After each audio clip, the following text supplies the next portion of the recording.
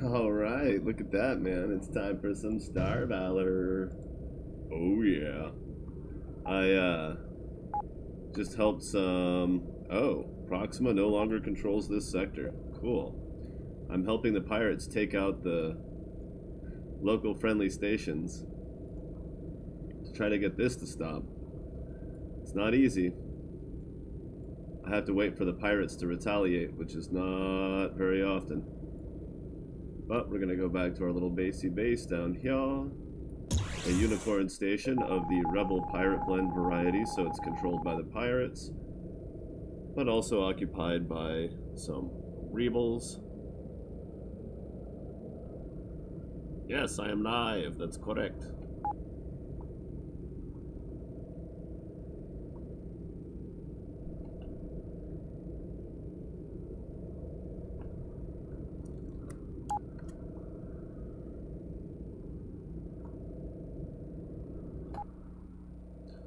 Drop one there, and there, and there, there. Oh, no, not there. Oh yeah, I never figured out how to get one on there. Oh well, that's okay. Because it's time to rock and roll! Yeah! Let's get it going. Star Valor. On a Tuesday, and on YouTube, we're just doing everything different today. Why? Because who gives a shit? What difference? Oh wow. Supervisor? Cool. That's...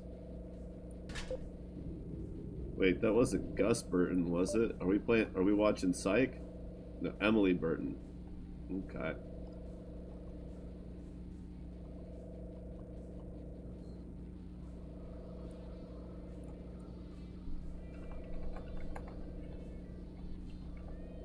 Heat gen spec, as in weapon heat generation reduction specialist. Specialiost. Oh yeah. Oh. Oh my.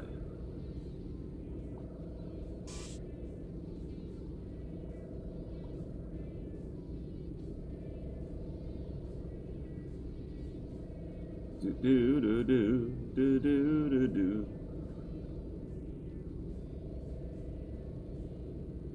There we go.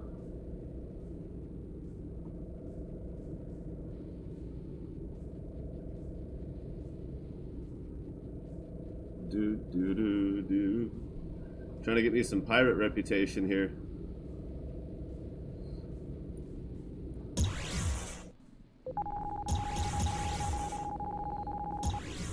Negative, that is. In the hole, sinking low.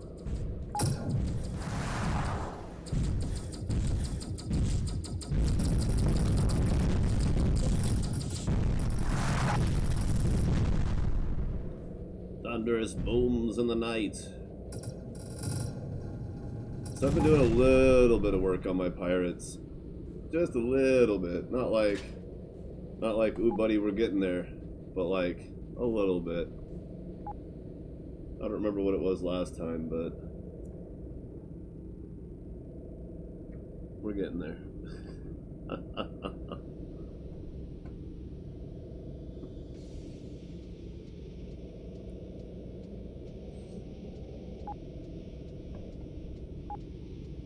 These battles should stop soon.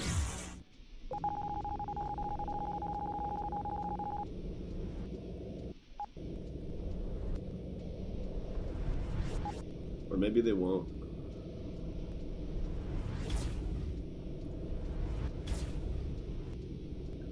I need to check there, I just don't want it to be a frickin'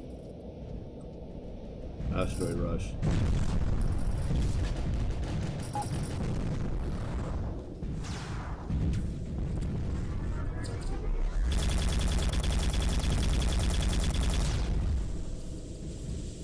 Well, that missed. Oh well. It's an asteroid rush. A Marco. Hello. I don't want a Marco. They're pretty easy to find.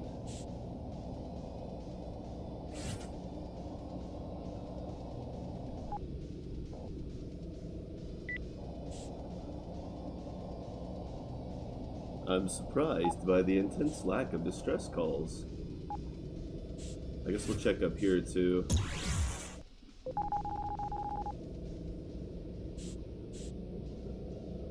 It's possible if one of these systems is not an asteroid rush that it could be a Syndicate or Proxima system that's sending these battle fleets to the pirates. That one subsided, but we gotta check them all because we just don't know.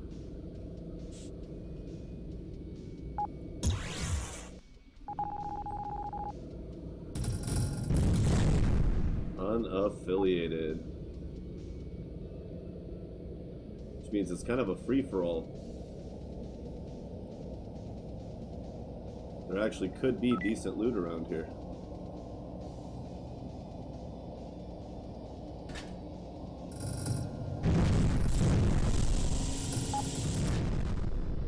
Undomesticated equines could not keep me away.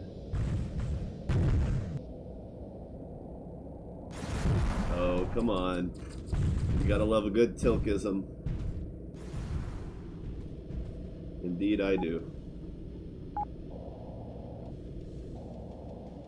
Where is Kika? There was a kitty.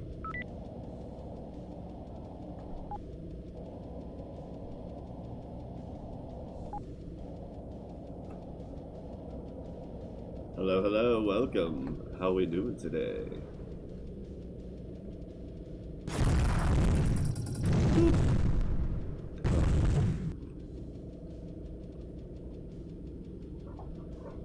Guess I could get my hair going a little bit better than this.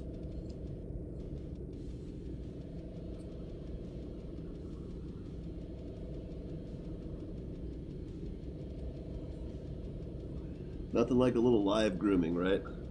Zero Scott, level 32 and 3 ships fitted purple. Nice. Hell yeah, making it in the universe, man. When your ship is mostly purple, that's when things really start to pick up action-wise. You can really get yourself into lots and lots of situations. Like, often. It becomes much easier to get into trouble at a much faster pace.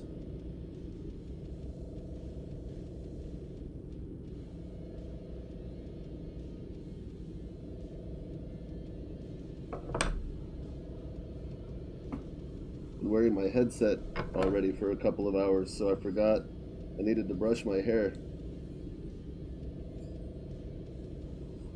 before I went live and settled in for a few hours.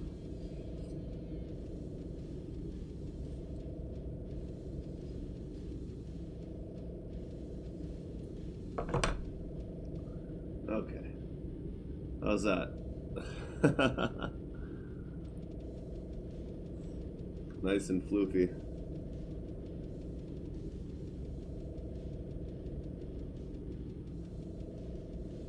Wow.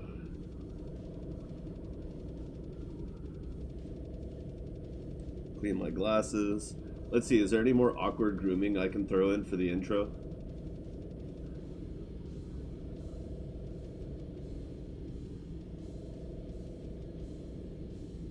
You mean like the fleetness is hot and sexy, or that it's hot outside so you're glad that you have something to do while you're inside?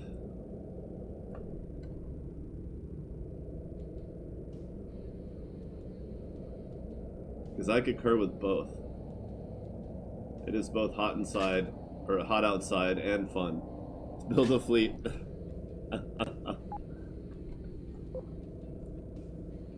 Alright, the battles have subsided. We can keep searching around a little bit. Oh, I expected you might have meant your fleet. That your fleet was hot. No, my hair is crazy. My hair is ridiculous. It's very long. I don't have a particular reason that I'm growing it out other than I never have before, so I'm just going to, and I'm definitely going to just because. But no, it's a giant mess.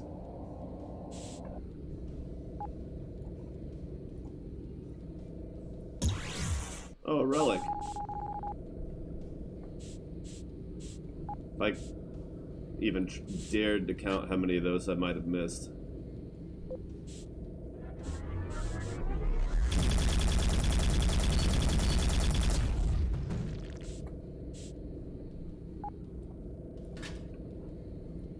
So I just led an enemy pirate fleet to victory against a friendly station. And no, that is not... I said that correctly. I like camping in this system because there's 3 stations.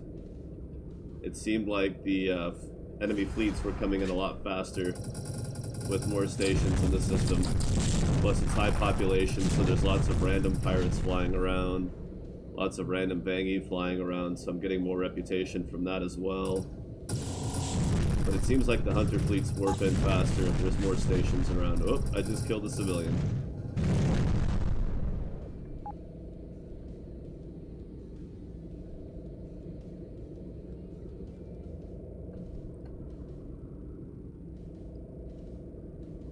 Oh yeah, absolutely. Fleets can be difficult. It requires a lot of management via maneuvering.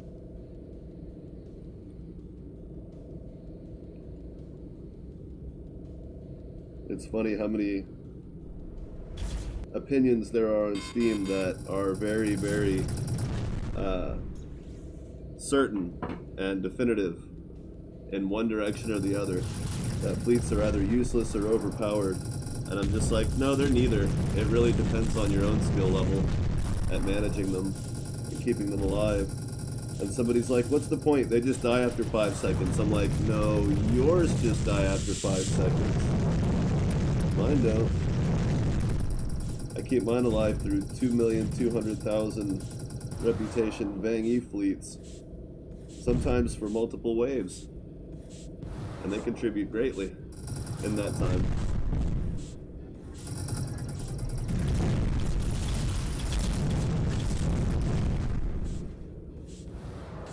In fact, they're the only hope that I currently have that I might defeat a wave before the next one warps in, so it's actually important to keep them alive, or I end up having to leave a system.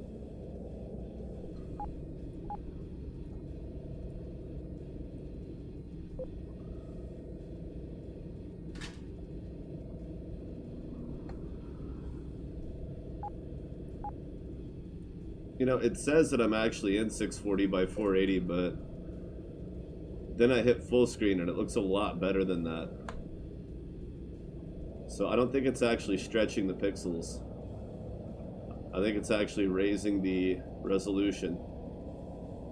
I wish there was a resolution scaling option to work around that.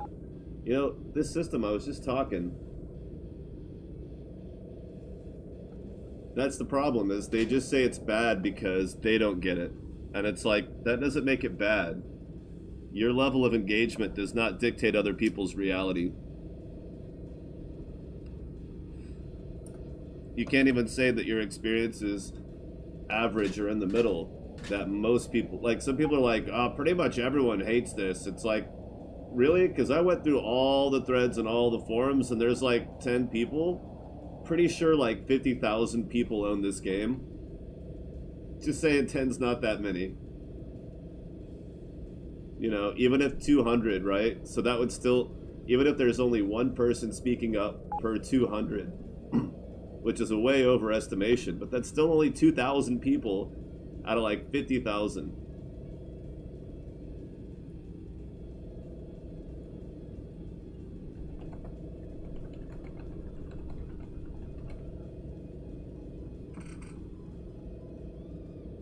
Steam DB info. I don't always trust Steam DB info.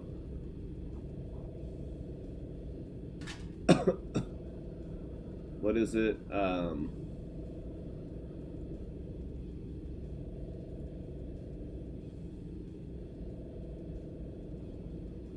Okay, so there's 400 people playing Star Valor right now on legitimate purchase copies of the game.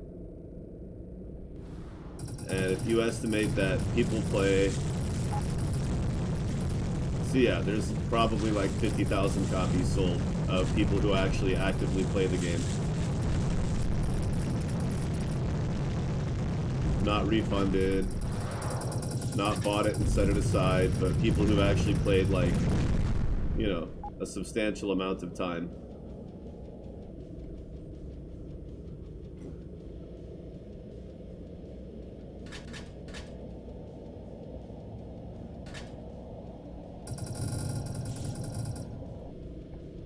How fast are these things?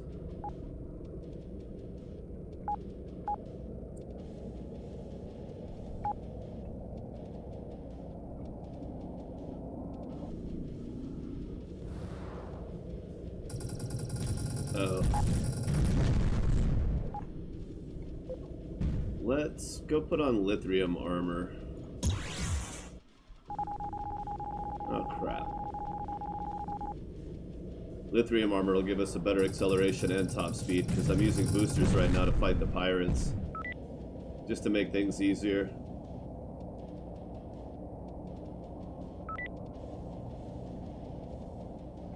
What, lacking self-awareness, not being able to think past your initial assumptions of things, and generally being stubborn in the face of being proven wrong? Yeah, that's mankind in a nutshell. The internet just gives those people more validation because other people do the same thing, which they think makes them right because somebody else said the same thing, and it's like, no, bro, that just means that you're wrong, but you're not lonely wrong, you're just wrong, which is actually worse, because lonely wrong, being lonely means that you might actually have to accept that you're wrong, but being wrong in a group, you get so much validation and reinforcement that you may never actually break out of it. Ooh, 89 speed, 12.1 acceleration. Now, it's dangerous fighting pirates with lithium armor, but honestly, I think we're gonna be okay. I mean, I was the same way when I was young and stupid, so, you know, some of these people are probably just young and stupid and just need time to become self-aware, but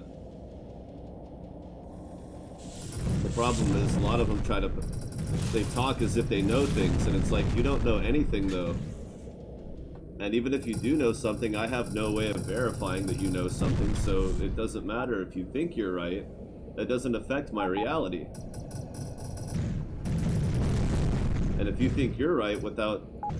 Like, I've heard people say that armor builds sound dumb, and it's like, really? Have you tried it? No. Well, then why do you think it's dumb? Why would you even say something like... why would you even consider that you might... Like, okay, it sounds dumb, sure, but like, why even say it out loud? Why not just think, huh, I wonder if there's something about that I'm not getting, because it sounds... I'm not getting the appeal here. Alright, seriously, where is this base? And why won't the pirates retaliate? Aw, shit.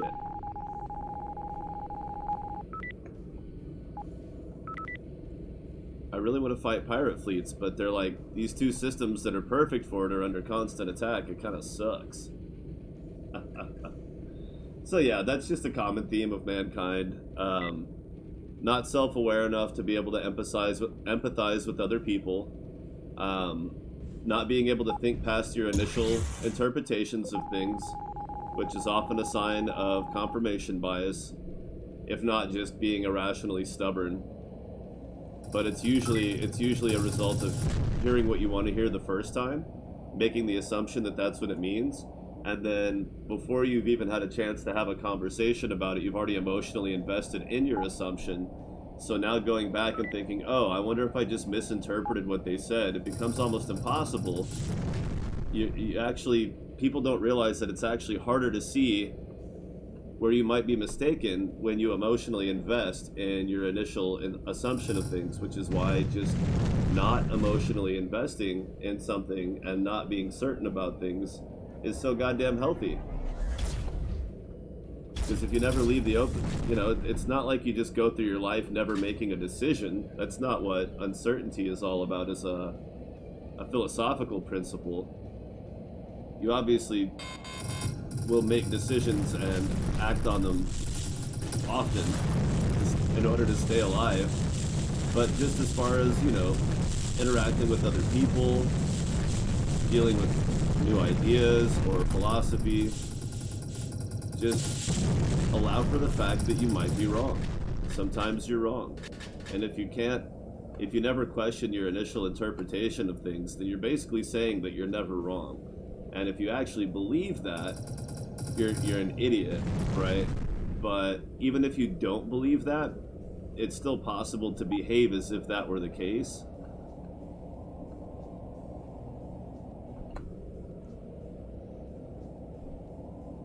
It's okay.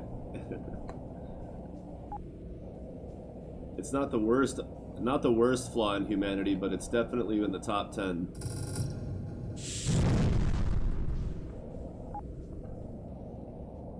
And it's especially difficult in like online forums and stuff where, you know, you don't get a chance to immediately clarify what you meant by something before people are already taking it the wrong way, and it spirals out of control and they become far too stubborn by the time you actually get a chance to correct it.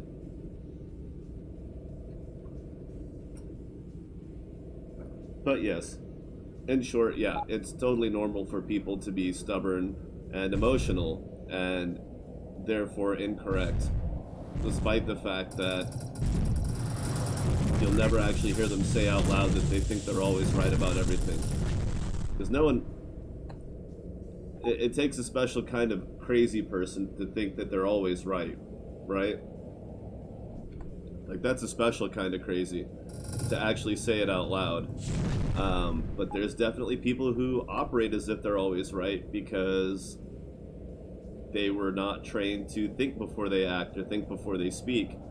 And it's like, yeah, having good instincts and being able to rely on good instincts is important, but if you never question yourself, you won't develop good instincts. You'll be stuck with the same instincts you had as a kid, which is why so many people walk this earth with childlike understandings of things and childish reactions to things like Karen mobs, all the Karen videos that you see online.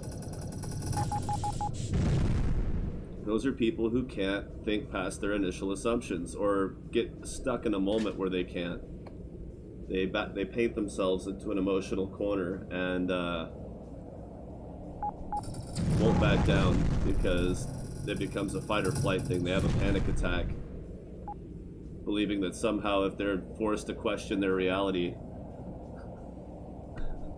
that it's somehow going to ruin their life if they have to admit that they were wrong about something. And it's like, yeah, but there's a cop now. Maybe at least consider the possibility.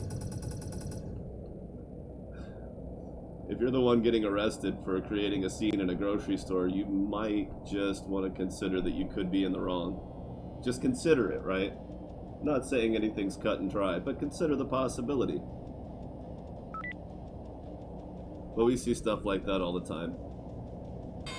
Everywhere from social issues, politics, philosophy, business, Penguin Zero.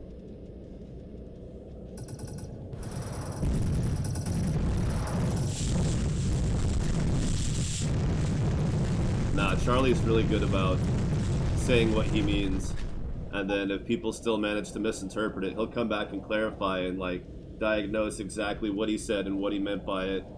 And it's like, if you still think I meant something else, then you're either a conspiracy theorist or an asshole. Probably.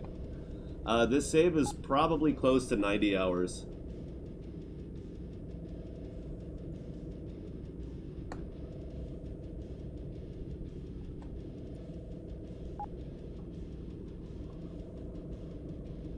All custom weaponry, mostly orange gear, working on getting all my chargers to orange. Right now I'm rocking boosters. I normally have about 1400 shield recharge, but I've only got 76,000 negative pirate rep, but I'm at negative 2.2 million with the Vangie Wait, Dre, have you not seen me fight the Vang E yet? If you're let's do that. If we've got people who haven't seen the big fleet battles. No, this is not my hardcore perma. That would be far more impressive, of course. But my last hardcore permadeath I died, so it's gone forever. But I do intend to do more.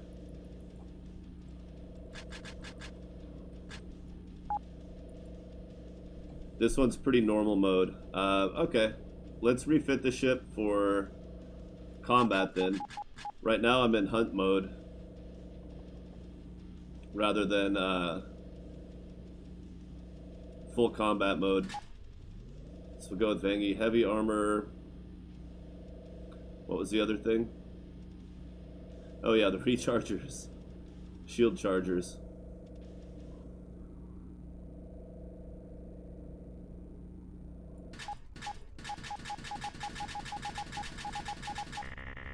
$14.40.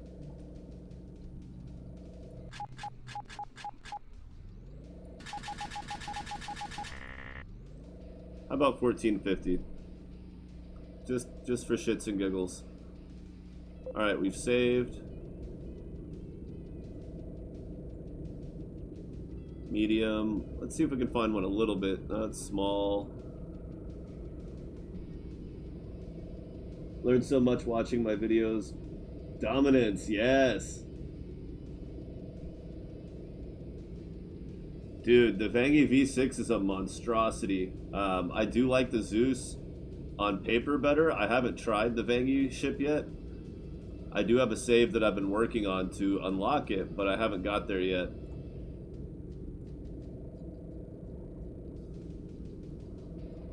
And maybe we'll do some of that today. Medium. Yeah, let's just go here. This will be fine.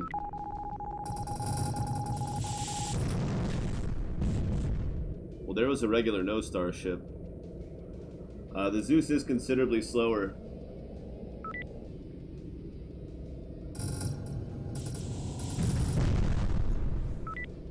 Oh, yeah. Dude, battling against... Dominance is a very powerful ship. Even as not being a battleship, it's very powerful. I do want to compare the V6 with the Zeus. I am going to use it eventually. It's just, I'm not really that big of a fan of being Vangi, but I really like fighting against them. So it's kind of like, it's hard for me to really get into it, but the completionist in me, and then just generally, you know, when you've almost played a game for 2,000 hours, to be like, nah, I'm gonna skip that entire layer of content, kind of feels shitty. Like, you know, I should probably at least check it out.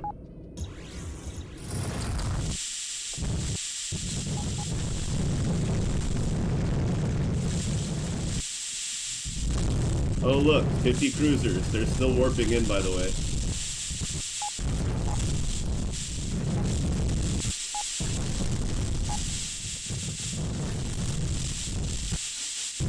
Still warping in. Nope, they're good.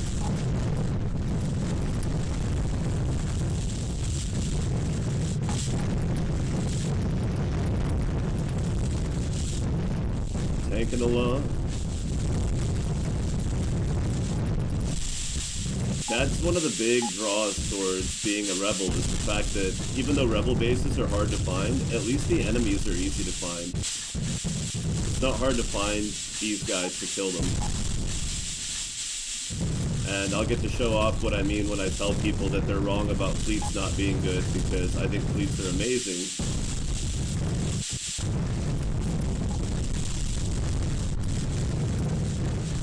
The hard part is doing it correctly.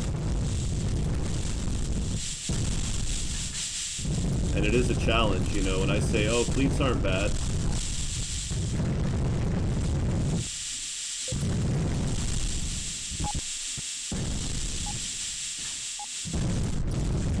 Fleets are great if you do it right. It's like, I guess I have to show people what I mean by if you do it right. You know, you can't just say you have to do it right.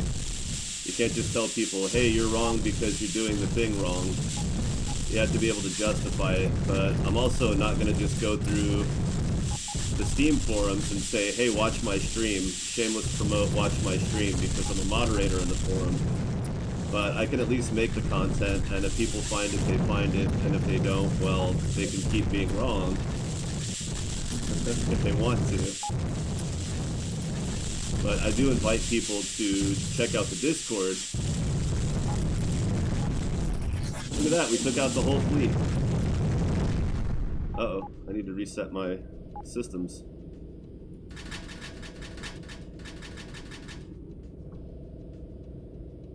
It truly is a beast. I've definitely struggled against these ships, these fleets before, but then I'll have turns where I just absolutely annihilate them, and it's like, I'm kind of surprised, because I've been fighting these hunter fleets for a long time, not just on this save, but in general. And knowing how powerful they are, and considering the fact that I'm using, that I have the reputation boost from social, but also the reputation boost for my characters, so I'm getting 85% more reputation, which means that the fleets are growing or almost twice as fast. They're almost growing twice as fast. So the amount of gear that I have right now is a lot lower than it would be. I would actually be mostly orange with my fleet mostly orange by now if I were at 2 million reputation with a normal, now I wouldn't be at 2 million by now. I'd be much lower. I'd be around 1 million. But I would have about the same amount of loot as I have now.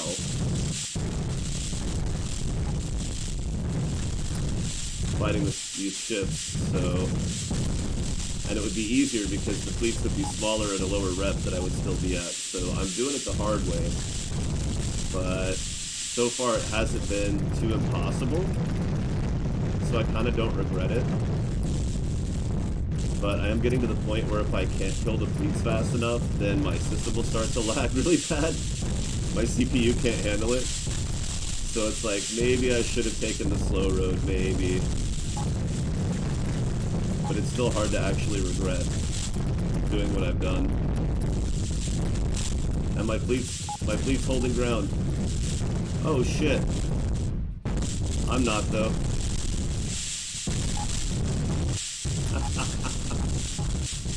I cloaked at a bad time. Am I missing generators? Oh. Some of those chargers I put on were supposed to be generators, not chargers. That explains the extra shield recharge over what I had before. And now because of my failure, Alana's had to warp out.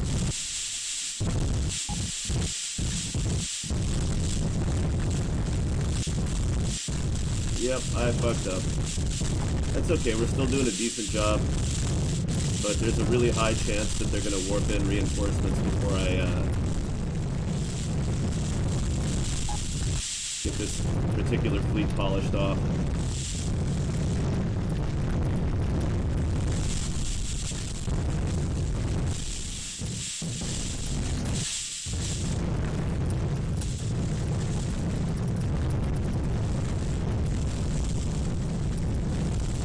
So this is what a critical failure looks like, because Alana had to warp out in the second wave, after we absolutely demolished the first wave with plenty of time to spare.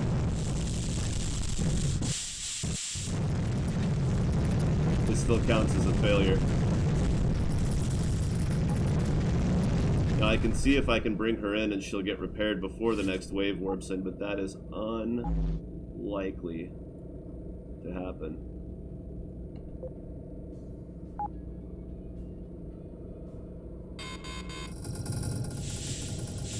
Yeah.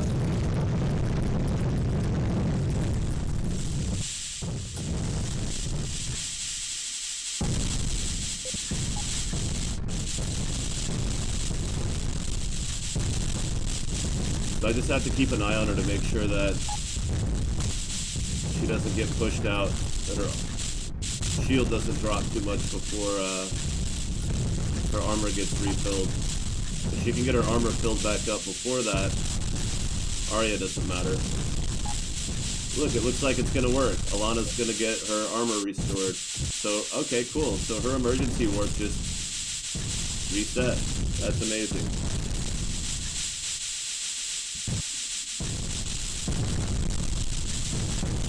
I'm surprised we're keeping up with this because last time it was significantly more difficult to do.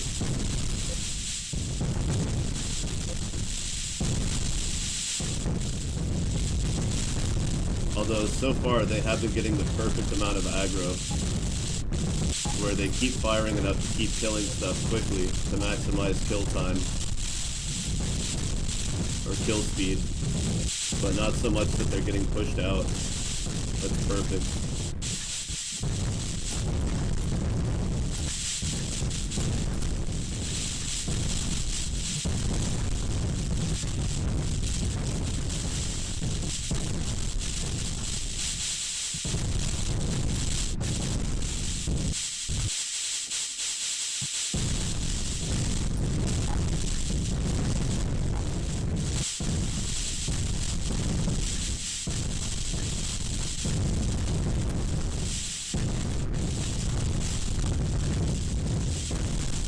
Wow.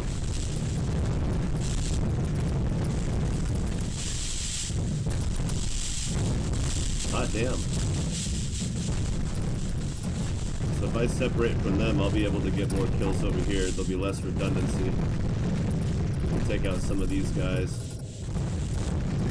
Sometimes you want that overlapping redundancy to fight the enemy's ability to repair, but at some points it gets to be a problem where you're killing too fast, and then your guns stop firing, and so you have more downtime overall, even though you're technically making each kill a little bit slower. You have to really balance it out to get the fastest kill possible so that you can destroy a wave before the next one warps in. And then when you're between waves, you go through and you clear out your inventory of things you don't want. And you move to a new area so that you don't have to search through the piles of crap that you just dropped and didn't want.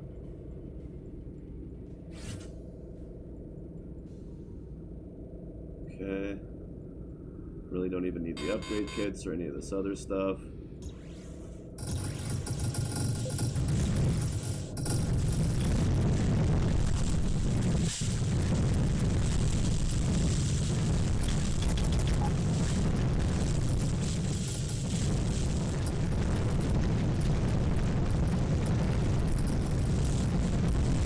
Come on, Alana, get in here. Come on.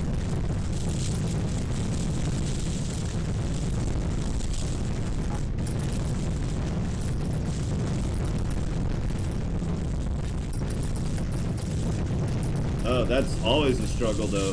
Everybody struggles with Nadalo mods. I have one orange Nadalo mod. One orange one. And this is what I've been doing with most of this save file, is fighting these enemies who absolutely can drop it.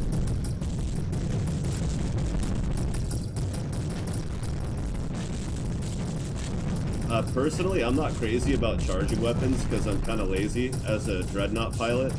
I like to focus more on the greater tactics, and I don't trust the AI with charging weapons as much.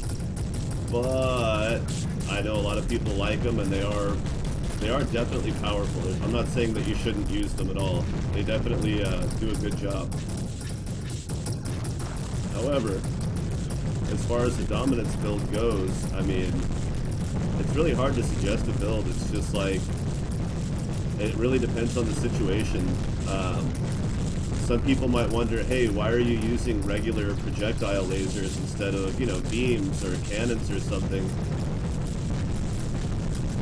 And it's because these offer some of the highest raw DPS that you can get in the game. Now, early game, that's not that big of a deal. You're actually better off with something that lends to higher accuracy. But the reason that I'm using them here is because I don't have to worry about accuracy when the majority of enemies swarm around me in all directions and I'm completely surrounded, so I can pretty much shoot anywhere. You know, go full South Park and just fire in all directions. And I'll always hit something, so it really doesn't matter. And if I'm not definitely hitting something, then it means that I'm not really under that big of a threat. But sometimes I'll use flat cannons because they're fun. just for the hell of it. They're really not attacking my fleet.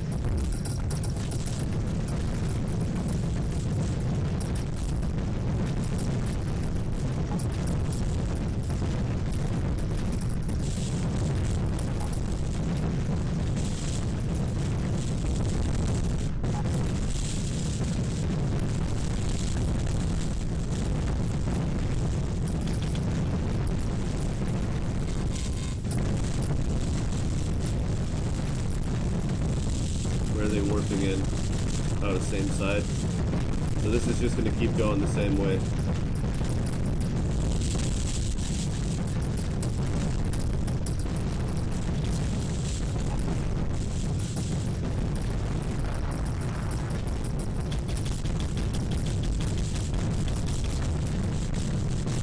That was a lot of missing.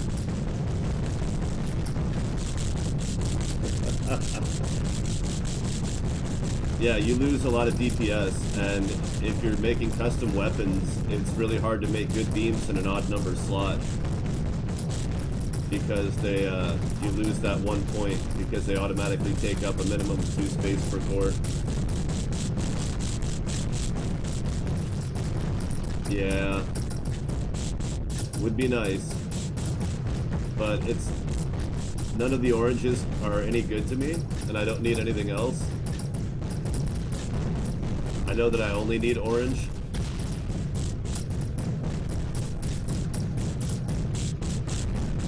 So as long as I can see the oranges through the madness, it's not that big of a problem. But there is getting to be a lot of extra ships on screen.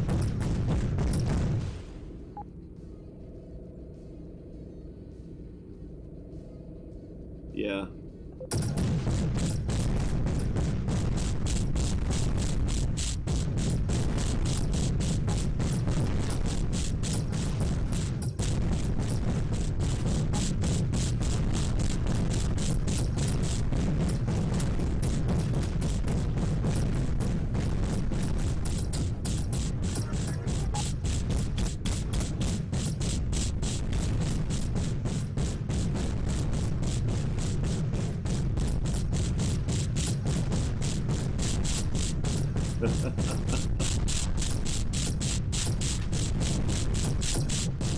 $640? Oh yeah, well I don't think it's actually doing that. I think if I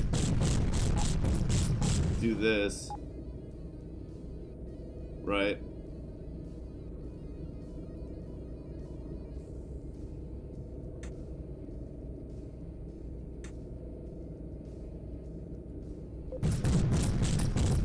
But that's only bringing it up. That's not helping the FPS at all, because it's a CPU issue.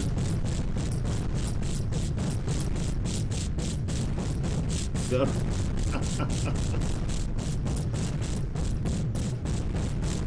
but we can keep it at that resolution.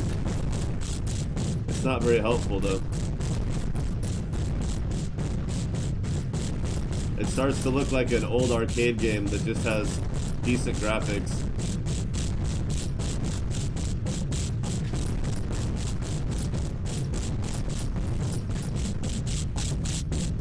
Well, luckily I keep my system very clean, physically and on disk.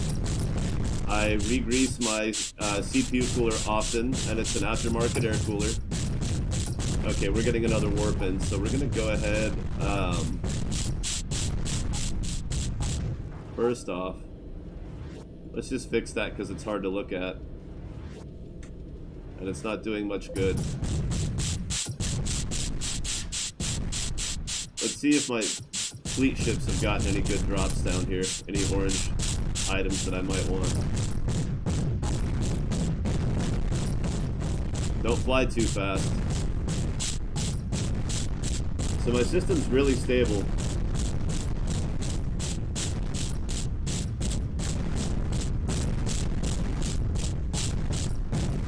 Oh, what? The band?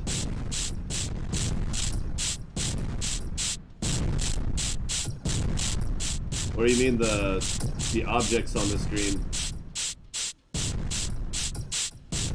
Alright, we're gonna warp out because this is just too much. And I can't see any orange that I want. If you're talking about the band, that's Unleash the Archers. Plus a special guest friend who I agreed not to identify, but if you go on their Discord server, people will tell you who the Stormtrooper is.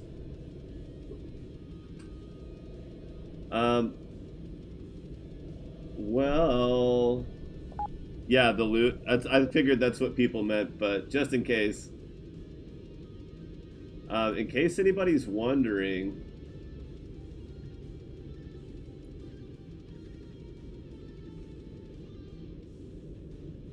yeah, I don't think there's going to be anything doxing me here.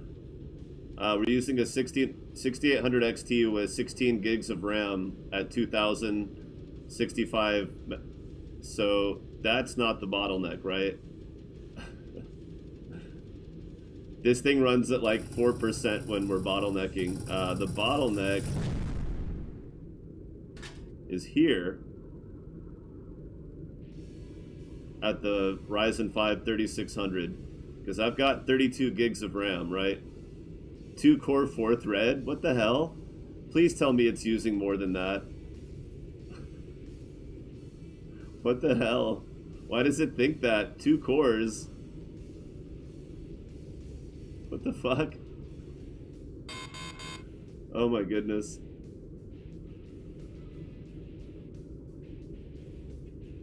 So we'll turn on the overlay real quick so people can see exactly. Wait, what just happened? Was that Marauders? Stupid ass Marauders.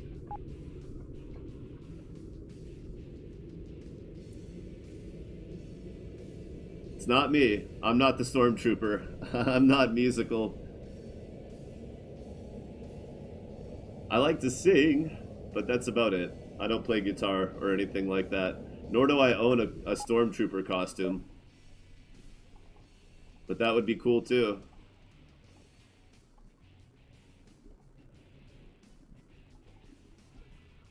Alright, let's fix our power issue, because that was frustrating. Oh my god.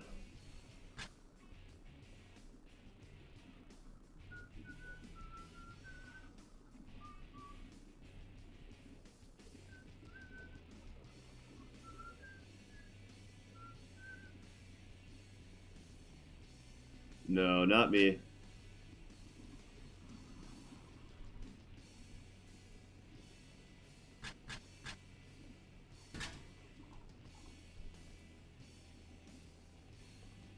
See if they picked up any cool oranges. They did not.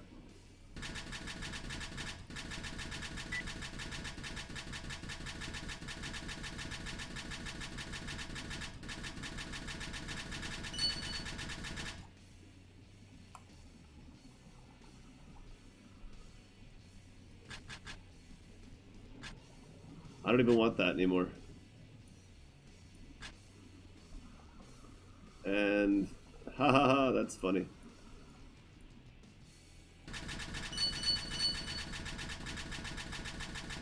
This provides a little bit of experience to level up their crew because it's in their cargo hold during editing. Which is the only reason it's really worth it, is to level up crew. Otherwise it's just kind of like, whatever.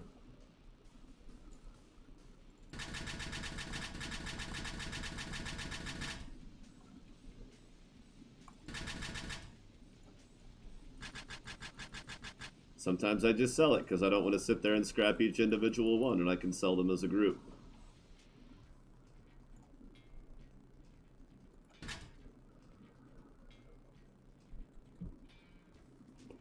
Excuse me. All right.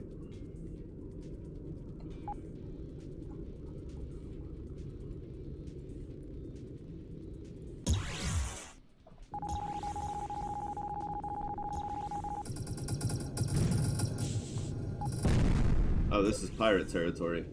We'll see what the pirate fleets look like by comparison. It's hilariously sad that they even bother attacking me. But it's the only way to get more reputation with them.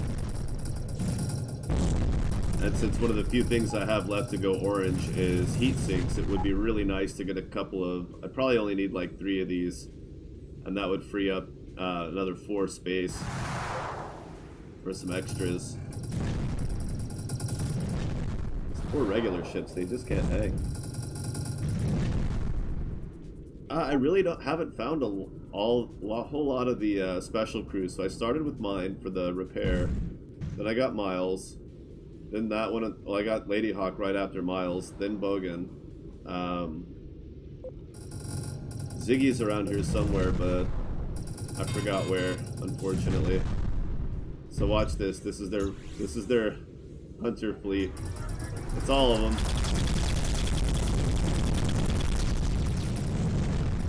And the battle's basically over already. That was it. The rest of them are repair ships that immediately ran away. Not bravely ran away. They just left. They're just gone.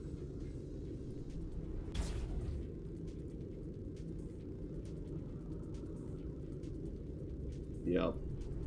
And you don't get a lot of reputation for them either.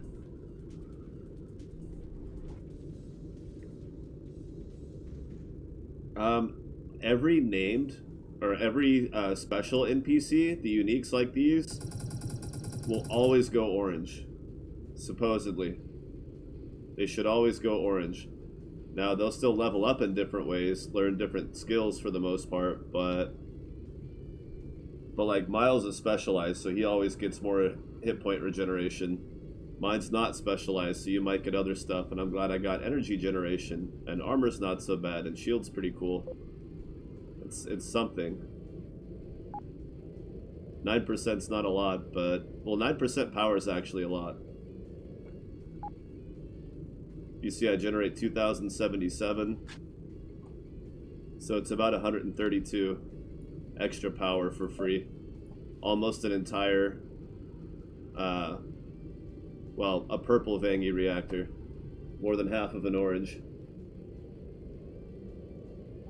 Oh, yeah, you just get lucky. Yeah. They have a random chance to be one of the drop ones. Escape pods. That's the word.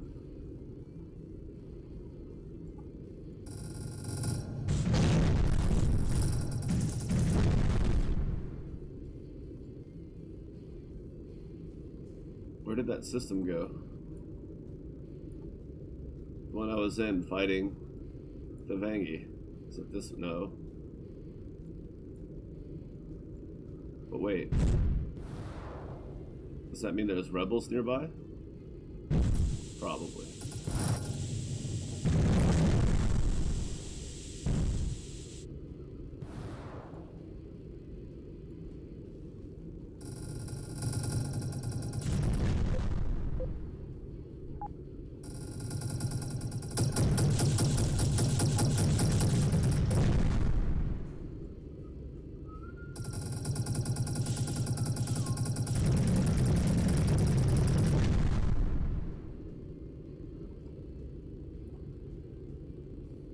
Oh, well. Oh, it's right there.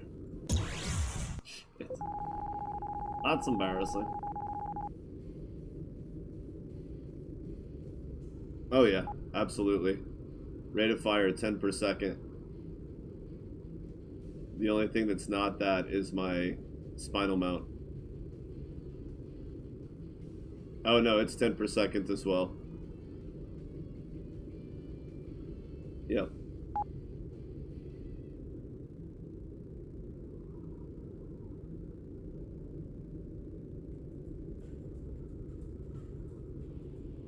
Nice. Yeah, the graphics card here is not the issue. My issue is I need a stronger CPU, so rather than making a small upgrade, I'm going to go straight to getting, when the DDR5 platforms come out, I'm going to upgrade to a Ryzen 9 in the 5000 series and get a B550 motherboard, and then eventually later on I'll upgrade to a DDR5 motherboard and RAM. But for now, I'll stick with DDR4 since I've already got the RAM, and just get a stronger CPU and a new motherboard with a better chipset.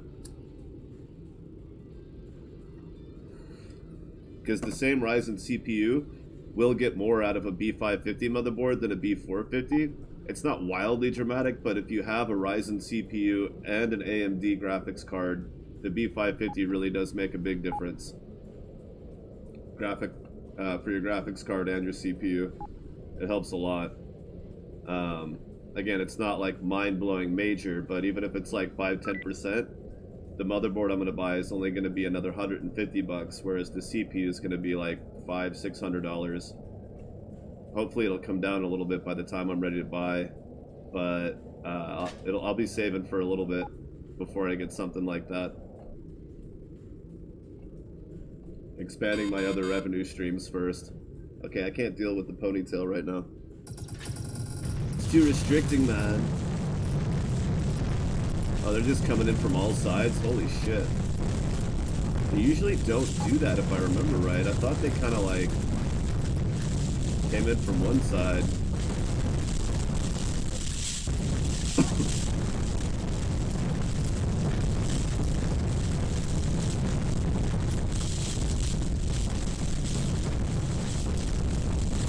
So yeah, it'll be a matter of how long it takes me to save a decent amount of money, and then once I have enough money to actually consider it, then I can start shopping for what actual CPU and GPU I want.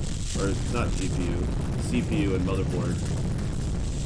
But until I actually have the money, a decent amount of money that could at least get close to covering the cost, it's hard to actually think about. Because so much could change between now and then. I may end up just going straight to an AM5 platform. DDR5, depending on the cost versus performance versus future-proofing.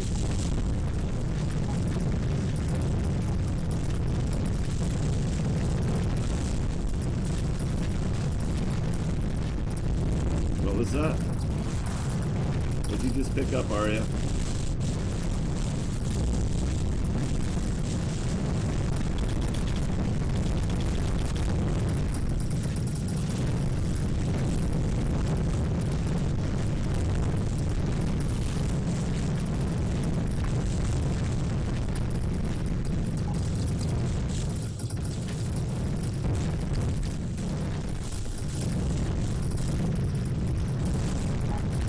Oh well.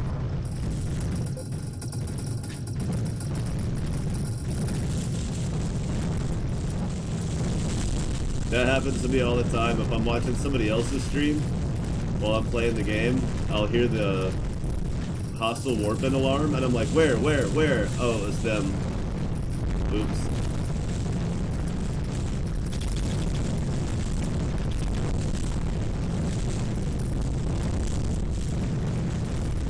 Oh, another Mark III booster.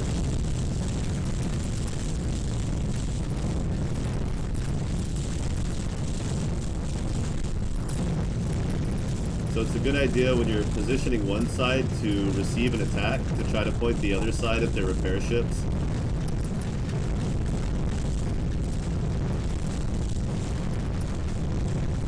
One of those broadside things. Broadside tactics. And then I'll try to focus on hunting down the repair ships while my fleet ships deal with the actual assault. Now their shield recharge is only around 700 per second. It's about, each one of them is about half mine. So I have to be careful how long I leave them alone, but eventually I'll have theirs at least closer to 1,000, and they'll be able to do a lot more independent work. I won't have to babysit them as much.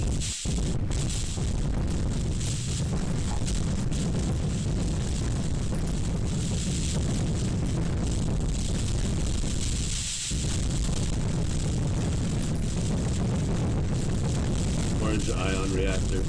Hilarious.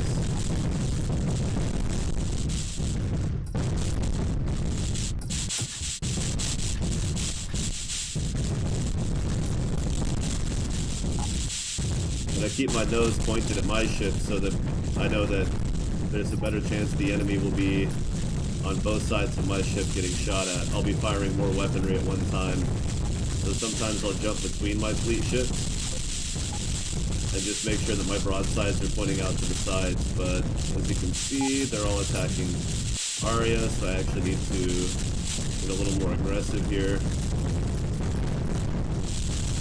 Get some of them trapped between the two of us so they basically instantly explode. Bangy large reactor. These go a long way towards allowing my fleet ships to get more shield recharge, because I can optimize the amount of space that they're using for power.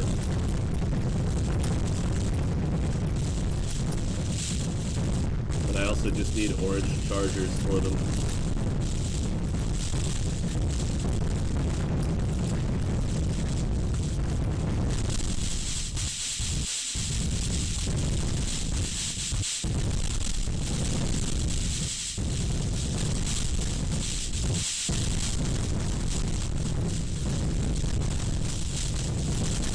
Blast a few more repair ships while we receive the rest of his fleet.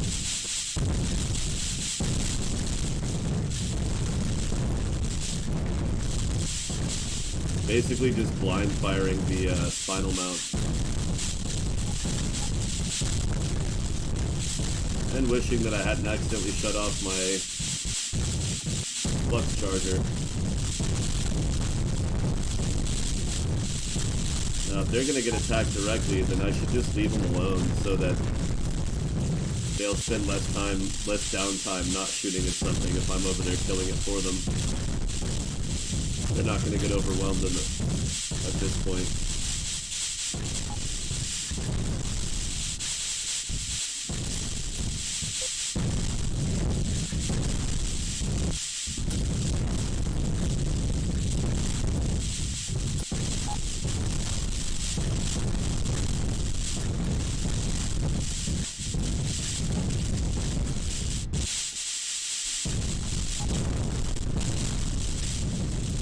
I do want them closer together to each other.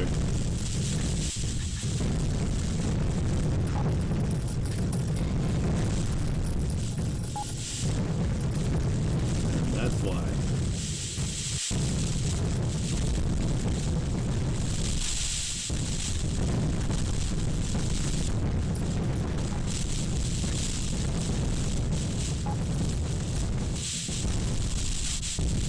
See, fleet management. Just push them around. Whatever it takes. And you can also shift H to get them to come in a little bit closer. As long as you remember to reactivate their firing once they're close enough. You don't want them right on top of each other, but... So now I can just blind fire into the void of massive enemies coming at us. The spinal mount.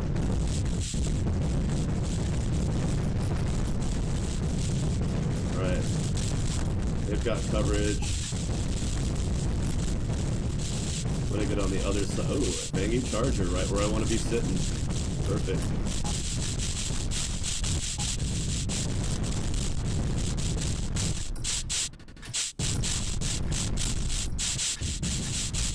There it is.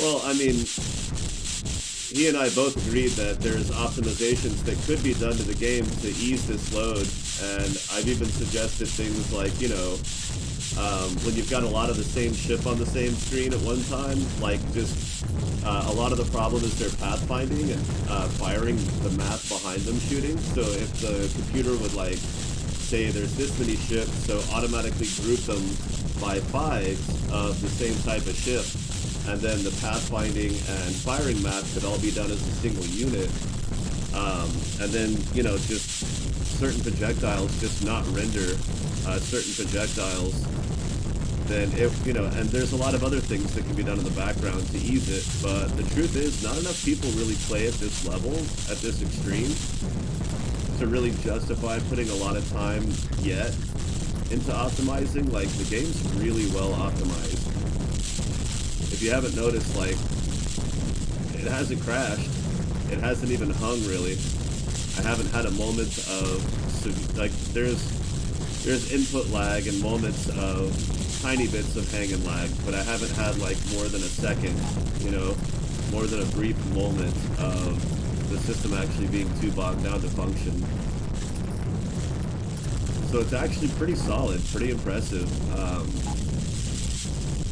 You know, there are people who say, oh, it needs to be better optimized, and it's like, probably like 50,000 people that still play this game fairly actively, and I bet only like 50 to 100 of us play at this level to where any further optimization would make any significant change to the game.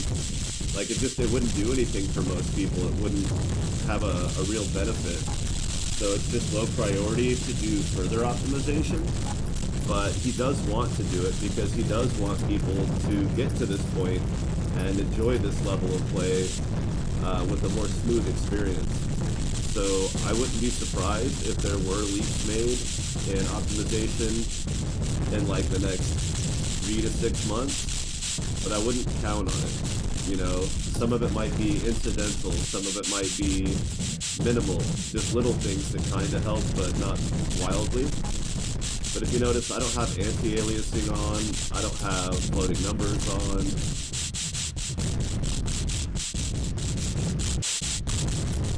So now I'm going to lead this battle cluster back into my fleet so they can actually get some damage going.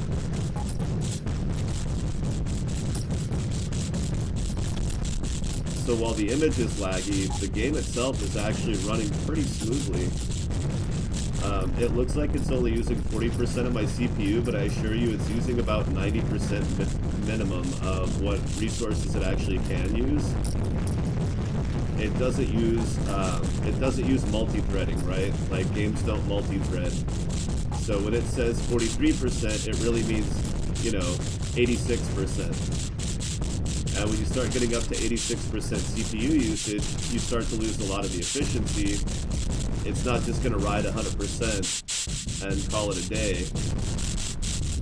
It's not that cut and dry as far as how CPU usage works. So we're maxed out on what my CPU can handle, but it's not crashing. There's no severe hang. There's not really anything bad happening except just general frame rate loss, which makes the game kind of difficult to watch. I admit it's not the most pleasant experience.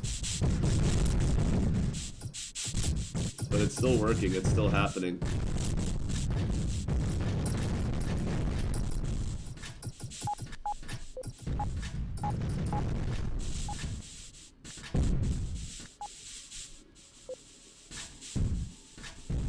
Just leave them to clean up.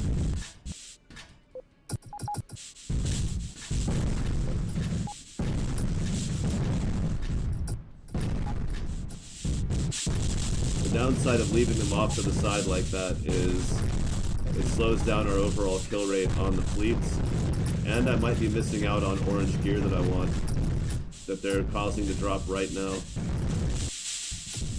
So I do have to stay kind of close to them, see what kind of loot they're getting over here. Light laser beam, pulse-on missile, inertial nullifier. I kind of want that for them.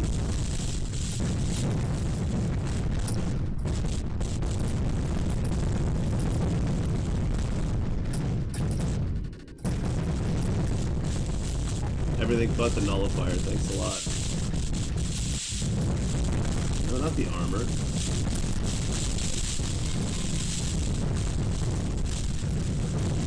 Exactly. It's being mitigated correctly. So to me, that's the mark of a really stable program. As far as further optimization, like I said, it's just, I mean, if everybody who played at this level chimed in as like a collective, like go into a thread and, you know, post up a screenshot of your reputation, right?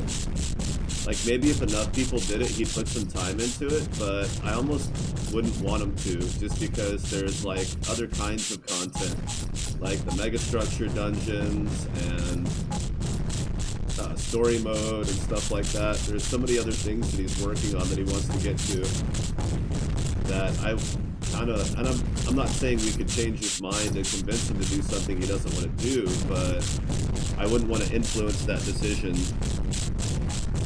unless it really was like, you know, half the community that would benefit from it. Because when I first started playing this game, it was on an FX 6300 CPU. And that's DDR3, and at the time I only had 8 gigs of RAM and an R9 270. So it was like a significantly weaker system that would probably crash like crazy right now if I loaded this into it. It would have been laggy like this far sooner.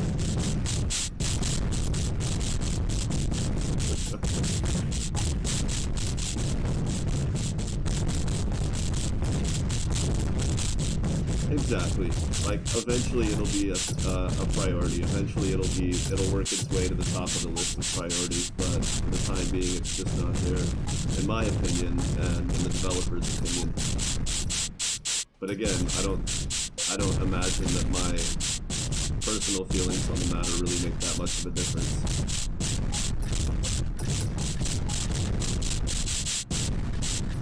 The only thing I could do would be to encourage people to say, hey, you know, here's my lowest reputation and the frame rate that I get when fighting against these fleets. And just say I would benefit from it when the time comes to consider something like that. I would be one of the people that benefit. Just to have a head count, you know, as time goes on for how many people and how many people are suffering lag from extreme fleet size.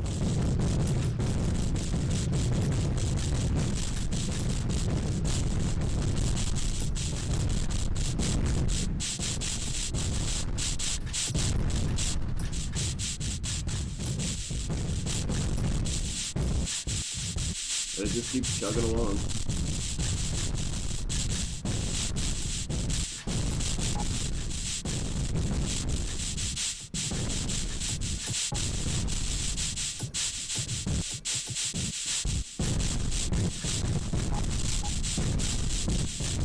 I don't know, maybe it is affecting the gameplay in a way that benefits me. Like the enemies aren't able to do as good of a job because they can't access enough CPU power.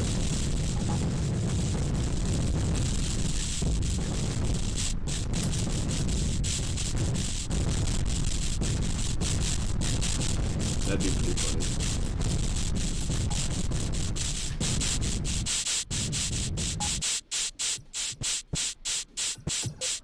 Well, there goes Alana.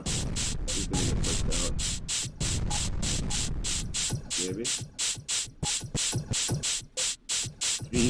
3 FPS. 0% GPU usage. It's like, it's pumping out almost no frames. My graphics card is barely working. Oh, there was a 9%, and now it's down again.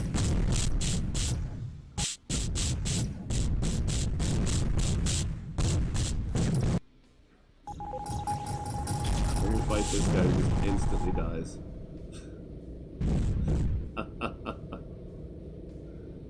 And we're back to 30 FPS where I have it capped so that when I'm not fighting those massive fleets, my CPU can cool down. Take a little breather.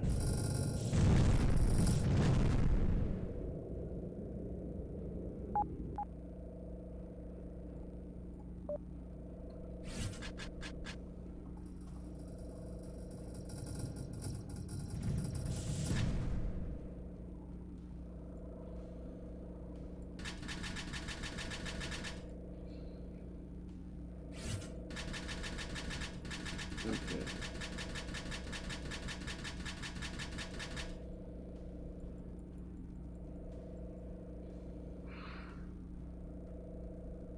Exactly. Save the I think the optimization's at a point where you can hold off on doing any more until the actual content is deployed.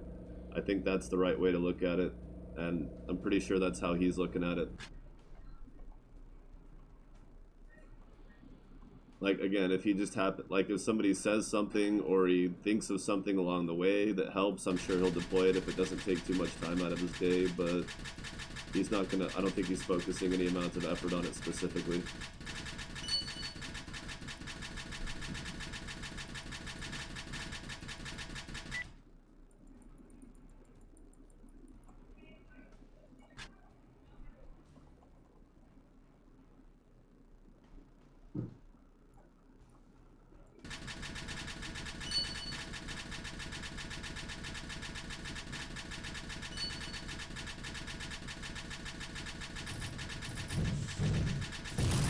Okay, so I take it their new crew is already...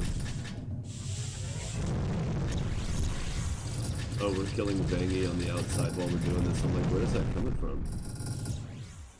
Why are we getting rep?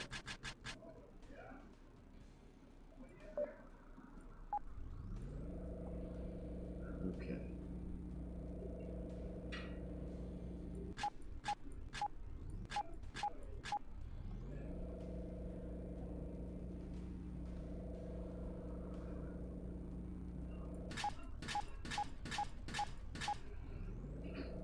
$13.50.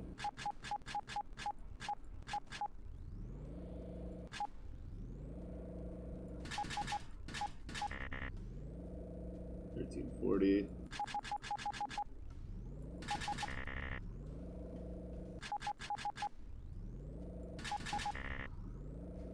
Come on.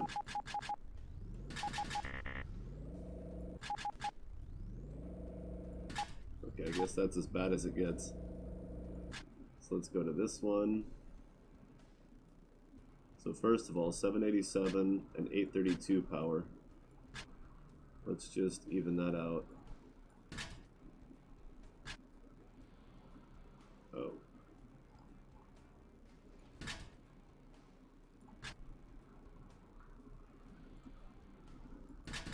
$800.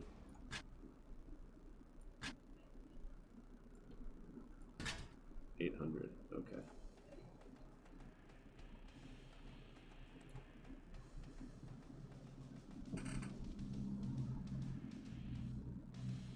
Yeah, there's still there's some new NPCs that I haven't found yet, but I'll get around to them at some point.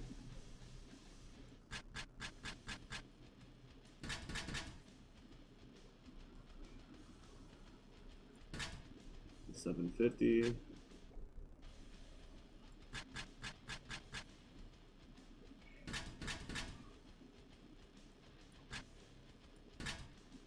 $760. Wait. $785.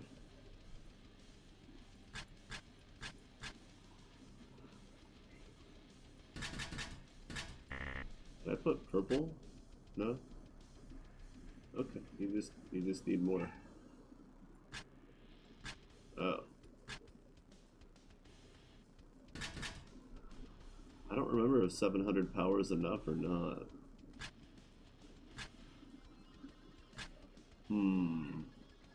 Tough call.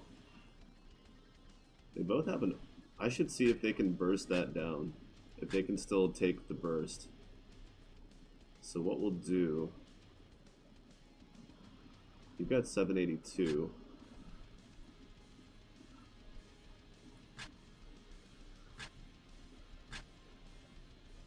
They both have a small battery they don't need.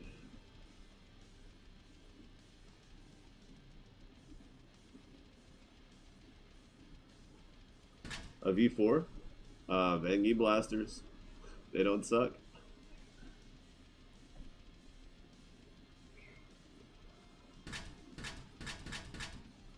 $800 power. And 839 shield recharge. Cool.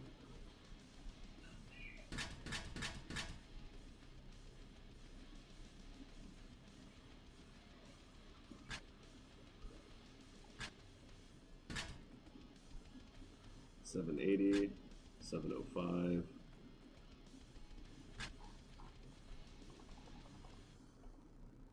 Oh. Really? How did that happen?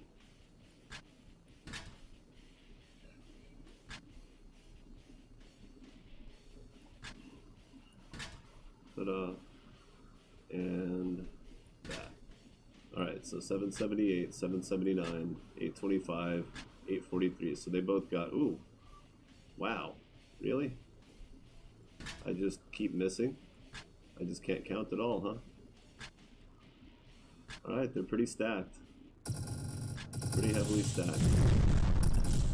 So they just got a massive upgrade. Now, their shield is a lot smaller. Right? A lot. I took one of the purple shield generators off and left them with just the orange one like mine.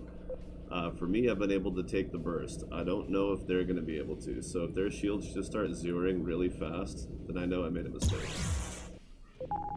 But considering how much of a buff that did to their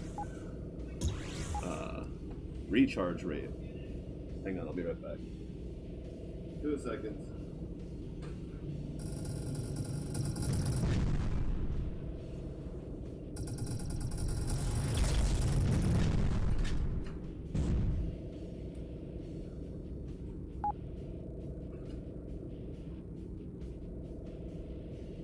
So, for the Vang E frigate, the V4, oh, the Vang E blasters, they're pretty good.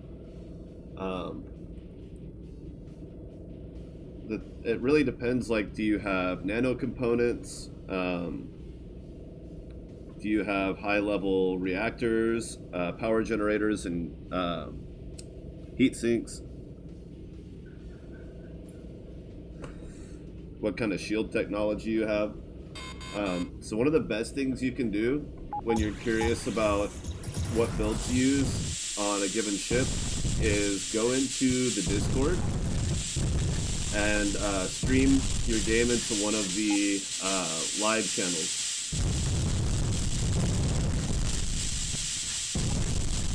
And ask people for help, specifically on that. Okay, so that wasn't a good sampling because that had nothing to do with burst damage. That was just we got surrounded and screwed really hard.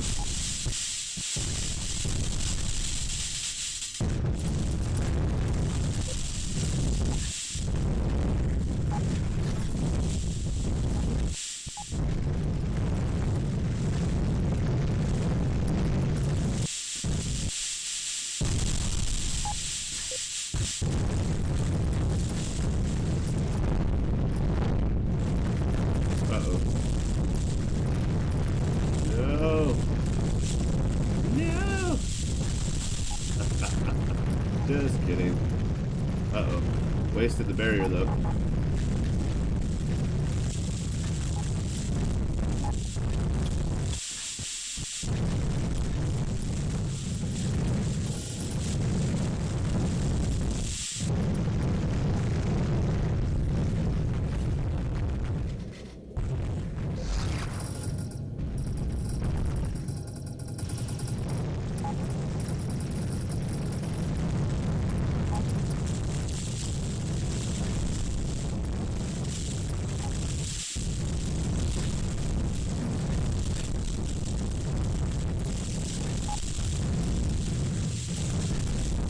Yeah, got that asshole right over here. Boom, baby. But yeah, the Vang E, their own blasters, are actually pretty good in the frigate, depending on what level you're at. But definitely do what I said. Go to the Discord, and if you don't want to stream live to the Discord, that's totally cool. If you don't want to even go on the Discord at all, that's totally cool. I get that. But take some screenshots of all the gear that you have and some of your player stats and stuff, like your skill screen, and just take the screenshots and use Steam screenshots. Go to each screenshot, post it to Steam, go to the link for it, so you can use the share link and actually show people everything you've got going on, and ask them what they think you should do and what your weaknesses will be. But frankly, the best way to optimize a build in this game is to just experiment like crazy.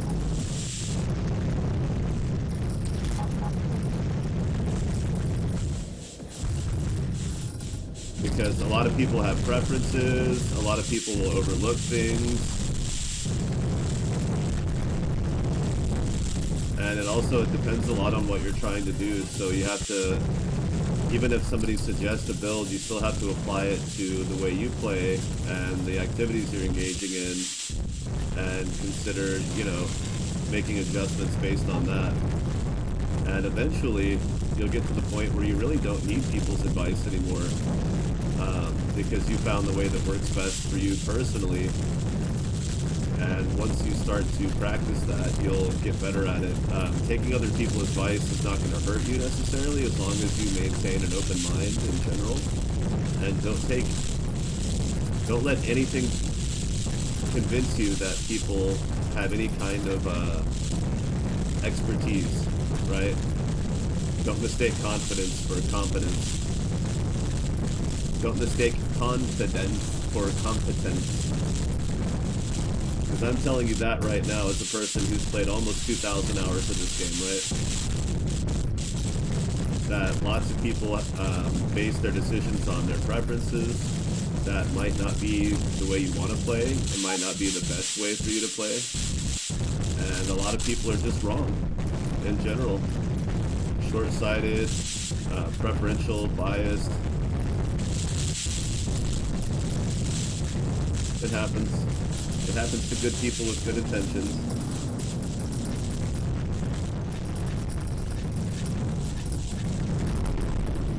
And there's no such thing as a dumb question on the Discord. If anybody gives you a hard time for asking a legitimate question, it's more likely they're going to get ripped on for giving you a hard time. Far more likely. So don't feel bad about putting yourself out there and asking a question, no matter how simple it might seem, no matter how obvious the answer might seem. Even if it's something like, I ask simple questions all the time because I forget stuff all the time. I'm just like, wait, how does crew work with that really basic, obvious function that I've done 100 times and I can't think of right now? And people are just like, oh yeah, it's like this.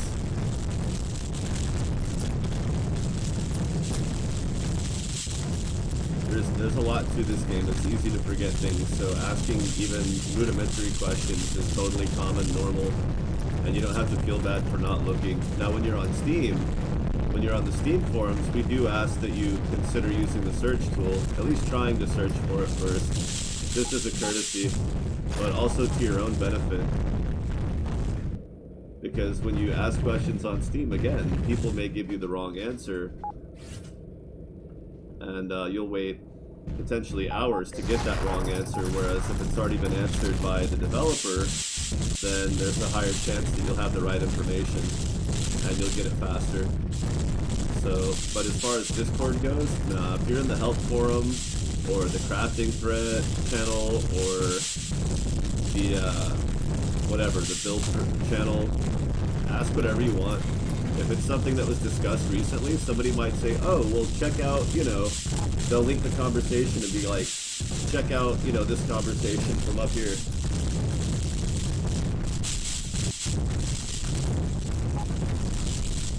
Yeah, sorting through all that loot is definitely a problem. But yeah, it's okay to ask for help, but just know that a lot of the decisions that you ultimately make are going to be based on your preference, the way you want to play the game. So when people offer you advice, just keep that kind of open mind about it. Like, okay, so I'll start with what they said, but then what if I do this or change it a little bit this way? Definitely keep that experimentation mindset open and operating at all times.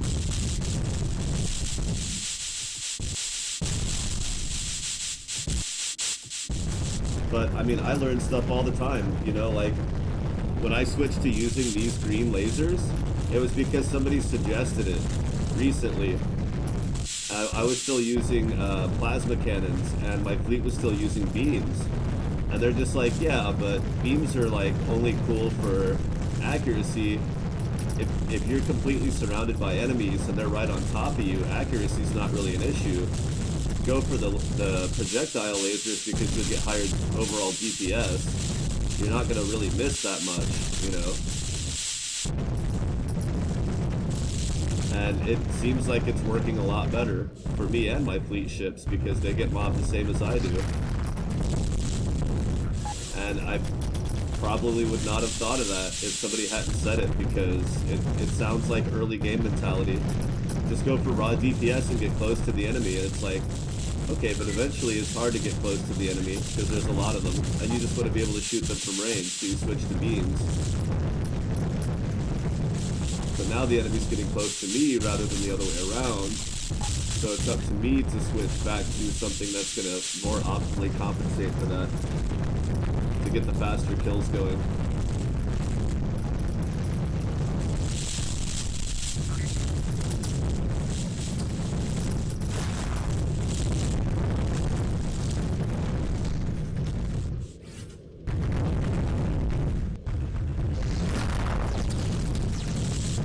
Uh-oh.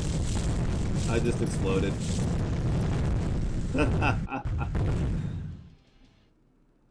I was just kind of dicking around after my fleet got forced out, and I wasn't really getting any good loot. So, no major loss there.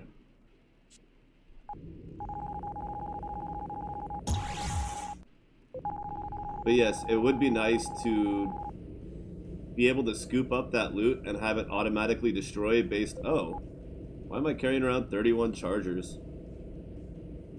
Good grief.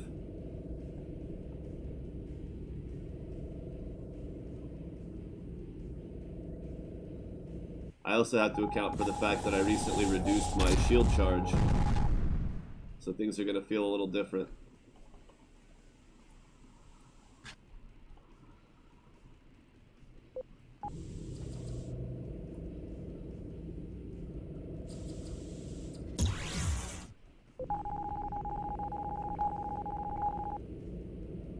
Alright, back to it.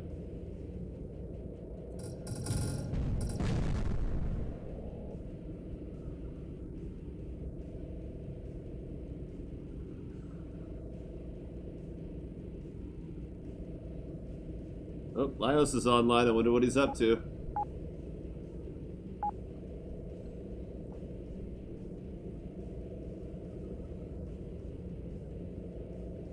It would absolutely be cool to have automatically destroy anything that's below a certain level and rarity. Like, if I found another Nadala warp mod, I wouldn't care what color it is. I would keep it as a spare. So a whitelist where it only keeps the things that you check off on a list of anything you've discovered, and then destroys everything else that you pick up on the spot. That would be really cool.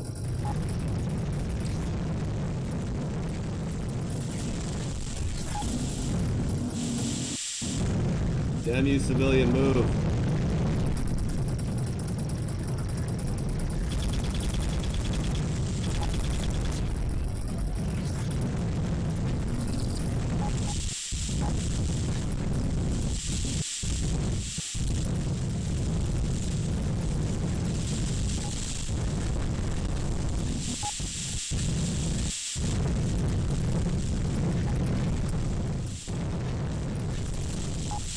Yes, fly into my pocket of doom.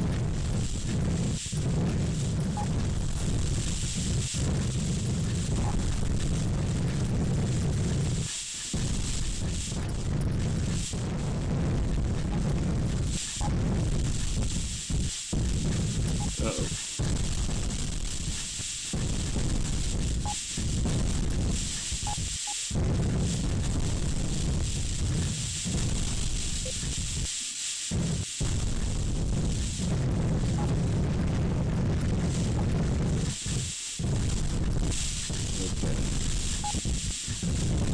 May have been too soon to drop their shield capacity. They don't seem to be enjoying it as much. But they are resisting a lot better while it's up, so it's definitely making a difference to have that recharge.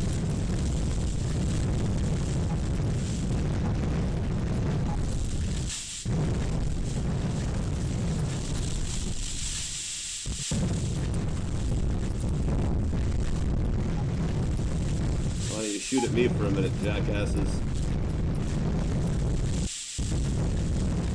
Yes, get closer to her. Stay on the inside till you're repaired. I'll cover this side since it seems to be the heavy attack.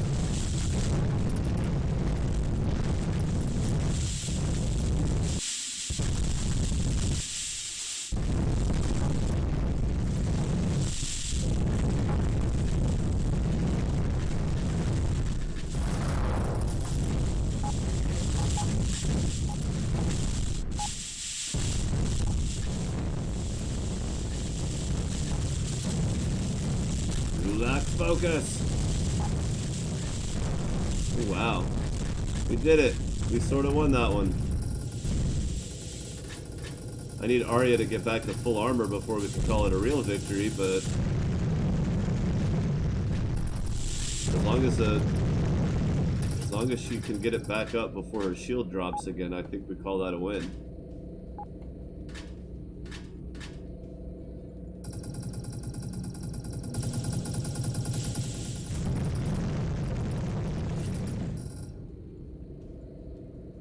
Ah, screw it. I don't need any of this stuff. I don't really need any of that either. We're gonna be frank.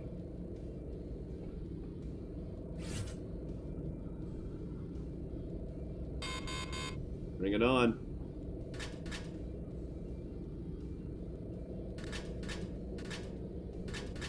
Holy shit.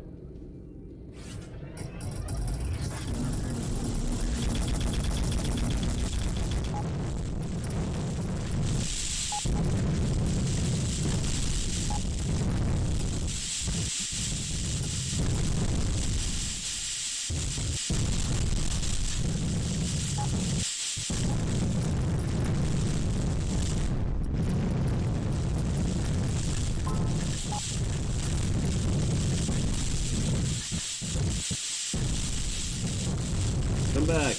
Don't go that way, Arya. Come on. What are you doing? Stay with us here.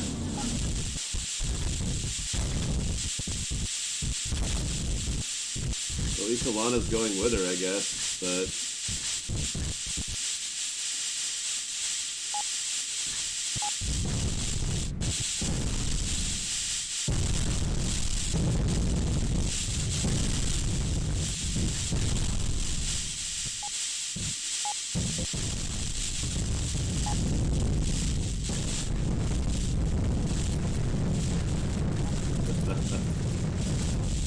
well, if you're gonna be Frank, I'm gonna be Joe, okay? Try and stop me, see?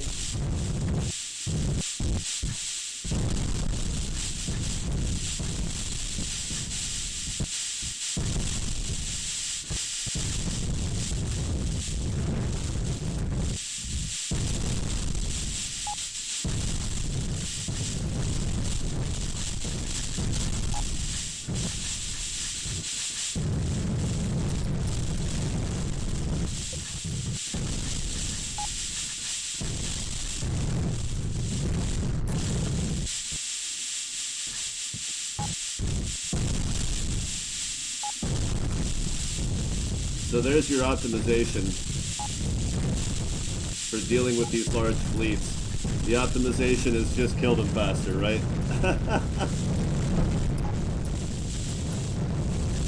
Stop losing the battles, and you won't lose your performance.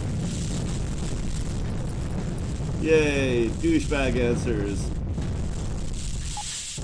Also known as dad jokes, but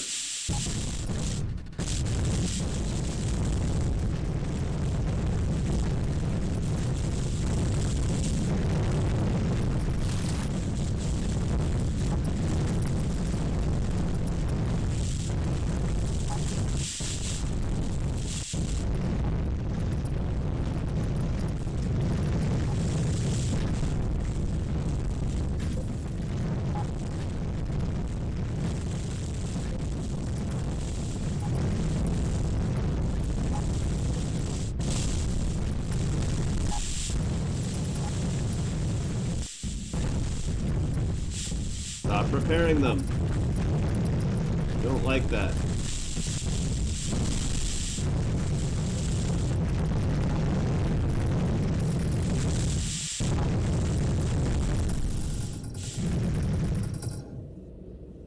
Boom, baby. Just in time.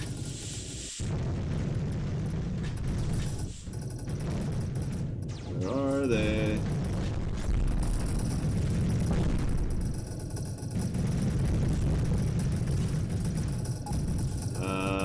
I heard the hostile warping alarm, but I'm not seeing a whole lot of enemies. Are they taking their time warping in because I'm just slaying?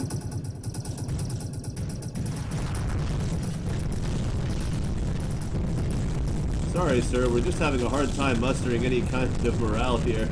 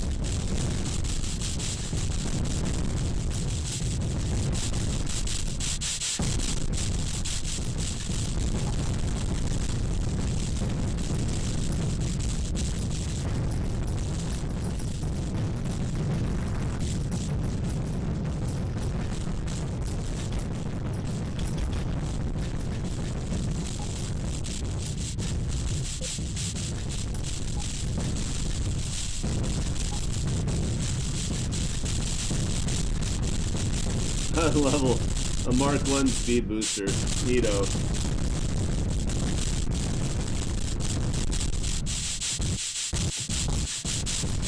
Nice.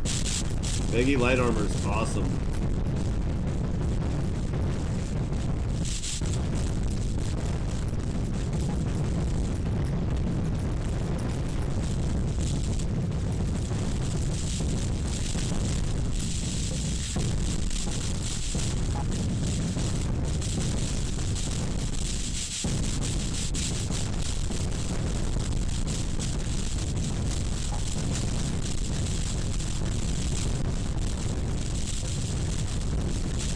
We're getting close to 2.5 million.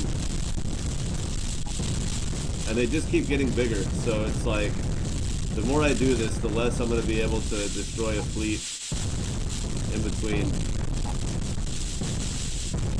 before the next one comes in.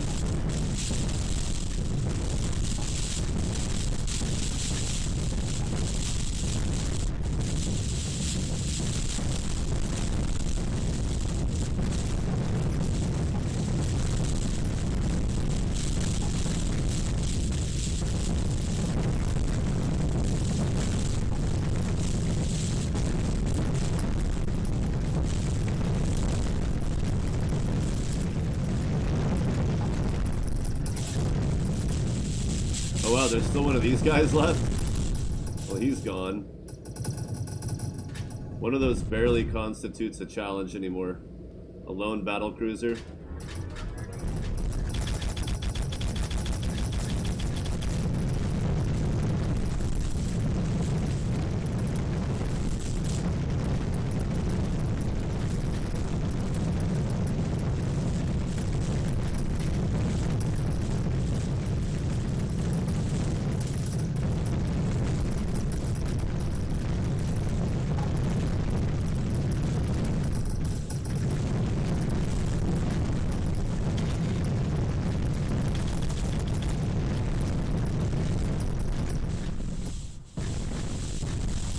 And that's when my fleet worked out.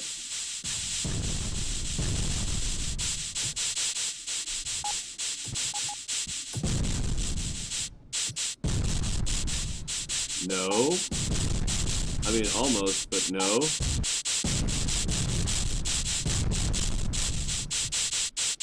That's amazing.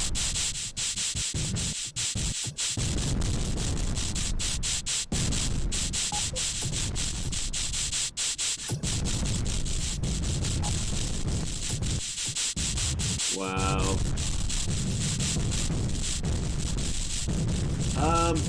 In my opinion it is. That's how I go about it. You can definitely do it through combat and other means.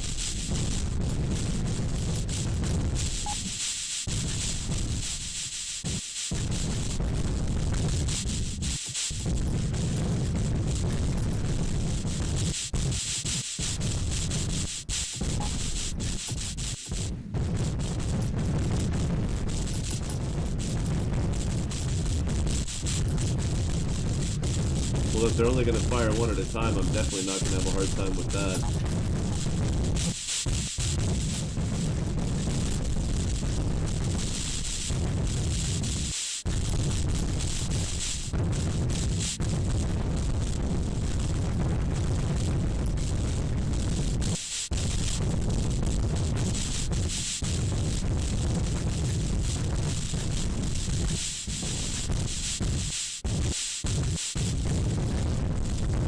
all the missiles, Jesus.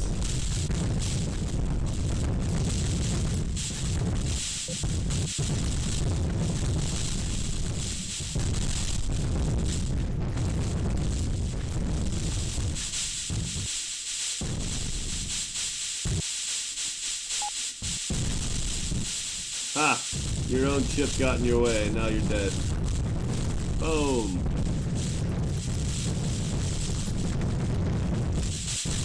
I think I can leave them alone for a minute. Just so they'll get more kill time and more weapon time. Time on trigger.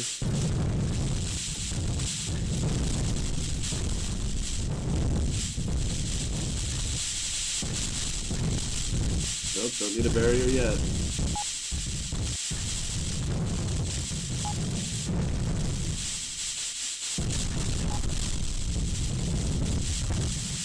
They're both good.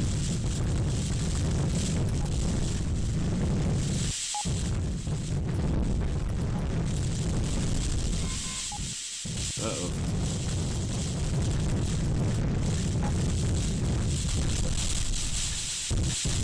Sorry guys, we're not killing fast enough. Despite the non-stop explosions. It's not enough, I'm afraid. Oh, this is a mixed wave. This is gonna suck a lot.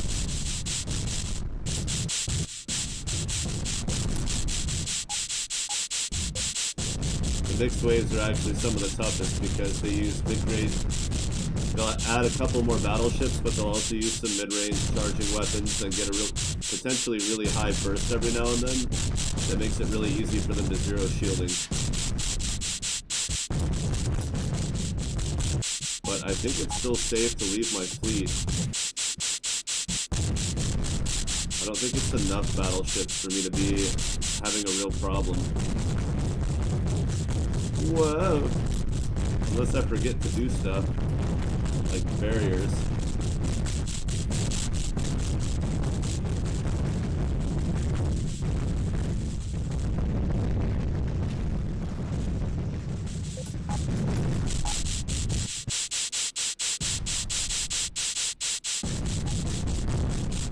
Shit.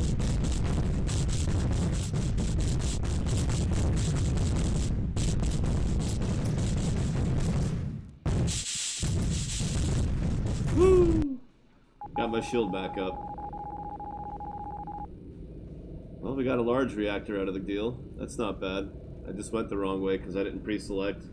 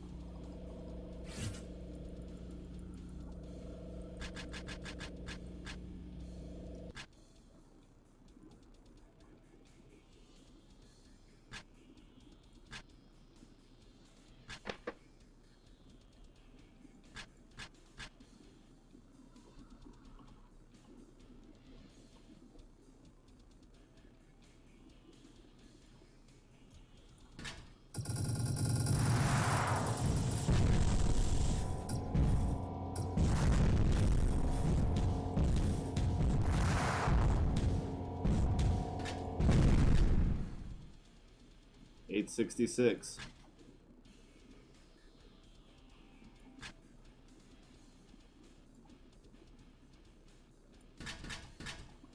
So let's see. This one's got 45. Oh wow. 63 space taken up by generators, right? 63. Wow. 27, So it's 6. So it's the same. They just have the ion reactor to even things out a little. But they don't need it, do they?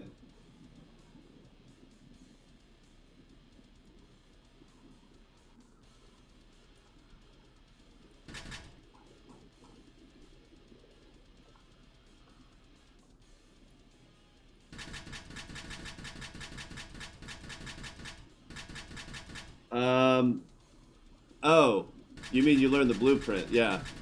We don't have their cores yet, but one day we'll get their cores. But until then, we can at least replicate the weapon itself. Yep.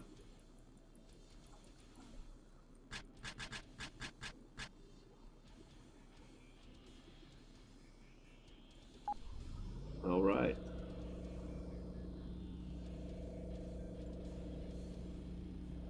And I really don't generate much more power because I'm running the exact same weapons, almost. Very similar weapons. I'm also running, well, I have a lot more weapon capacity. I'm also running a little bit more shielding, but I also have skills that enhance power and shielding, so maybe I should re-roll and put more into defense.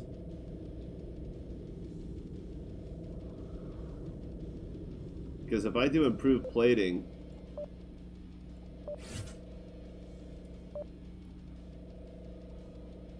then I don't need that anymore. And I could do someone that generates more something else. We'll see. I don't necessarily want to re-roll.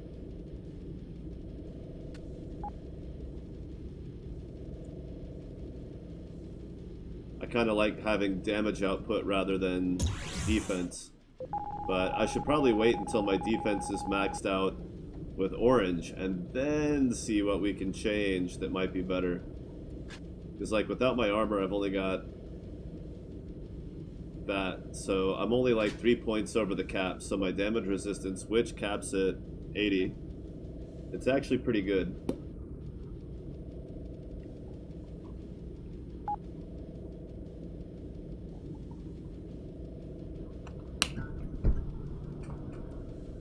It's when your damage resistance would be a lot higher than 80 if there was no cap that you're starting to waste a lot of potential.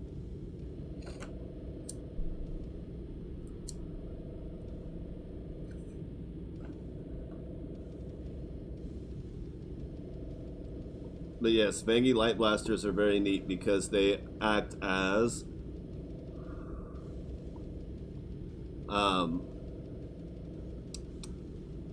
point defense.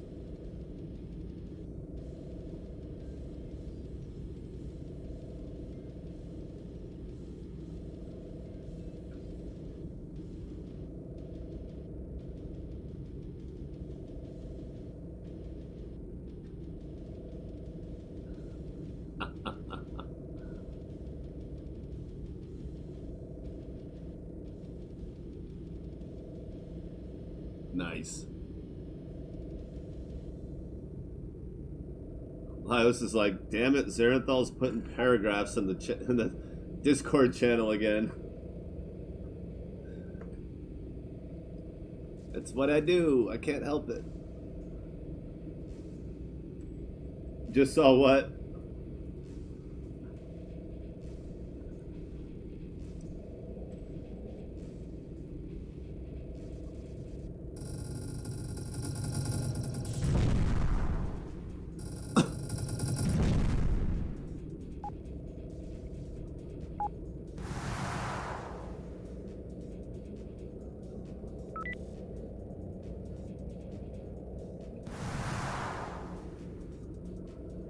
What you just see.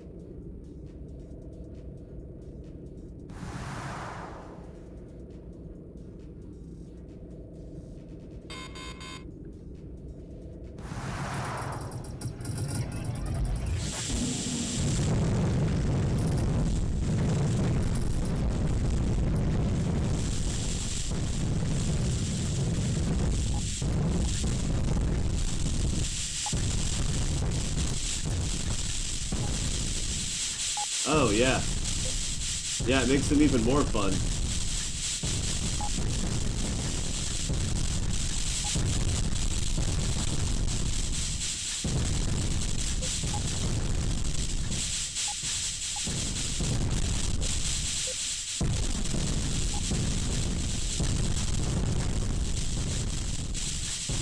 Yes, their power systems are mostly holding.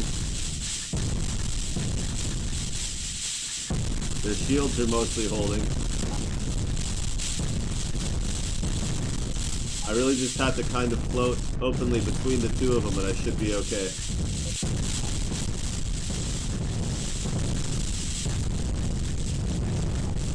As long as all my guns are always firing, then I won't be wasting any time. That's the important thing for me to optimize, is that I'm always shooting at something. On both sides. Not just a target, but as many guns firing at a viable target as often as possible at any given time. Oh, Arya did warp out. Ooh, I missed that. That must have happened quick. I looked away for just a couple seconds.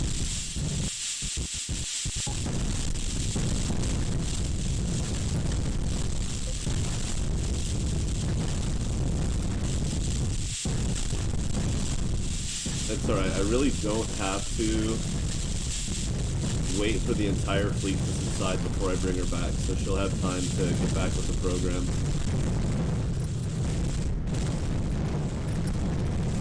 Like right now, she'll be fine.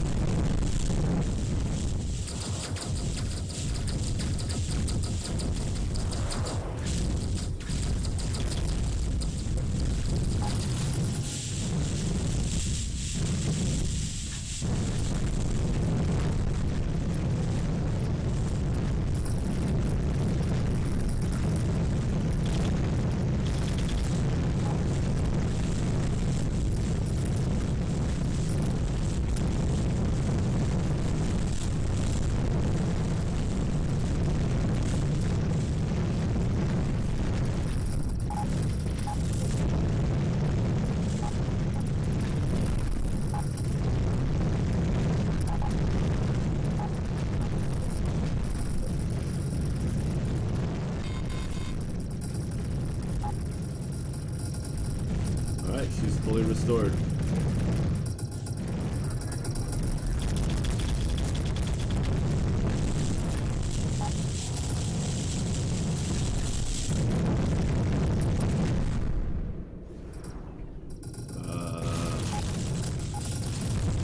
Whoa.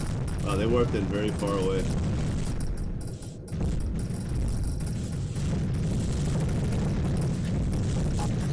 I'll just keep working on this.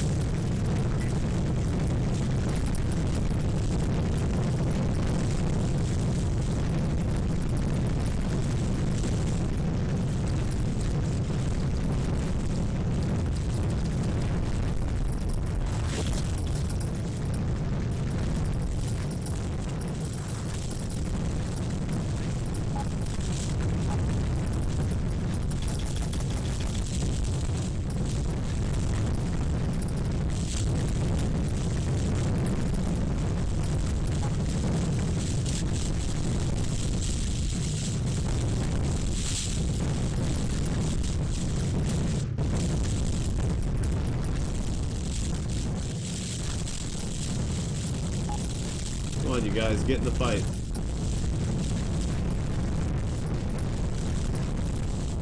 Stupid dog, you make me look bad. Boga, boga, boga.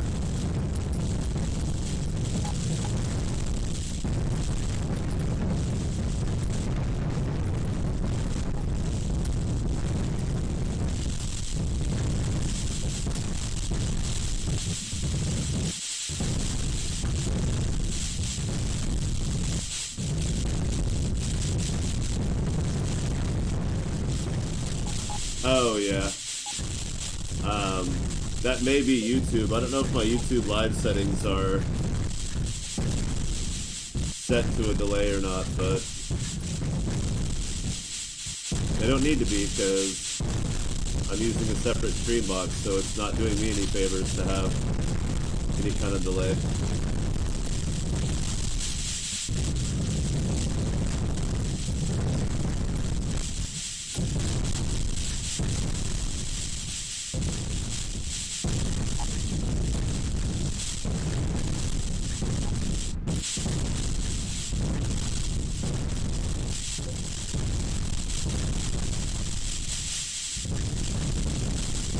An ion cannon. An orange ion cannon. Not even the beam. I mean, I've passed by lots of the orange beams, but the cannon's pretty funny.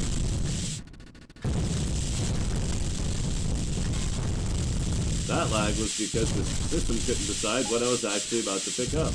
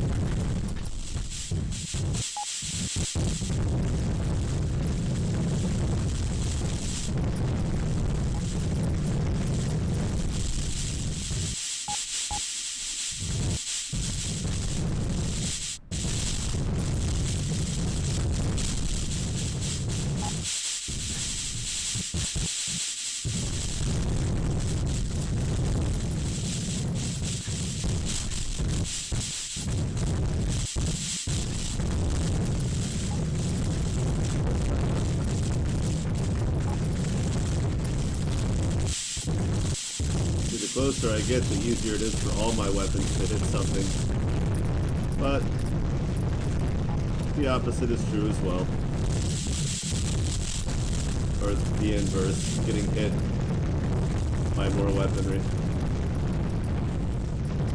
Are they done yet? Can I please leave the fleet back to you guys now so I don't have to fight them alone?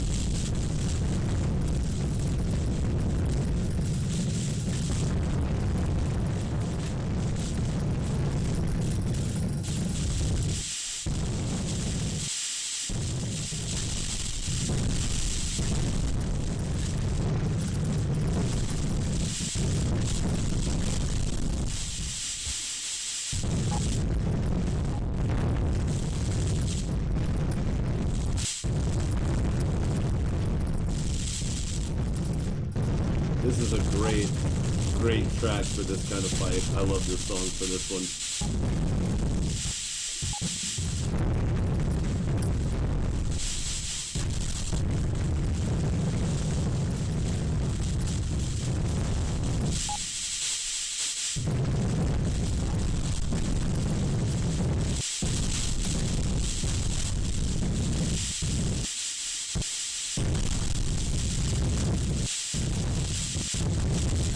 Handling themselves pretty well.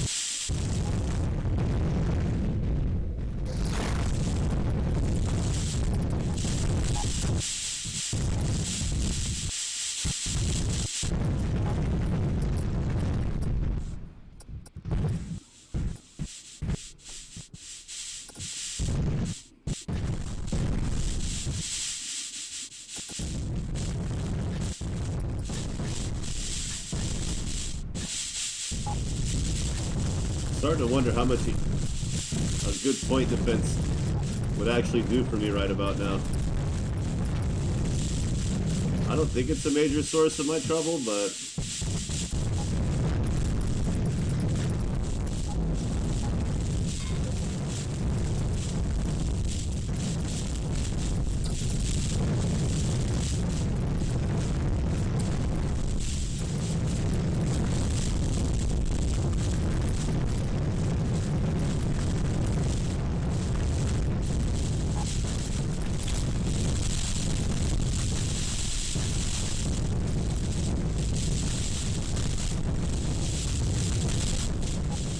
they're all just shooting one at a time. Why couldn't they sync up and make a difference? If they had just waited, fired simultaneously, I might have been threatened.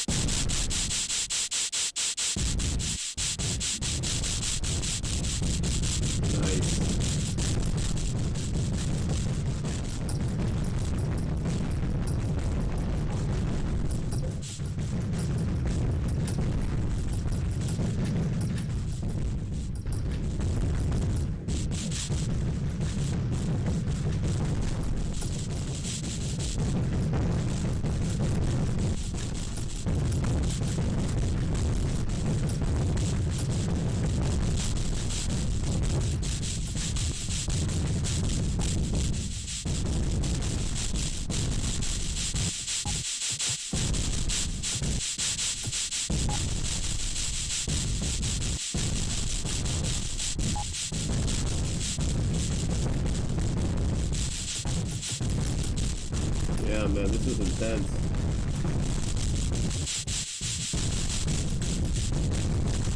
Woo-wee.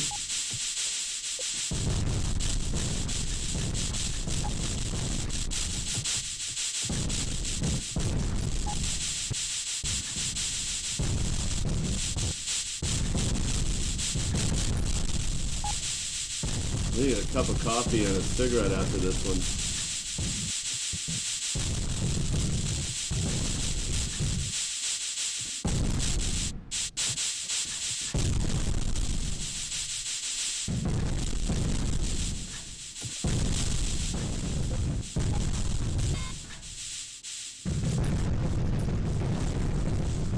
Another wave.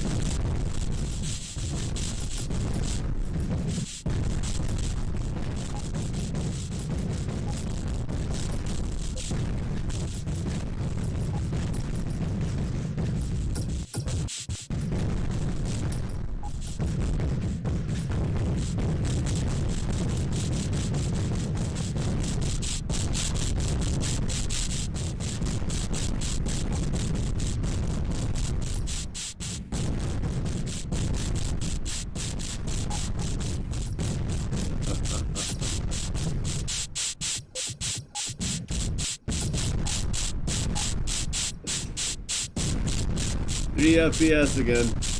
Alright. Well, the loot's not that good, but we'll go ahead and get out of here. The important thing is we're surviving it. The other important thing is that it's really hard to even look at it.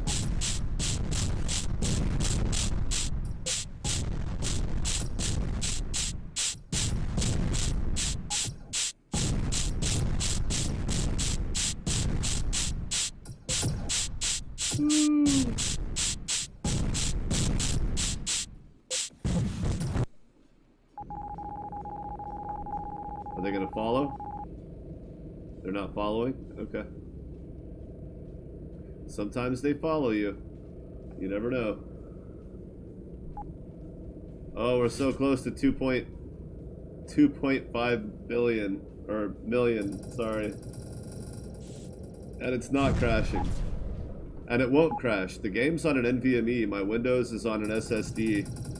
I've got 4 8-gig sticks at 3200 RAM, and so literally it's only the CPU that's falling behind, and when it's only the one component that's falling behind on a lot of modern systems, it's really unlikely that you're going to crash. Like, you really have to load down 2 separate things at the same time. So like if you're maxing out your graphics card and your processor, or if you're maxing out your processor and your RAM, yeah, you're going to start having stability issues. But modern computers are really good about being stable as long as you're not overloading multiple components at the same time.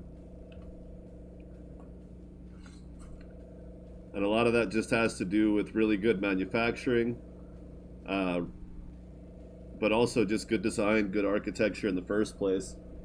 But the fact that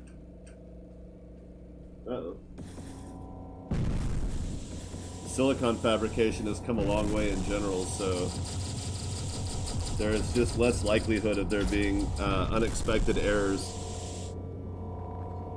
Plus, again, I reinstall Windows often, you know, at least twice a year.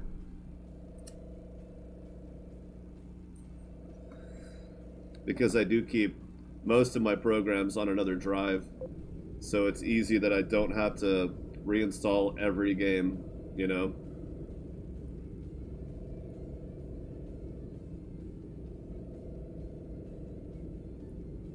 Games ready to play. These are all installed. Not all of them are very big. In fact, some of them are tiny CD-ROM games from back in the day. Star Wars, Knights of the Old Republic 1 and 2. But then there's, you know, well, that's not that big, but Black Ops, Wolfenstein 2, Quake, Far Cry 4, 5, Cyberpunk. There's some big games, but they're all on different drives. And because it would take forever to reinstall them, and it's just better not to have to worry about it. Oh yeah. Let's see what they picked up. Probably nothing I really need, but I kind of want to switch back to an Ardonian barrier. It's what my fleet ships are using. It's kind of nice. Got plenty of them. It does take longer to cool down, but it lasts a lot longer. We'll try it out, see if I hate it. We can always go back.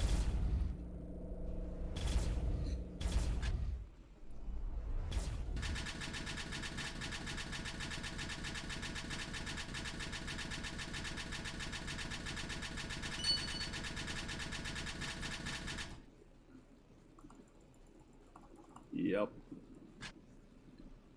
Nice. Whatever.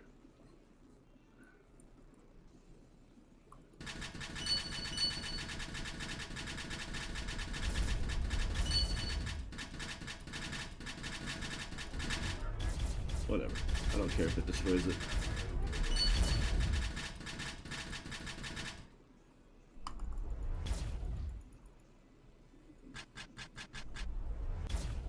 There we go. And we're saving. Just the one, huh? Maybe I want it for myself this time.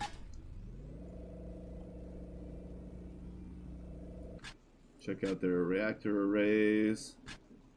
Okay, you know what?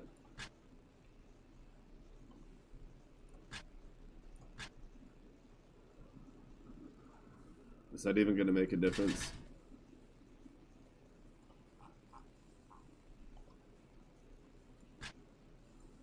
$665. No, I think their other stuff makes it better the other way. Yep. Yeah. It's better, more balanced.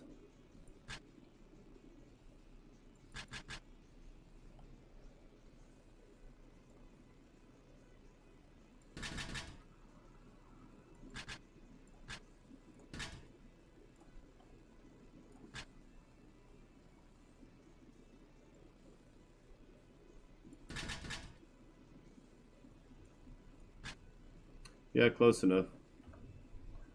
All right. Yes, and my next motherboard will have 2 NVMe's so that I'll have the operating system on one and some of the games. Not very many.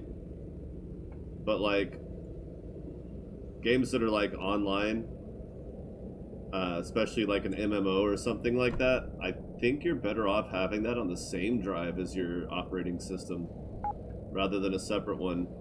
A lot of games do work a little bit better, but I think it's games like MMOs that work significantly better if they're on the same drive as your operating system.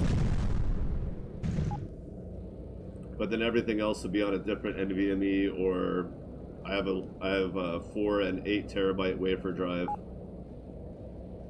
The 4 I use for games, the 8 I use for video stuff, but I haven't done a whole lot of video stuff yet.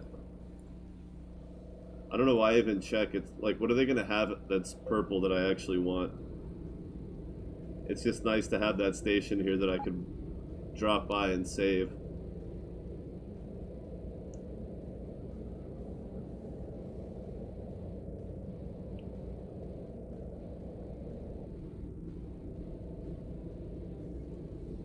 Oh, here's a fun trick for dealing with hunter fleets. That really doesn't last very long.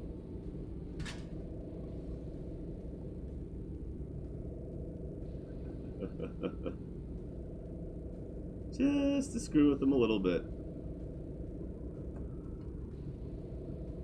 They'll eventually push them all, but it buys you a second or two. Of course, when you warp your fleet ships in, it gets kind of hairy. Oh, wow. Almost forgot about that. That would have sucked. Oh my. Oh my, yes. Good news, everybody.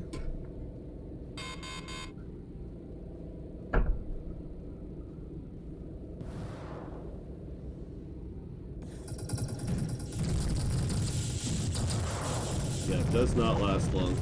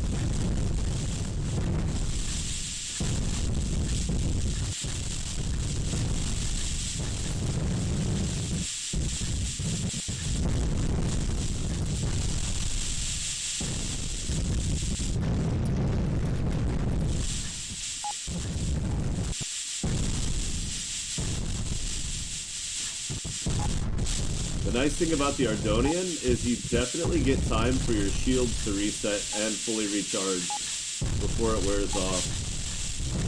So I think that's what made me so excited about it the first time, was just the time frame, the duration. It's a lot better. That's why I use it for my fleet shifts.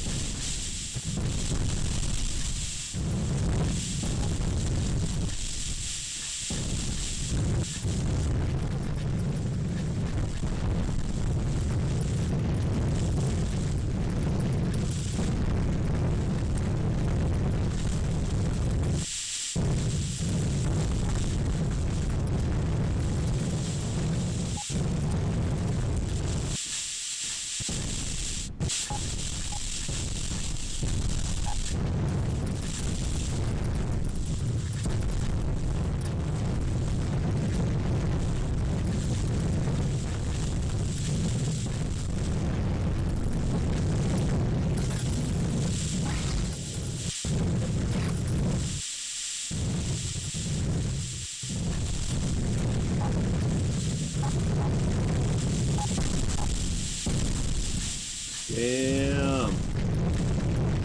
Done. Wow. Holy crap. I mean, sure, there's still some repair ships left, but who cares? They're not going to respond later.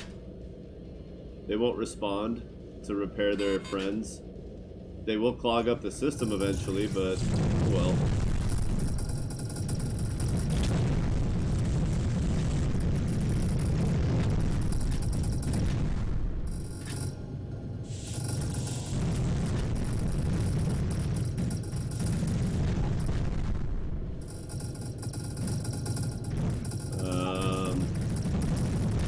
Hello? Where's the enemy fleet?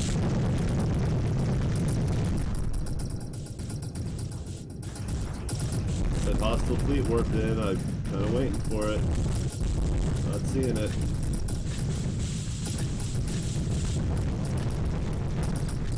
There they are.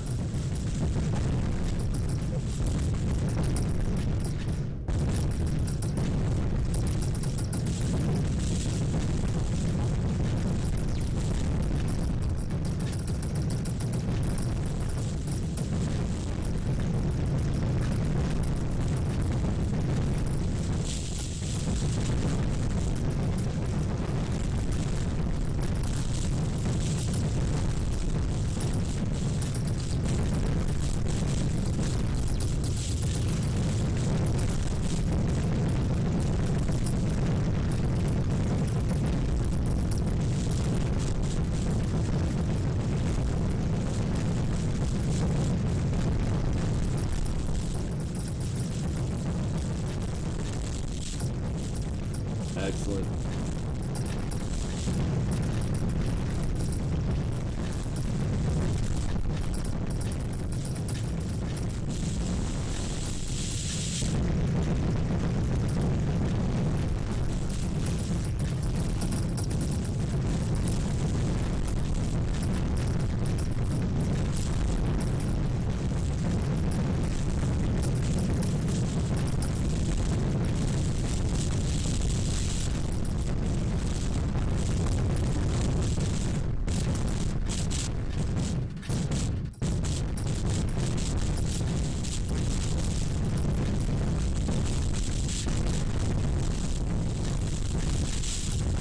Now we've got a little bit of a gathering here.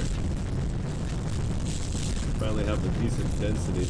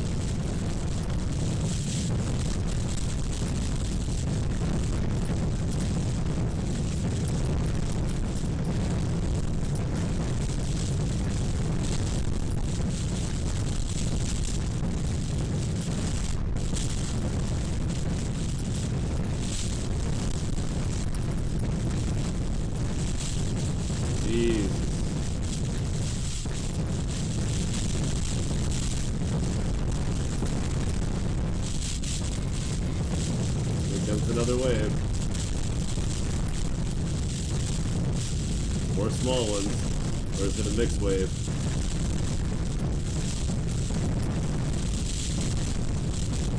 Alright, I have to get away from this loot field. It's killing my eyeballs.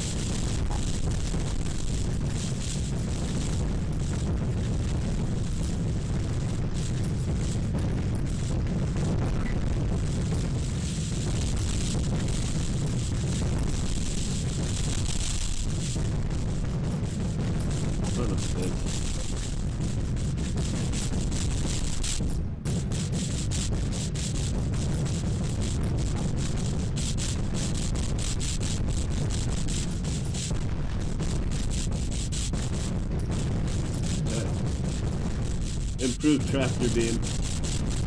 Oh my. Heavy mining laser. Hilarious.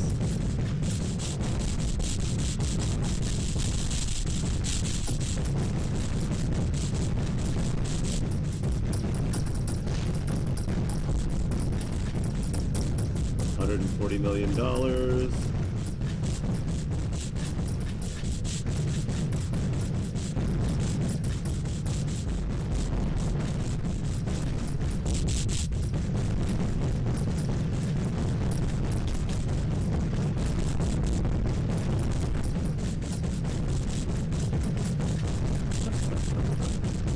Keep coming. I just keep receiving.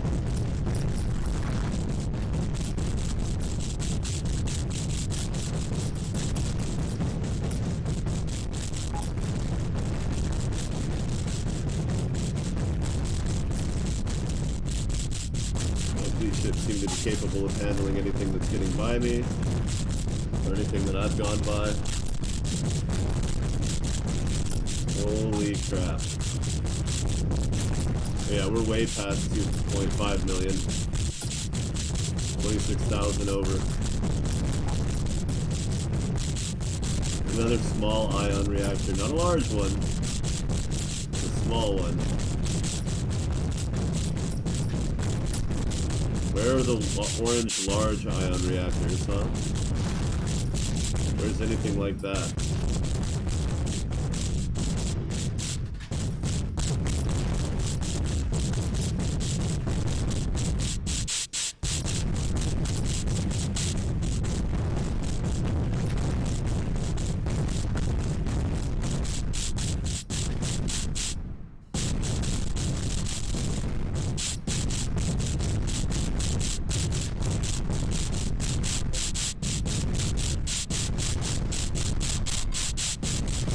Another fleet coming in.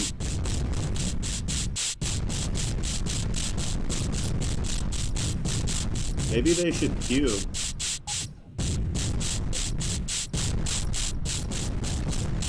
But then it wouldn't be a challenge anymore.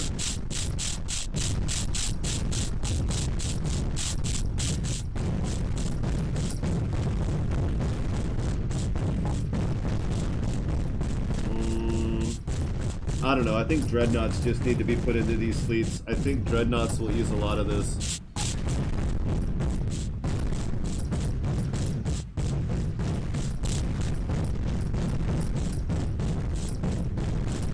Whoa!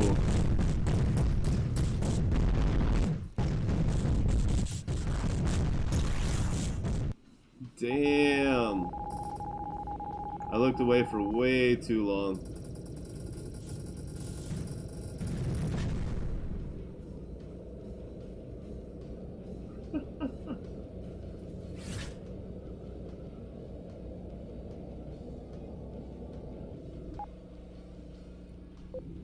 They followed me.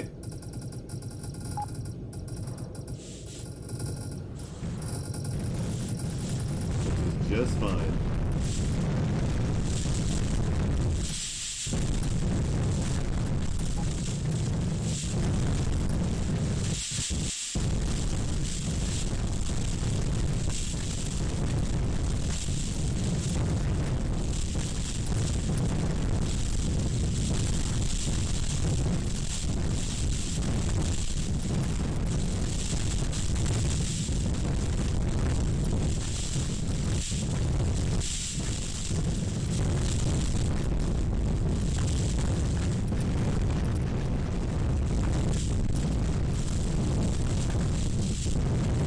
fleet did not warp out, they just docked.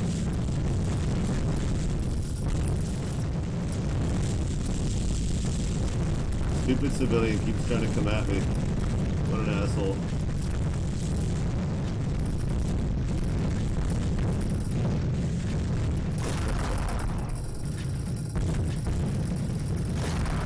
Yeah, don't leave. You don't want to leave.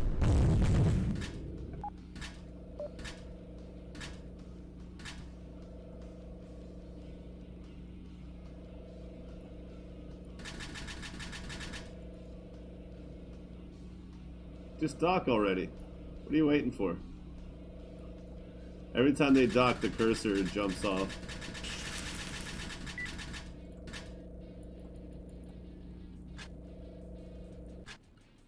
Burst cannon. That's it? Aww.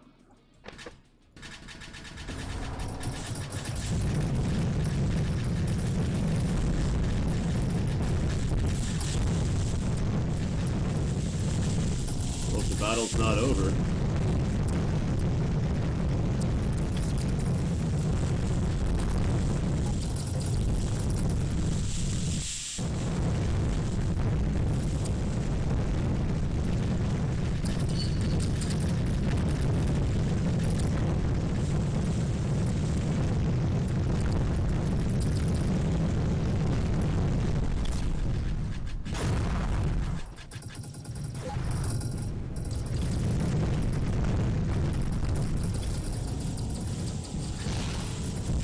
Now the pirates are here.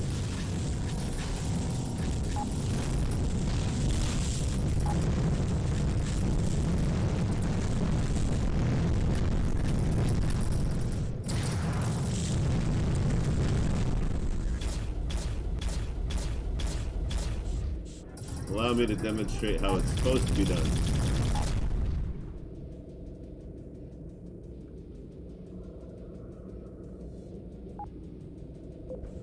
Alright. Not bad, not bad. Look at these idiots.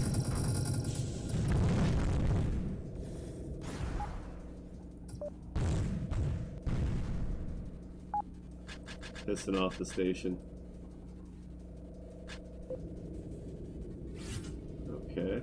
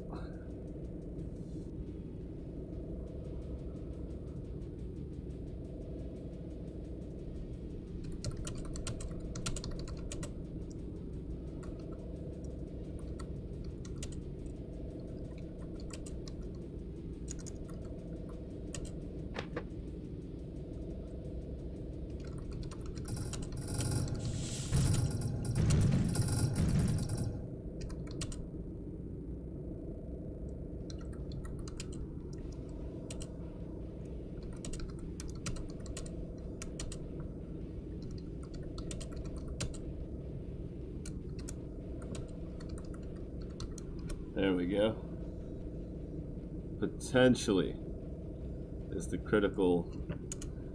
Will the lag from extreme hunter fleets potentially be reduced by substituting large percentages of the fleets with V6 dreads?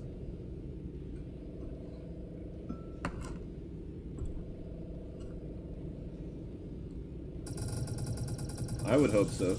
I don't know though. Now we need to put a screenshot of our 2.5 million.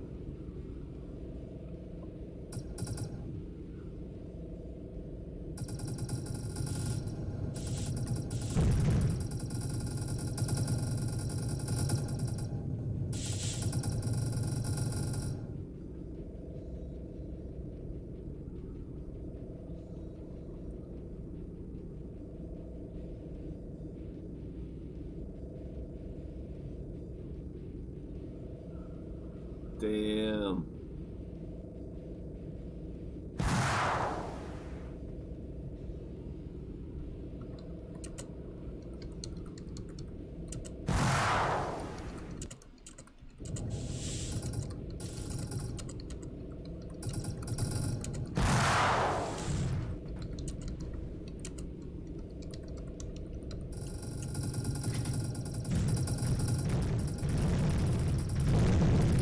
they're still around?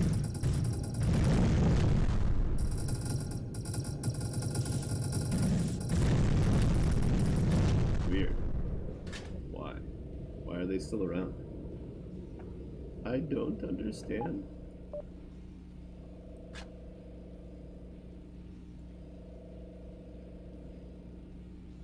Three of those would be like, what, 480? Yeah. I'm gonna stick with what I got there. 800. Nope. The base on these is like 973, right? Oh, 1400. The 900 is then multiplied out by 3. Those are the multi-barrels.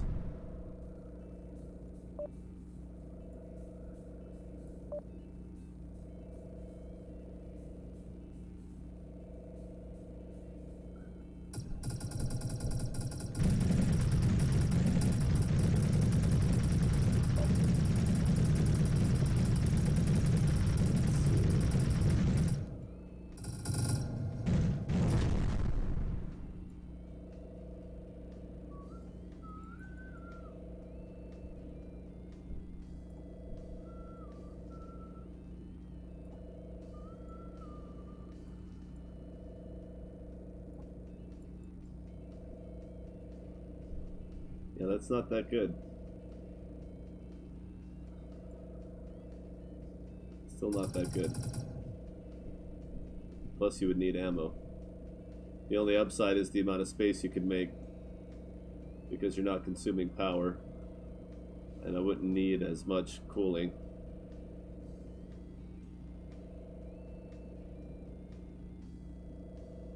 Nope. At that point, you might as well go to beams.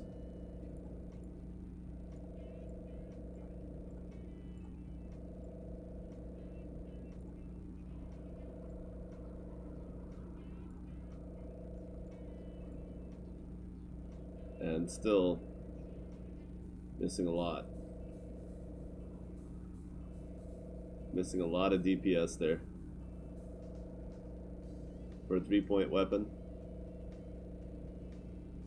Just not good enough.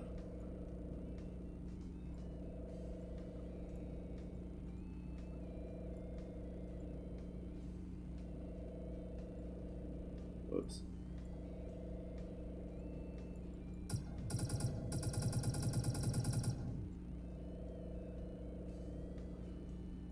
Wow.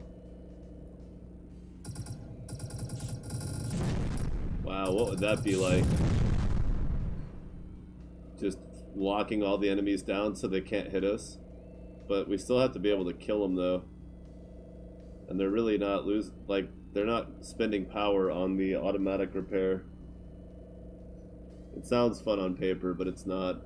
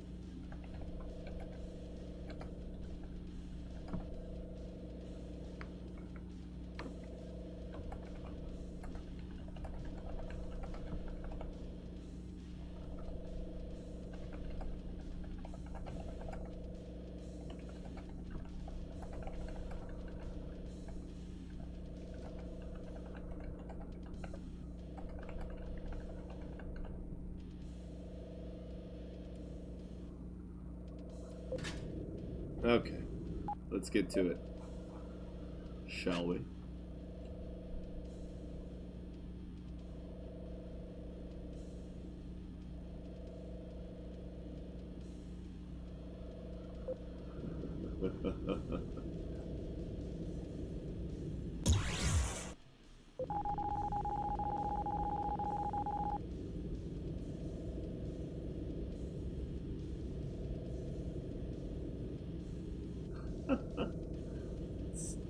Jesus. Oh yeah, I was gonna get coffee. Alright, I'll do it after this one. C's Age, what's up? You tell me. Oh, you haven't been on in a while. You haven't... I don't know, when's the last time you saw me play? Was I still using beams or plasma?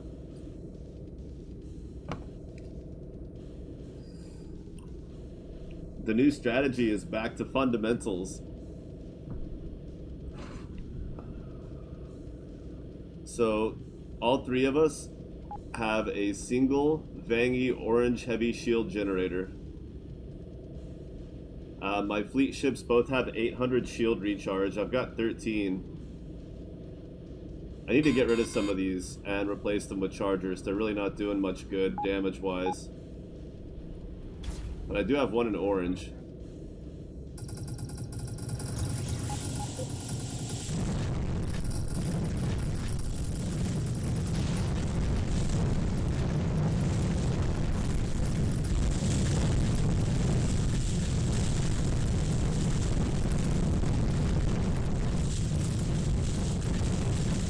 Yep.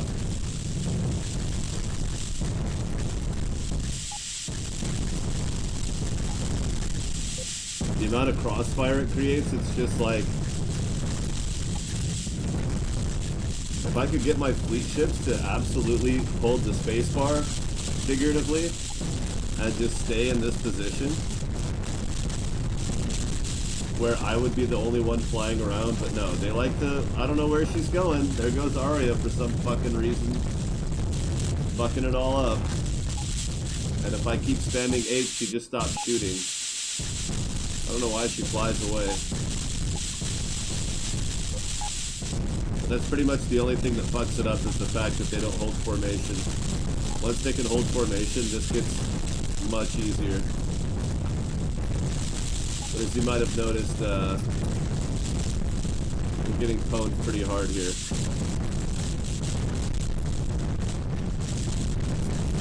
Because they don't hold formation, and that means that I have to try to maintain one position that's not as effective.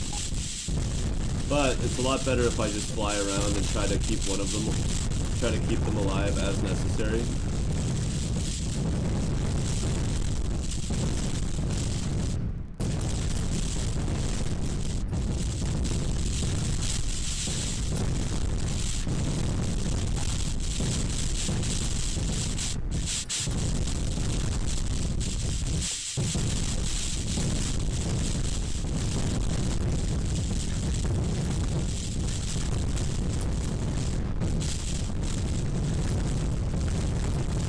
I should have focused on keeping Alana alive. I could have easily pulled it off.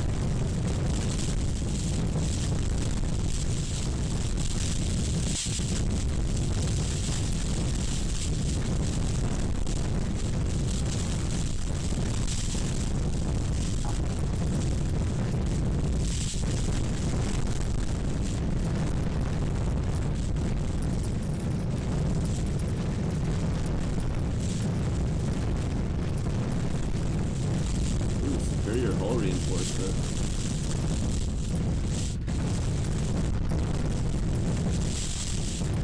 You get it? Nope.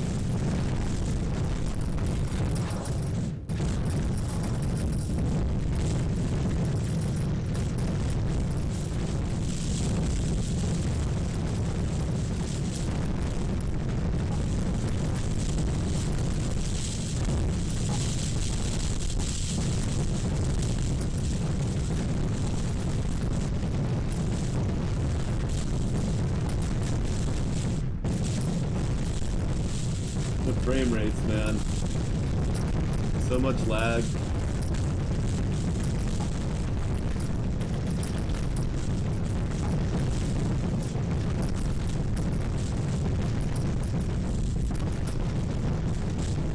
Yes, but most people don't get to this point yet, so until then, it's not a super high priority, which I was saying earlier, I totally agree with that being low priority right now.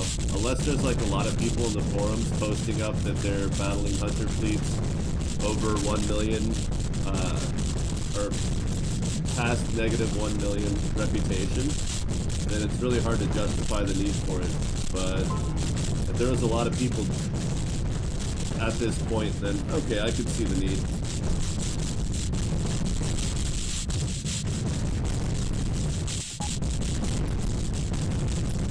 But it would be cool if I could just scoop up a loot and then whatever's not whitelisted gets automatically destroyed. And then anything that's new that I've never picked up before would automatically be whitelisted until I deselect it.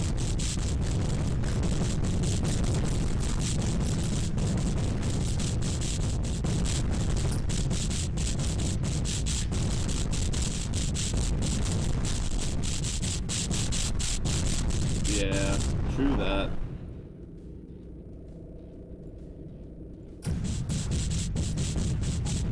Like, it's so much louder than the music, right?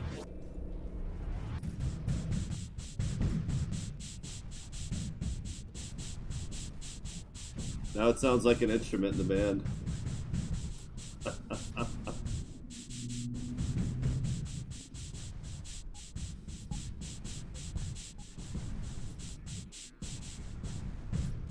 Like, whoever's playing the maracas has no rhythm. Why do I have two?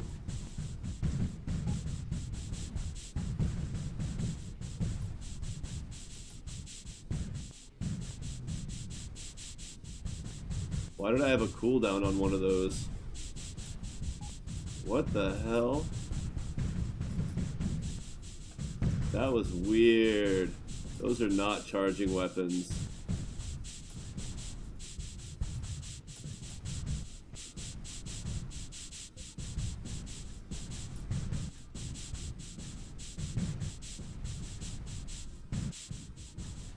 Does nobody else hear the music? Or are you being facetious?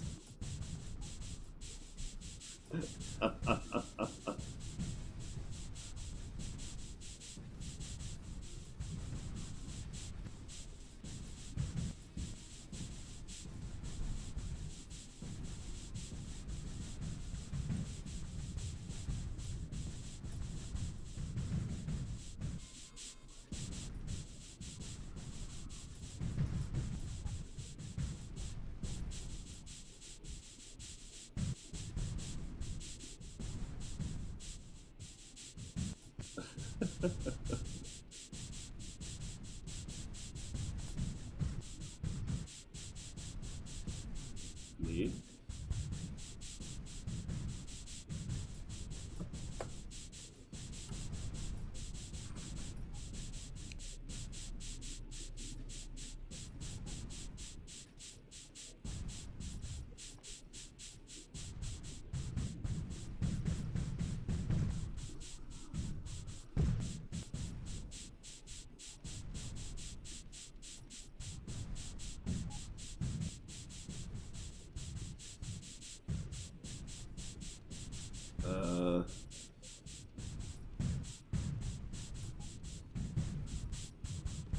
Weird.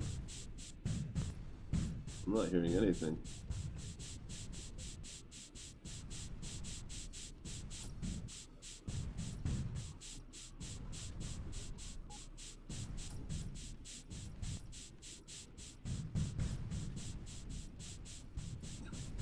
That pile of loot is insane.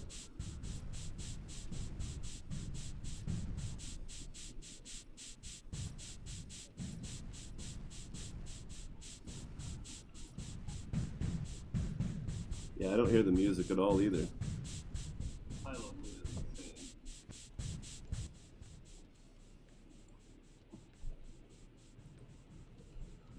It sounds like 90s DOS game sound card glitching. I don't hear the music at all either.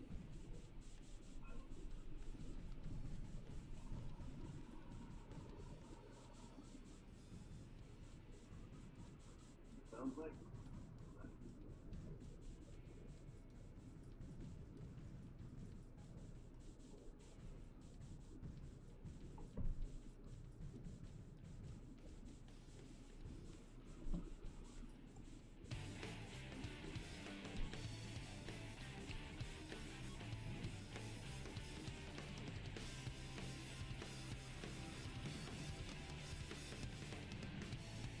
just me now.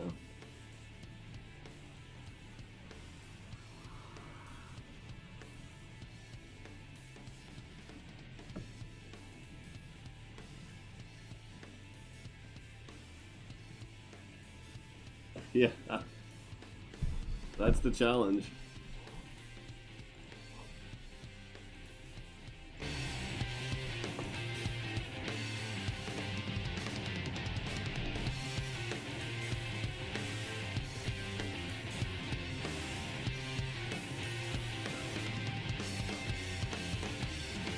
Okay, I think that's a better audio balance.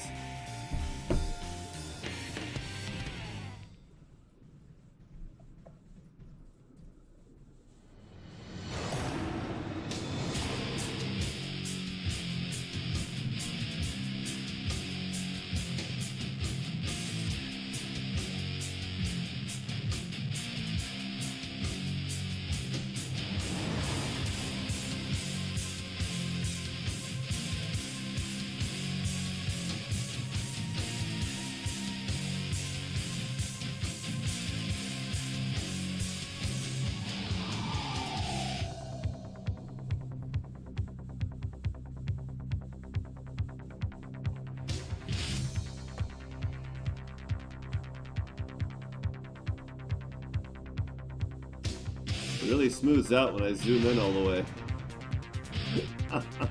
Hashtag not a solution.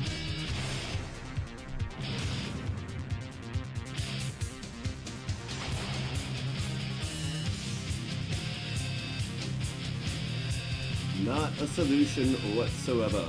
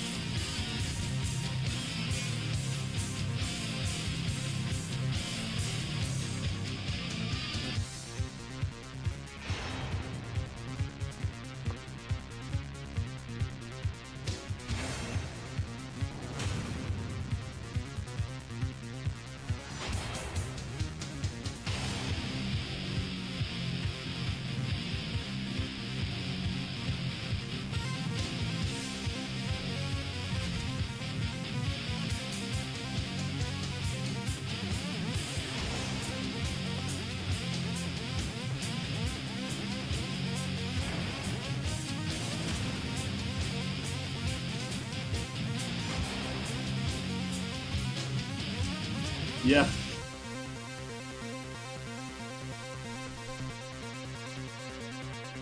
Definitely an upgrade.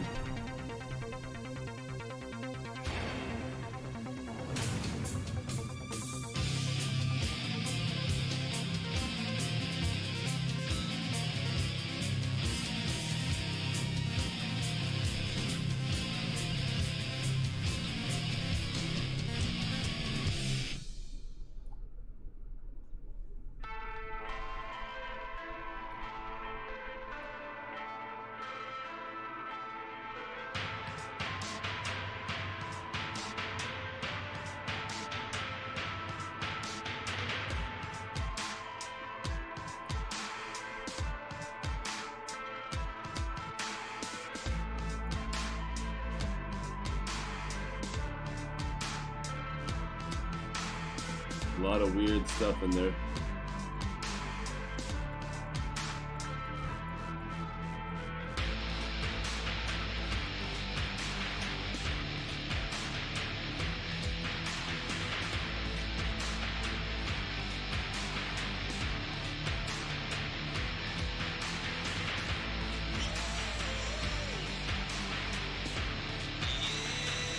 $700.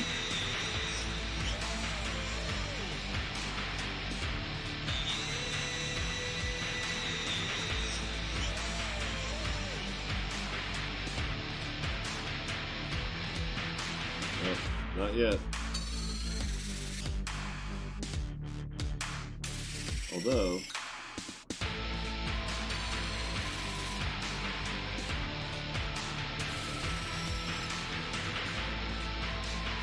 it's not a big difference, but we only need 139. 1224. Yeah, less than 20 extra DPS. I don't know. I guess it's better than nothing, but it's not much. Going past that's probably pointless.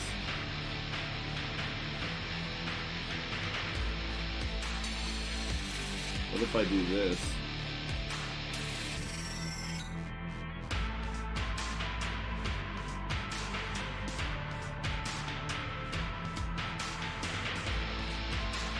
$920, hot damn.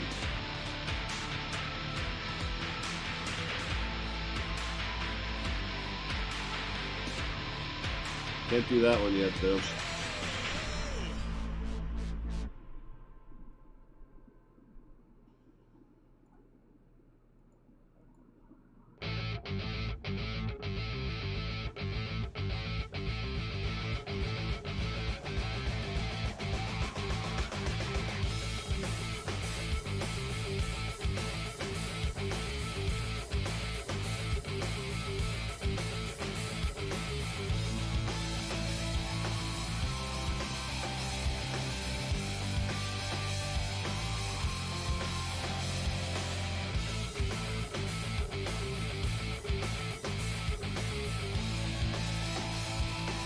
How much does rendering all the loot and labels affect the FPS if you tried flying so it's all off the... it's not that big of a difference. I wish it was. But it's mostly the ships and the math involved in the ships themselves.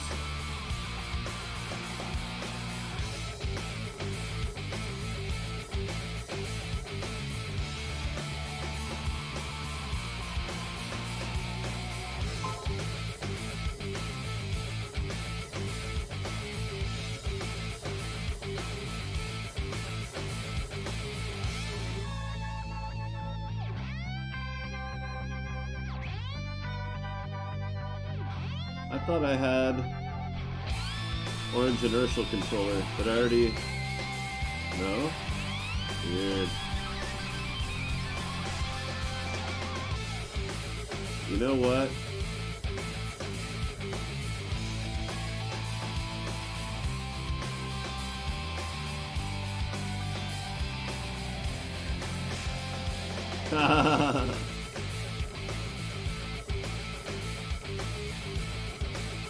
I bet that'll keep him from flying too far away.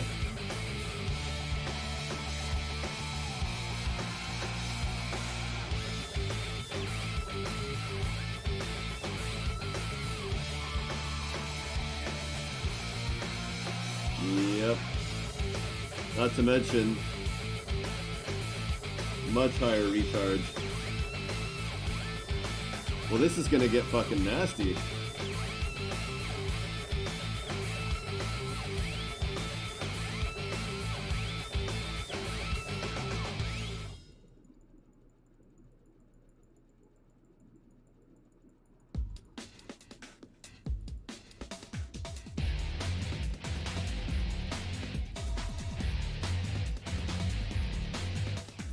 Hell, I could probably just give them regular impulse drives and call it a day.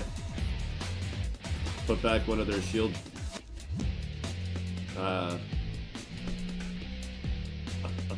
what do they actually need engines for other than docking? And they're slow at that anyway, so who cares?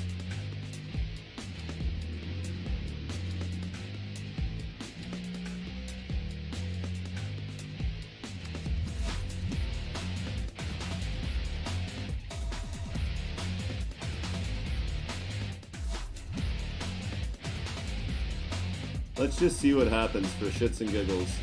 Just to say we tried it. They still have over 900 recharge.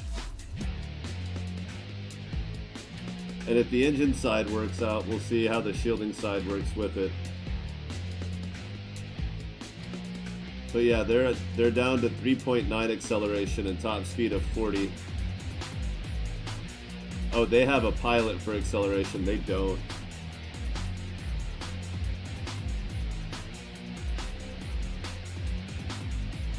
Yeah, they just... I don't enjoy using them, and my fleet doesn't use them well. It sounds great on paper, but implementation is spotty at best.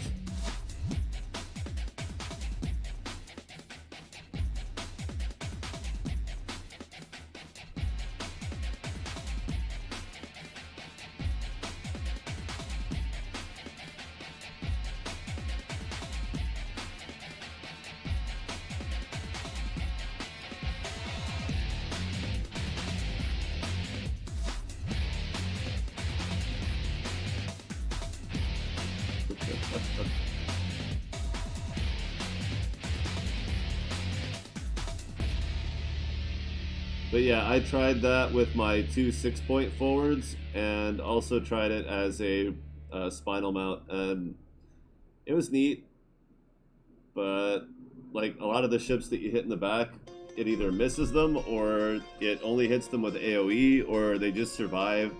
And by the time you push through, they repair anyway. So it's just like, eh.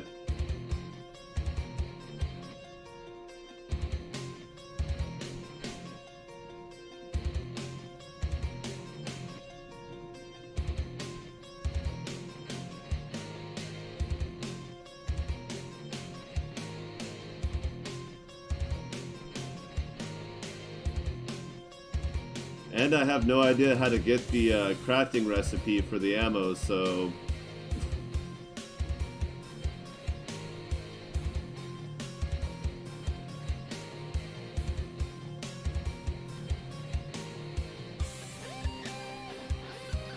Oh, Gits and Sigils? Yeah. It sounds like one of the dumb classes that they never actually tell you what it is. It's just there to make you go, huh?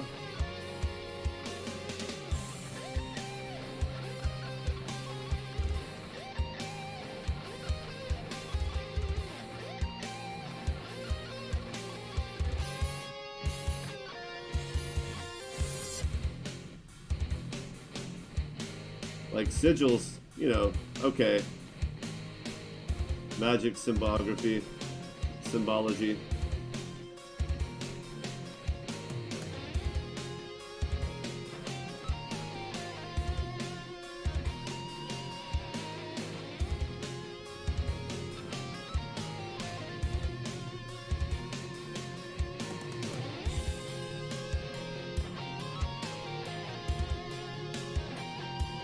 They're not being particularly aggressive in their attack. Or am I just the one not being aggressive here?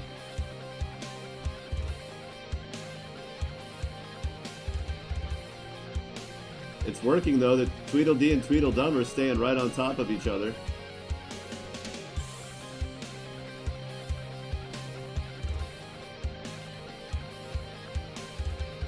Yeah, like one of the shops, yeah.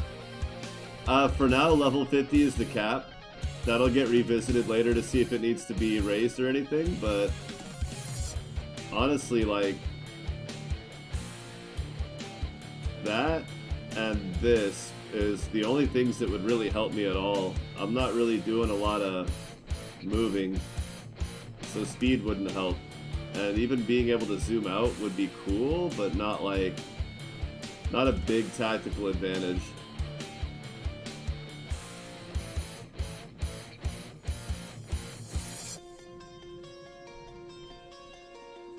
But it would be cool.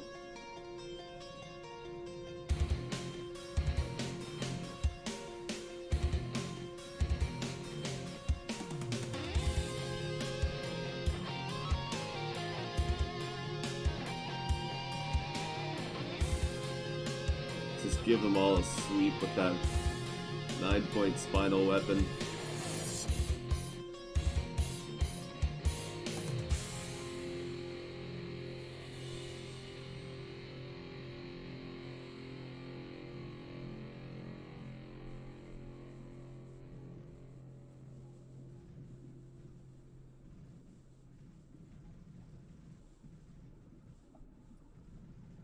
Oh, here comes another wave.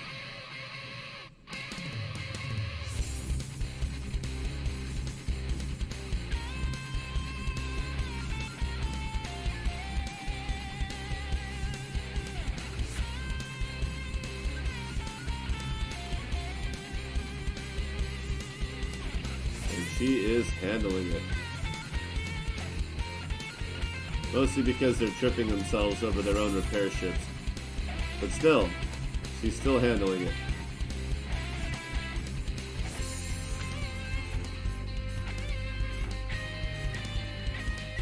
So if I fly away from the massive loot and into the enemy fleet, pretty much offsets itself.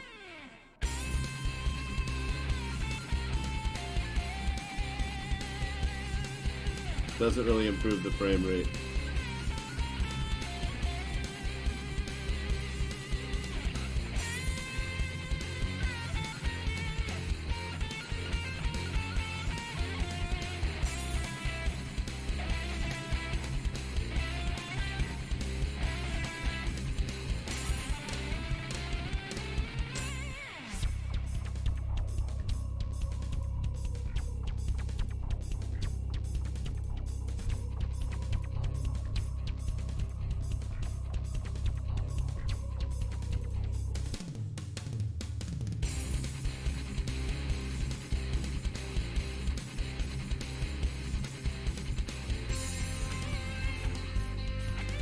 I wonder if having it on the radar has any effect. Maybe if I shrink my radar down.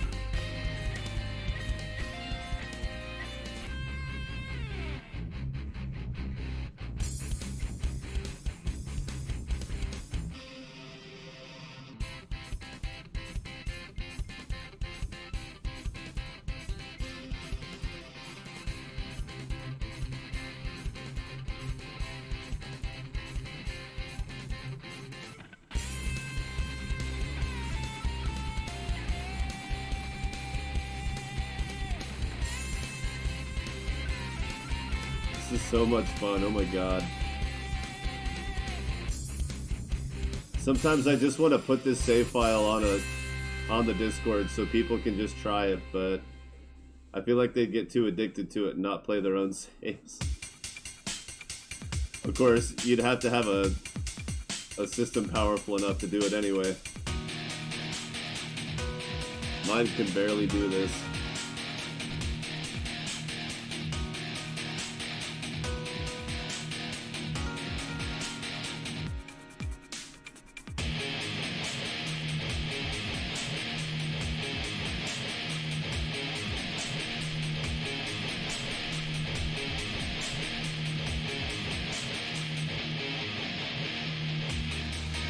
Like, I wish they would push closer to me.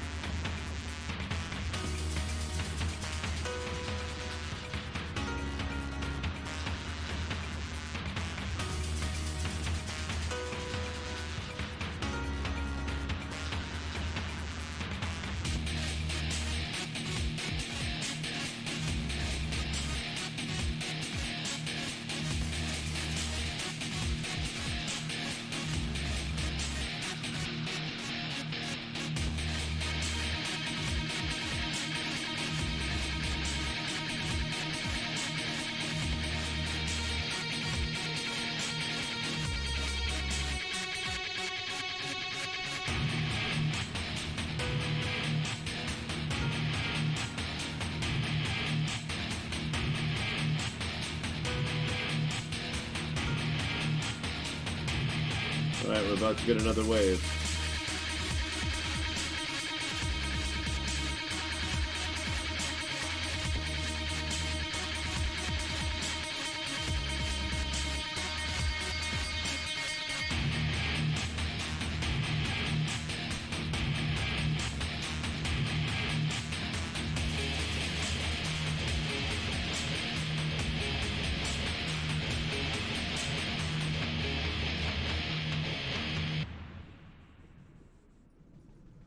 Spinal mount ready.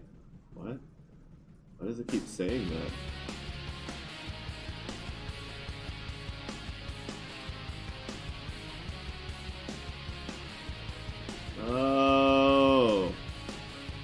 Dumbass. Wow, no wonder I'm getting all fucked up and losing all my flux. I didn't even realize that was happening because you can't see it. Wow. I'm guessing nobody else noticed that. Nobody said anything.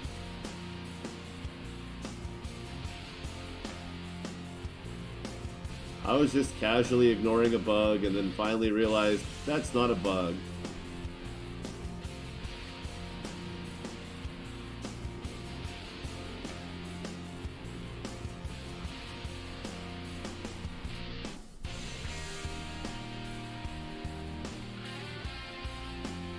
Alright.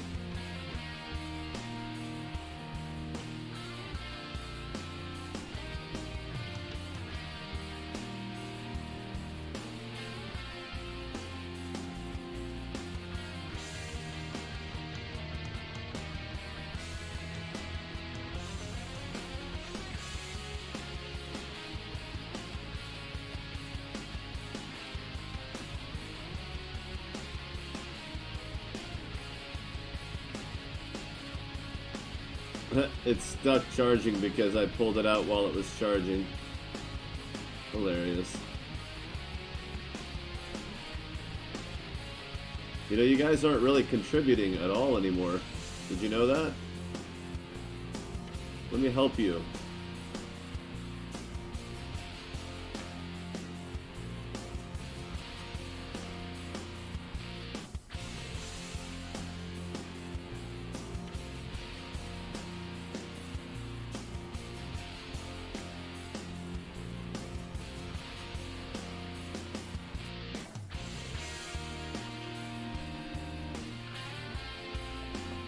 There we go.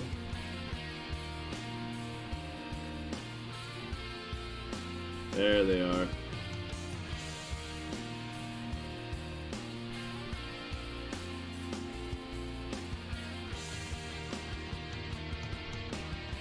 Oh my god.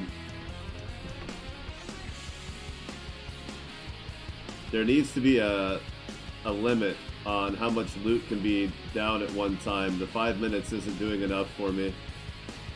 I need it to be like 100 or 50 minimum or 50 maximum, so that stuff that's whatever the first things that dropped will start to disappear as new things drop. Then I can stay in one spot and keep an eye on it well enough that it won't matter. I'll be able to get to it quickly because there won't be shit in the way.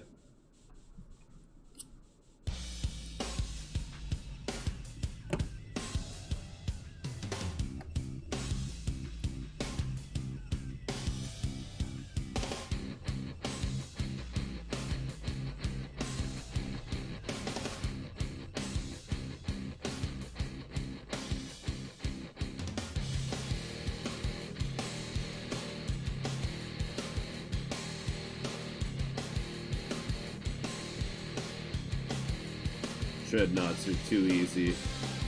Try it.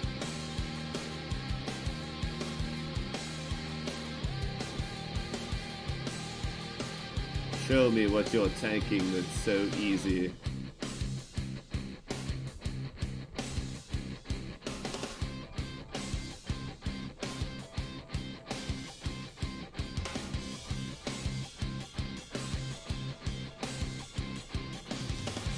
It may look like I'm doing nothing, but the choice to stand still is actually crucial right now.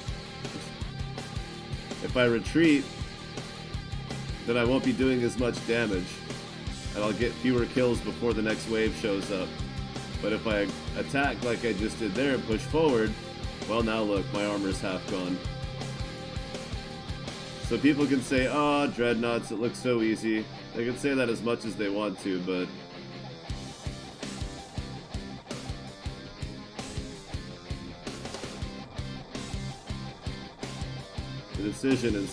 decisions are constantly being made and reevaluated, and the amount of time that you have to correct a mistake is pretty minimal, actually.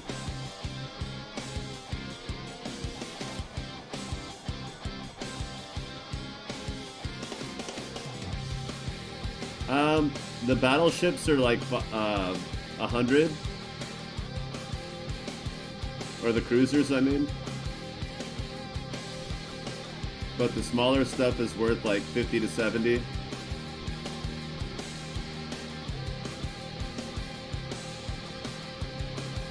Oh, we got another wave coming.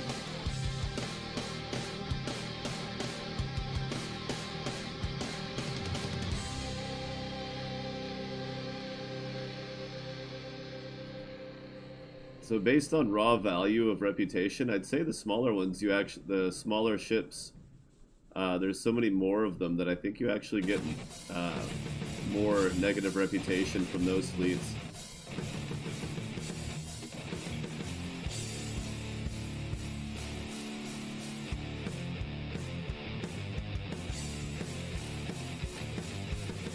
All those repair ships. And he's still gonna die.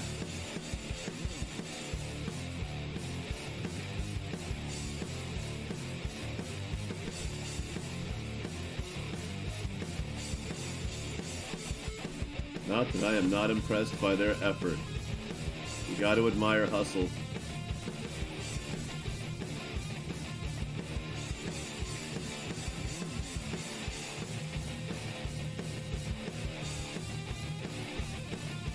But we're slowly picking off the repair ships.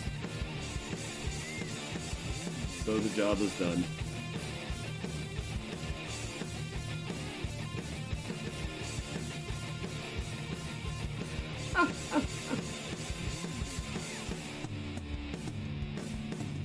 Ridiculous.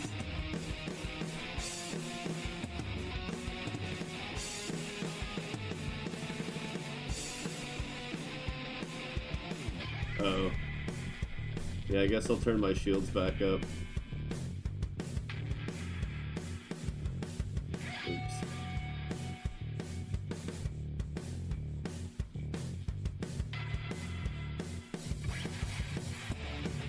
So let's see. Since I'm about to warp out anyway, I can let my fleet get pushed out of the system.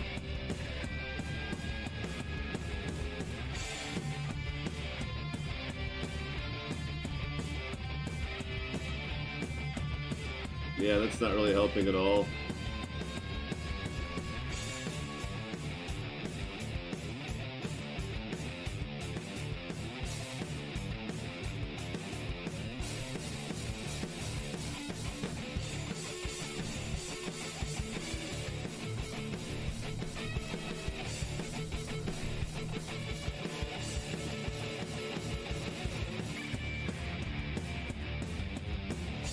So one of the things I think would help a lot would be if this many ships, if it would group together like 5 or 10 at a time and say this is a battle unit and their pathfinding would work as one. They could move a little bit within it just to make sure that they're all shooting a target, but all their pathfinding and damage would get compiled into one single module, I guess, one group. And I think that would lighten the load on a lot of the math, because I think a lot of it is their pathfinding, because that seems to suffer a lot. And a lot of it is just the damage calculations. So if it could take those battle groups and run their damage calculations together,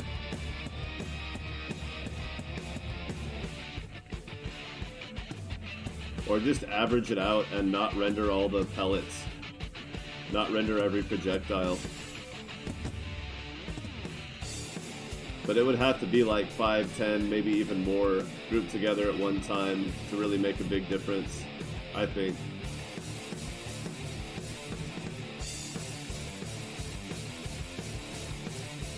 But if you can simplify the damage calculations and the projectiles themselves,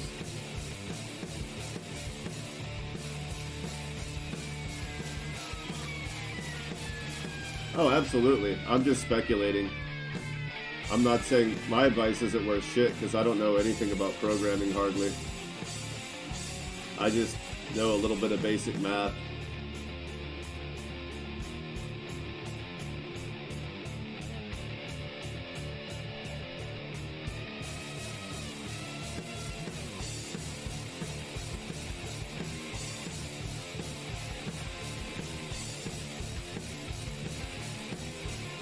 I'm just saying one of the things the game really seems to struggle with is pathfinding.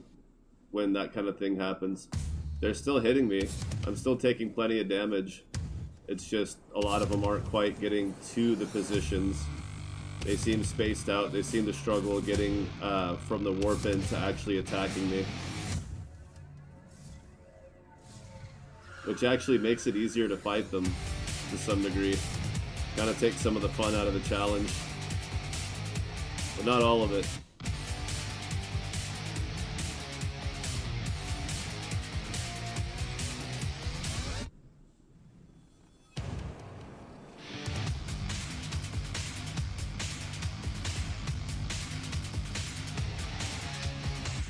I do love when they follow me after I warp out, just in case.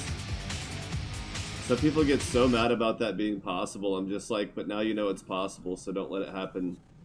Warp out sooner. Don't wait till the absolute last armor point before you make your getaway. That's all you have to do. It's not worth getting mad about. It's how the game is made.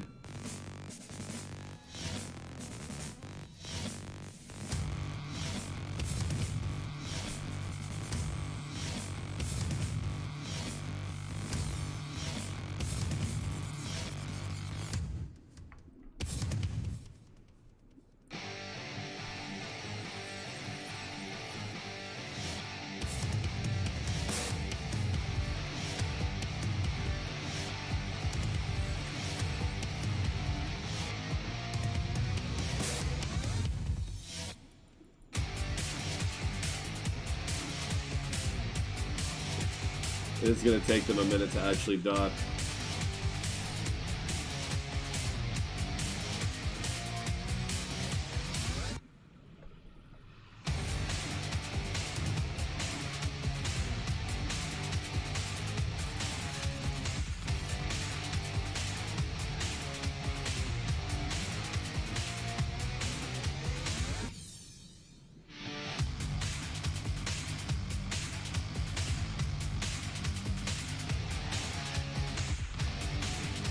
I'd be curious to know what his Ryzen 9 is capable of, performance-wise, because we have very similar systems outside of that.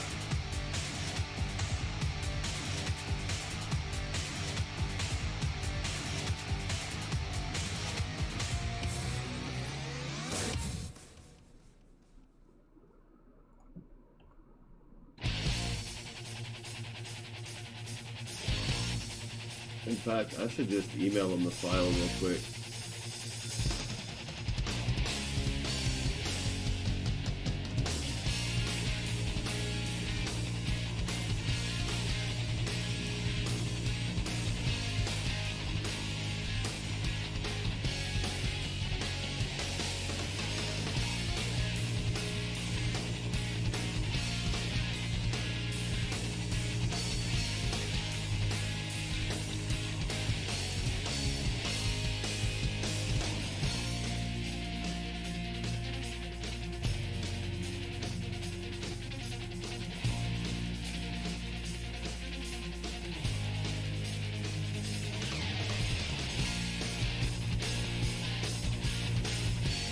Oh, if I send it from the right email address,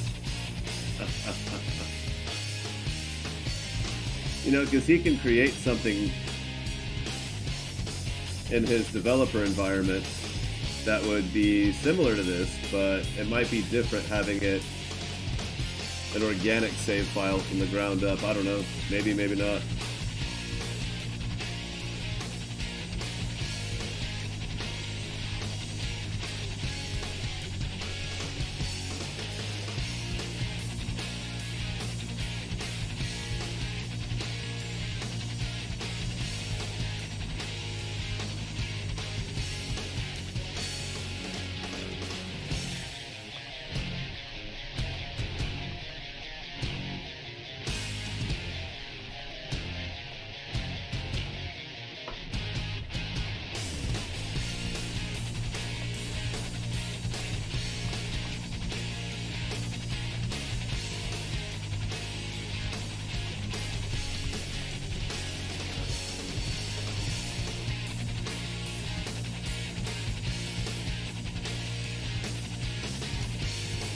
we go.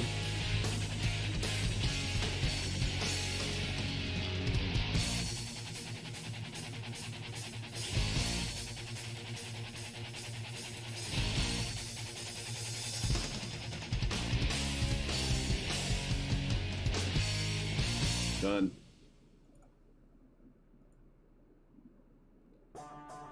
I don't know. It may not be useful, but it might be funny.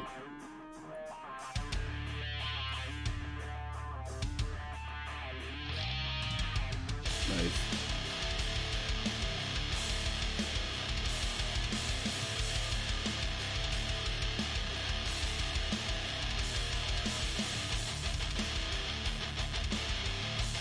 Yeah, exactly. It used to be kind of a thing with the Endless Sky community, right? Like, how big of a fleet of X ship can you build? Because in that game, you can just copy and paste ships in a text file into your save as a TXT file. Like, it's that simple to modify a save, and you just copy and paste the ships into your save file. So it was like, people would just load up one type of ship, copy and paste it, 100 or 1,000 times, and be like, oh, look, I'm still getting 10 frames per second. But now there's so many plugins and builds and different versions of the game, it's kind of hard to do it unless you just set the standard as vanilla. But even then.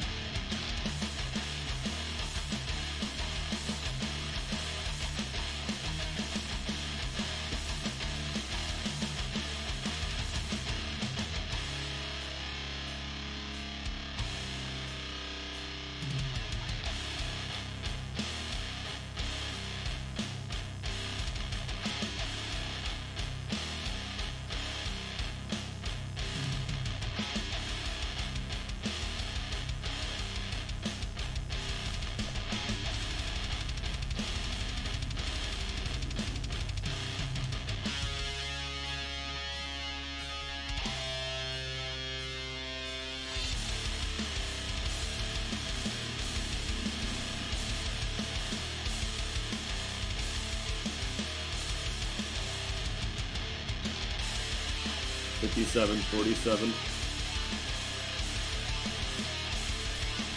I gotta stay away from the stations though, or my guys will try to kill him.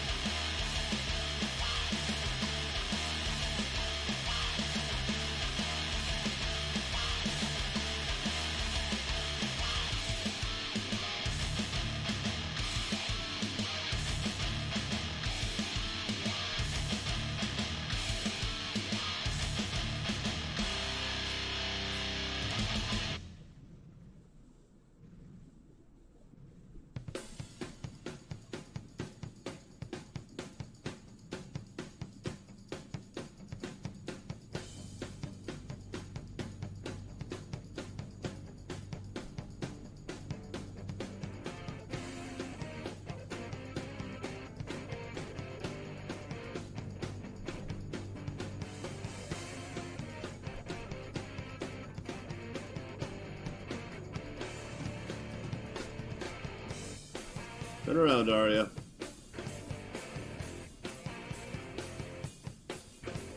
Or don't.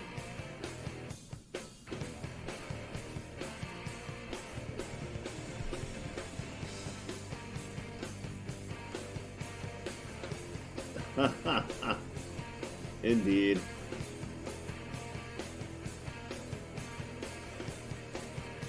Just wait till there's upkeep on crew.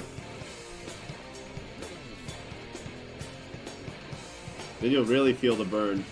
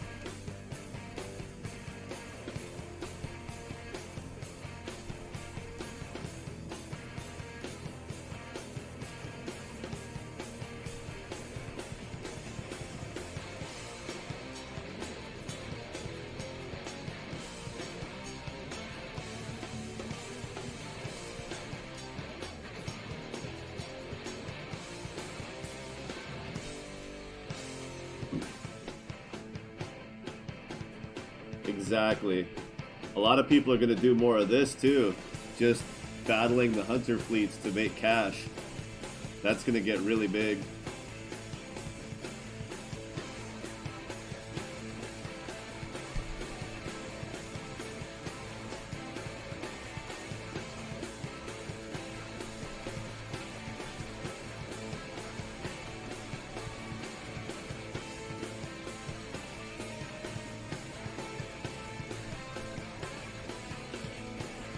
Oh boy.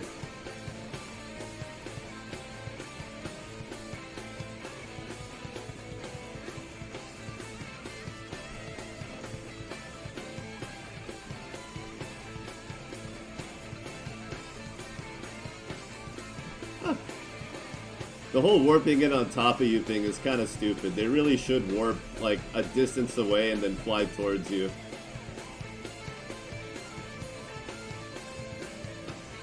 I hope he puts that in soon.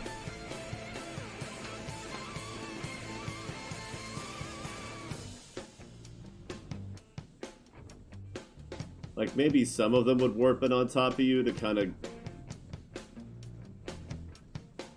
you know, get things rolling, but the whole fleet like that, it's just kind of obnoxious. It doesn't make much sense because they can't get a good formation going.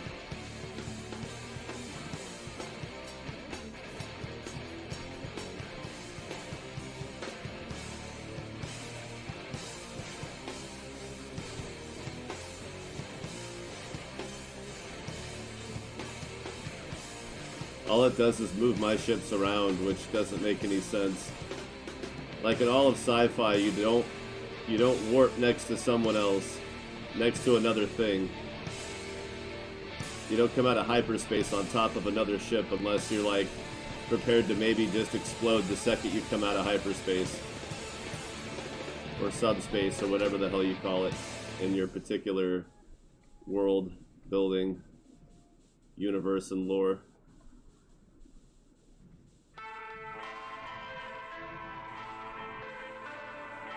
Like, they should be the ones exploding on impact without really damaging me.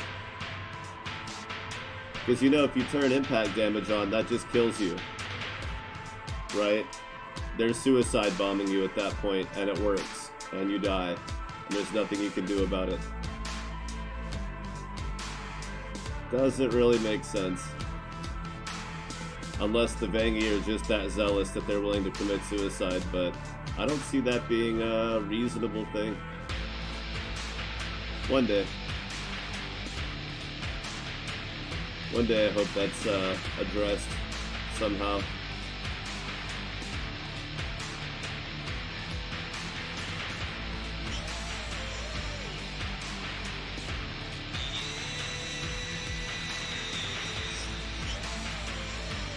Now let's go see what we did hit, like this guy.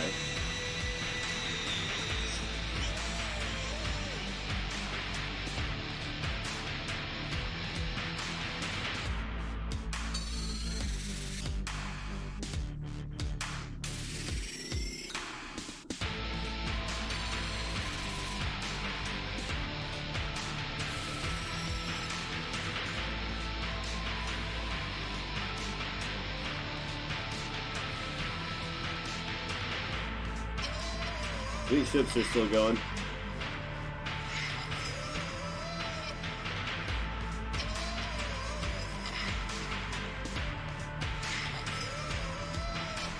Here comes another one, another wave.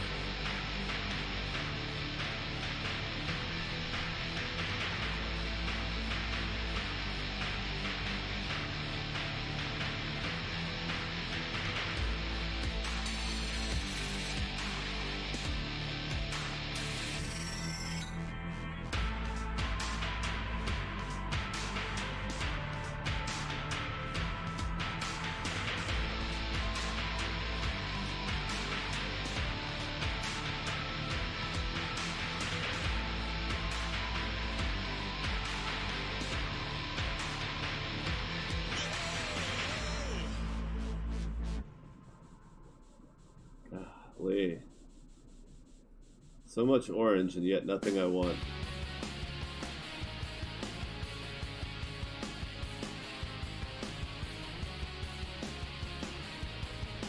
Half the time one of these battleships charges, they just die before they even really get any damage out.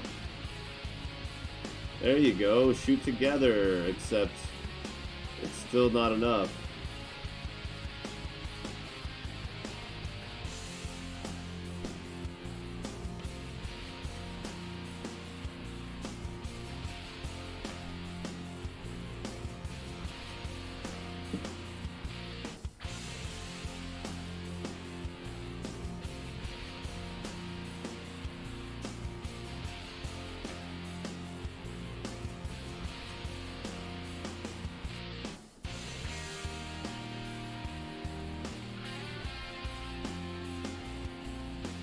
Wow, they're not getting phased hardly. I mean, they're not getting attacked very hard, but like, I haven't even really had any concern for them yet. Just scoping out the ratio here.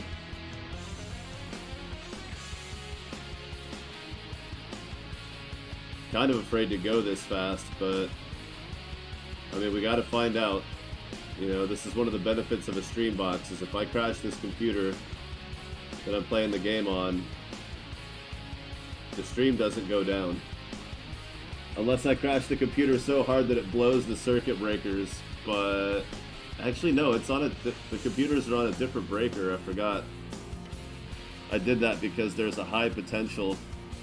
I want to be able to use both computers at the same time for the maximum potential if I absolutely need to, but I don't really need to.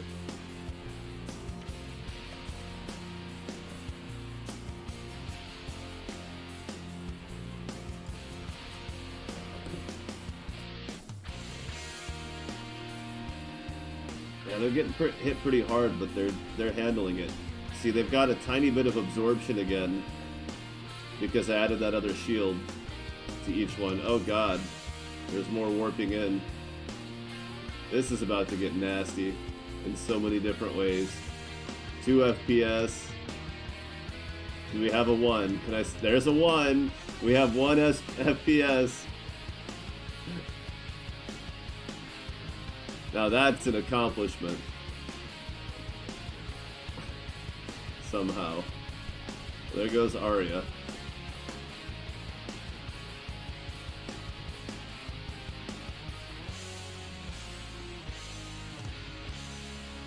Just warp out, you're good. Don't feel bad. Okay, let's just turn off the strobe light. I'm not getting any good loot out of this.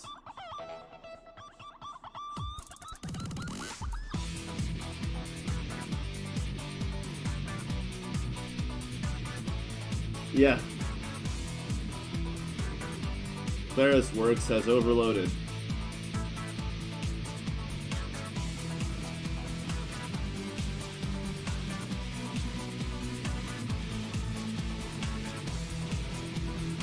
Nobody knows what Claris Works is.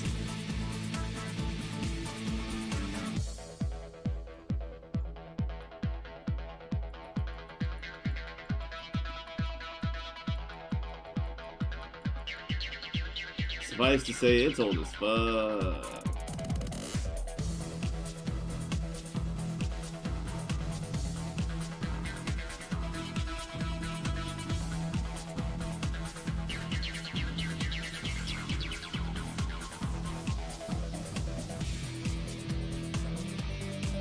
Oh yeah, I actually wanted to experiment.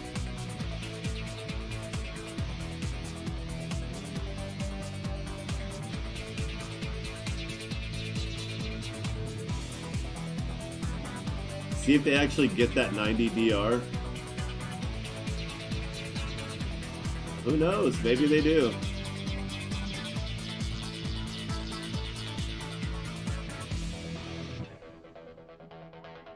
Somehow I doubt it, but you never know. Pretty sure they're not supposed to.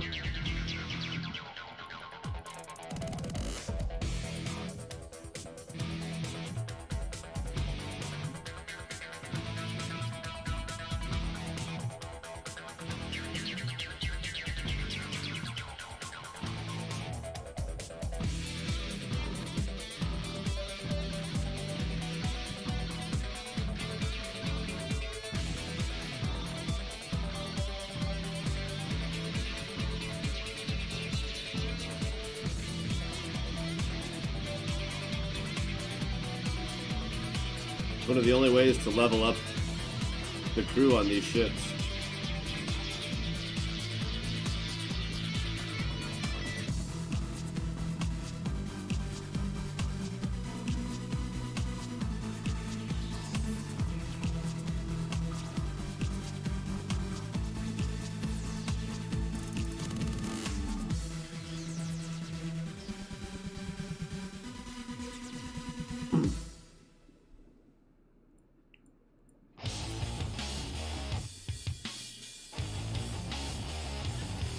And more recharge.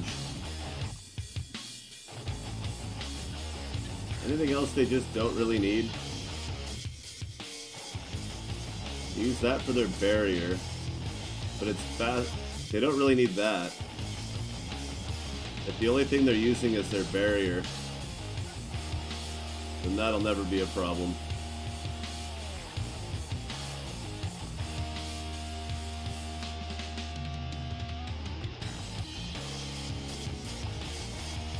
Still need orange heat sinks for them though.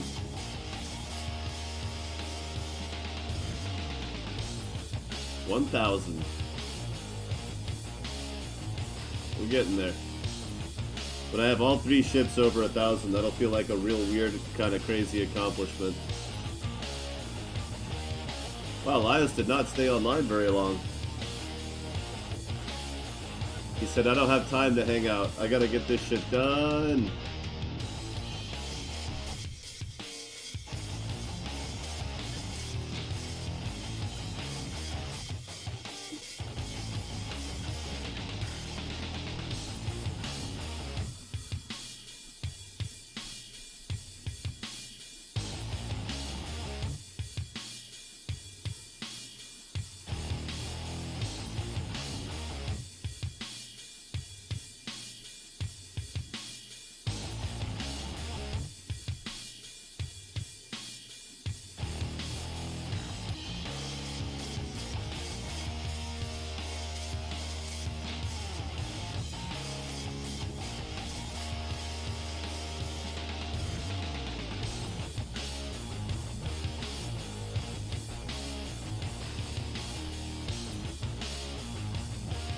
What a chump.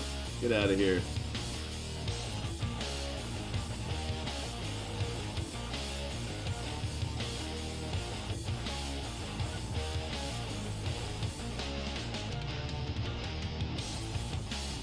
Neat.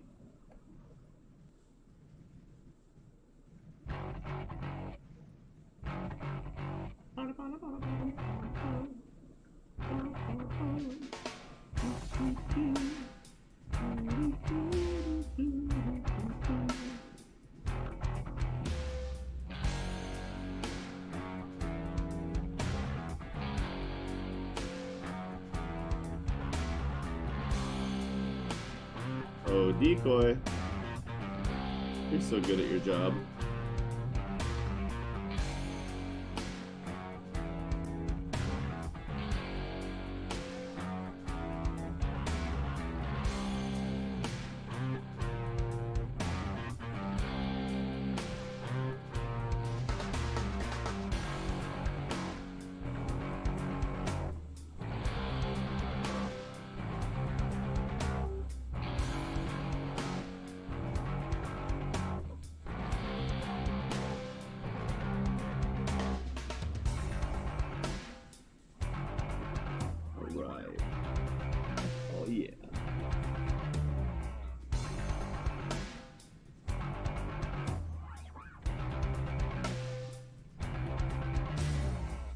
Well, they're definitely not hurting us now.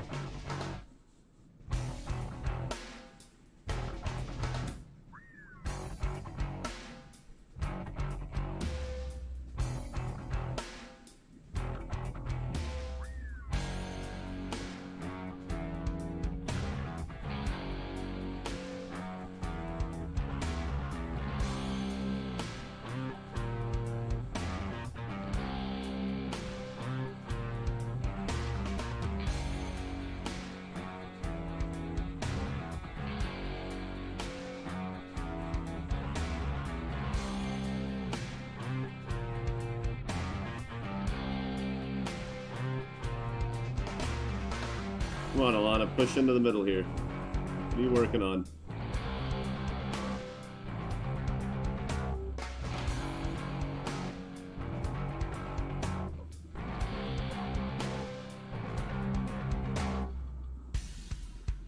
Need all guns firing at all times, people.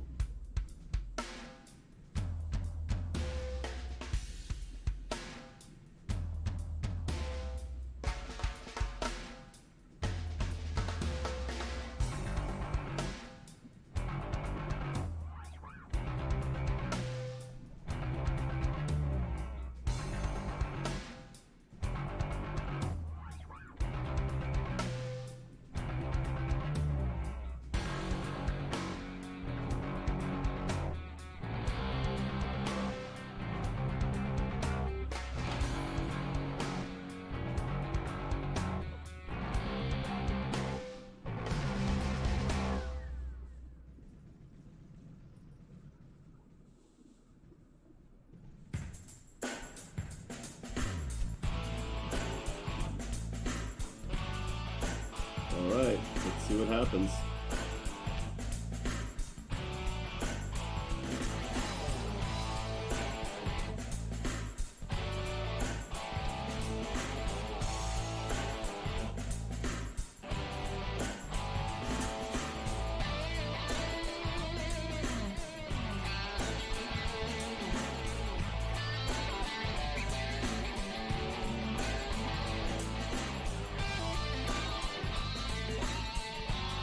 Mario, what are you doing?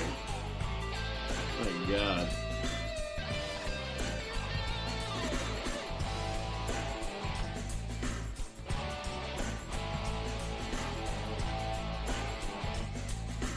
Get in the fucking battle, you asshole.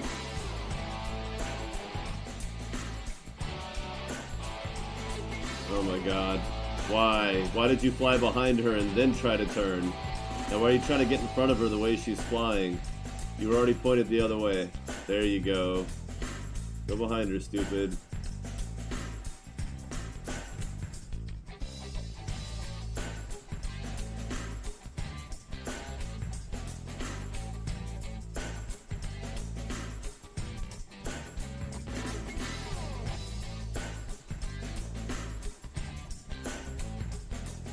Still not in combat. Hasn't been in combat for over a minute. Just sitting around doing nothing.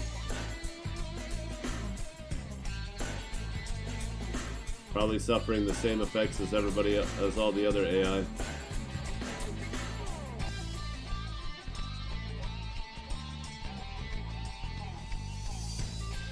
Like that is perfectly on top of the other thing. That's what I thought it was.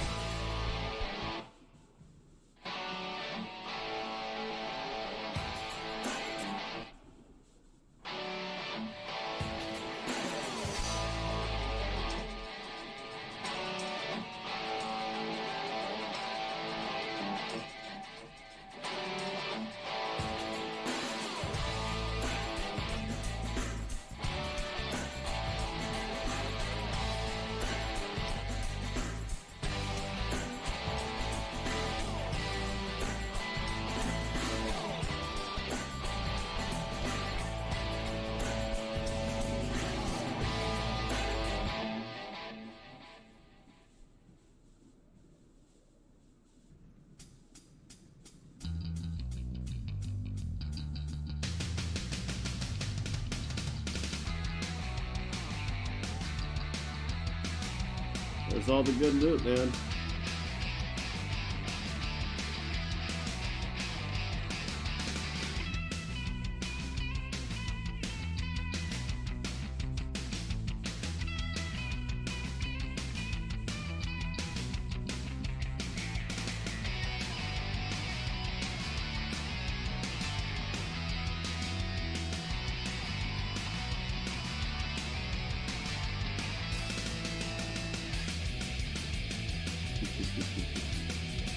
Oh my God.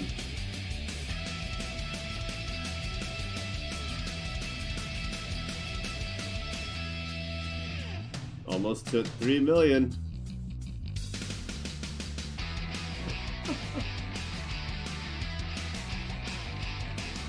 it might be time to play some other part of the game for a little while. Give our eyes a break from the zoetrope of madness.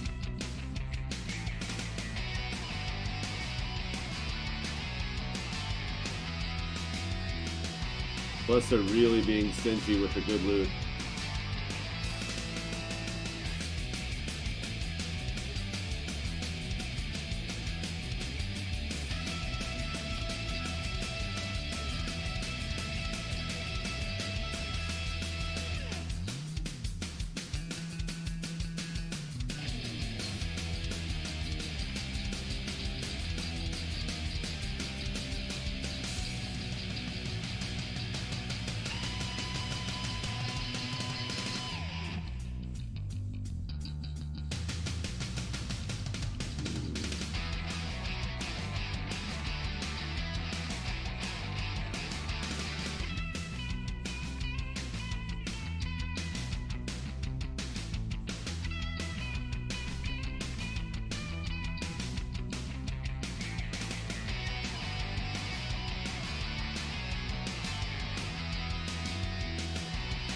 A light blaster. Wow. Is the lag affecting the loot tables now? Probably not. Just bad RNG. Not in my favor.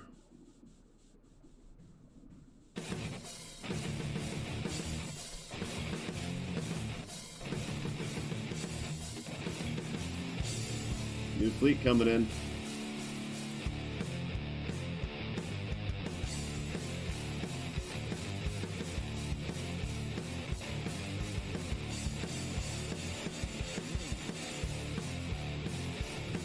Alright.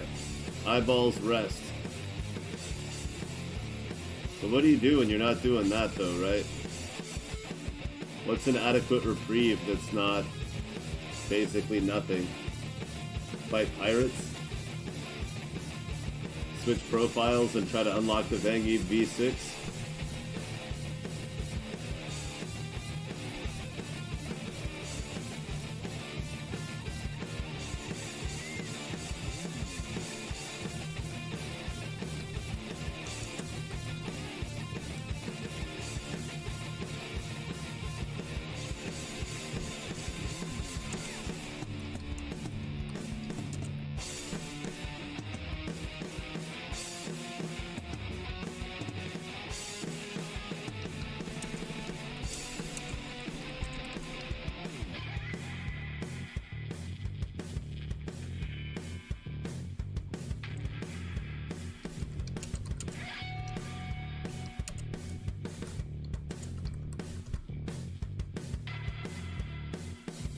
There.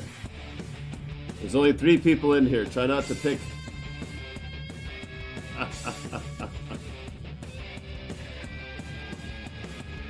It'd be funny if everybody picked a different answer. I'm gonna go grab a cup of coffee. But first,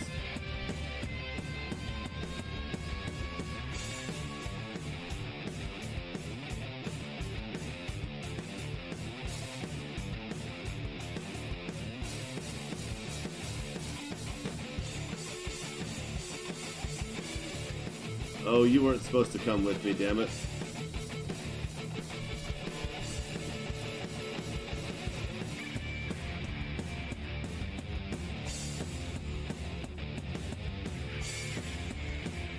Ah, now you're too slow to get in front of me, asshole. Ha ha ha, you can't get in my way anymore. I win. I solved so many problems by nerfing your engines. Better recharge. Less of an ability to get in my way. Better formation holding.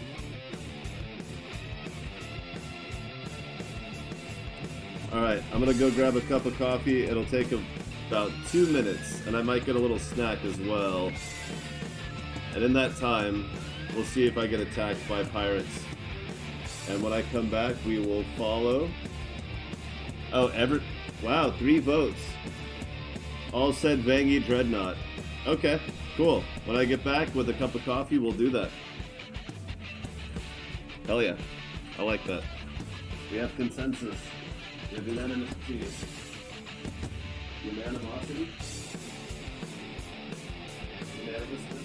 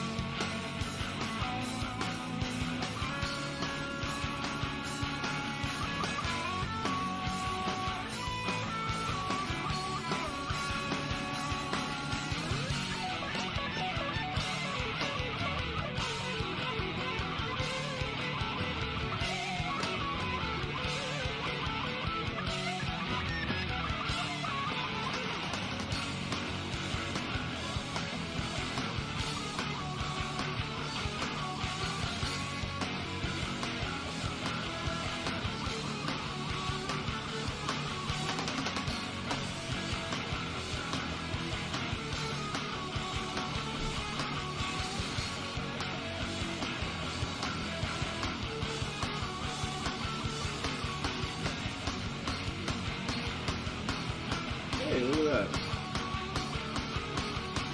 How many waves did we get? 2? 4 votes. Where did the 4th vote come from? I'm only showing 3 people in chat.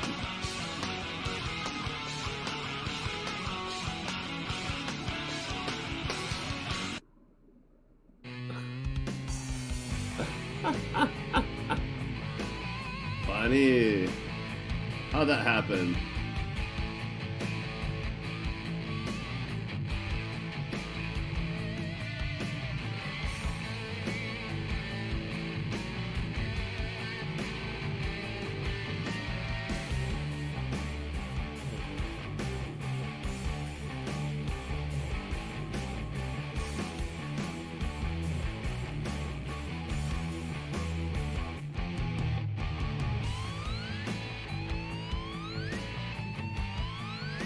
I'm really curious how that happened. That's weird.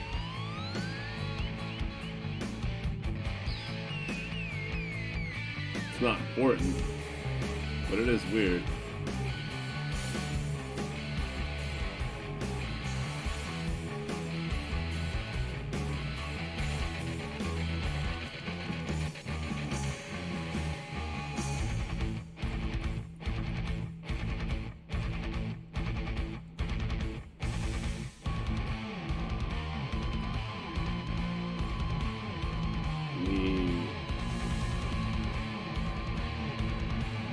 No, they didn't really pick up anything cool. Alright, I'm not gonna go clear out all their stuff yet.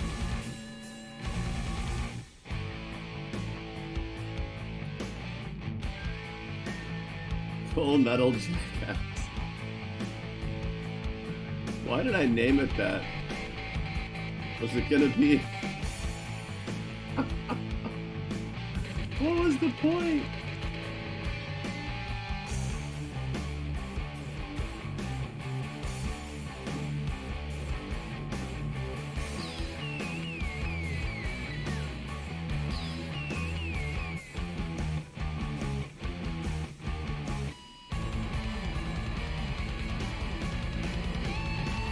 Now I just have to remember that I'm not invincible. Oh yeah, I was gonna eat a granola bar. Granola bar!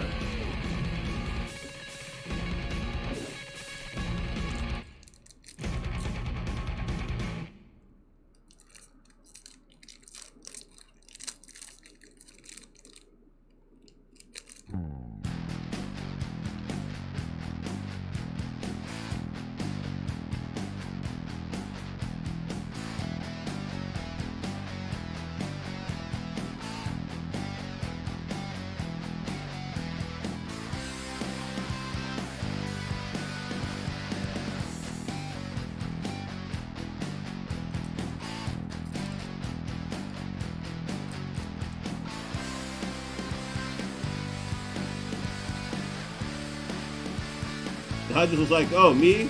You want me to do it too? Oh. Oh. Okay.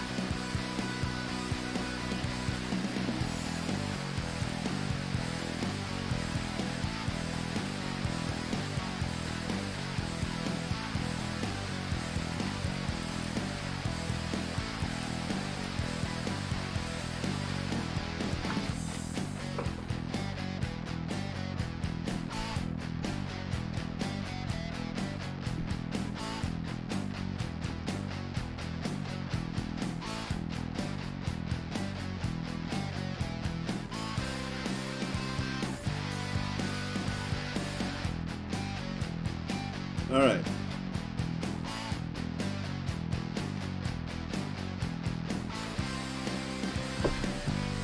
Yeah, they did pretty good.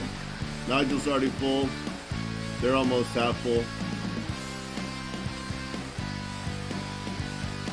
The problem is that mining drones don't collect loot, so...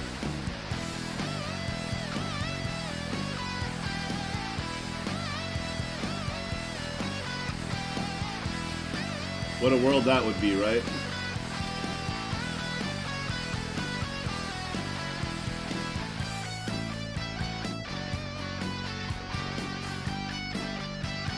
Oh yeah, these are full custom.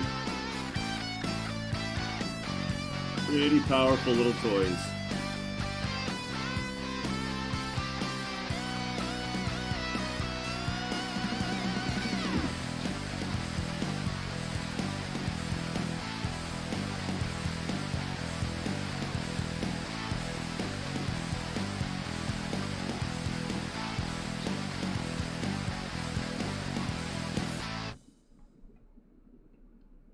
Huh. Thought I made it a little sweeter than that. But that's okay. I don't really need a lot of extra sugar.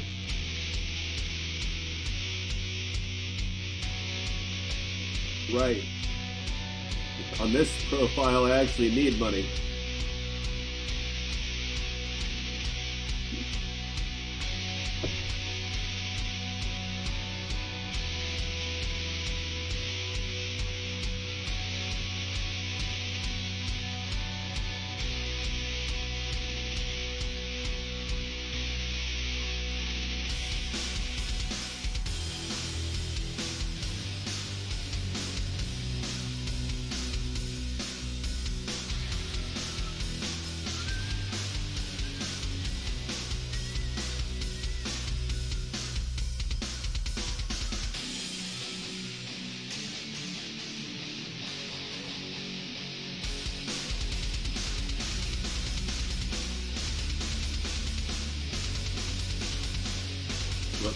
am I getting rid of their drones?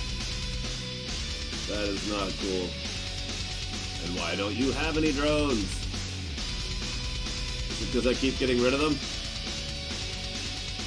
You have 2 mining drone bays. Oh, it's the recall glitch. They don't reserve space for the drones that they have deployed. So when their drones are out, they'll fill up their cargo bay, and then the drones get left behind. I keep forgetting about that.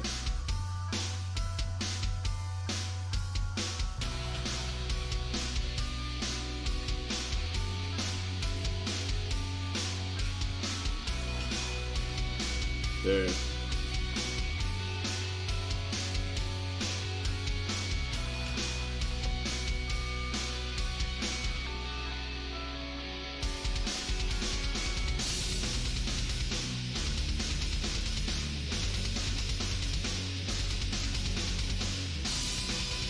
And I don't know why, but I feel so much better after I switched to YouTube. Like, I'm way more into this again. I don't feel like I was burning out at all, but for some reason I'm just way more into it. I don't know, maybe I just hated Twitch and never really wanted to acknowledge it. Nigel, my barrier. Nigel, why aren't you repairing Nigel?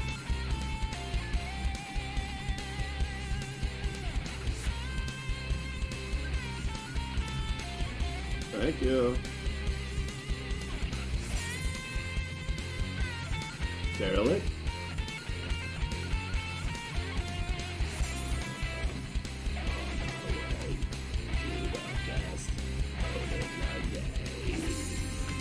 Oh my god, it's an Archimedes! Look at that big beautiful bastard of a boat!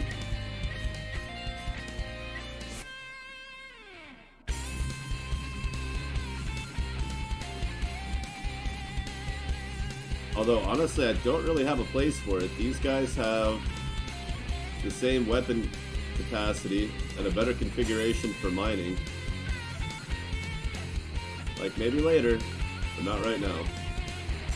If I get another 6 points of Fleet Commander, then I can take out Nigel, take out the Hawk and replace it with that. That's pretty funny.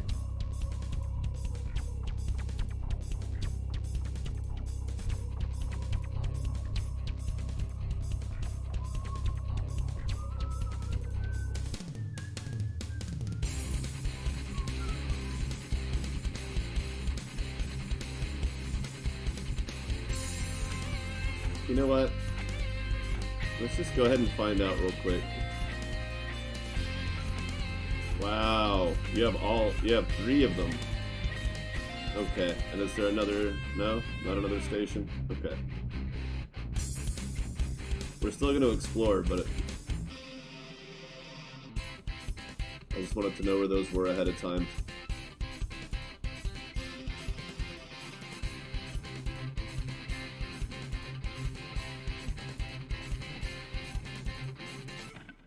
It's unfortunate that the only 2 stations are over here, and these are over here. It's a little short-sighted of them. The concept of real estate is not top-notch.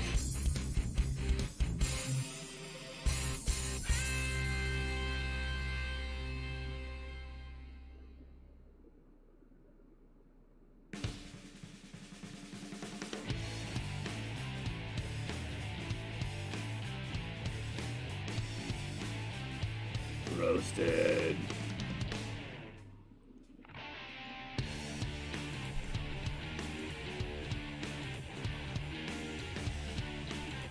Nice.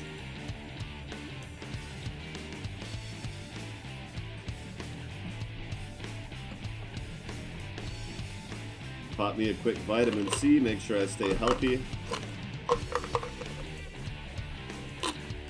Vitamin porn.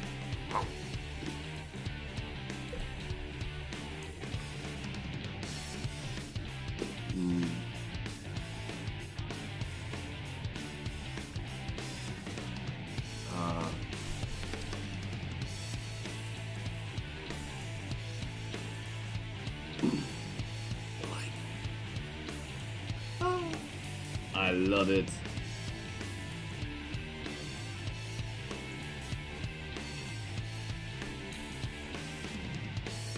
It's another tiny one, damn it.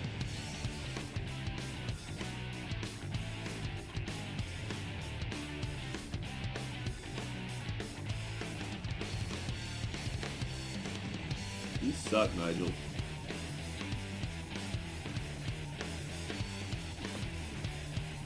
Look at the mess you made.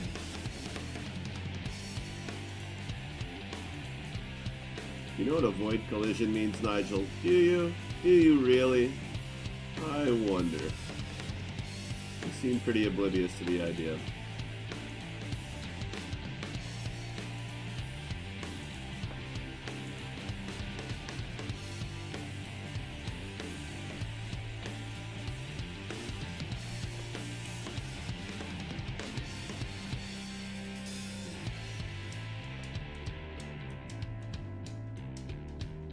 The Thresher. Now I push myself to the threshold. Stronger than ever. Thanks a lot, Nigel, for the bump. Just bumping right into me like it's no big deal. Oh, you all just run into everything, don't you? Didn't I give you inertial controls? What's your deal? Who trained these idiots? Oh, wait, that was me. I did.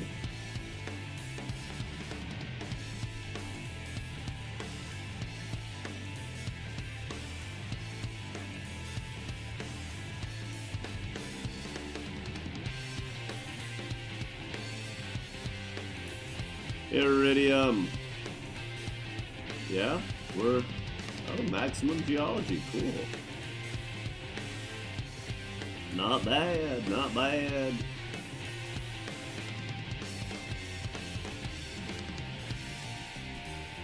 I guess I need to take a look at what I actually need now. I think we have enough room for the third one.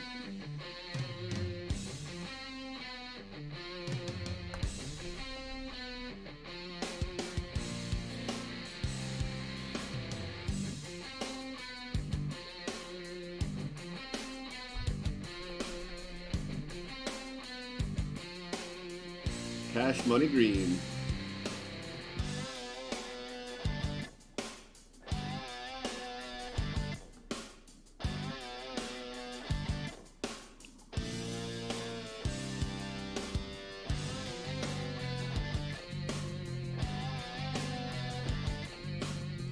It's like this nice strip of rich mining here. Oh, this one too? Only one asteroid field discovered though? Eek. Maybe not. We'll exclude that one.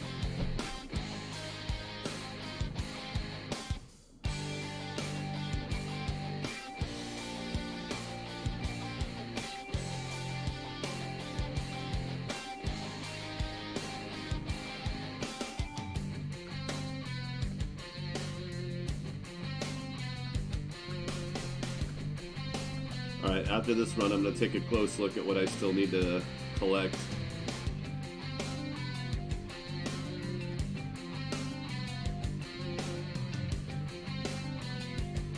See, my cargo bay is full, but Nigel's still got some space. Since he's going to follow me around, it's basically my personal piggy bank.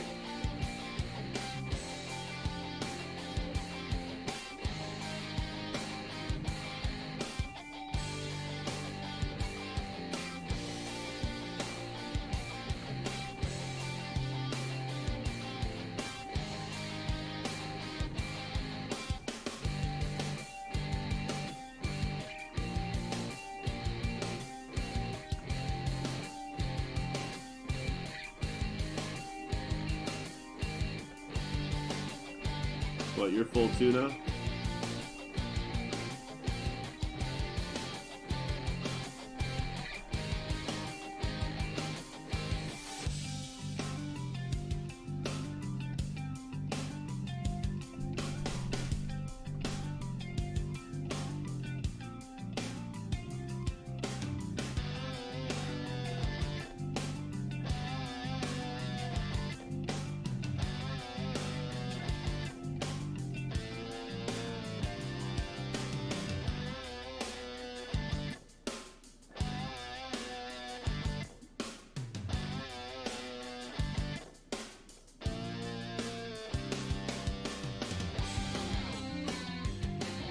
Come on, John.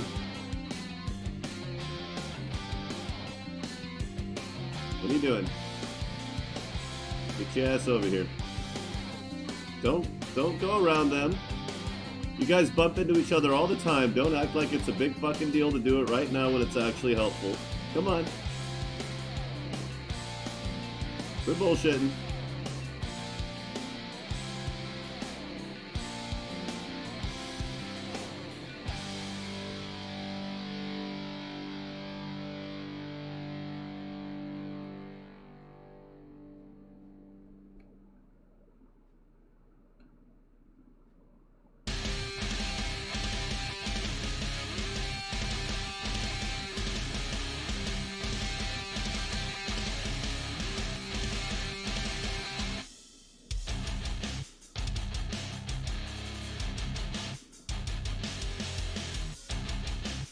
There you go. Sweets. Sweets, motherfucker.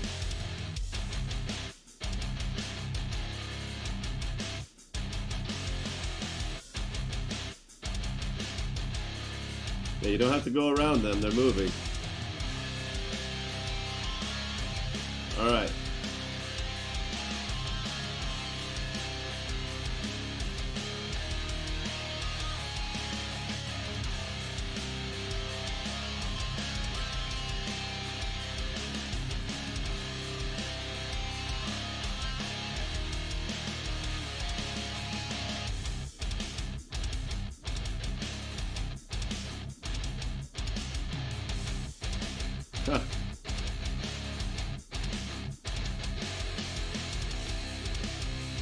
Wow, 101 efficiency? That alone, you're just gone.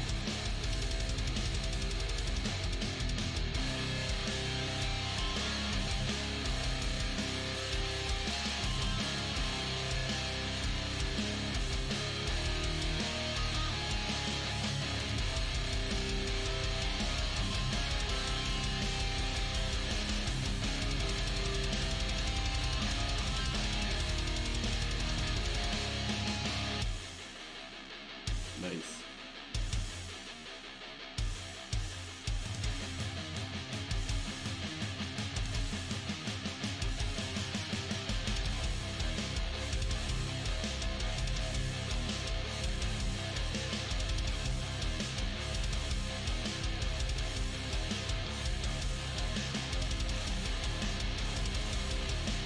Alright.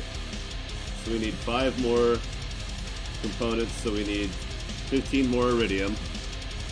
That's not so bad. But we also need transmitters. How many?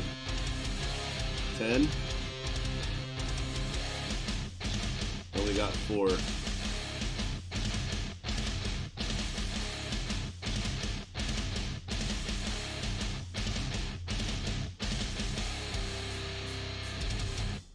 Okay. Superior components.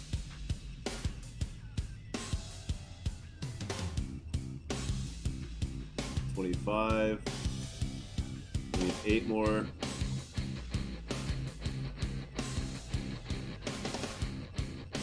Okay. Need more of that. So we need more silicon. Then fine components. We need a total of 50. I've got 14.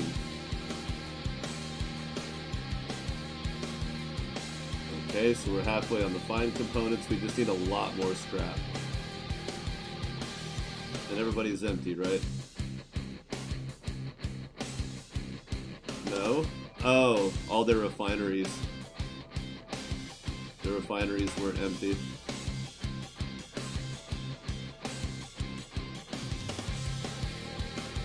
Oh, they suck at docking. Oh well. What are you gonna do?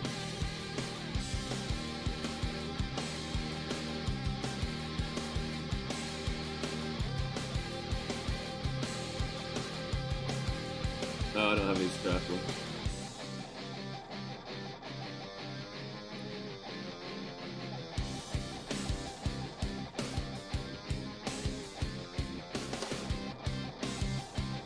5 relics.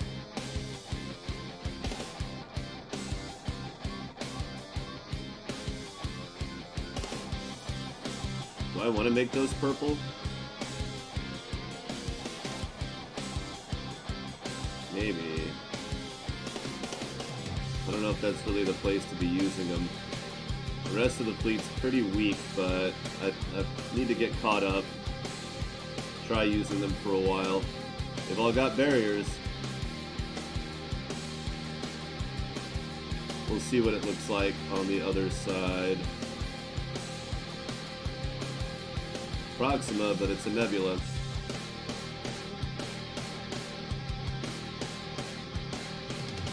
Thanks for the speed boost.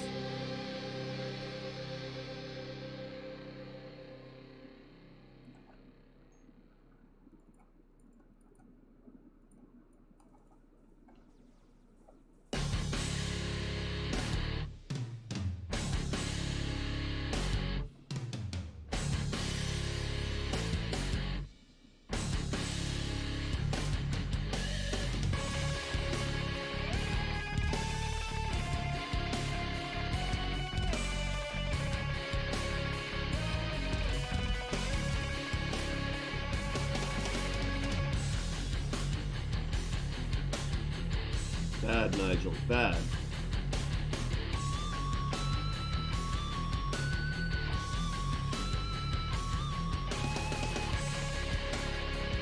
Very rich.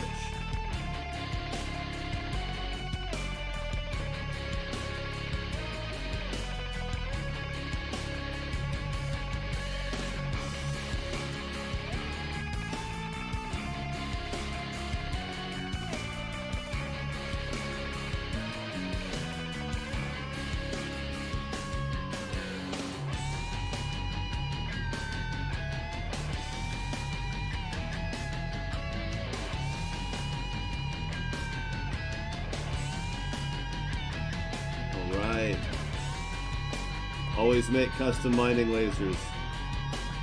Even early game. It's worth it. Mining speed is so nice. Not just for the actual speed itself, and the fact that it makes up for itself in profitability over time, but it just increases the overall playability, especially for people who aren't really super into mining. It's just a nice way to kind of ease the burden of it, and it makes it far more amusing when the rocks just insta-pop.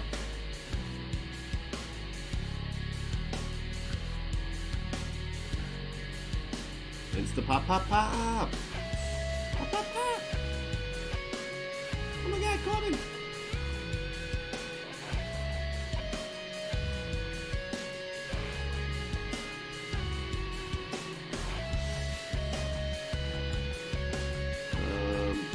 Does the Vangi really control this sector? I mean the Proxima, or is it just a joke?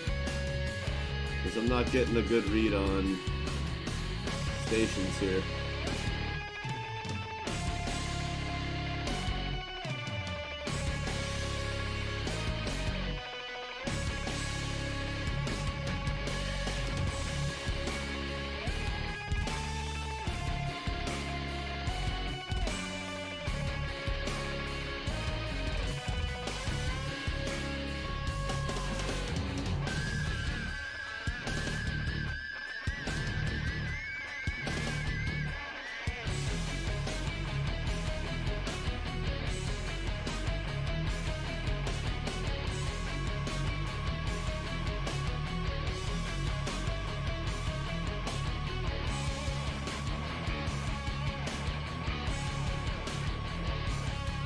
Interesting. Okay.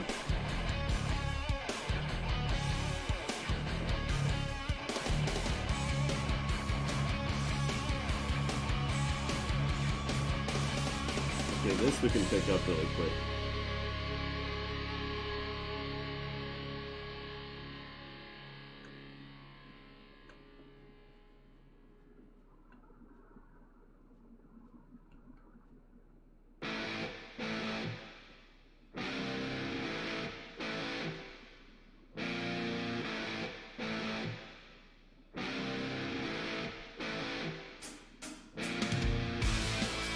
Or not. Oh, you have plenty of space, John. Come on. Quit doing that thing where you dick around a bunch. I don't like it.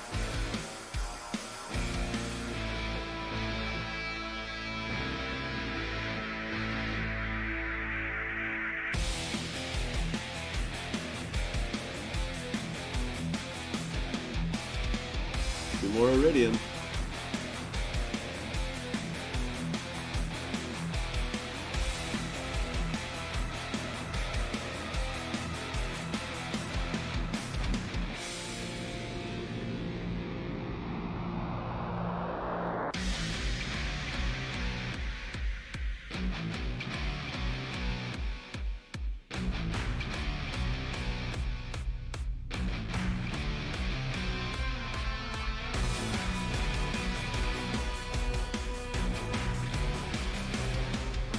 Yep, he picked it up.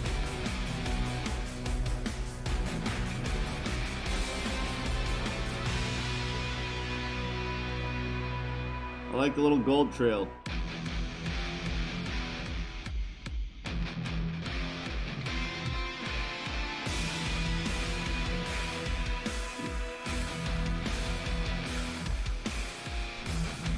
It's a decent sized field. It's not super dense, but it's big enough.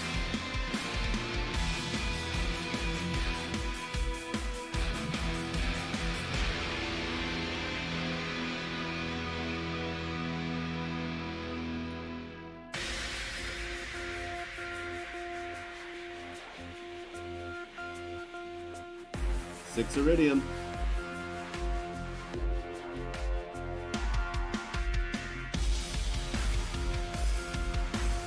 All right. Not bad.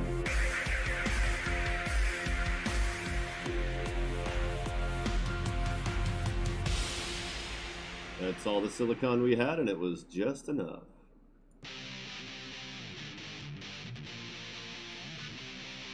Perfect. Mine components, we need 11 more. Base components, we'll need another 171. It's gonna be a lot of scrap. A lot. Oops.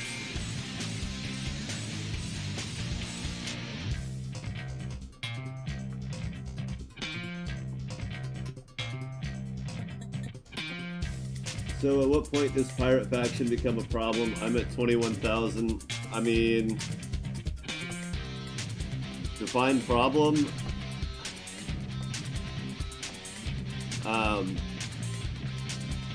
Honestly, like, other than their ramming weapons hitting you when they warp in, like, probably never. Are you using my NPC and do you have social maxed out?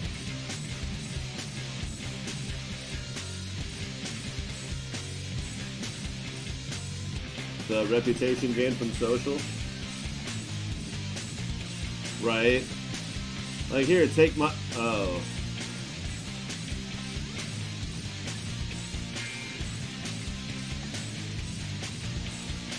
Never mind. Just kidding.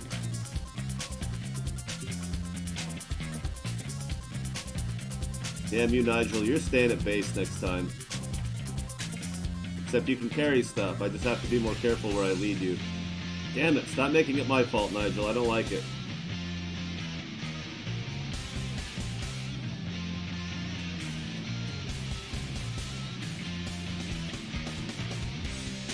Do you have my NPC, Sleepy Dragon, the me NPC, and did you max out the social tree that gives you reputation increase? Or at least put enough in social to get the reputation increase?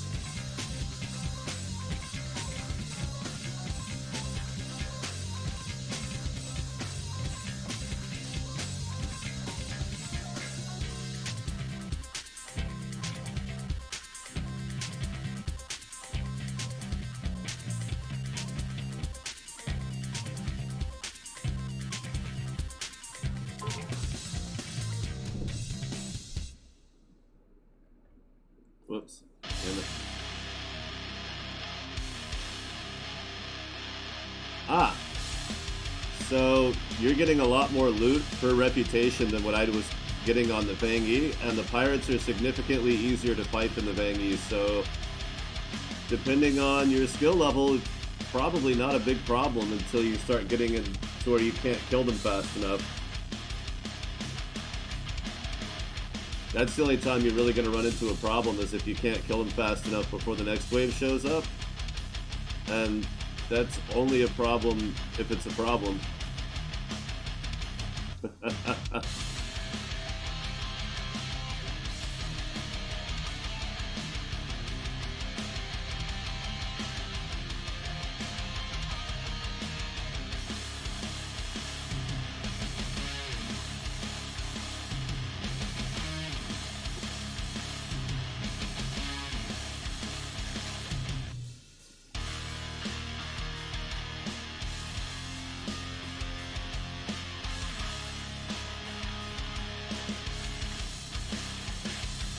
Hey. Oh. That command only works if they're docked actively. Okay.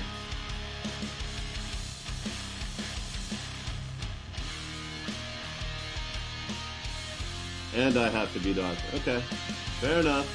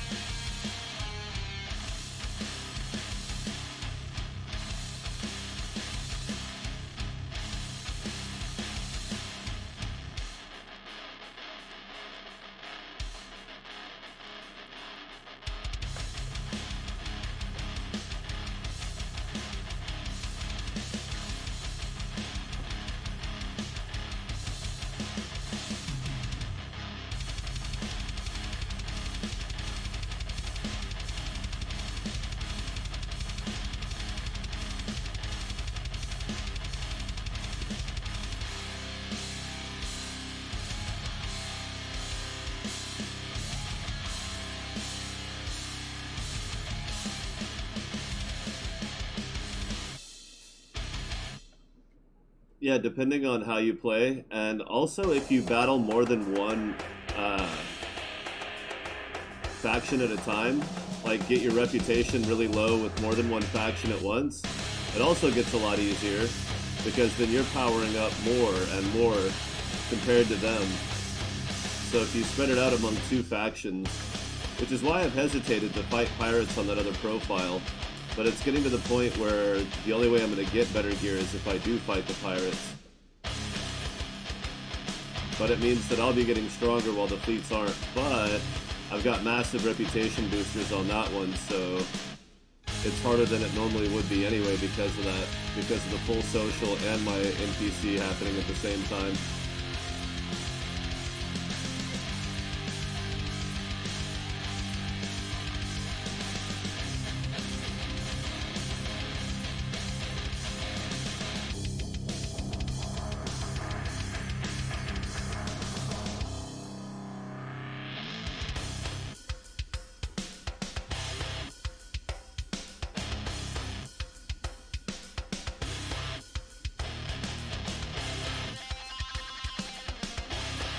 Alright, we got some iridium again.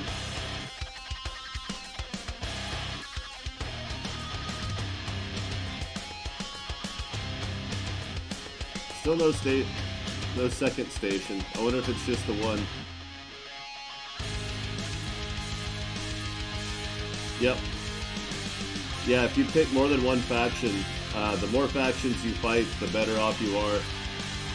And the more you fight marauders, you'll get more cash if that's still relevant, and potential loot drops.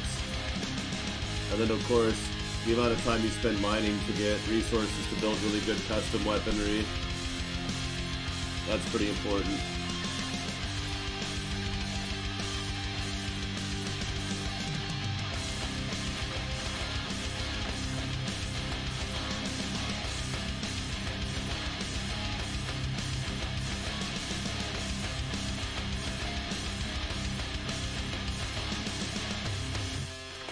So the ultimate challenge is to max out social, or at least however many points it takes to get the maximum reputation adjustment, then put my NPC as a co-pilot, and then only focus on one faction. And that's the extreme challenge. It's another thing that makes me laugh when people say the hunter fleets are too difficult. I'm like, but are you making it that way, or are you having a really hard time when you're doing it the easiest way possible?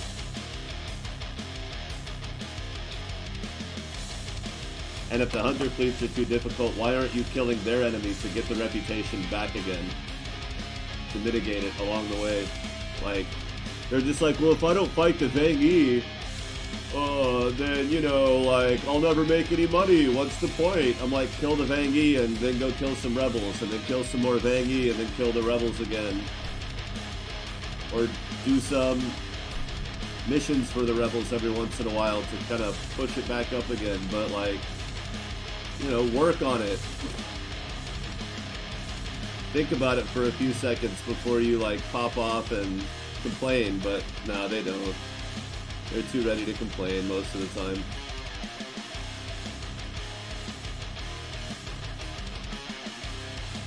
If they don't immediately understand something, they assume the whole world's out to get them and the sky is falling. Which, you know, I mean, don't get me wrong, it's entertaining as fuck for me.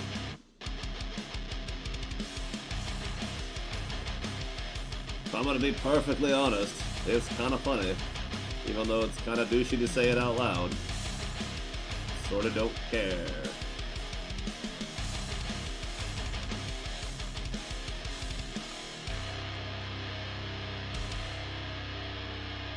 Yeah, I don't want to fly all the way over there for one and then come back. We're gonna go over here. Ooh. Ooh.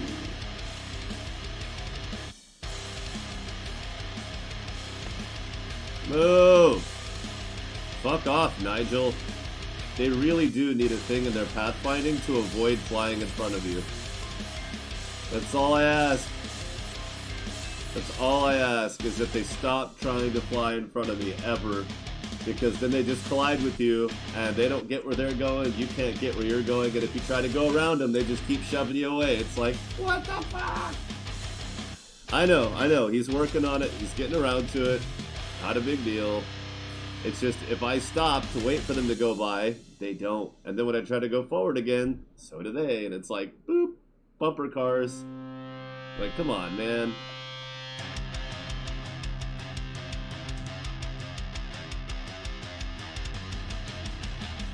What the fuck?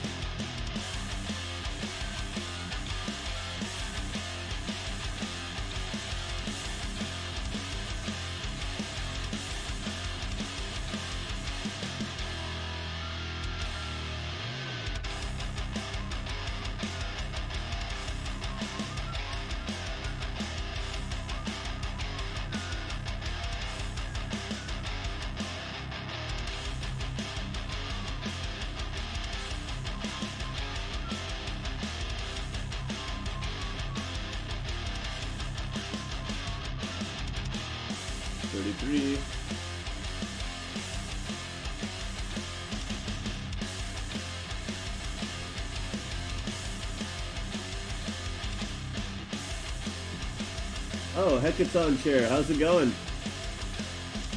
You're not late at all, you're right on time.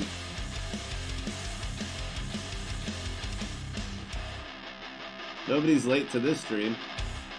We all arrive exactly when we intend to.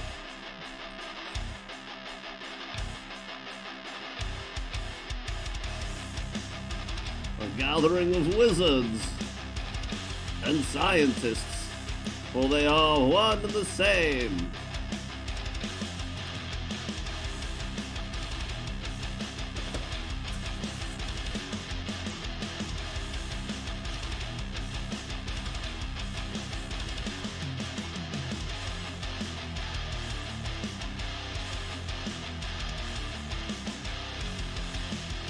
How was work? Was it good, or was it don't want to talk about it?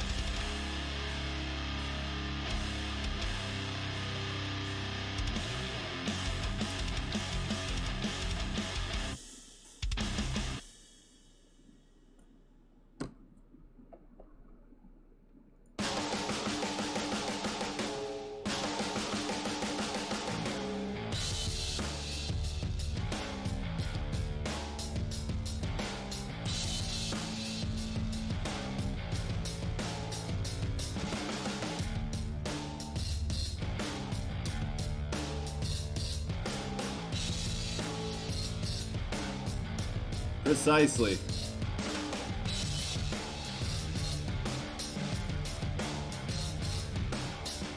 Could not have said it better myself.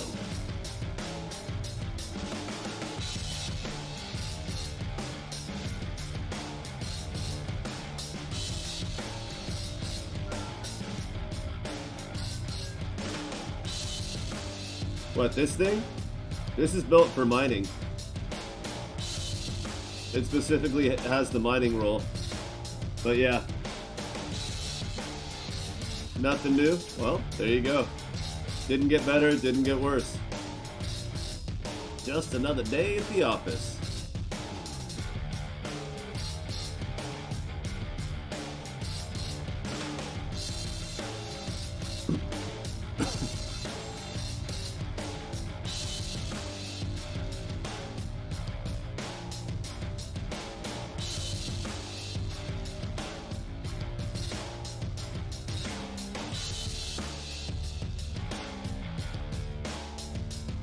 Right. Cusco's poison.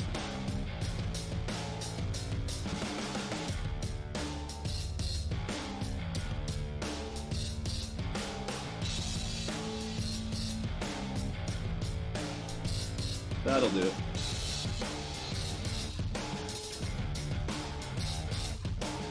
Right on.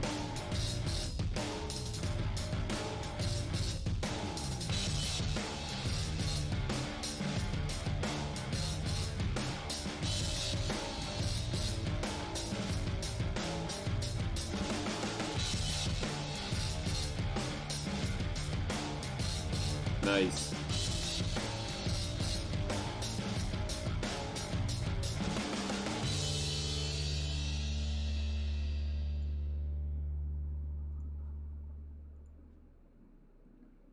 Alright, we only need 2 more of those.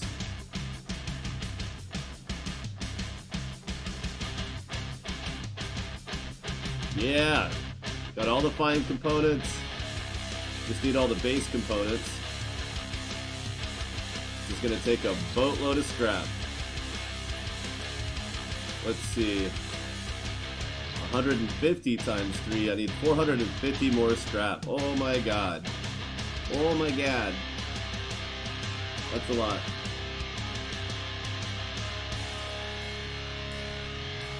Yes, that poison. Cusco's poison.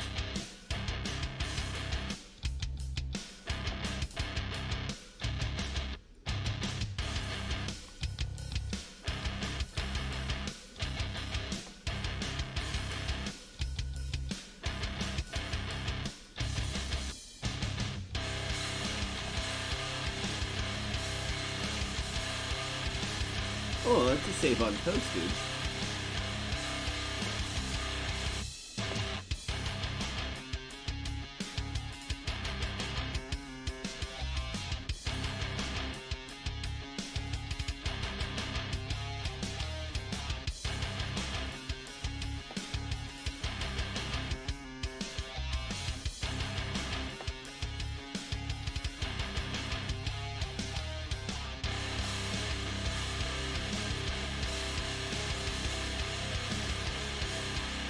Well, this place sucks.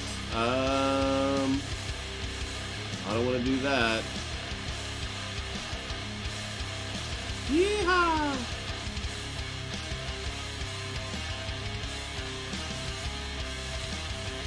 Smash mining! Actually, no, this is not smash mining. Smash mining is when you use ramming damage.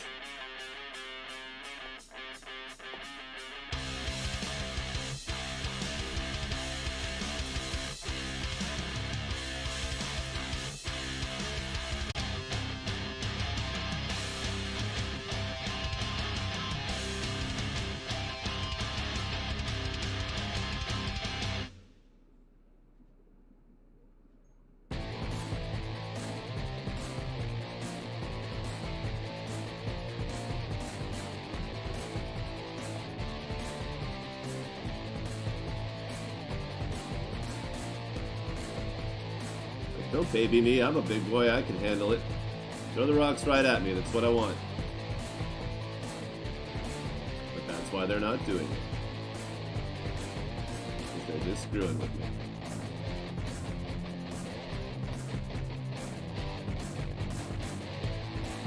Well, 4 refineries is keeping up.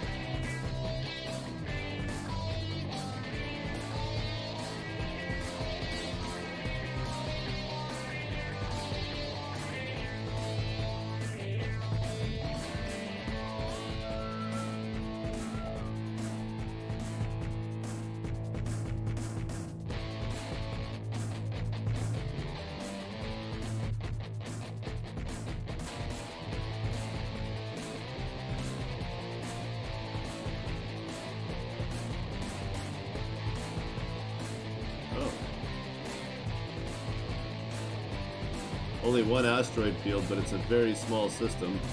That's right next to the station.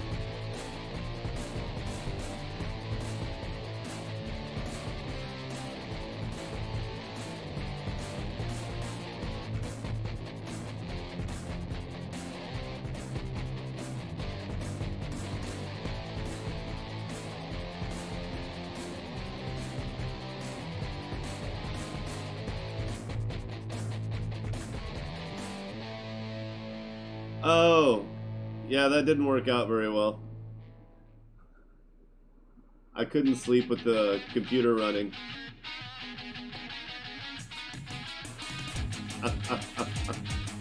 That's what happened.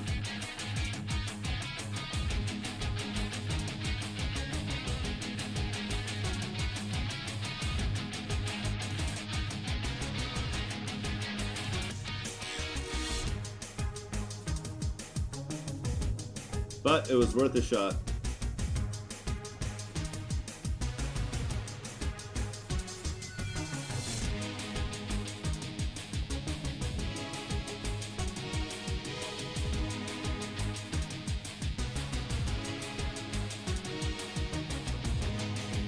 Once we hit that rock, damn you, Nigel. Damn you all.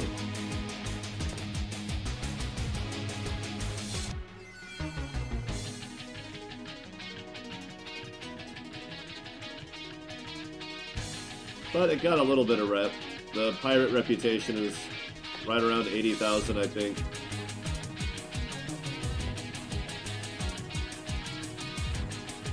Go away, stupid miner. It's all mine. Claim. No trespassing. Get out. Go away. Not welcome here.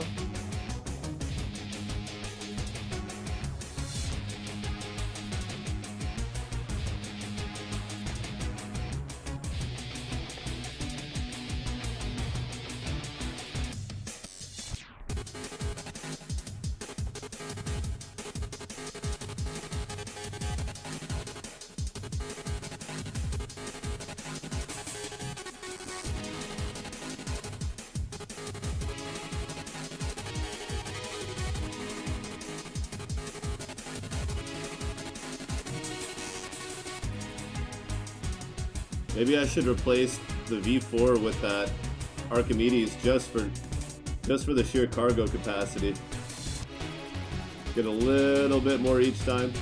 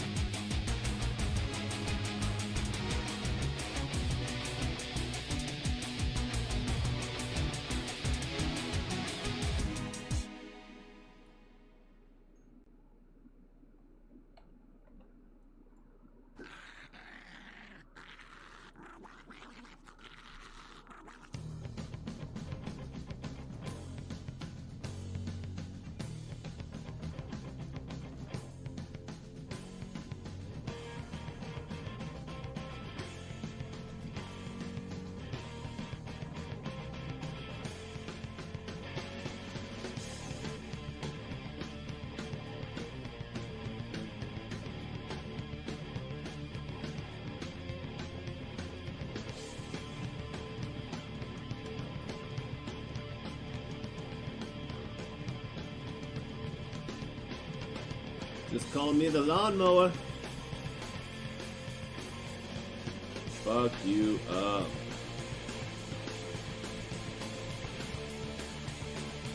He's like, no, no, no. This guy's like, I'm gonna ram you. And I'm like, okay, do it. Please do. Let me know how that works out for you.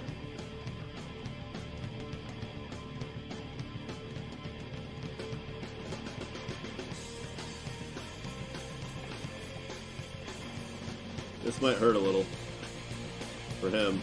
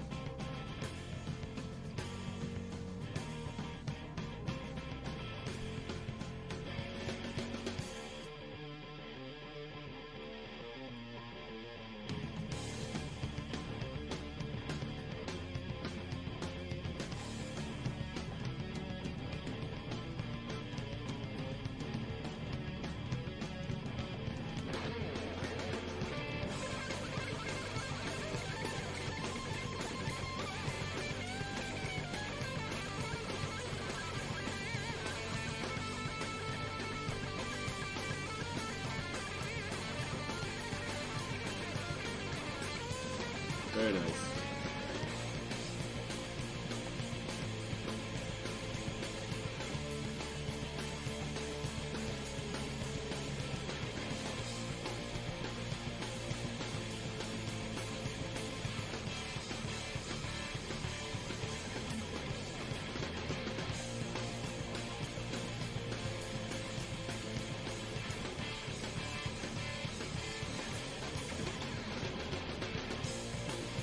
All right.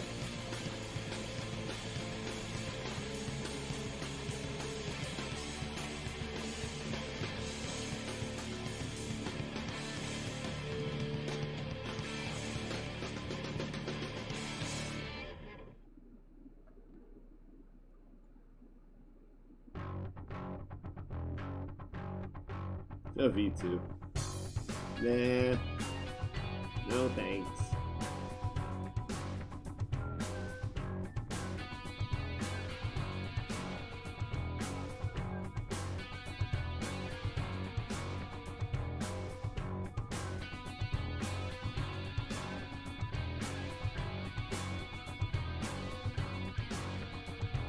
Oh yeah. Pretty gnarly recipe. Overload mining laser beams, 3 points. Oh wait. Yeah, 3 each.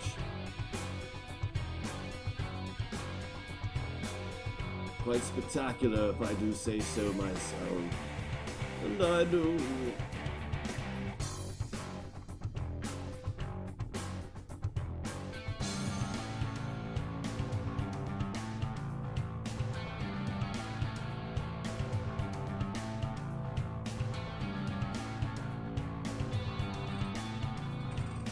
Oh, we need 1 more iridium, but a lot more scrap.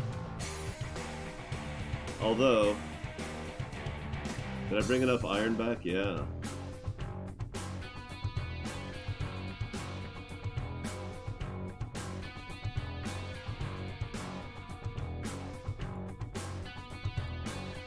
That's it.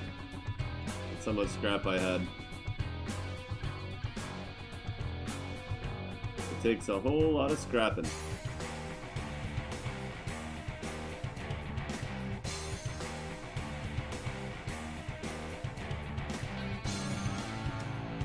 that's level 18. Let's see what this is. 47.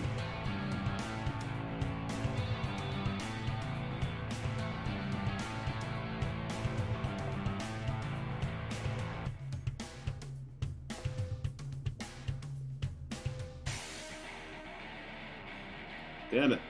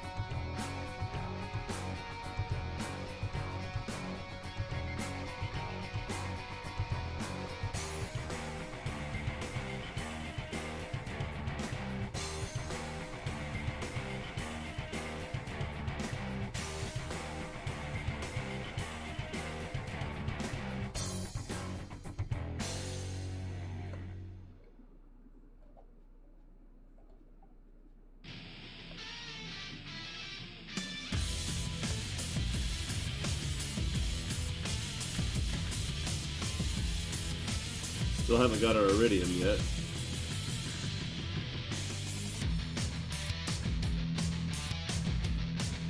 Oh yeah, I should have bought the needed aluminum and titanium to see if I actually need to mine any of it. That's alright. I need iron. I need copper. Need money.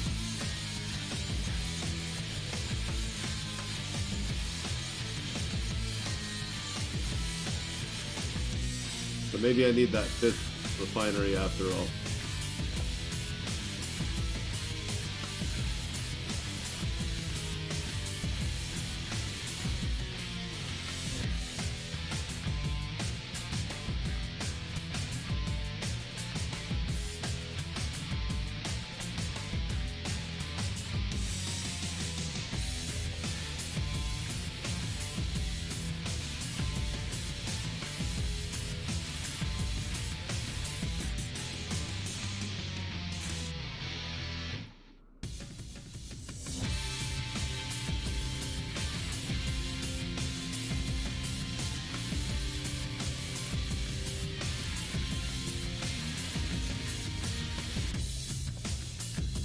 Okay.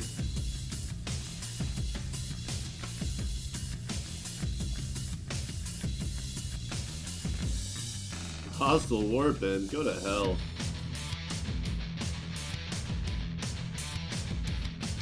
Wait, can these guys actually get some mining done?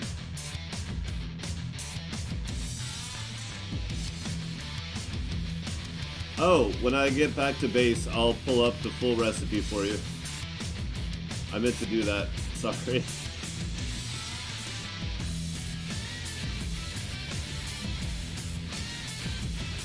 Yeah, they can functionally mine as long as they don't get smashed.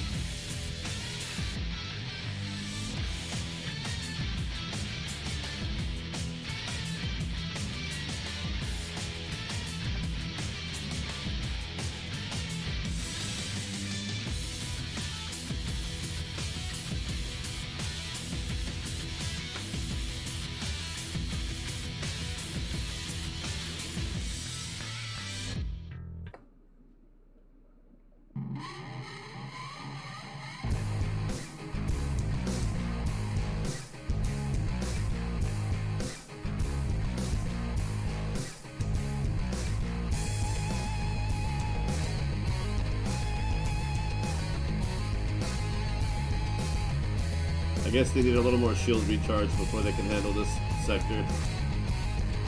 That's alright. At least they got something out of it. Not much.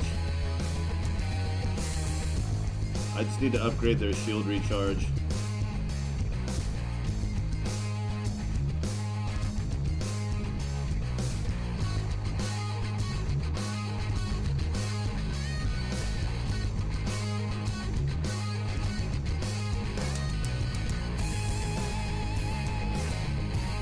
Whoa! I just found a stack of 3 iridium in one drop. Holy crap!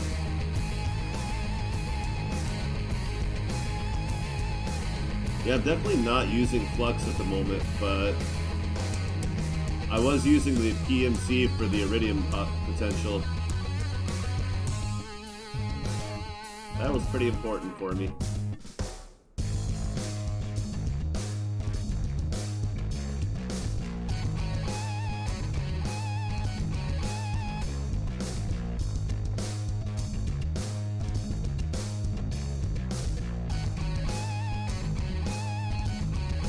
Actually, let's just focus on scrap, because we need so damn much of it.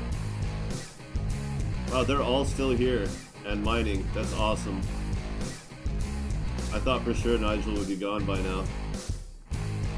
But not only is he still here, but Nigel's repairing him. Go Nigel, and Nigel. And Nigel's doing good too. Why? Because who gives a shit? That's why they're all Nigel.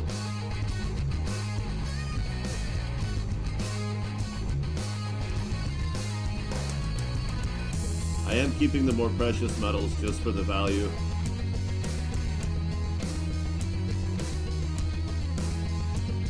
'cause I might need the money.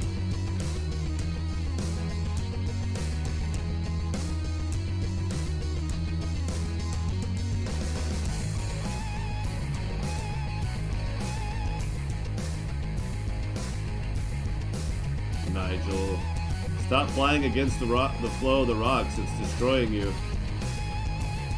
At least get behind me so they're not hitting you.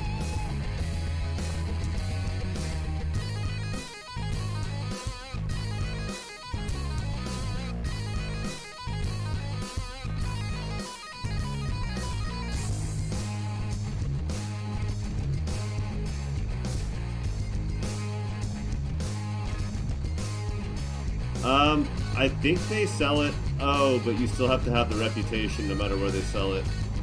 I always forget that.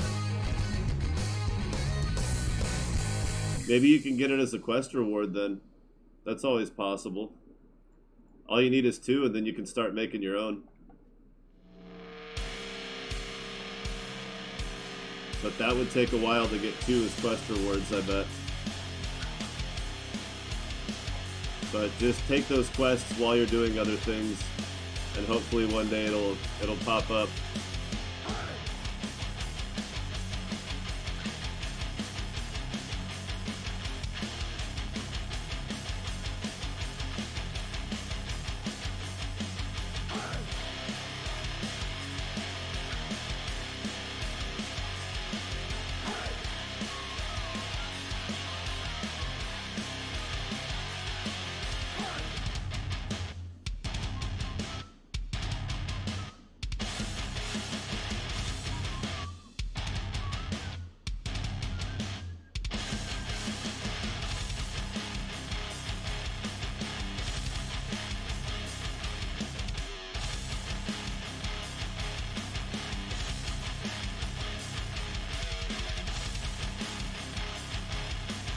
Ha!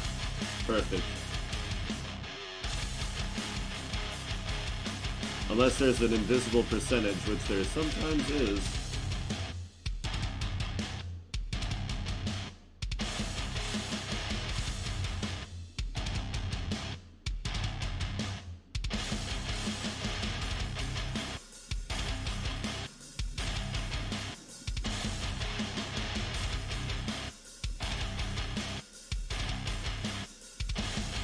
We can check that right now.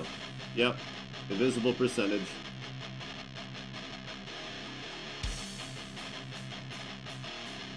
Not a problem. Well, maybe a little bit of a problem.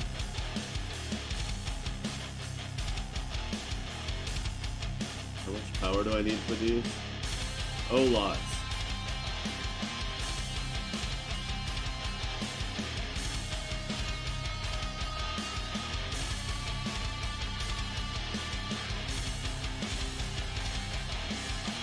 Really?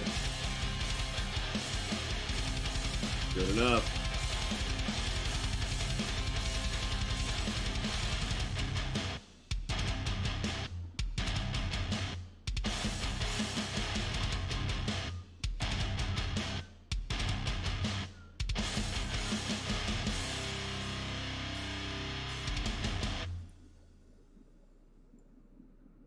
Oh, that's a 2-point. That's why. I was like, wait, that doesn't add up still.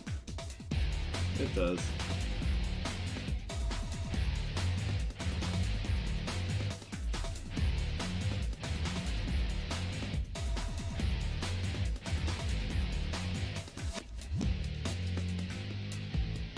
$184.24.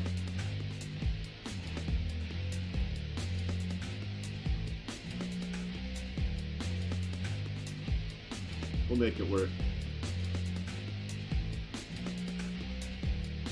Wow. Much worse.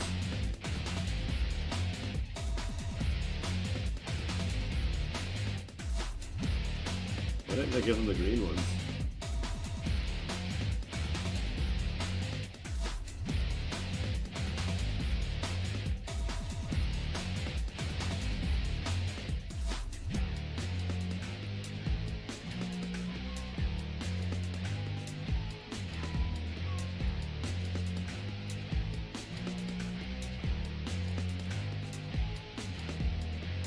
There. Now their power systems are back to normal.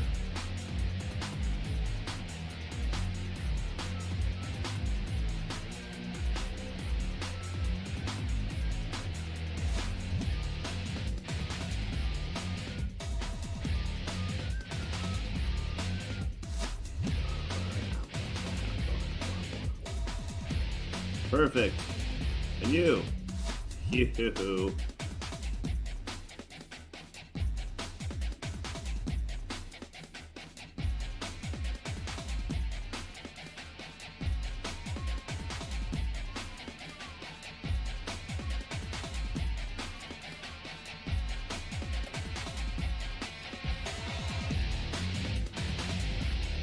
No, I haven't gone that far yet because I figured I could just rush to the, I don't think I did.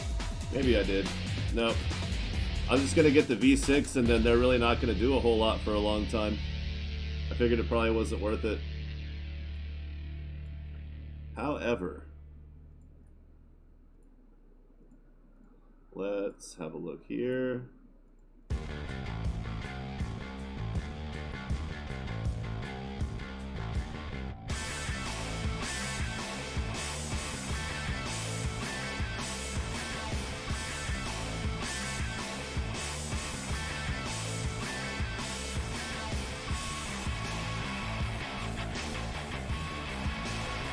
What? What the hell?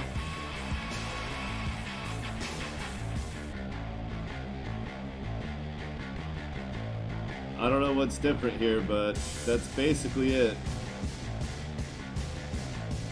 I don't know why the energy cost is different. Oh, that's why. Yeah, you can add boosted. Go even further. Oh. But that's the basic recipe. It's just a little bit of everything.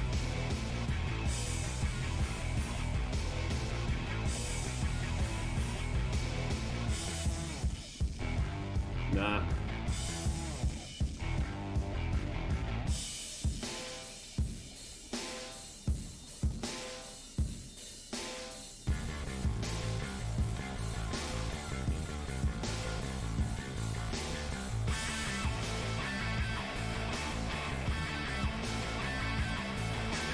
That's just to keep it under control.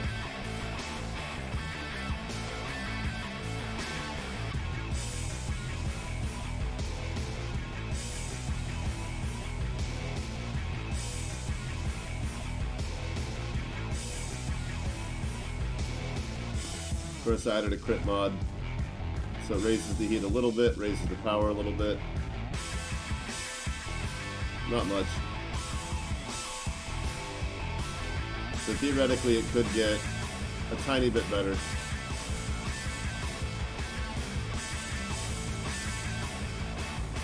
Ah. Well, let's look at it like this. Oh, they have the same thing.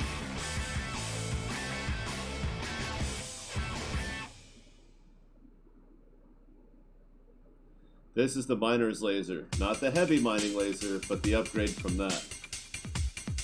So 30 extra damage, same heat. It uses a lot more power, 2.5 times the power. Almost 3 times the power actually. 36 is double, so 54. So yeah, almost triple power. And less range, but you can adjust it if you want range instead of crit booster, right? You only get another 5, I think. Yeah. Well, that's good enough. But it does significantly more damage still. And then of course when you upgrade it, 163 in purple. 151 in blue. And mine does 425 at a much higher cost.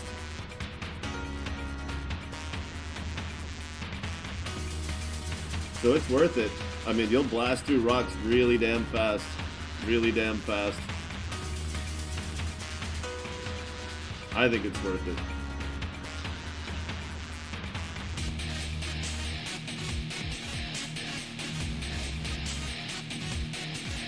Alright, 100 base components.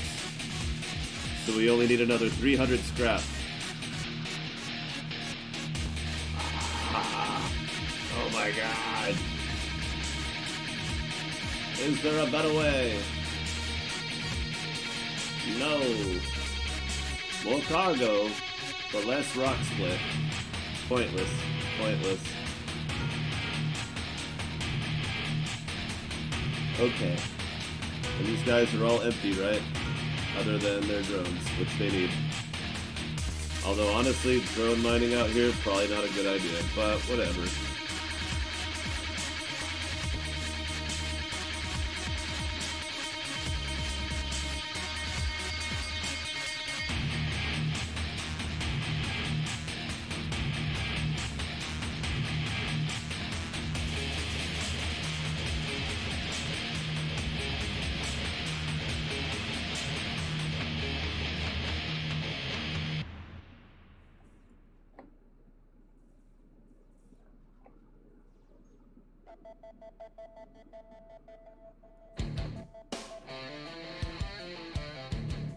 Damn.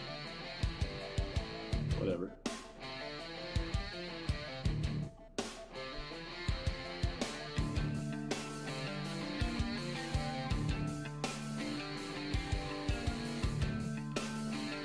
Yeah, this is a little bit more exciting for me. I like doing this a little bit better than scavenging. Although, admittedly, yeah, it's pretty good, pretty helpful.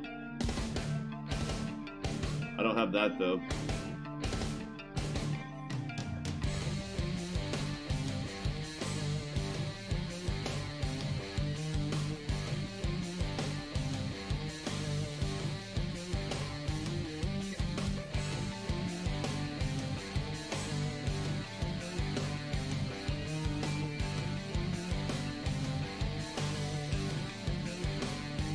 Okay, Nigel, you're just here to pick stuff up. You're an extra cargo base, so stay out of the way. Till I need you.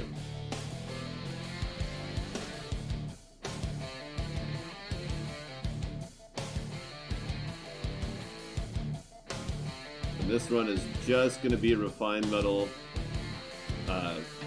silicon, lithium, and scrap.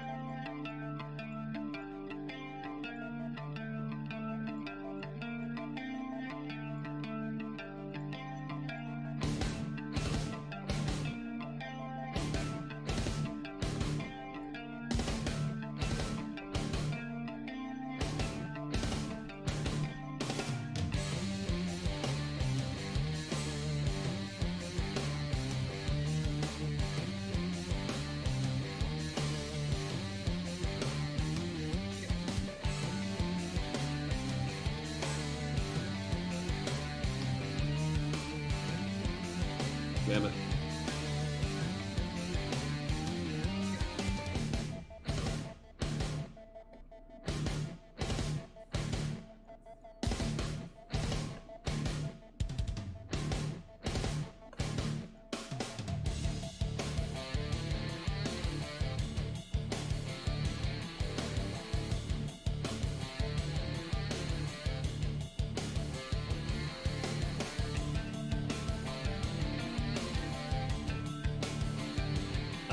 Yeah, that helps a lot. I'm pretty well set up for mining, and it's not a very fast ship, so switching over would take more time than I think it'd be worth. But you never know.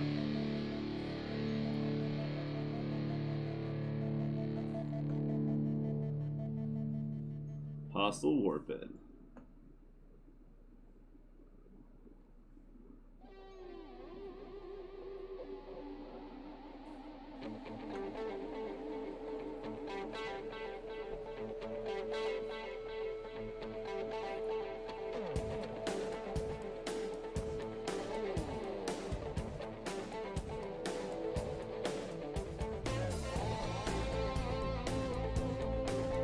Wow, you have the slowest recharge ever, bud.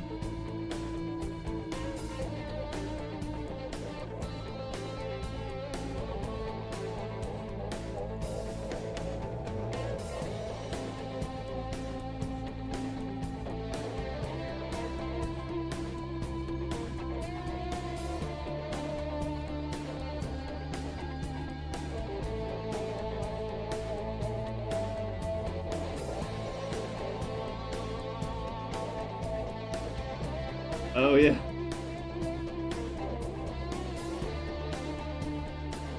I mean, if you're specifically looking for scrap metal, maybe pick it up and burn it along the way, but not really, like, not worth going out of your way just to do that as a means of getting scrap. But, you know, sometimes you get junk for scavenging, so along with the scrap, so it's still kind of a bonus.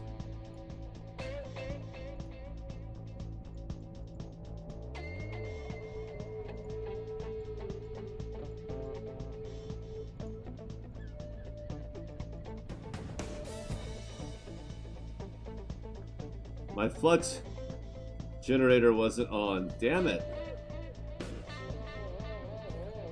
So much for the flux refinery. That's right. It'll generate some flux and then it'll burn through all that stuff.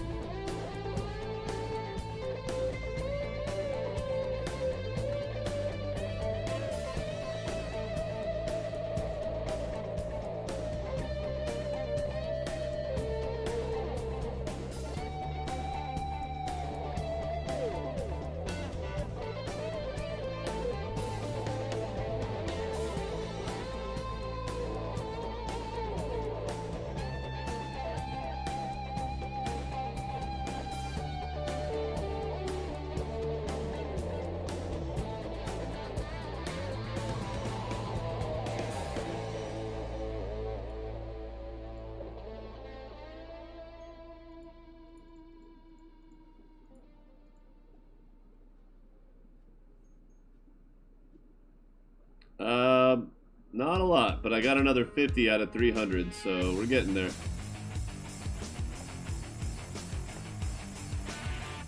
Not to mention whatever those guys are getting, which is probably not a lot, but they're doing the thing.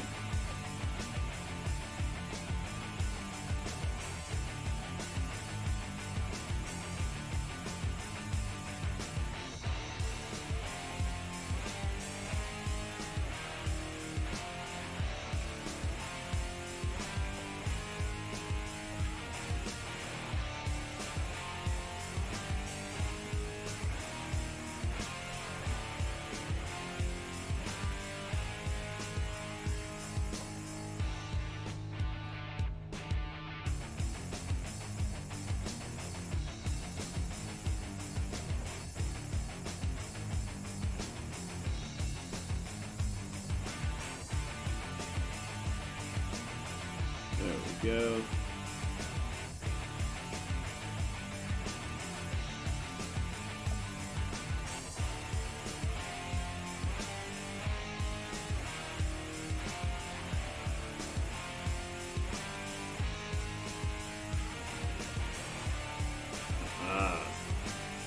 This is how we do it.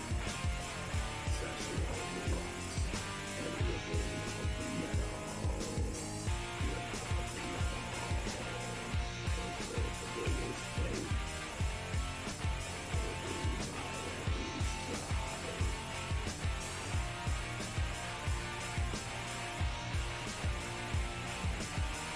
Ripping out the metal.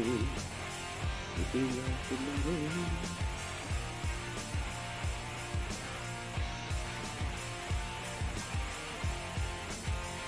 Whew.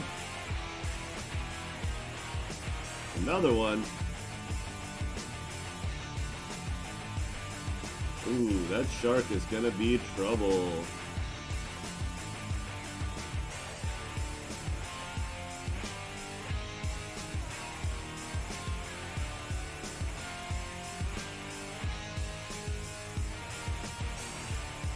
Unless I just bail.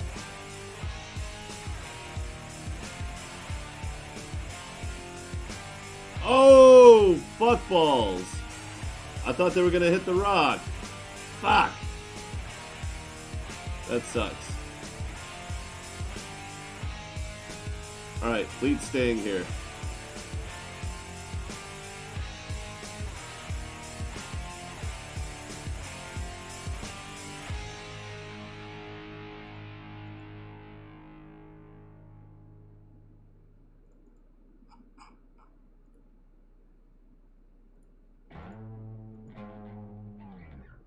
that wasted time.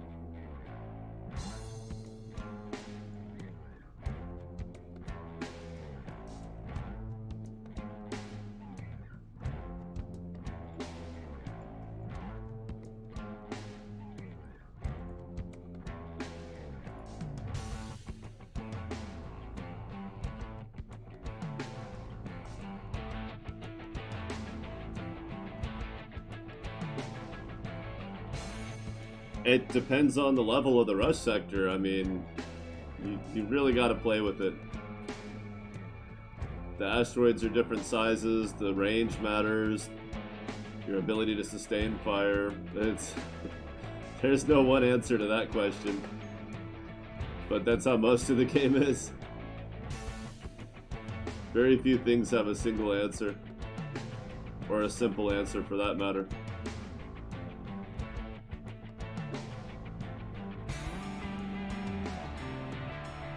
Oh, ow, ow.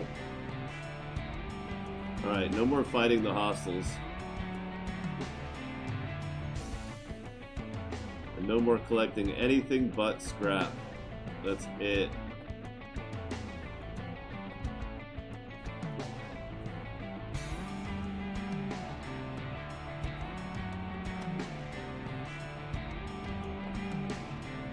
Or I could just keep taking stuff back immediately after I'm full. Earn some extra cash along the way since I am pretty broke. Although that pile of silver was a lot.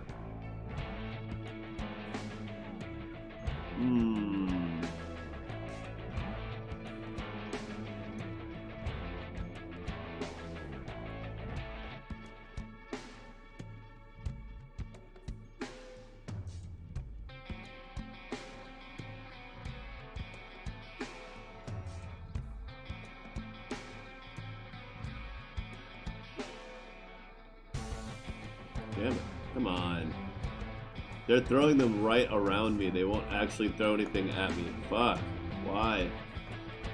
Thank you. I don't need your pity rock flinging sector.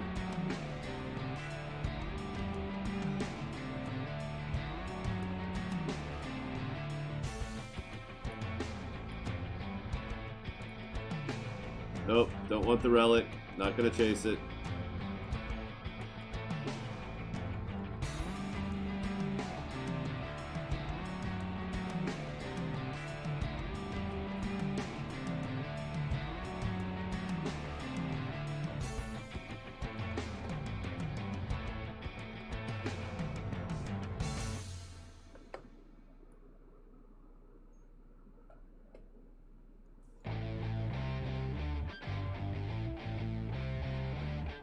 Right?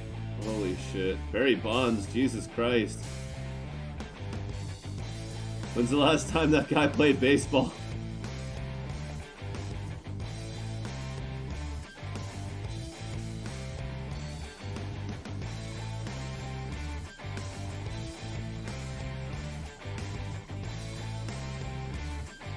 That was quite some time ago.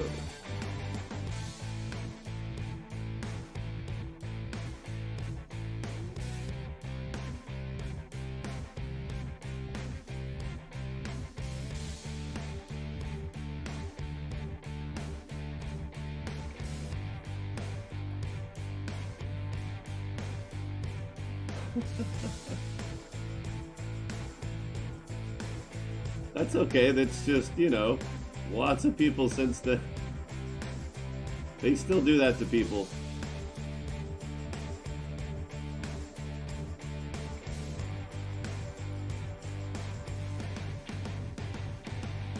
Alright, 50 scrap.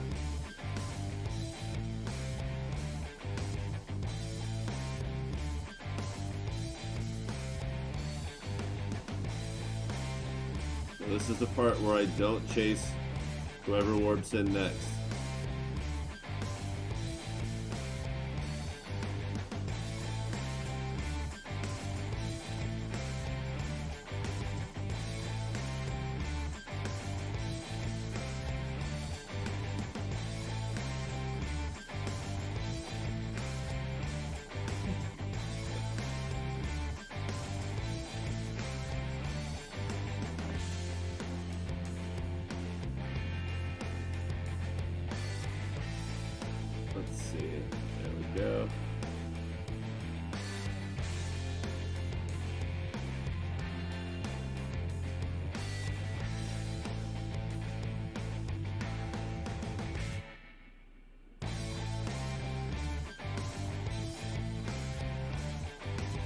Really?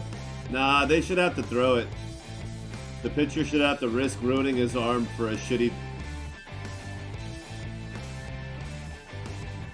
If you're scared of the guy, at least have the balls to throw it.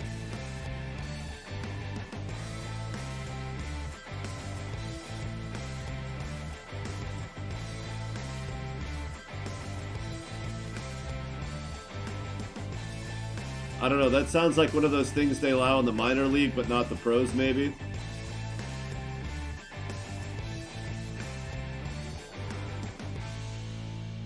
I don't know. Not a huge baseball fan, but now that's my exit cue.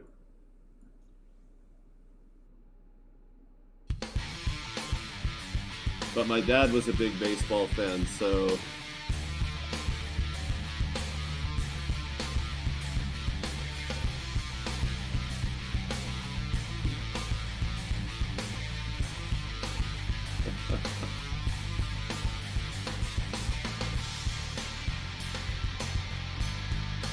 Or that we're 10 years away from Demolition Man, 2032.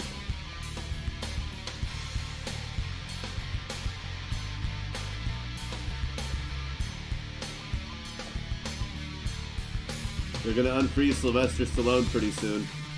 Hope we're all prepared for that. It's gonna knit us all really neat scarves.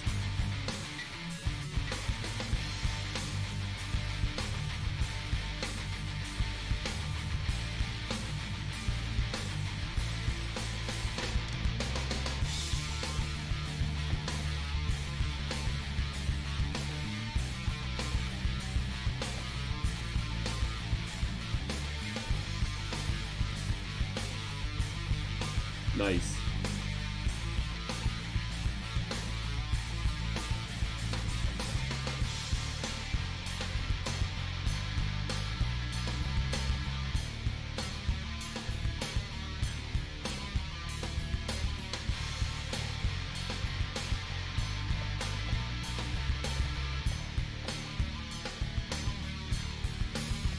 I never do.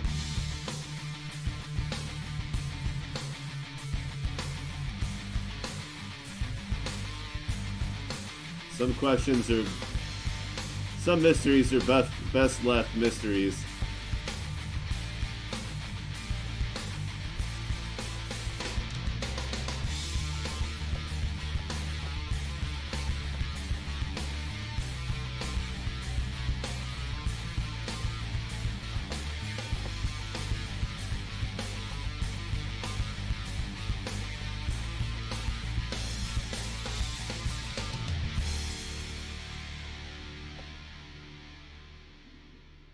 Either they're going to tell you the truth and you're going to be grossed out by it, or they're going to lie to you, and then you have to decide whether or not the gross thing is worse than the fact that the person who serves you your food is willing to lie to you about what's in it, even if it's just for a laugh. And you're just like, you know, I don't think I want either of those pieces of information. I'm just going to trust the food and the person and pretend that that's good enough.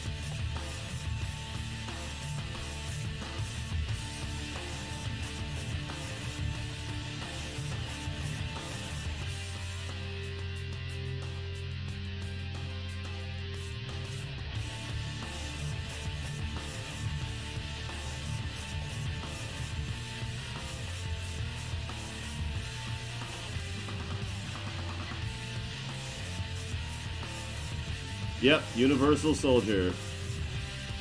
I don't remember if he was in any of the sequels, though. But then most people don't even remember that there were sequels. That movie was only enjoyed by accident. It was like a low-budget leftover flick. The only thing that made it watchable was Van Damme being badass. So if you're not a Van Damme fan, you probably hate the crap out of Universal Soldier. But if you even kind of like him, then it's a watchable movie and actually pretty decent. But for the most part, people are pretty divided on it. They either hate Van Damme and therefore hate that movie because it's mostly just him doing his thing, or the other way around. You love it because it's him doing his thing. It's like in Jim Carrey movies when the script would say Jim Carrey does Jim Carrey stuff. And it's just like, they're just writing in a time allotment so that everybody knows to expect it. They don't know what he's going to do because it's just like mostly ad-lib bullshit and it changes a little every time, but they know he's going to do something and that they need to be mentally prepared for the time and for the fact that they're probably going to laugh their ass off the first 10 takes. And Jim Carrey knows that when he does his thing in a movie that what might be his best take is probably going to be ruined by somebody laughing. And that when finally nobody laughs anymore, it's probably not going to be the best take of it. So there's a really good chance that we've never actually seen the best of Jim Carrey ever. Unless he's live.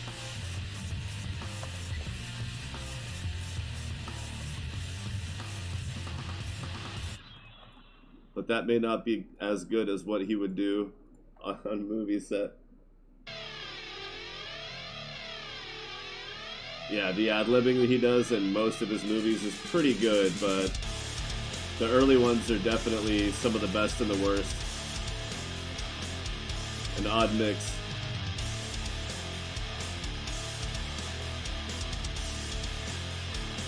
I always get so sad when people are like, I don't like the original Dumb and Dumber movie. I'm just like, what? But how? It's so good. It's like the best, worst thing ever. Like, were you never a kid? Did you skip childhood? And sometimes they're actually like, yeah, I didn't really have much of a childhood. Shit got real way too young for me. And I'm like, well, that's why. Like, you have to think about it from the perspective of somebody who didn't have their childhood ruined. But you can't tell people that, because that doesn't make any sense. Truman Show is great. One of the first times that Jim Carrey played a role that actually made you think about more than just, you know, feeling a little bad for doing something wrong, but like actual, oh God. Just pick a sector, don't, Jesus, and then run, because they might follow me.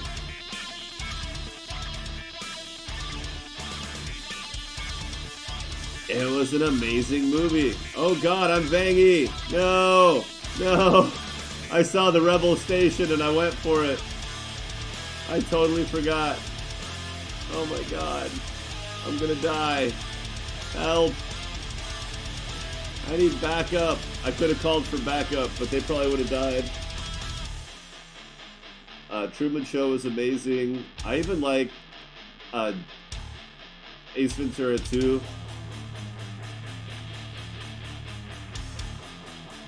It didn't feel as groundbreaking and brilliant, but it didn't have to. It was funny.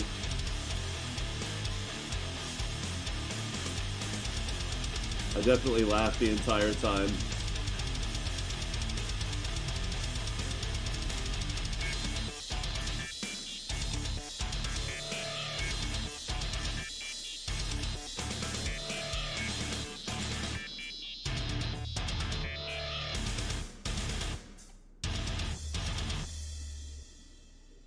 All right, 45 more.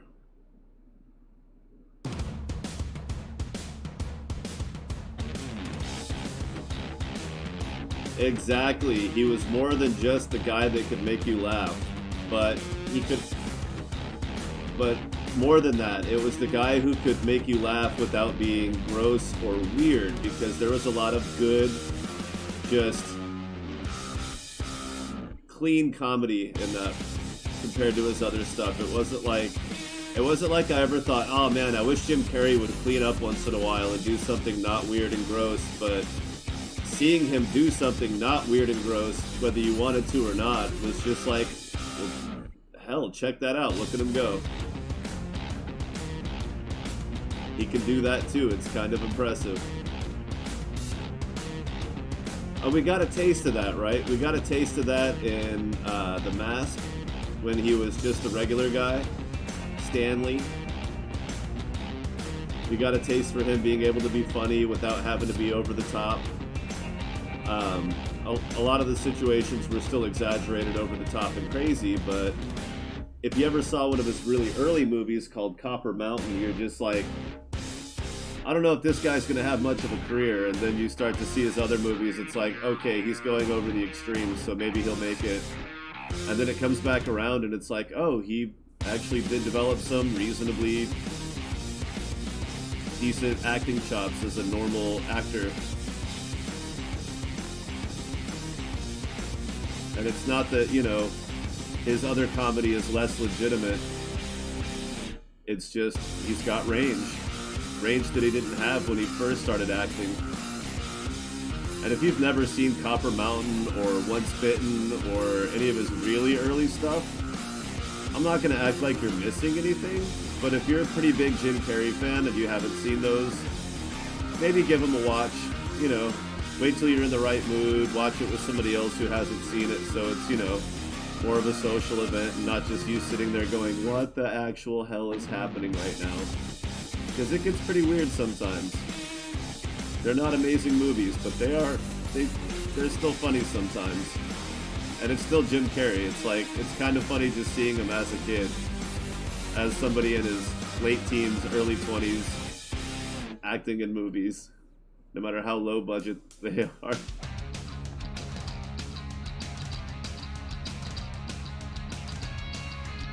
Yeah, Liar Liar had some, not just regular funny, but also the emotional side of him and his family. That was his Mrs. Doubtfire in a lot of ways. His chance to show off, you know, a good chunk of the movie is him showing off his normal comedy, his normal style. But like Robin Williams and Mrs. Doubtfire, it also gave him a chance to show a more serious side that you didn't normally get to see. At least not in a big budget, sustained kind of way with a lot of other good actors. Like Sally Fields, for God's sake, right? Like, even if you don't like Sally Fields, you gotta kind of stand back and go, yeah, but she did a movie with Robin Williams, and she's pretty serious. Pretty serious actress, pretty renowned. It could have been risky working with Robin Williams, but they did a good job.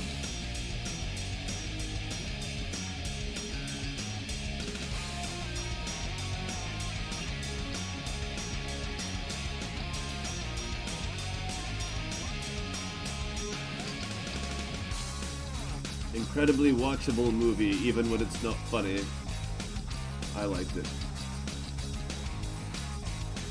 But that's how I think of Liar Liars. That was his Mrs. Doubtfire. That was his chance to show that not only could he do something serious, but blend it with his normal style, that he could switch back and forth.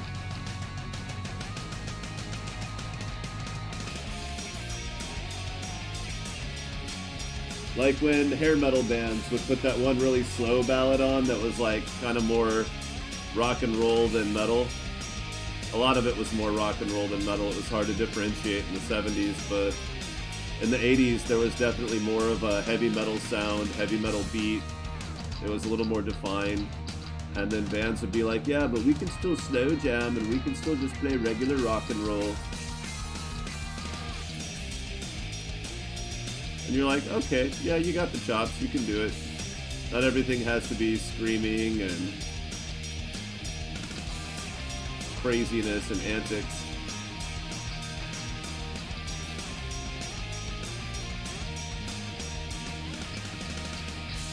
Rip Torn? Oh my god. Are you talking about Rip Torn? Yeah, that dude. A lot of people of my generation just don't know jack shit about that guy, except for, like, you know, Men in Black. That's like the one thing they really know him from, and they don't know his name.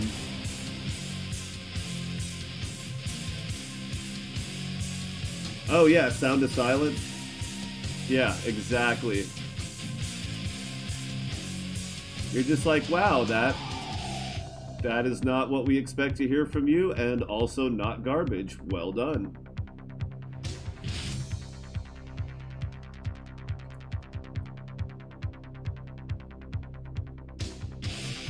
Unleash the Archers did, what's that song called?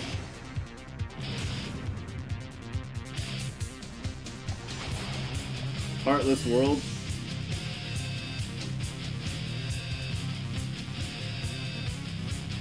And they did, what's that really Canadian song that's not the national anthem? Shit. I have to look it up. Northwest Passage. They did a cover of Northwest Passage because a lot of bands do that. It's kind of a Canadian, unofficial Canadian anthem. And then they've done a couple of other covers. They did, I can't remember them all. But then they did an acoustic version of their song Apex.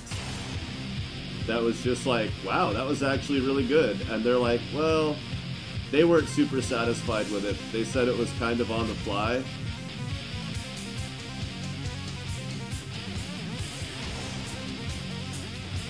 Well, and he does growl in that song a little bit too. Like, he does some slightly harsher vocals, not the full-blown screaming and, vocal effects that he's known for, but he takes it heavy, but it's like, it's within the emotional range of the song. It doesn't seem out of place or, co-opted or anything. Yes, Ginger, absolutely. Her ability to switch back and forth within a song, like Wallflower especially, the really famous one, Pisces, like, she's like screaming and then, and you're like, how does she hit those notes so perfectly? Right after screaming like that, and it's just like, a lot of people cannot do that. A lot of people cannot make that switch, like, and I imagine that she had to practice it. I feel like she probably worked really hard to get good at that. And if she didn't, then fine, I'm impressed. And if she did work hard and it wasn't natural, fine, I'm just as impressed. Like, that's an immense accomplishment, whether it's a natural thing or not.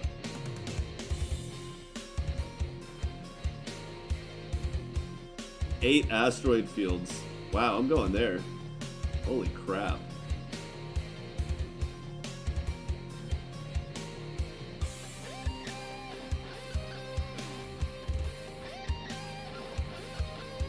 Yeah, what were you saying? What were you saying? Yeah, that's what I thought. 3,600 experience.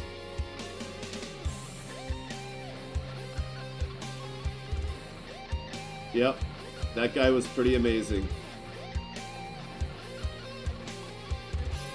There was a few songs I really liked from them, especially back from like Hybrid Theory, and then when they did Reanimation, which was remixes and recreations of a lot of Hybrid Theory songs, and some other songs that were actually, some of them were a lot slower. What was it, My December? But yeah, his ability to switch back and forth and do the harsh vocals without wrecking his voice at the time when he was doing it was actually pretty unknown. Not a lot of heavy metal screamers had the technique to go and the stamina to scream the way he did. And if you watch their live shows, like, it wasn't studio gimmickry. That dude was pretty legit.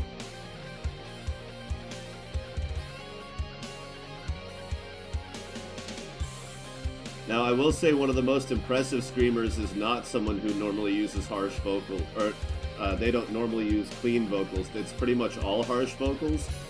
But if you're into screaming metal, what's her name? She's the latest singer from Arch Enemy. They've had a couple of different singers at least. I don't remember if she's the second or third in line. But she's really famous now. Yeah, Alyssa. Yes. For her, it's mostly all screaming, but her vocal stamina is just ridiculous.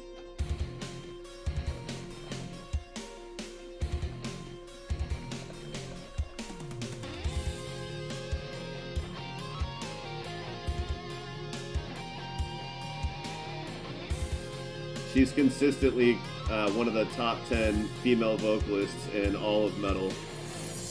And, well, honestly, I think, forget, Just take the female part out. She's just one of the top metal vocalists of all time. You don't even, she's been part of, there was a movement started, and a lot of the female metal singers picked up on it. There was actually a podcast called Good for a Girl, where they're just like, hey, can you stop only comparing women to women and let us know how we rank against men, realistically. Like, just put it out there. Tell us. Stop qualifying it. We just want to know. It doesn't do us any good if we only know how good we are compared to women. Like, we're trying to push ourselves to the extreme against all people. So it's like, we're not trying to go. They weren't trying to go around and call everyone sexist. They weren't trying to go around and say, hey, But it wasn't just about equality and feminism. It was just like, we want the full comparison for our own benefit, to push ourselves against everyone, talent-wise, skill-wise, effort-wise. And a lot of the metal vocalists got on board with it. And Alyssa ranks consistently high against everyone. Yeah, Leo Machinamoroli. I can never say his last name. But that guy is head to toe legit as fuck. And dude just doesn't stop. And like, I don't listen to most of the music that he makes very often because it's not my style. Like, I don't care about some of the pop music covers, even though it's, like, if it's good metal, it's good metal. I'll listen to it if I like it, but I don't enjoy everything he does. But the talent, like, if you at least listen to it one time, you'll hear the talent. The guy is just a madman. Absolute chaotic madman. And lots of fun to listen to.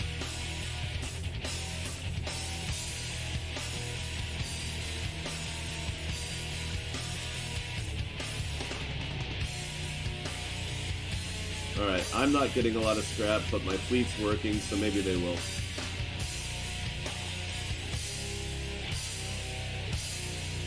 I don't remember that one. Ones I remember him from was like Feel Good Inc. I'd have to look it up. God, it's been a while.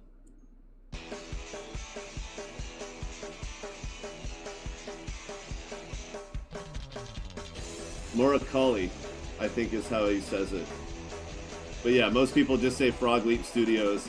I think he even said it in one of his videos one time. He's like, don't worry about trying to say my name. It's just Frog Leap. That's why it's a simple name.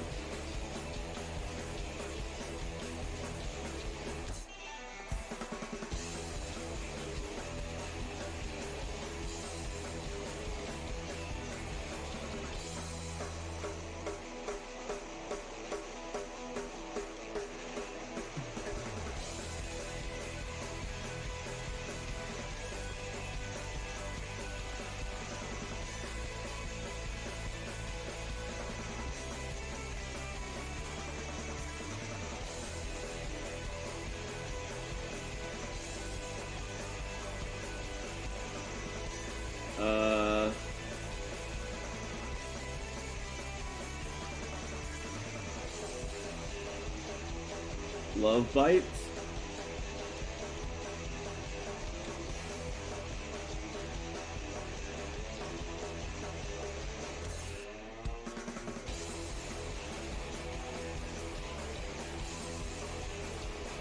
A lot of his songs are romantically themed. A lot of the songs that he covers.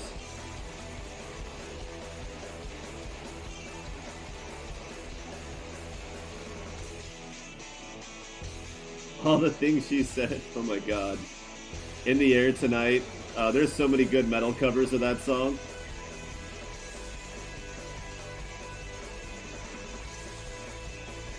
Californication. That one I like.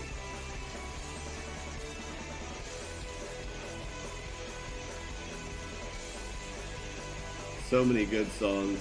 Eye and a Tiger. He's done some Bieber.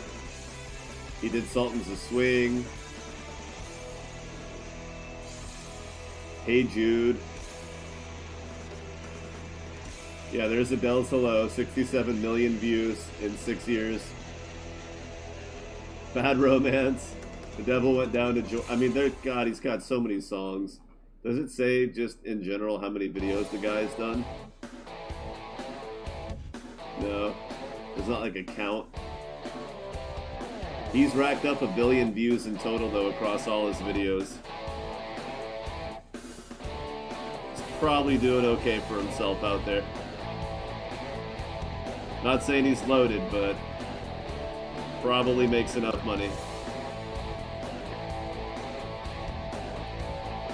Although you never know. You never really know.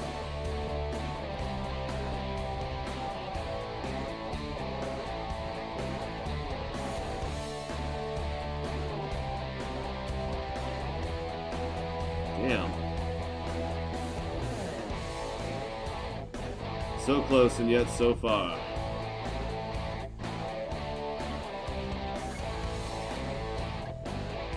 Dropped another 30 scrap.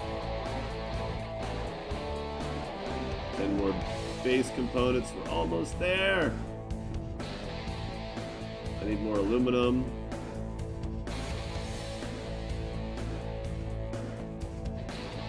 Oh, I'm at the wrong base. It's over here.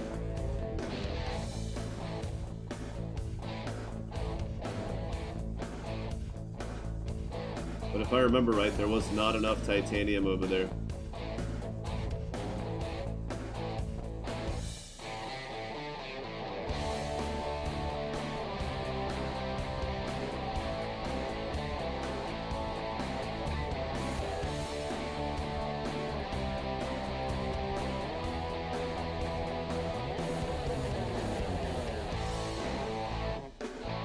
I think that's enough. Probably.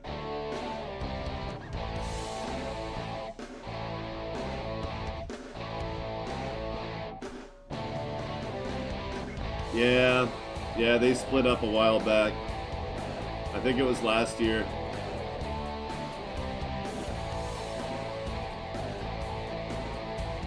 I did not need that much titanium. That's okay. Better too much than not enough, I guess.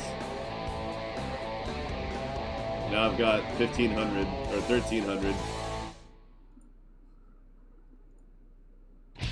Alright, let's see how close we are. Robotics, I forgot about robotics. 700 apiece. That is a lot of money I don't have. Do I have it now? Yes, I do. 200 microchips. Yep. So it just comes down to scrap. And I've got enough iron. I just need 7 more base components. So 20 more scrap. Make sure I save.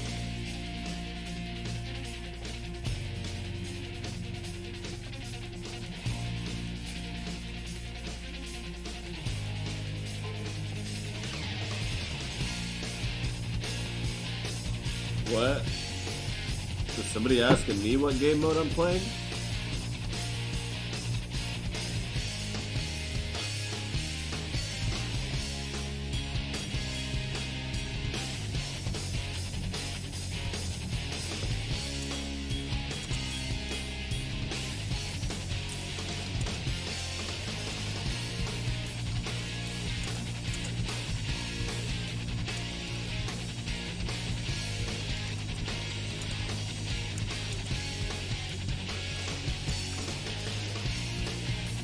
Uh-oh.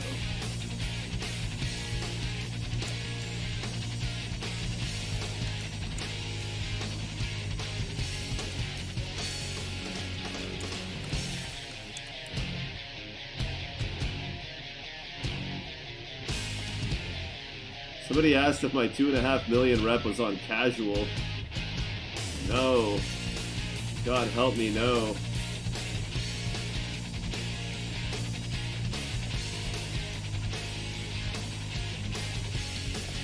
That would be boring as fuck. But I could start a hard mode one now that I've got that far. I could say screw it and go full hard mode and try to get to 3 million that way. It would be significantly more difficult since I'm having a fairly easy time surviving it. And then not use my NPC as or no, continue to use my NPC in social to make sure it stays just as difficult by getting the reputation to loot ratio thrown off.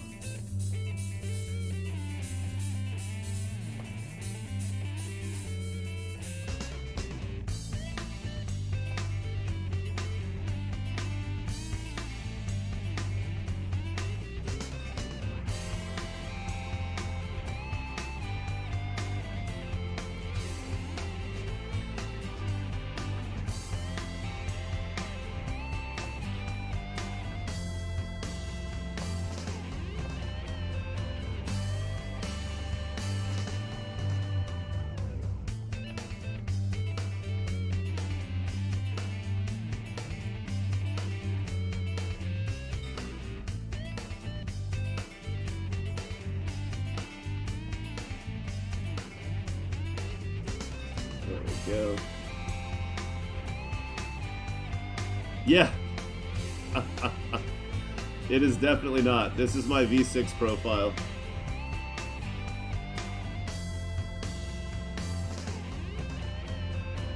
I have not unlocked a Vangie V6 yet. I've never flown one for myself, so this is my save that I use as kind of a relaxation, a reprieve. But I now officially have everything I need to build it.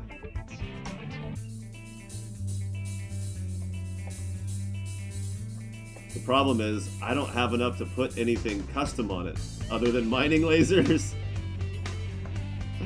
So I still do need to get quite a bit of scrap for building weapons. I'm not quite done yet. And I would like to get a little bit of a stockpile going before I build the ship.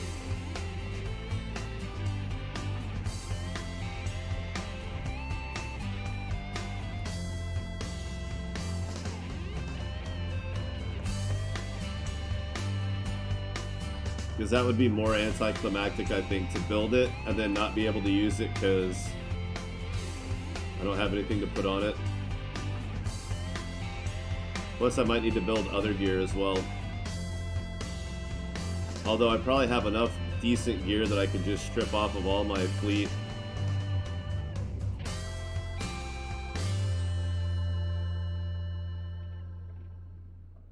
But then when I max this out, I'll be able to take that Hawk out and put this... Oh, I don't want to put this in the...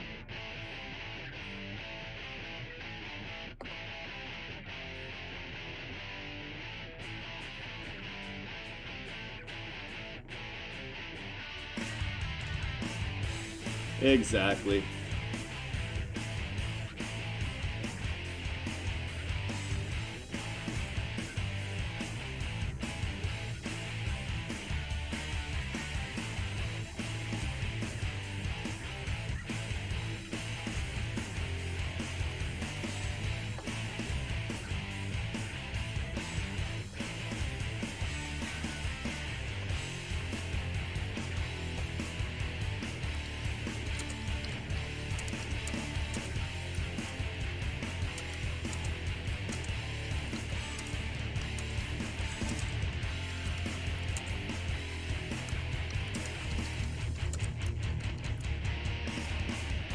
Damn it. I keep hitting caps lock on my other keyboard.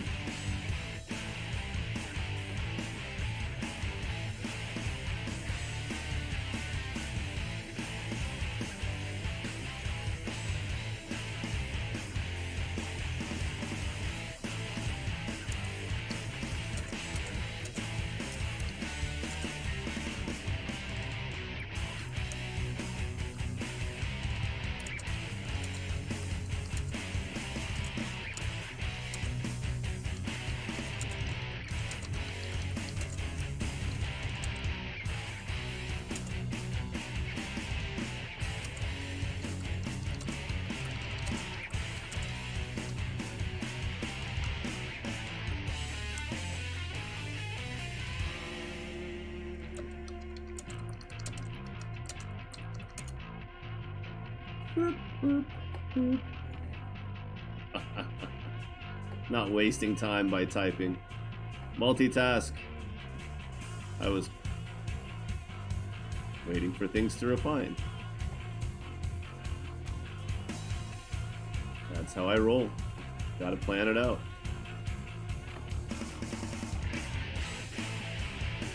Ah, shit.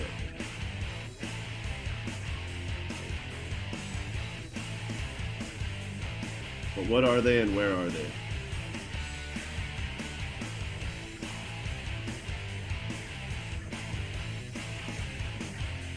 Just marauders, huh? Well, until the big one gets here, I really don't have that much concern.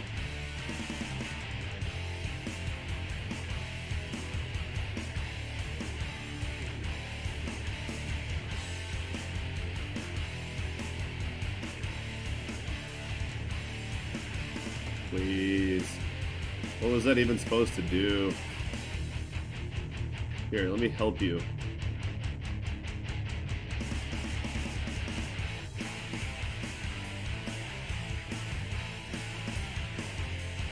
Shoe fly.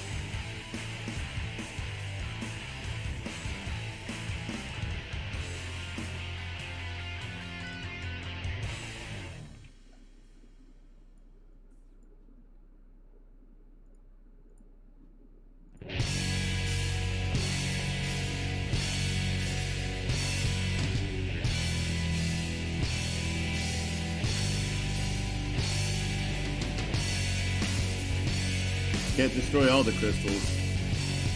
I'll need them for making the weapons as well. But I don't need blue.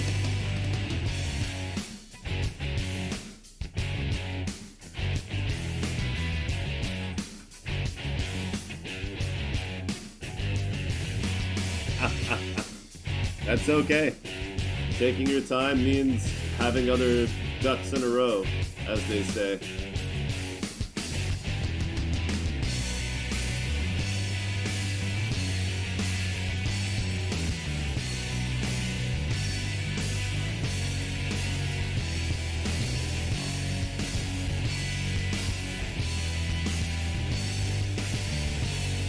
What?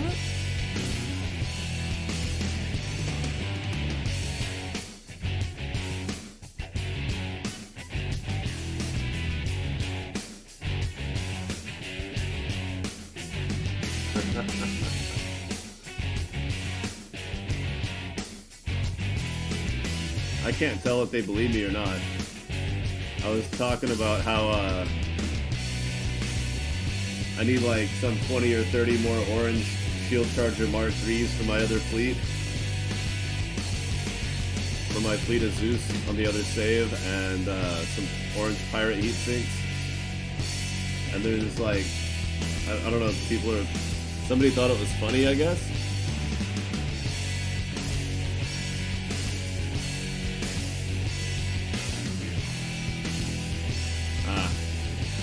Break away from the norm there, buddy. You'll be alright.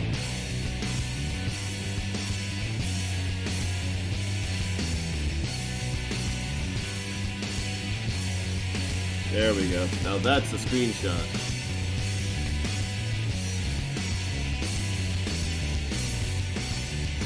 Wait for it. Wait for it.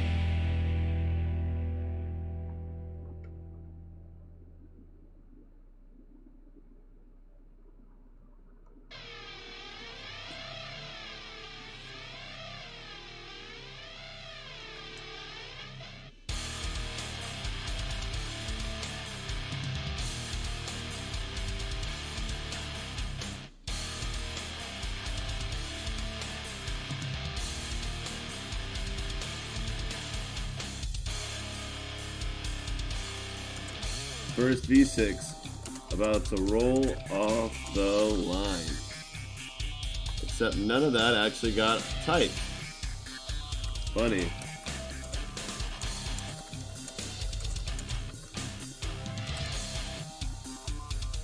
Boom. I'm ready. Are you ready? I build it!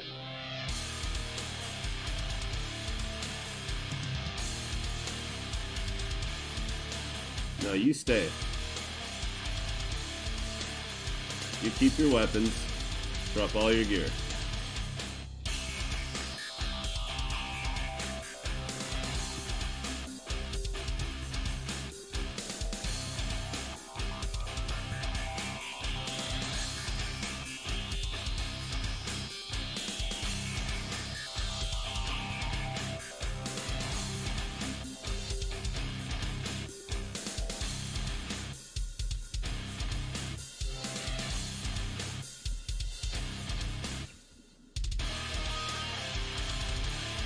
You never had an engineer? Hilarious!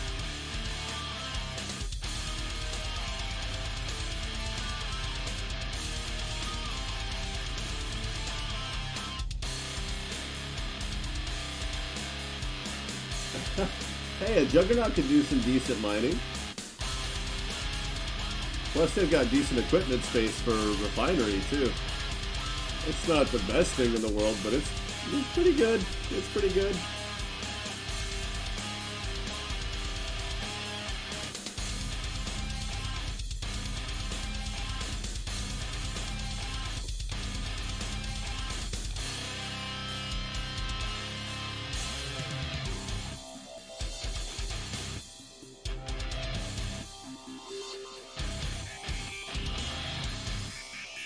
I don't think I need that much range, but we'll see.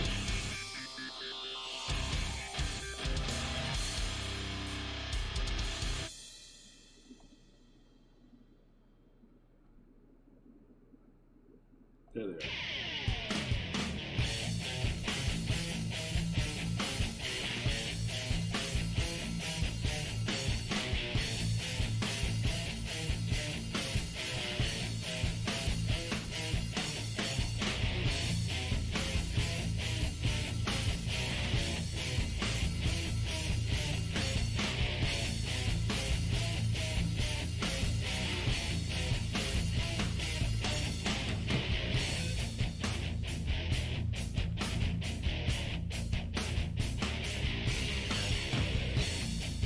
Might as well have a spotlight.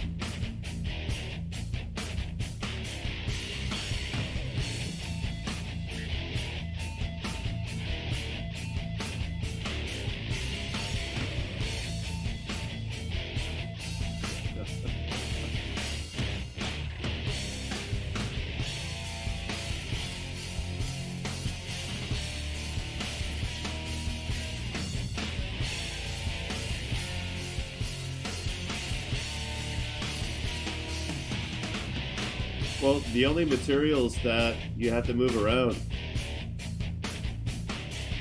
are aluminum and titanium, and I used my fleet to bring a lot of them to this one place. A lot of that, and then I was able to buy the rest. Everything else goes in your resource stash that transfers automatically. So I didn't need to. Nope.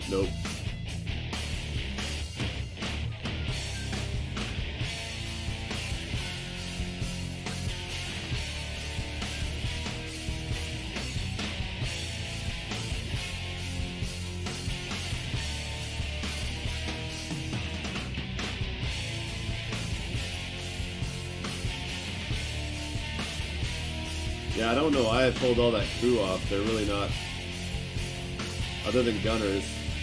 Well, a lot of them are side gunners. So I guess it's not so bad.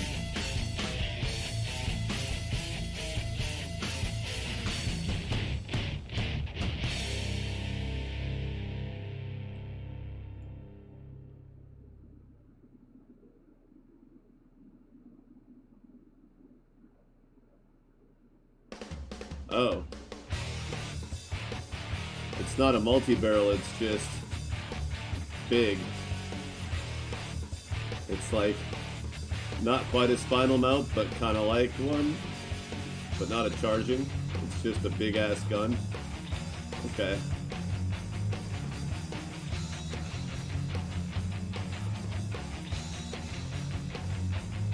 I'll take it.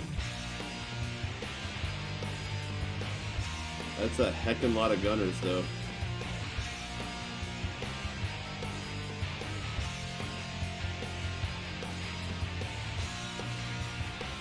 12. And that's 6.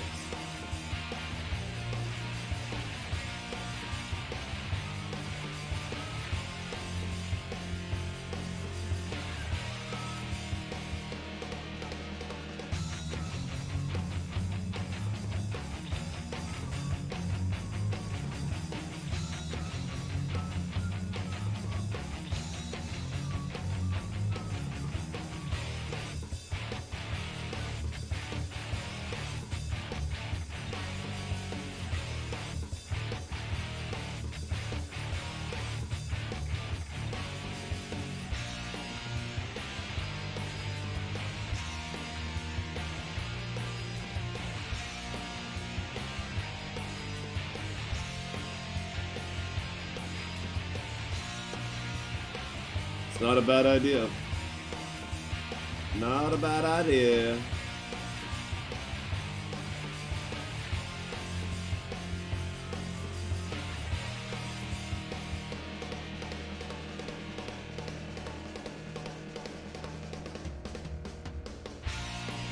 There we go.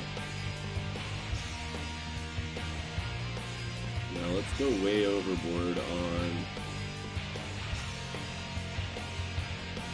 that.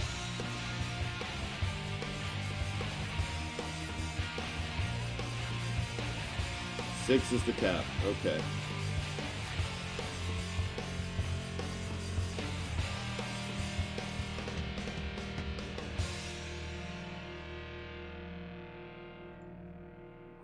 Oh, but now. Nope. Still good.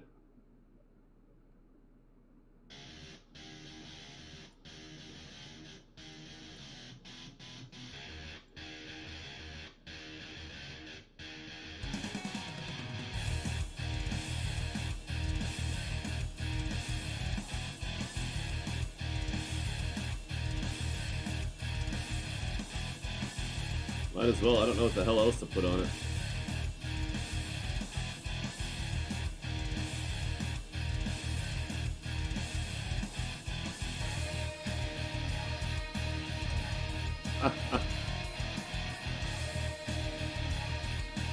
Sounds like par for the course, though. Like, what are you gonna do, right?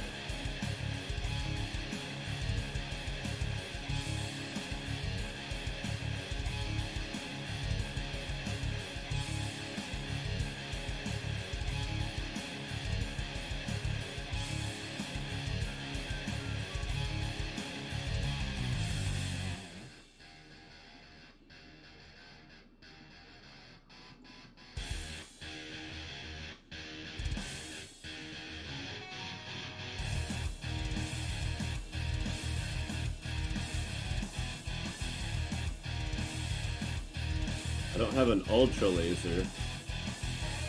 I'll have to make something for that too. What strap do I have? 37. Oh my god.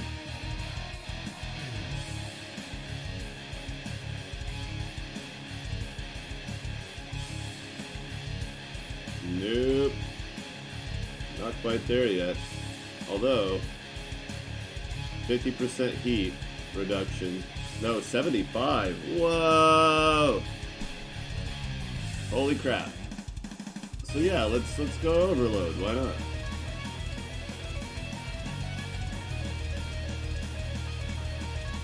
What is that, 112?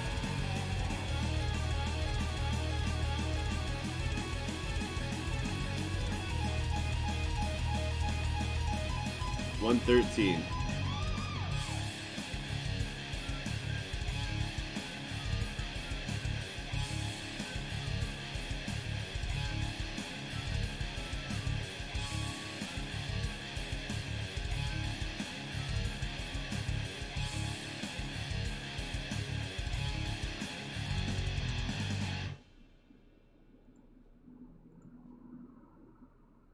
Sure.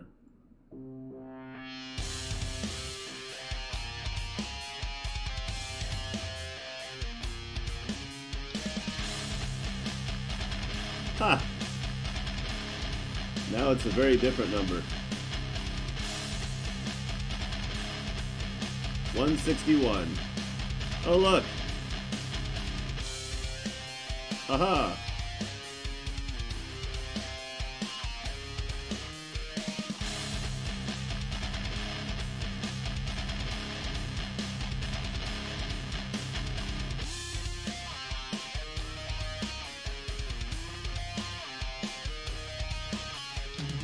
Yeah, that's something that's gonna get worked on. Absolutely.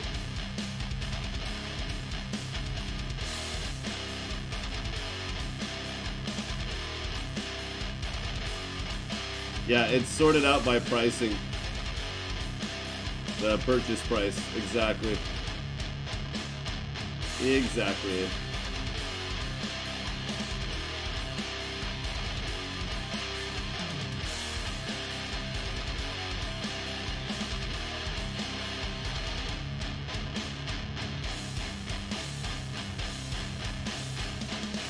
More scrap. Holy crap.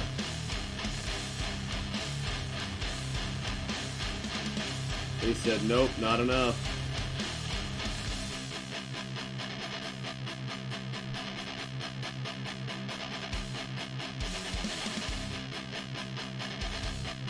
Alright, well, let's at least make our 6-point.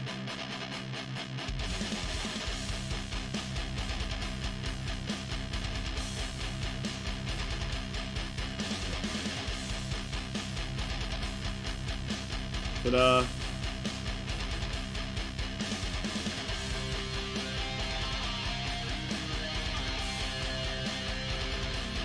Just laser beam, huh?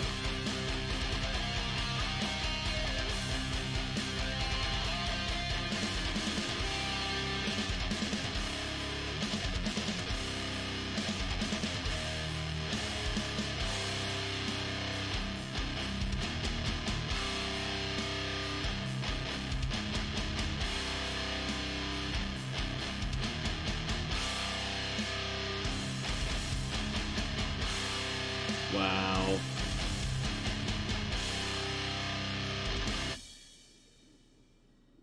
Amazeballs. Alright, let's go mining.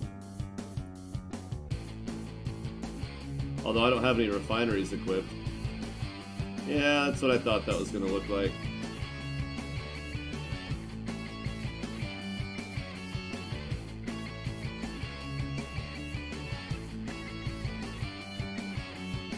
But at least it doesn't get hot.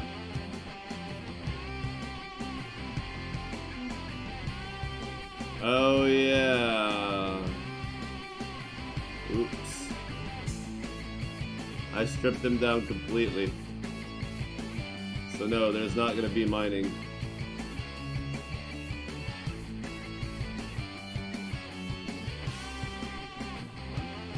That's all I needed to know, is that those could cross easily.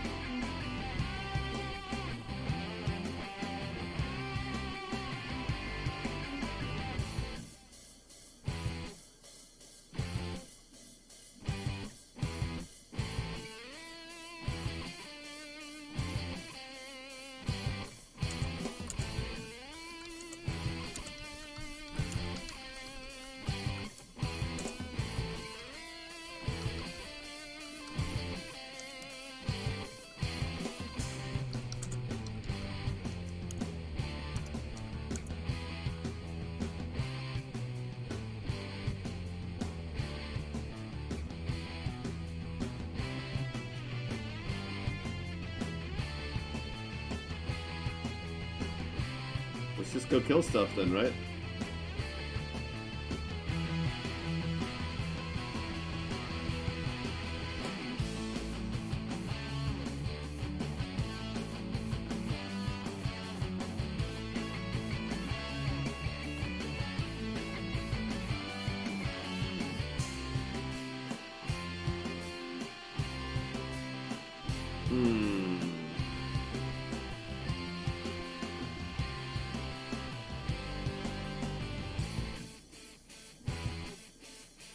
Yep.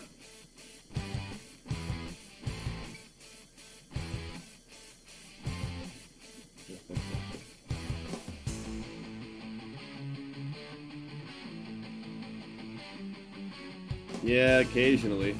Not very often, though.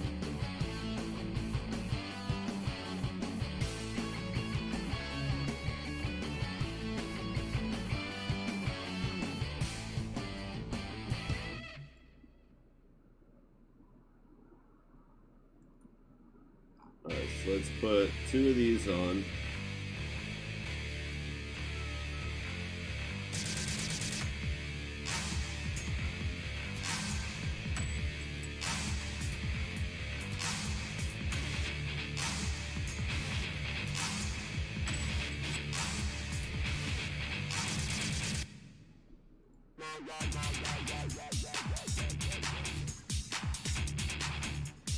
Let's just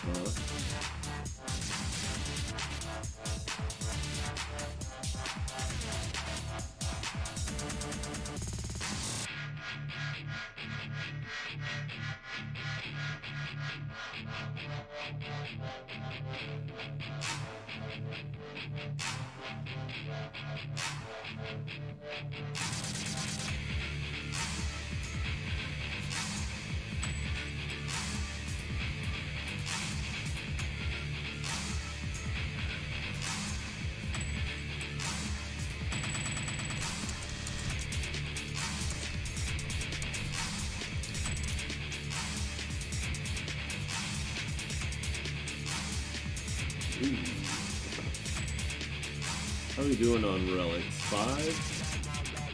Yeah, we're gonna do that.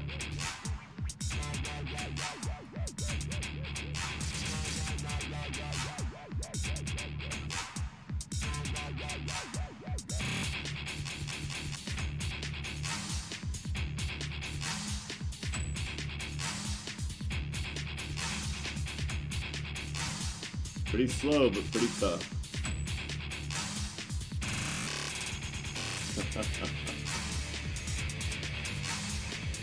Everyone has those days.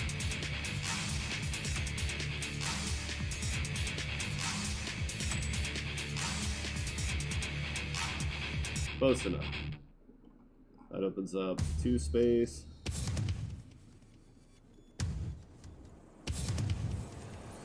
Chargers.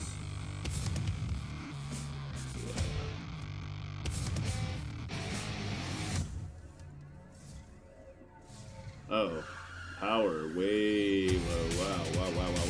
What the hell?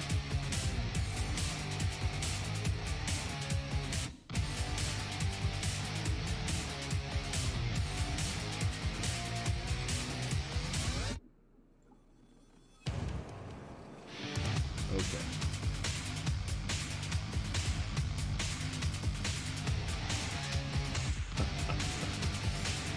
That's very true. That's one of the. That's definitely a big downside for that.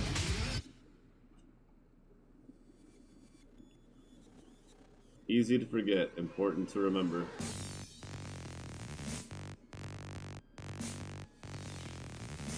Alright, everything else is dressed. So we just need our 12-point primary.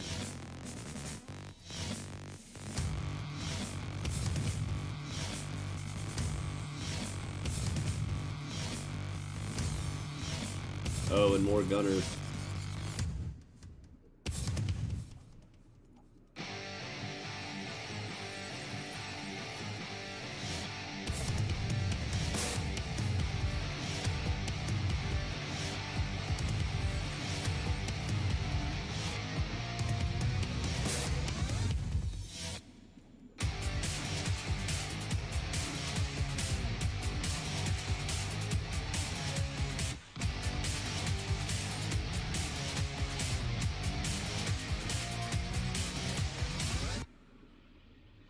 Is there supposed to not be an engine trail on this thing?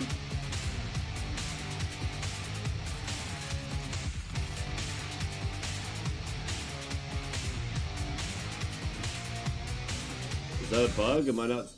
Is there normally one?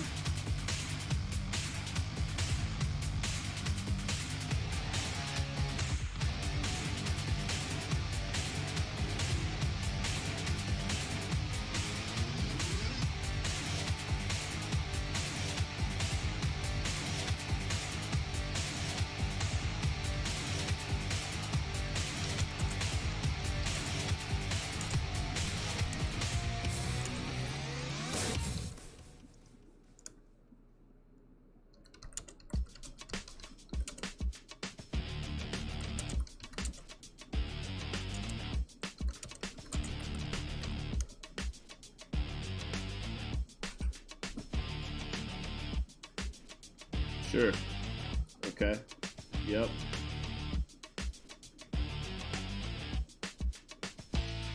That's why they're all 3 hired.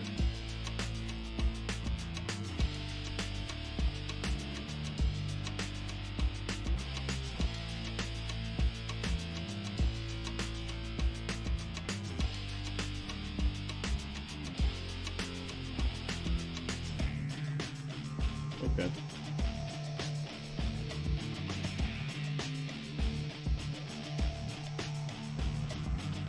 Done.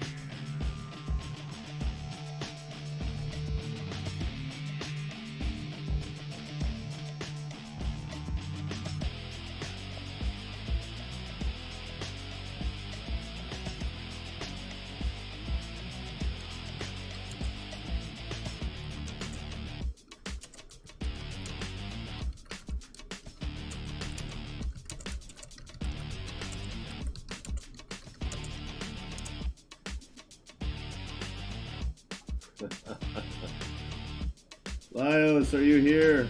We need help.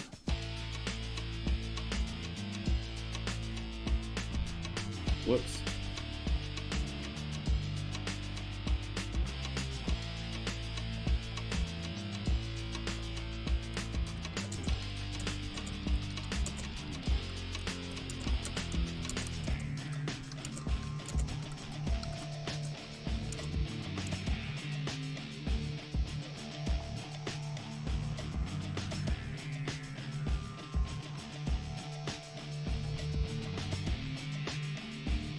It's like the Oracle, it just glows.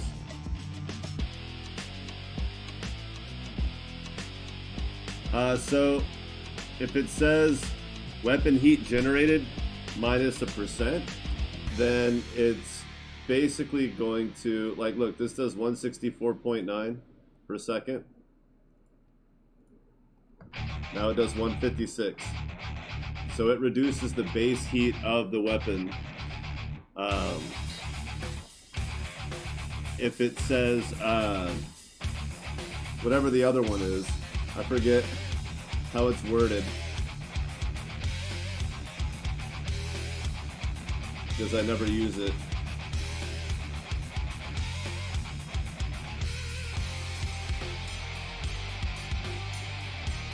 Max weapon heat. Yeah, if it says max weapon heat, then that's your max weapon heat right there, which is the capacity. So you can fire a weapon that generates more heat than your cooling. Your capacity is how long you can do that. So let's say you have a weapon that generates 150 heat per second and your cooling is 140 heat per second, so you're going 10 over. That's plus 10 per second. So if your max weapon heat is 100 and you're generating 10 per second more, then you can fire that weapon that's 150 for 10 seconds because it generates 10 per second over your cooling, and you have a capacity of 100, so 10 into 100 is 10. So you can fire that weapon for 10 seconds, then it overheats, and you're done skis. And you have to wait for it to cool down. Make sense?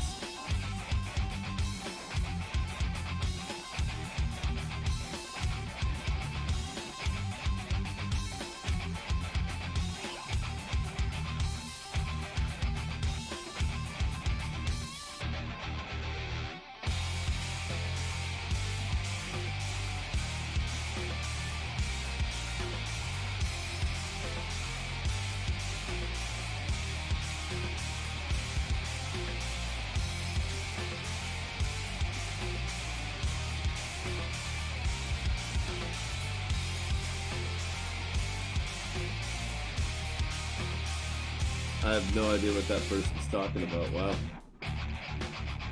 But I don't care.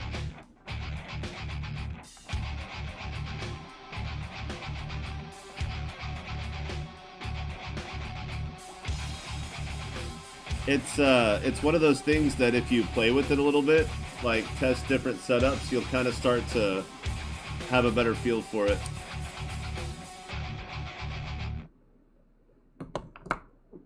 Oh yeah.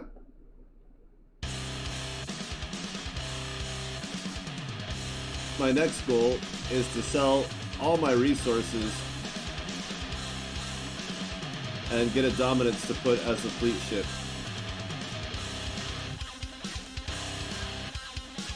Because I have just enough for it. Which means I need to remove these other ships. Where are they?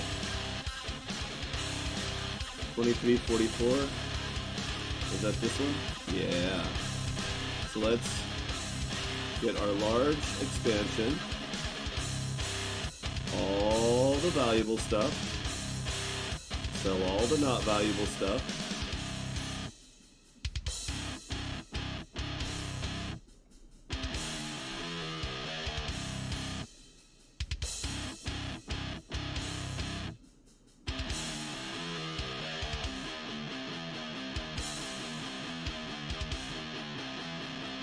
The shoe.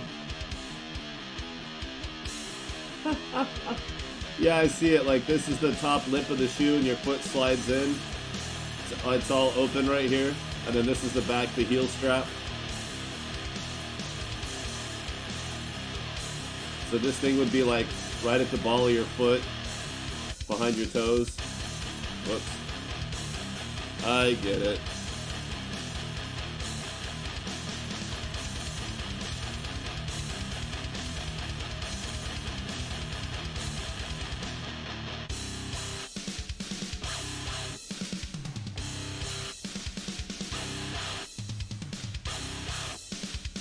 Oh boy.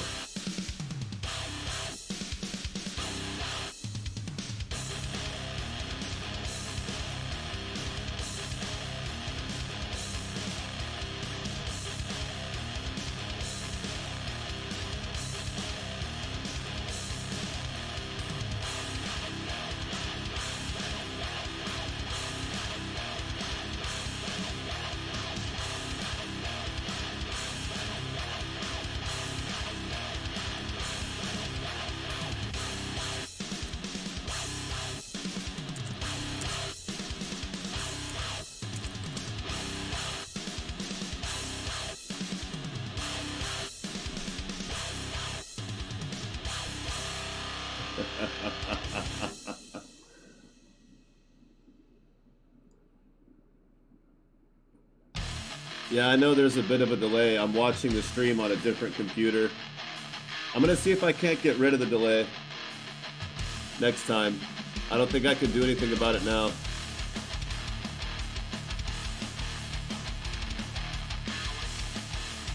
So let's see what the delay is. 152.10.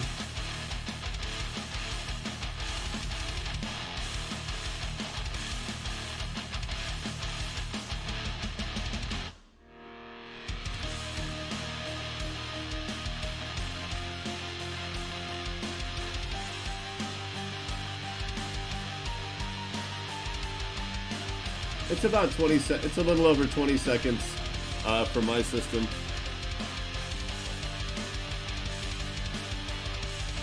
Oh, just Discord being Discord. You know how it is.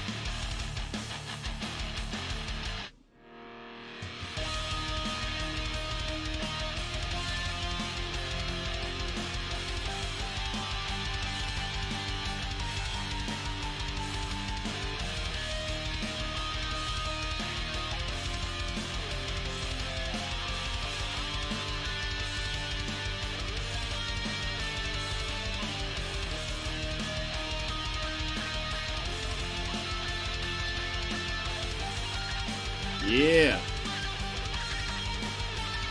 Is that my... Oh. 24. Oh, wow. I'll keep my damage, but you know.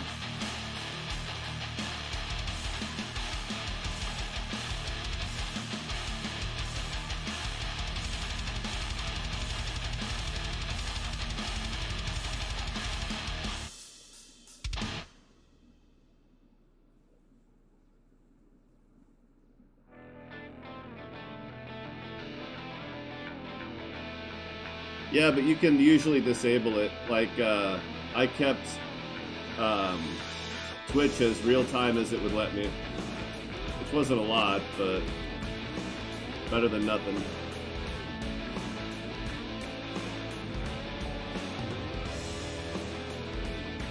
Ooh, that Archimedes.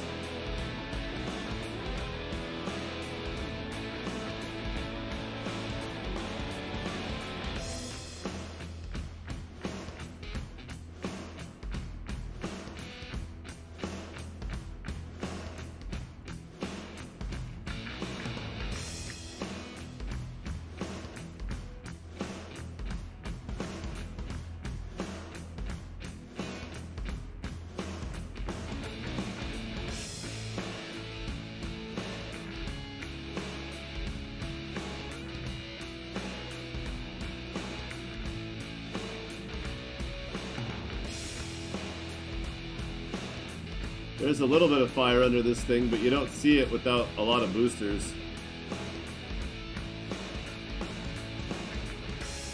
I can see it when I turn.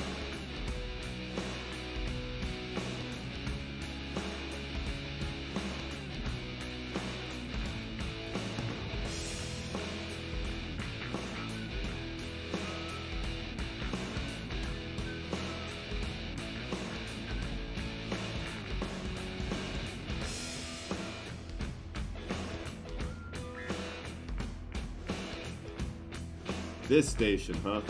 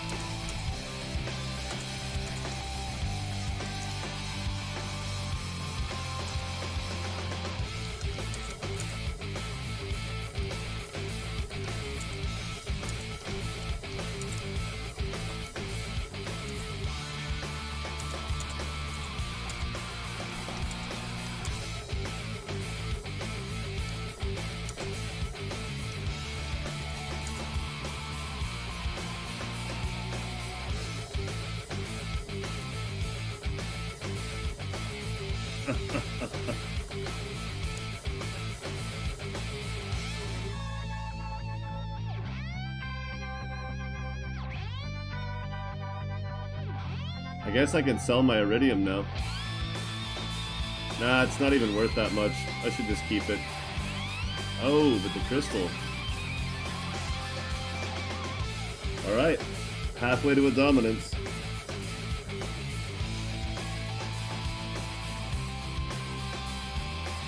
gotta keep collecting all the resources I've left places. Although, I think that's most of the good stuff, really. There's a little bit more here and there. That's a good size. Okay, we'll go over here. We'll probably get enough for a dominance over there.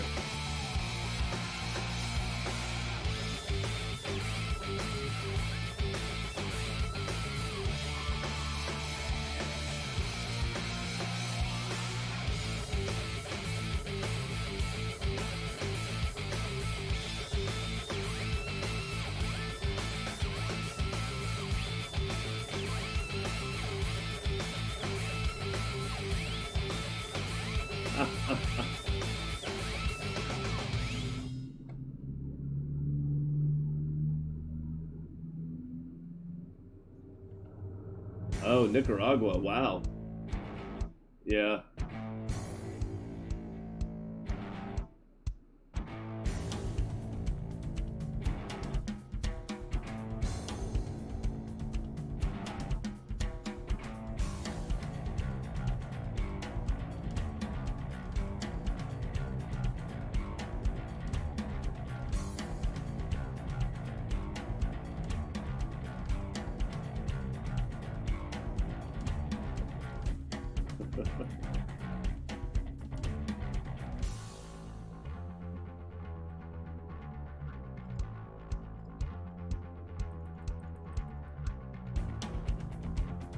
There we go.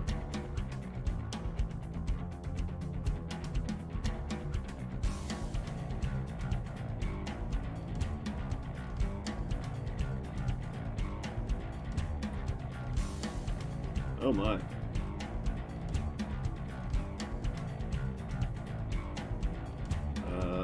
I guess both. 28 first.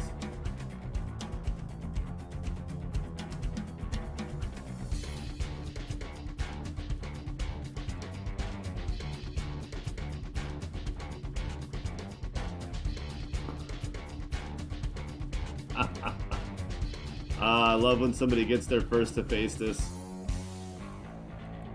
Good times. Okay, so I'll take this stuff with me just so I can sell it at the next station. Oh, I guess I could sell a lot of those. That needs to be upgraded. Don't need those or those.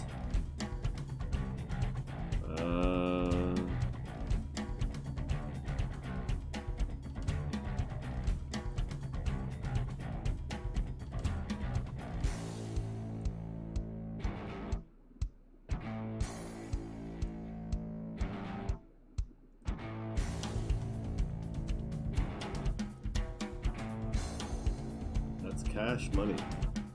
That's some good cash money.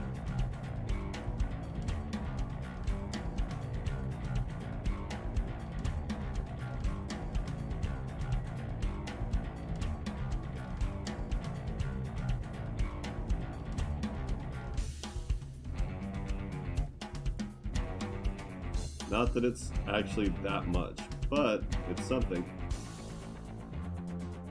Alright, so I've stored. We'll hit that debris field.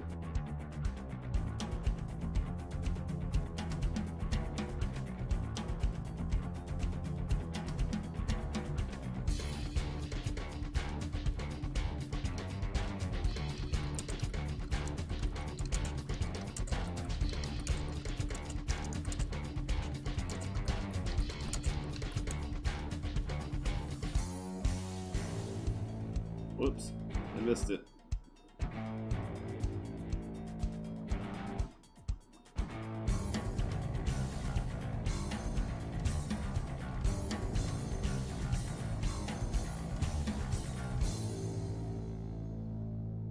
There we go.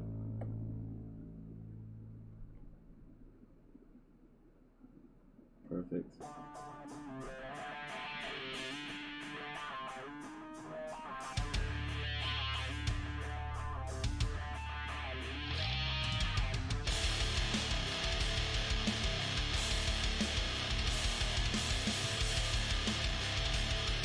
I don't hate this.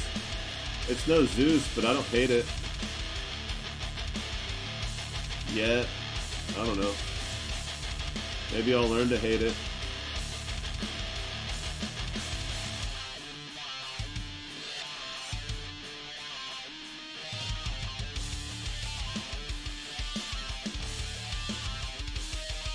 We'll see.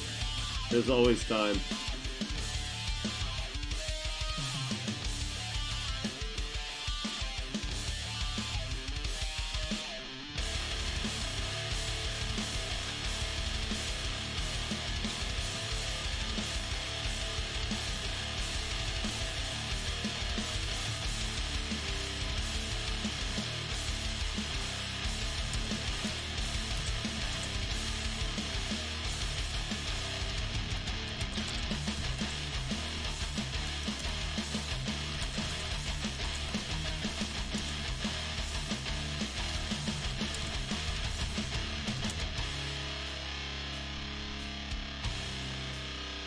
Okay.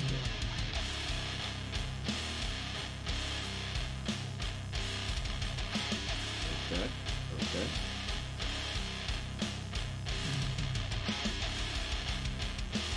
Nope, don't care about that. Be a face this!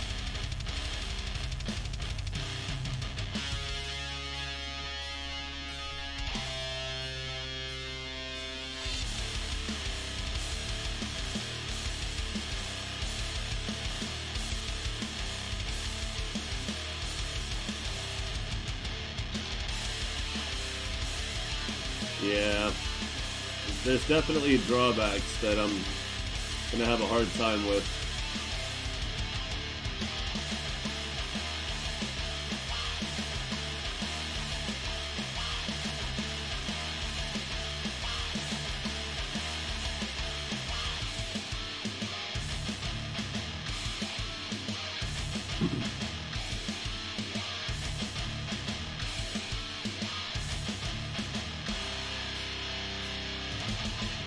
This chart makes it look a lot more logical than it really is on. There's something almost reminiscent of the rising sun in the awkward angle, inverted though it may be.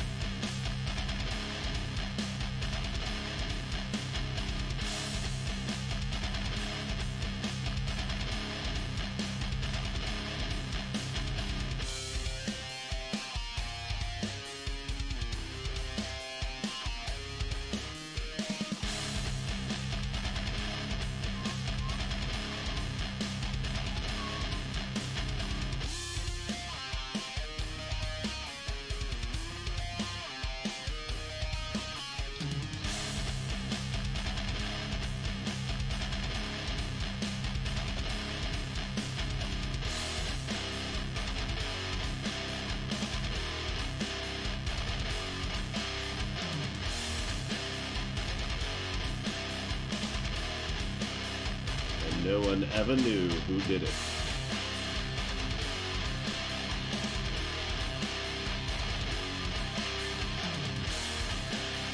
Hello, loot beam. Oh. Hello, full cargo bay. Right.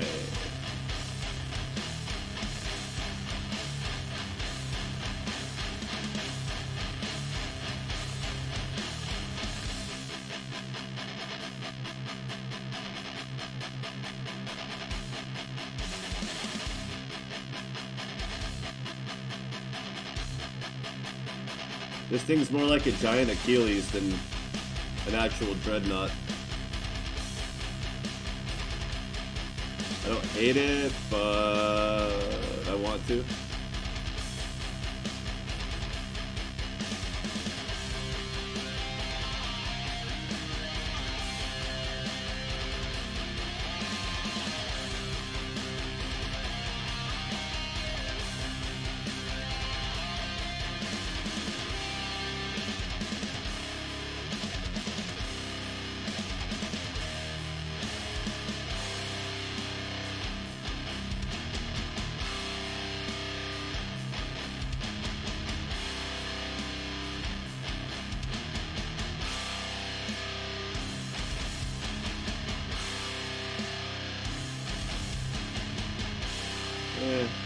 That is a mining system. I can sell all the other stuff.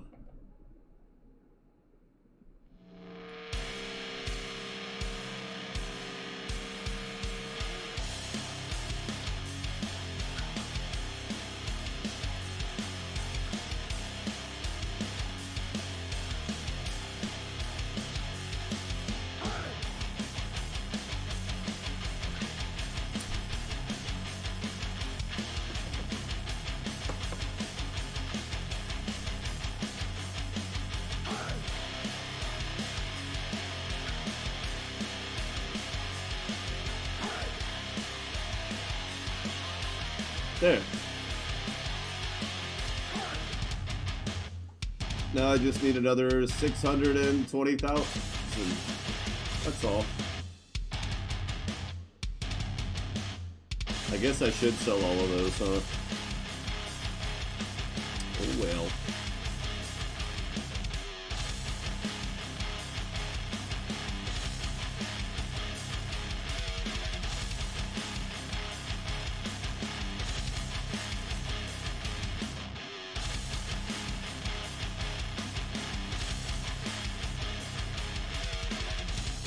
Didn't I mark any rebel controlled system? Is there no rebel control? Red. Besides pirates. I thought I manipulated some rebel systems into existing. Not yet. Oh, c'est la bullshit.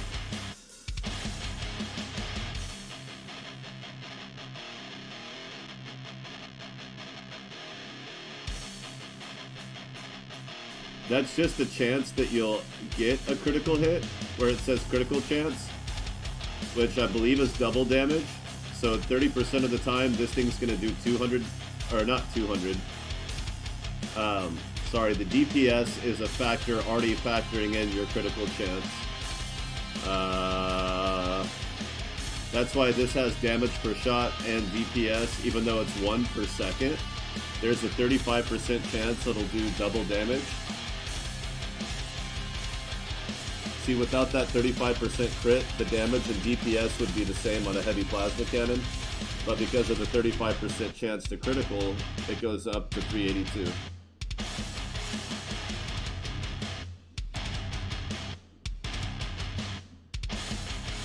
So 1/3 critical chance is a half increase, so 50% more damage for 33% crit chance. But you don't get that on these. You don't get a without critical damage.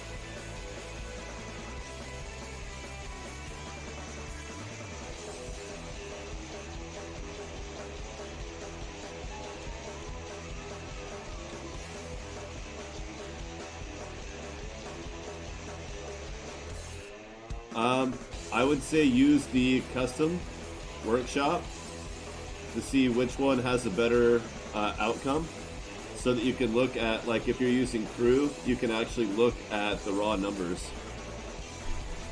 It's hard to say what a crew person is going to turn into, so there's really no way to know for sure which one's going to be better. But do know that if a weapon goes over 100% crit chance, it's pointless, it's a waste. Anything over 100 is pointless.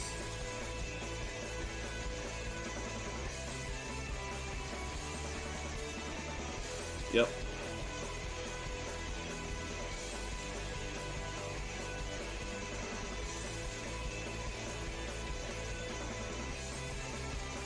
Oh boy. That is not going to end well if they have a gold star battle cruiser. I forgot to look at the level, because I don't have my weapon yet.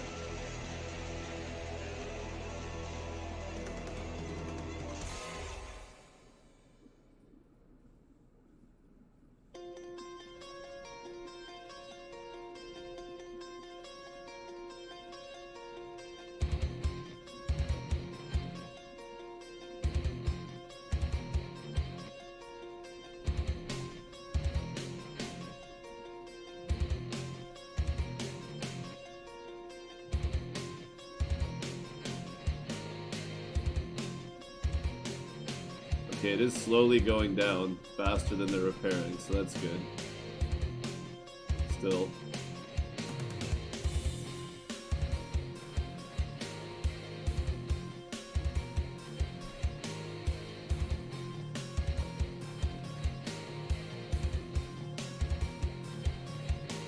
My shield is bouncing back.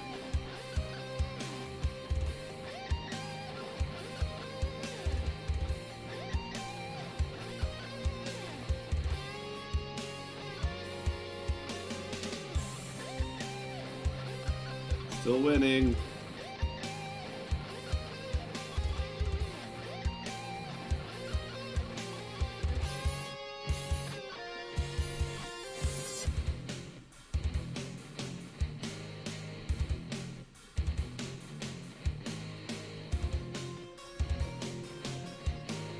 Yeah, I was not going to be able to help you, bro. I don't know why you thought I would. But you should have got behind me instead of in front of me. Maybe you wouldn't have died.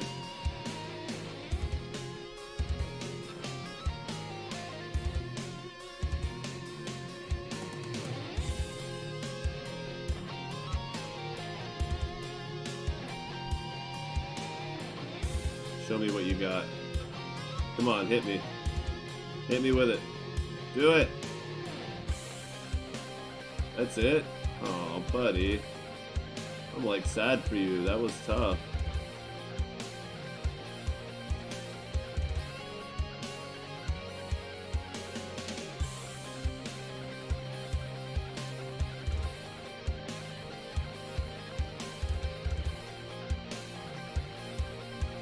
You tried your best and you failed miserably. The lesson is never try.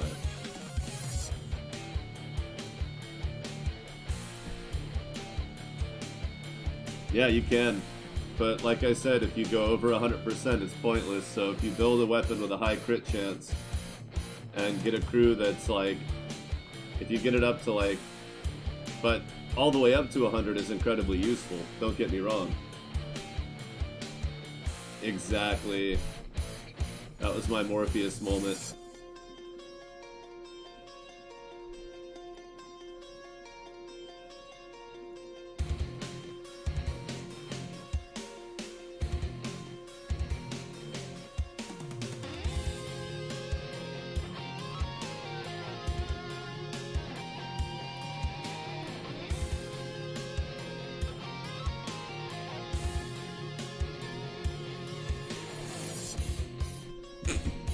Alright, fleet's defeated. I made a little bit of cash, not much. That's okay.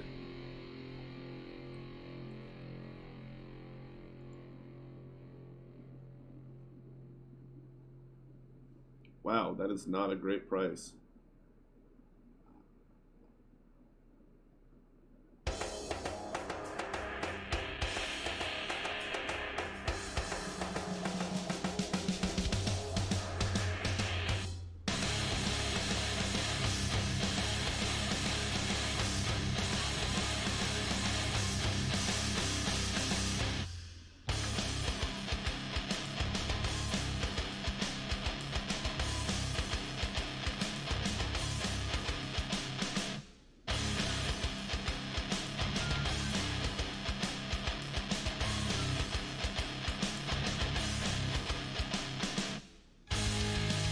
Oh, I don't doubt that.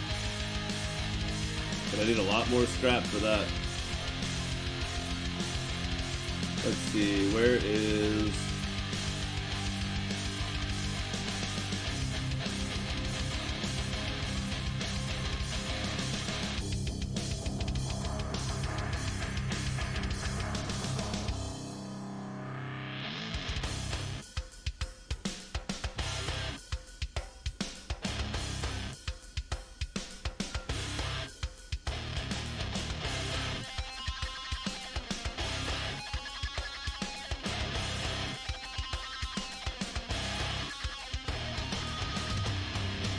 I don't hate it.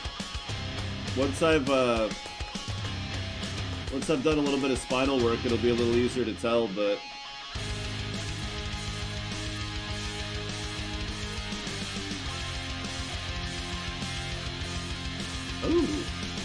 oh my.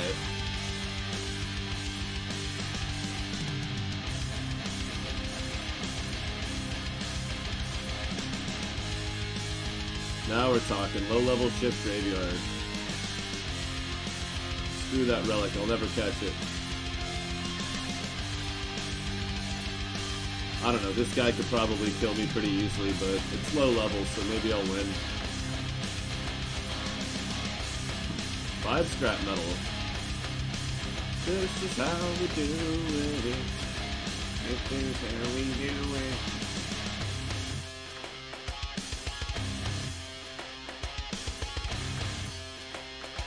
Yeah, I think I'm gonna be okay.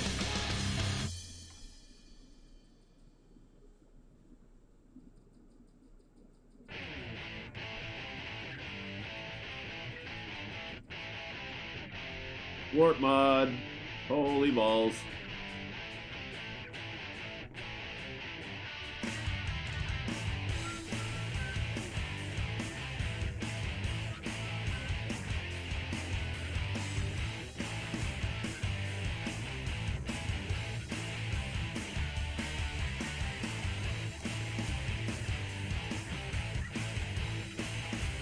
You know? I don't doubt that I might feel the same way after a while. But honestly, it's not as powerful as the Zeus. It's kind of surprising. But the Vangi do tend to favor sheer numbers and gear over an actual well-built frame of a ship, so maybe it's not so surprising.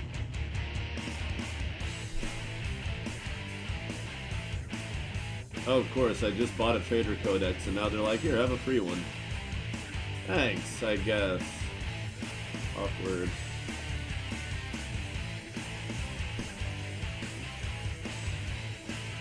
Found the mine.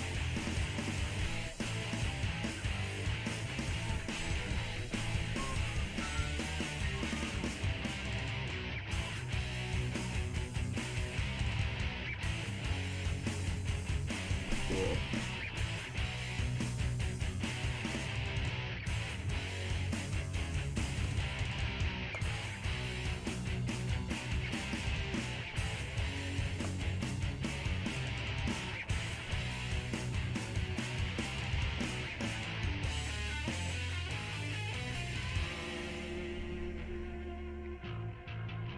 Maybe.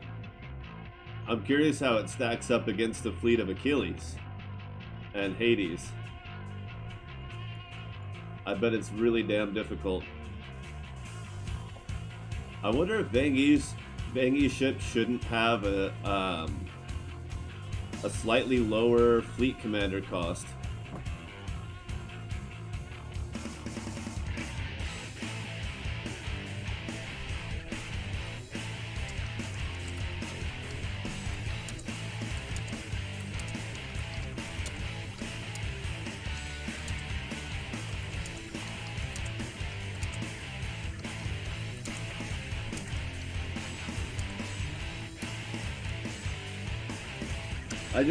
Maybe I just don't like him.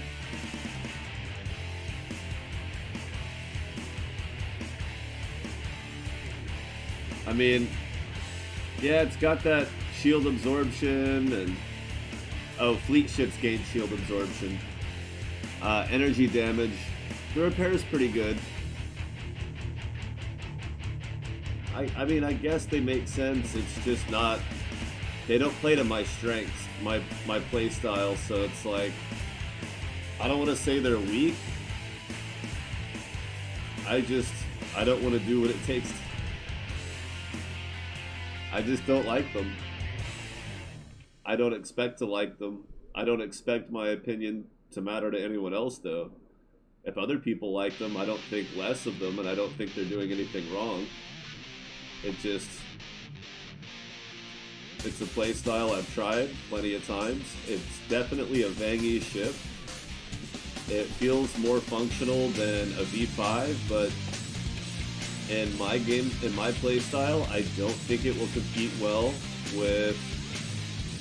Plus, where the hell am I going to find a hunter fleet, right? Especially high-level systems.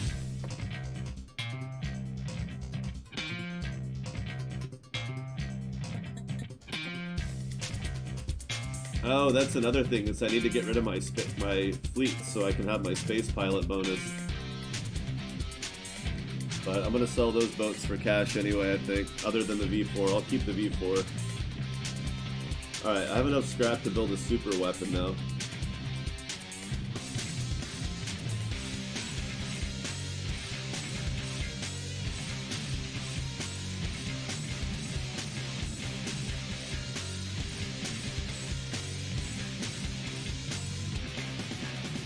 Yeah, I need more of those.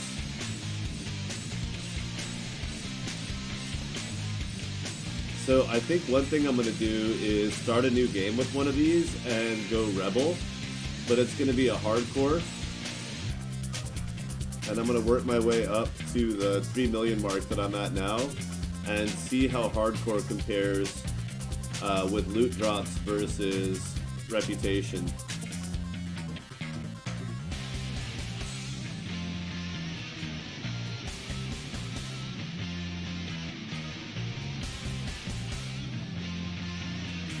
So where's the... No? Nobody's gonna spring the trap on me? No marauders? Oh, I'm a little disappointed.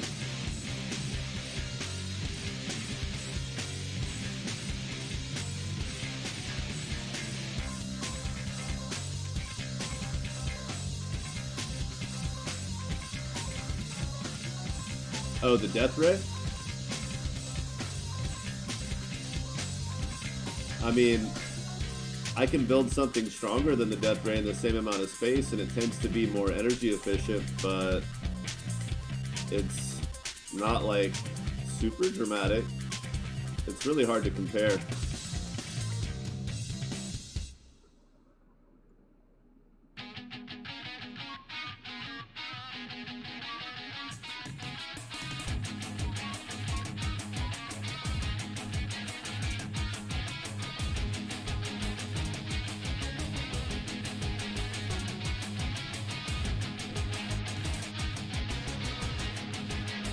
I don't know why I did that.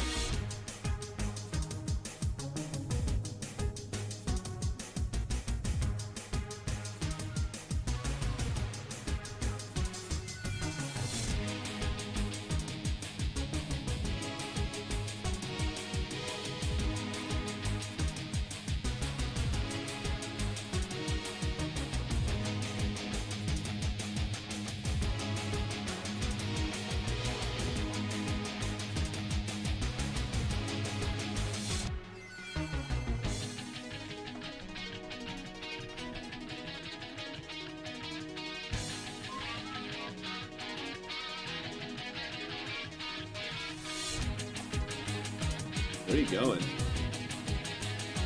Stop trying to fly next to it and just get the hell in there. Shit.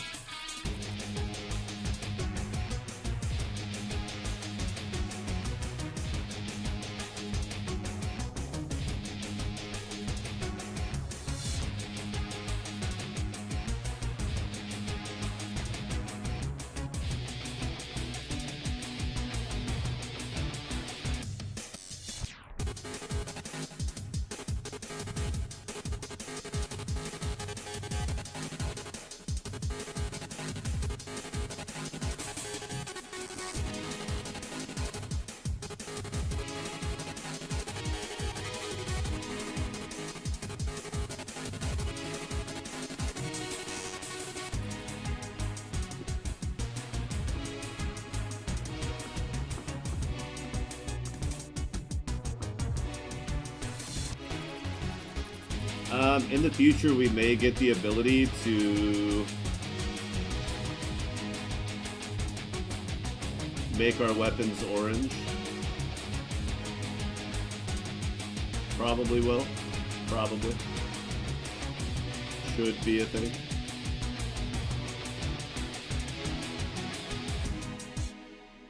although it might be like really difficult and time consuming just to get one or two, I don't know.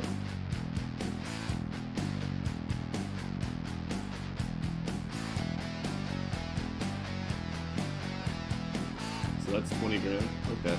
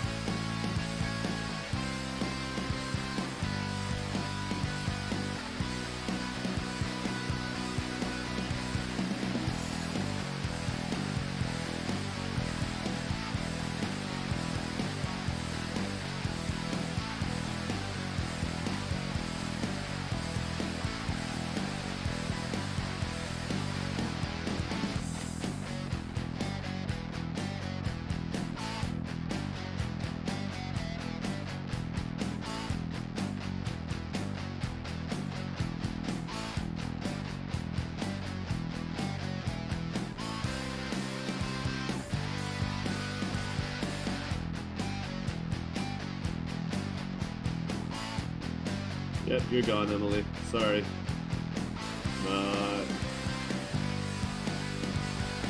Too low of accuracy for the level that you're at. We have higher expectations here, I'm afraid. And I do not have bangy weaponry. So...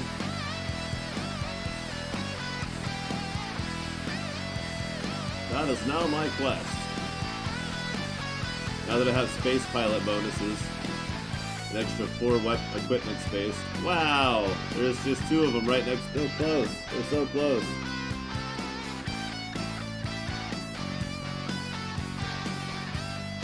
What did I just blow up? I looked over and it was gone. Hey!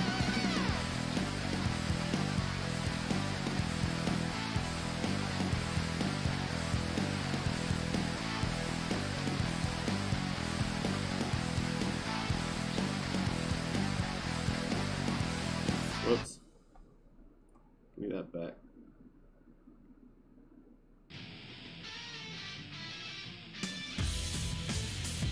Most items are consistent, the same percent, depending on their category, but like faction gear scales better every time.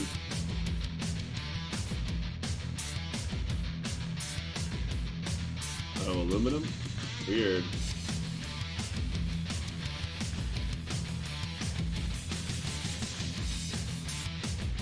Like minor reactors, Vangi shield generators, stuff like that. All has a better percent improvement. I don't know exactly how it works, but you can see it if you go to the Discord and look in the help section, I think, for the master file of pretty much every item in the game.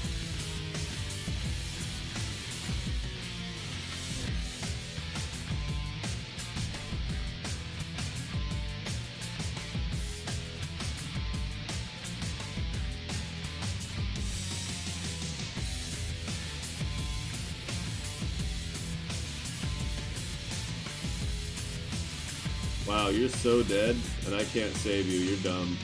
You're dumb and dead. Look at you.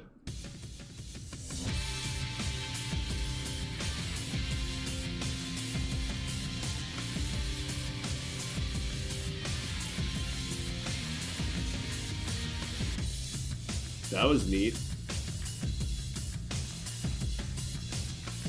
Yeah. I don't know if it tells you what the percentage is, but it tells you what the values are, so you can at least derive the percentage if you feel like it.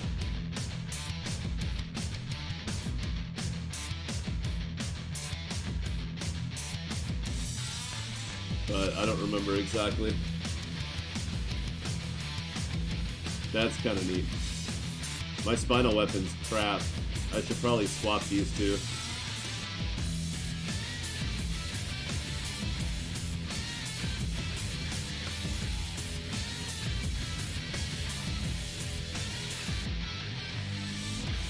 At least for Ravager hunting.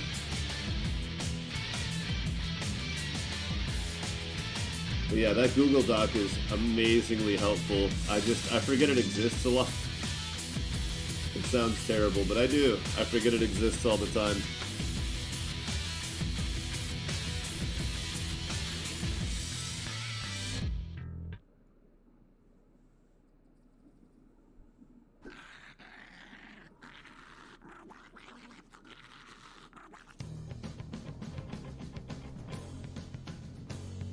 This is going to take a minute, but at least he can't hurt me. Actually, that's pretty powerful.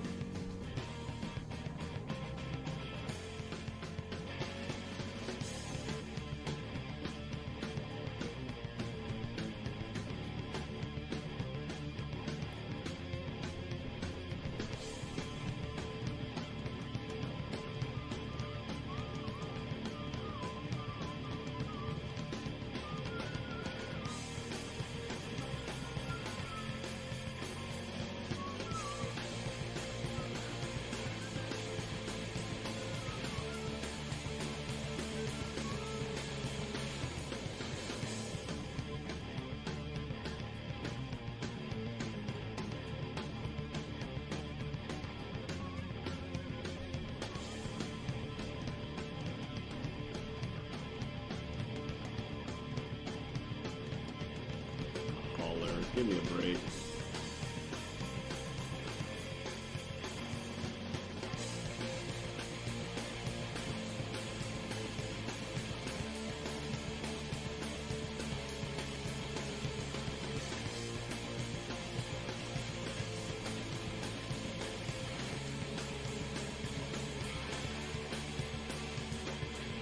Nobody wants my Sumerium.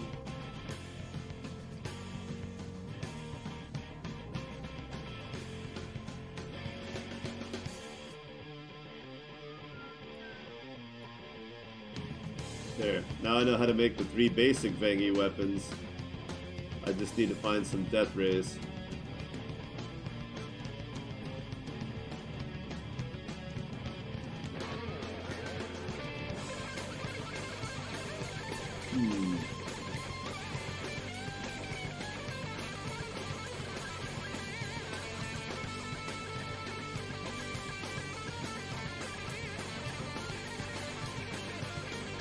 Okay.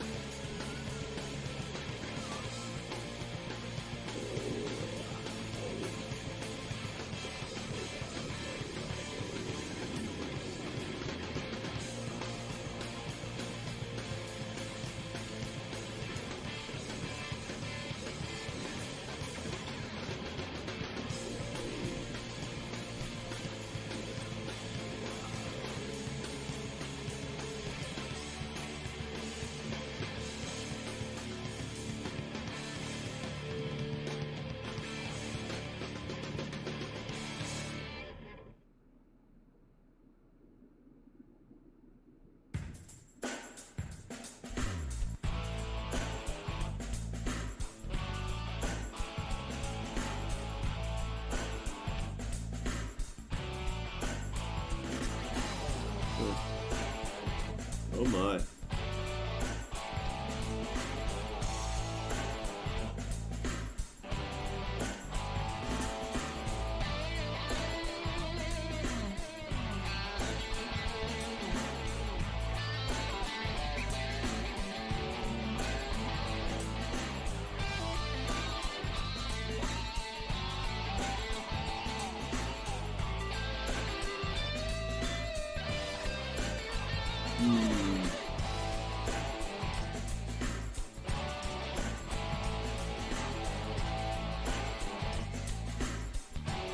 Wow.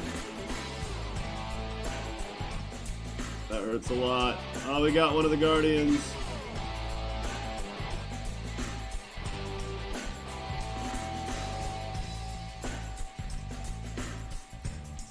Sweet.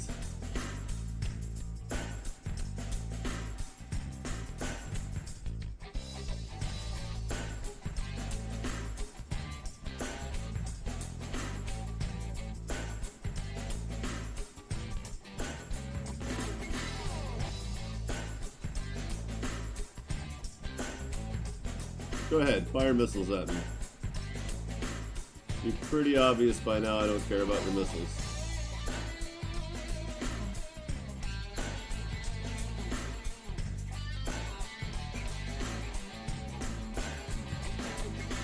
This one's actually pretty stout.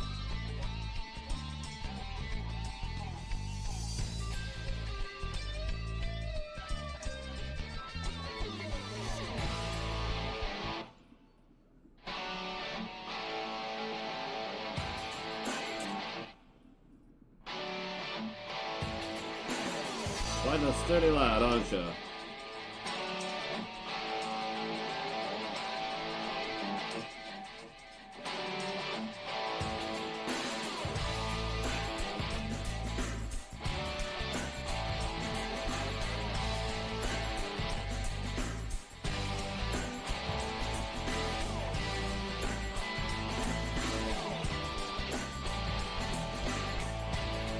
Yeah, it really is. But they're all 3-barrel, like, there's nothing else.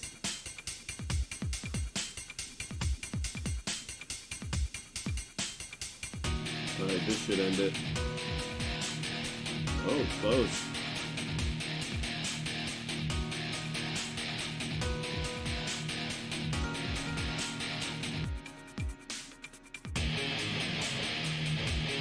Oh.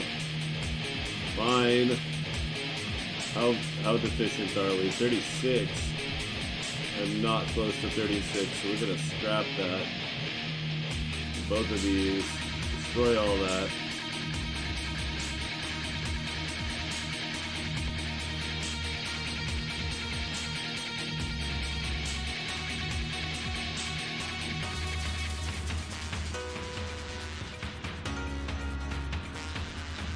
Eventually I'll get there. I'll rebuild some custom point defense and some other stuff.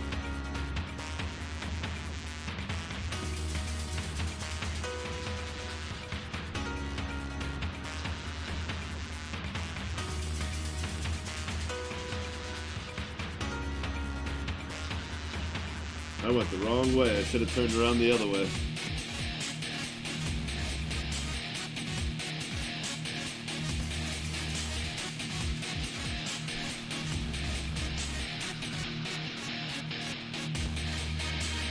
This dude is going to be fast and hard to kill.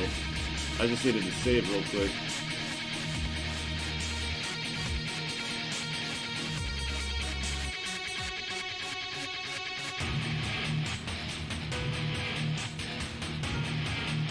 No! There we go.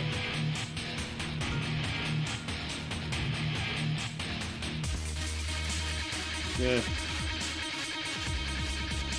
Meh. A saw. Cute.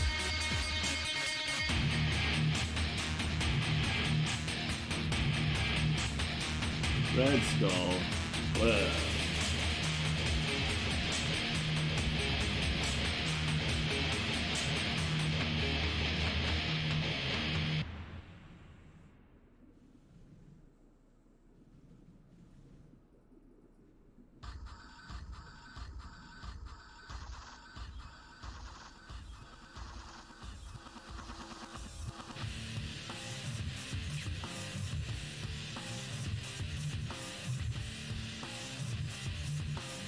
Well, the DPS on a weapon is already factoring in its critical chance.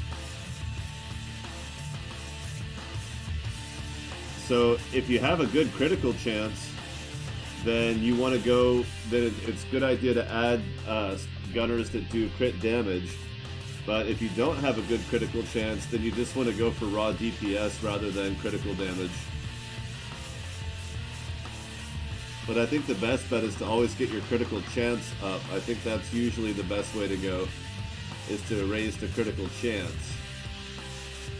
But if you already have a high critical chance, like over 50, then I would just go for a critical damage. Or raw DPS. I mean, the higher the DPS, the higher the crit hits when it actually does hit. So it really It's hard to say for sure. There's a lot of factors, as always.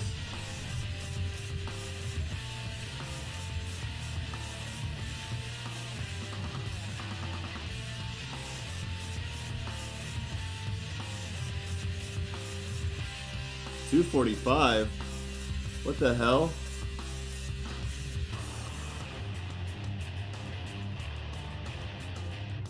Oh, good. So, for some reason, OBS says I've only been live for 2 hours and 45 minutes, but fortunately, the YouTube video is still one single video.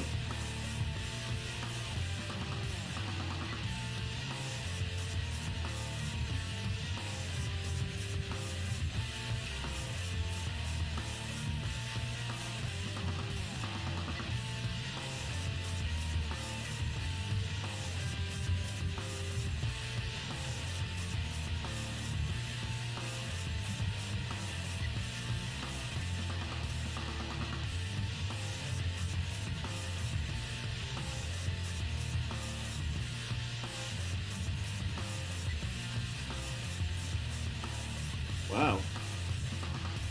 That wasn't too terribly difficult. I was expecting that to be a little more of a challenge.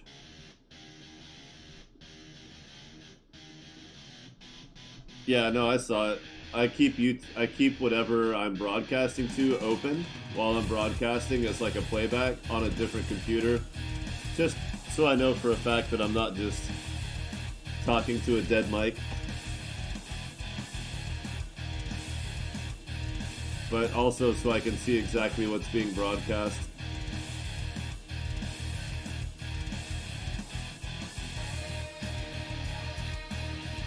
But thank you for checking. But yeah, it's weird. OBS says less than 3 hours, but they've been having problems lately. I'm glad it works at all.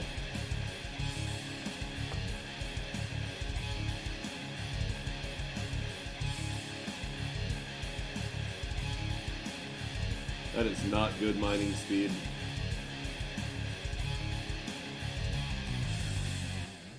Yoicks.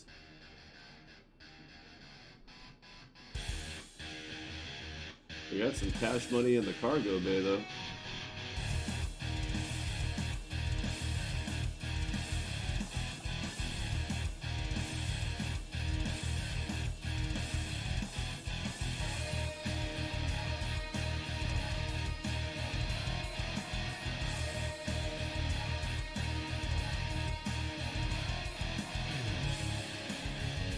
Might as well swap it out. Whoop.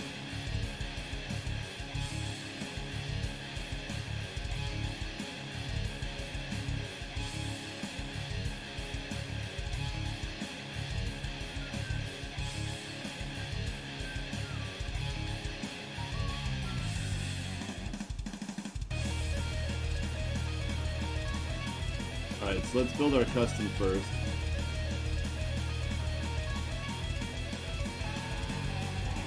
There's alternatives, but they're worse. They're certainly worse. Oh well.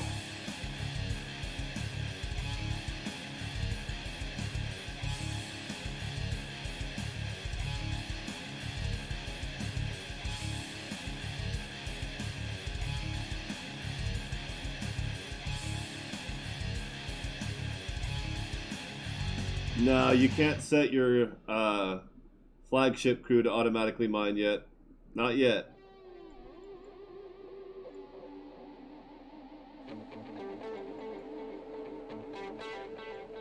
What's the range bonus on this? So 30, so it'd be 45 extra range. I really don't think that's a big deal. I'd rather cool it here rather than with the gunner, and then put a gunner on that adds damage. Copper and bismuth.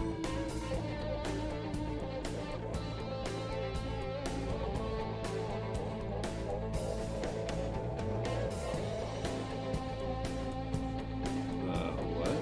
I thought I bought 30. Did I not buy any? What did I buy?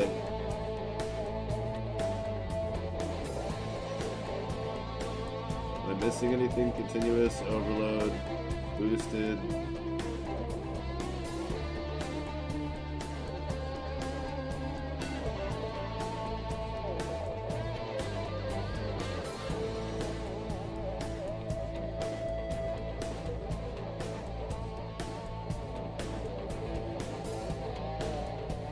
Hell yeah. 85 heat.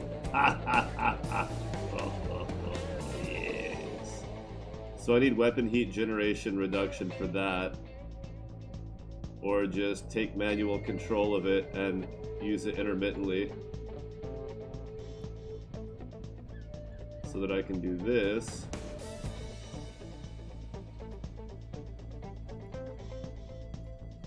Other than those two, what's our highest heat? 60? Yeah.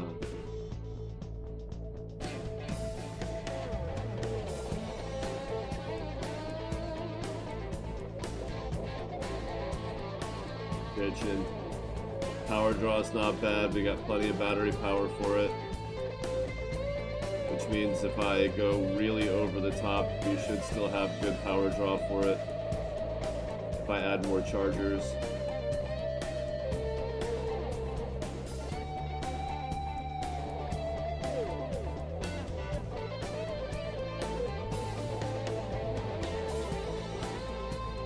Okay, that might be too much. 50. Because I am going to be firing it while other weapons are firing, so it might be... Ooh.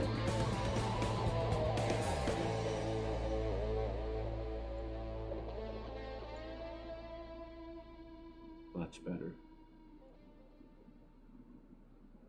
That's much better.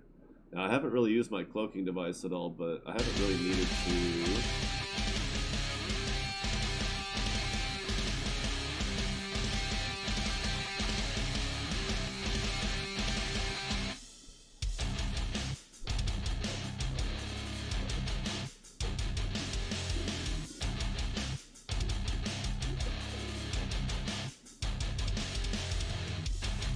What was the other thing? Oh, yeah. How many of these would I need? So we've got 1, 2, 4. So these two would still be point defense. 1, 2, 3, 4. So 7. I need 7 of the heavy blasters.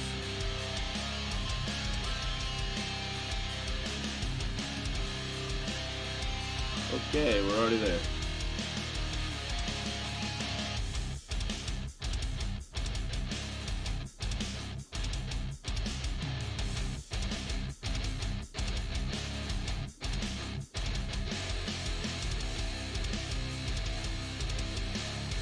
Fuck. Figures.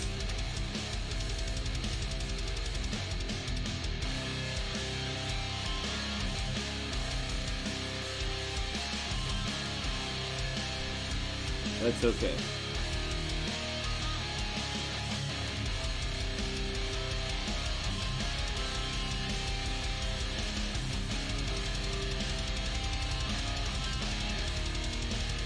I'll take it.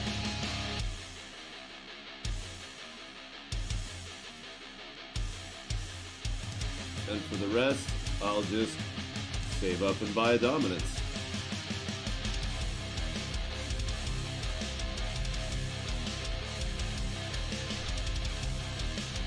Yeah, I didn't want to lose all the damage. I didn't have any other way to add more damage, so that Adalo would have been difficult.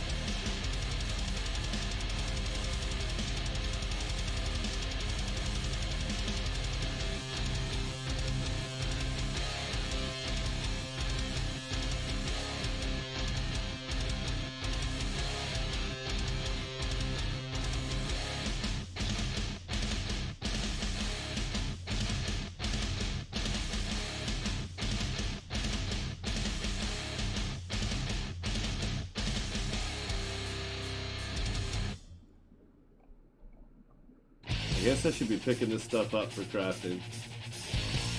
Stop being weird about it.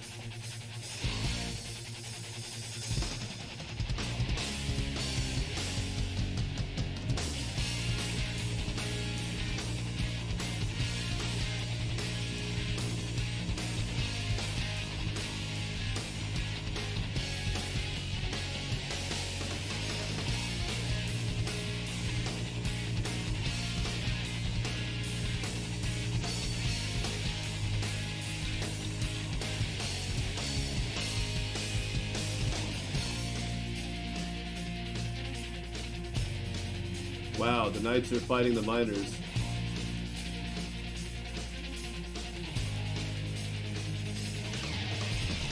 Whoa, my head almost exploded, man. Whoa, whoa.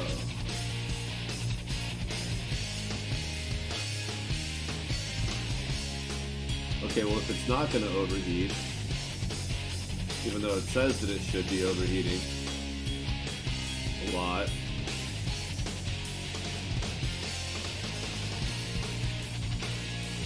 Why is that not overheating? Is there a hidden heat reduction on this that's not showing up? Am I missing something? It says 170 per second, and I'm not doing that. Uh-oh.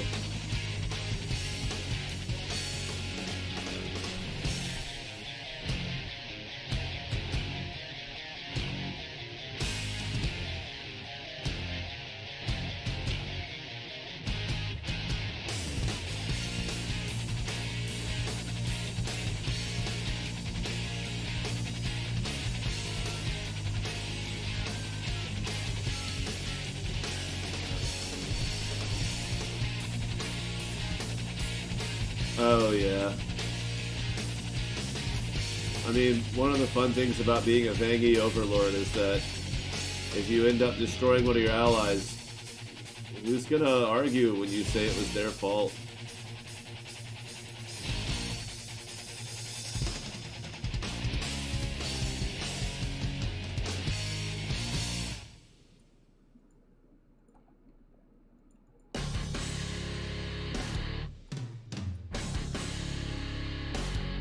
Just insta-splat. Wow.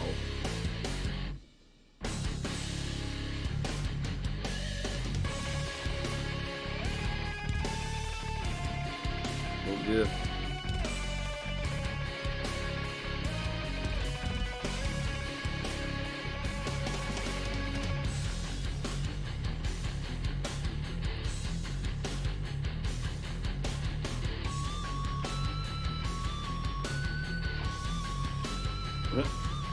Yikes. Run away.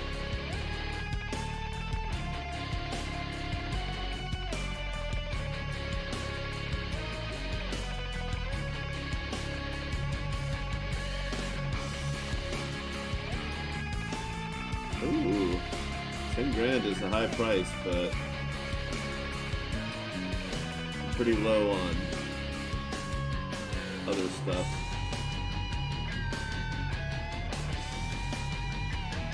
Upgrade stuff. So money it is.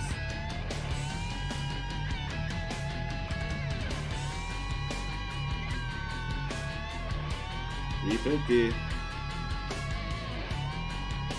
All right, beautiful.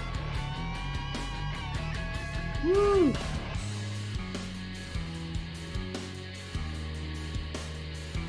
Hell yeah, man. And remember, everybody, don't forget to like and subscribe, please, please. I'm supposed to beg for that, right? That's the thing. I don't know. I mean, if you hang out in the Discord, you'll probably know when I'm streaming. It's not a big deal. But if I get enough subscribers, YouTube will start paying me. Oh, I love those. When it's just a whole bunch, when all the factions are there together just shooting the crap out of each other all over the place, those are the best.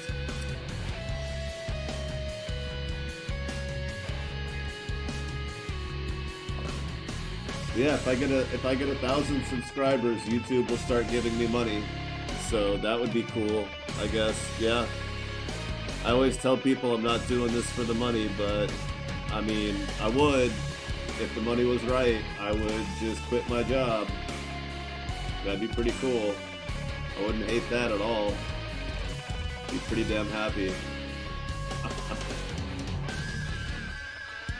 I just like that I can make money on YouTube, potentially, without people having to give me money. They just have to subscribe, so that's pretty easy to do, right?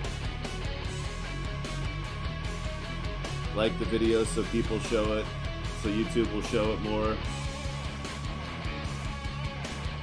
I mean, unless you just don't give a fuck, I mean, that's fine. You don't have to do that. Oh, goodness.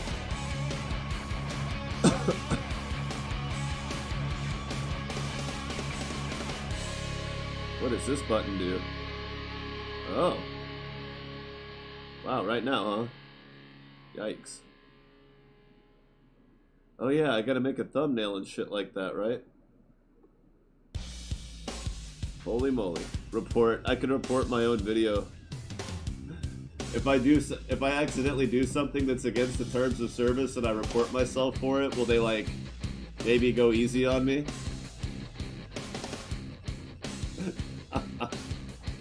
Who knows?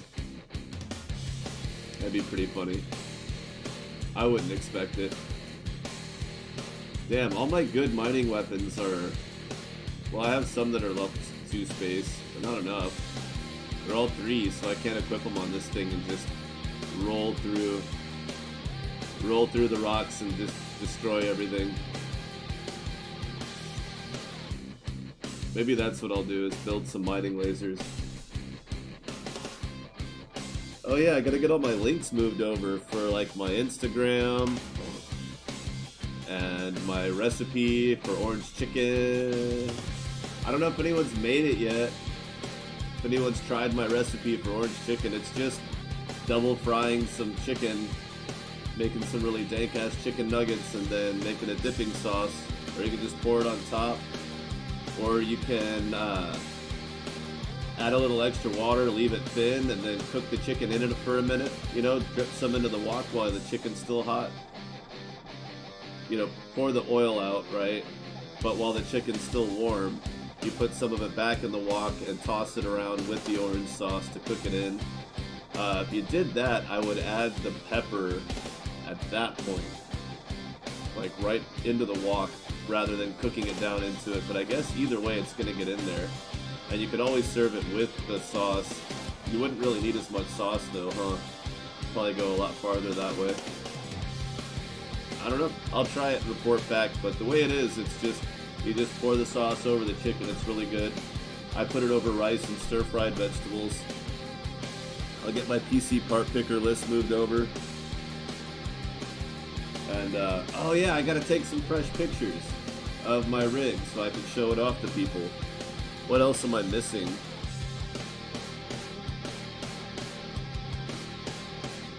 Well, I don't need to put my YouTube link in it because he'll already be there.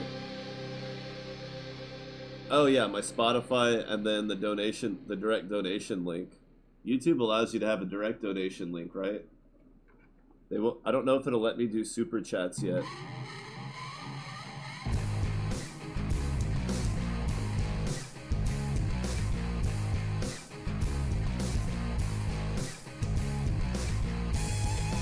Oh yeah, easy peasy.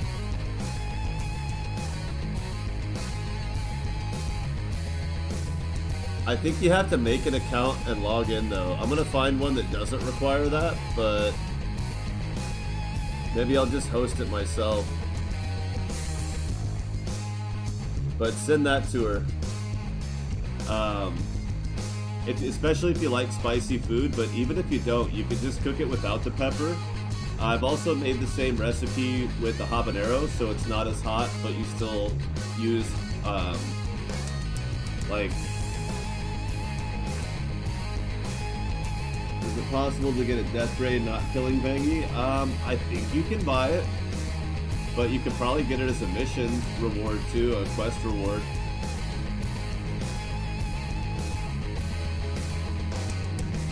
But yeah, the recipe talks about how to make it hotter or not as hot. And I've only done it, I've never used Szechuan peppers like traditional style, but I think using a ghost pepper, which is like the second hottest pepper in the world, that's, you know, readily available, and then a habanero, which is considered pretty hot by normal standards. Normal people eat those. You can get a pretty good idea, and if you're a cook, if you know how to cook anyway, then you know how much of a pepper to add. You don't need my help. My help? Why do you need my help? Because you're 10 times bigger than I am, stupid! Oh, I should put up a TV show and movie list at some point too, because me and a friend of mine watch a lot of obscure stuff that not a lot of people know about, or stuff that was breezed over. Like, I know a lot of Brendan Fraser fans that have never heard of Blast from the Past, and if you like Brendan Fraser, that's a great movie. If you don't like Brendan Fraser, it's still a great movie. And I've been watching that show Psych lately, about the guy who's pretending to be a psychic detective and his buddy Gus that helps him out. And they live in Santa Barbara and they help the police solve crimes, but it's like, the guy's not a psychic, he's just really intuitive because his dad was a cop and basically forced him to become super self-aware. It's really funny. It's a comedy show, and Timothy Osmondson is in it as a regular. He's basically like not the main character, but the next main character, like supporting role, but like one of the main cast. It's a great show. Yeah, Psych. It's awesome. I love that show. And it's not a perfect show. Like, there's a lot of stuff that makes you go, ugh. But it's still a really good show. I like it a lot. Especially their episode, Dual Spires, that's an homage to Twin Peaks. Don't watch that one ahead of time. Watch them in order. It's worth it. I promise. So if you click on that link that I dropped, does it actually go to the recipe, or does it try to force you to log in?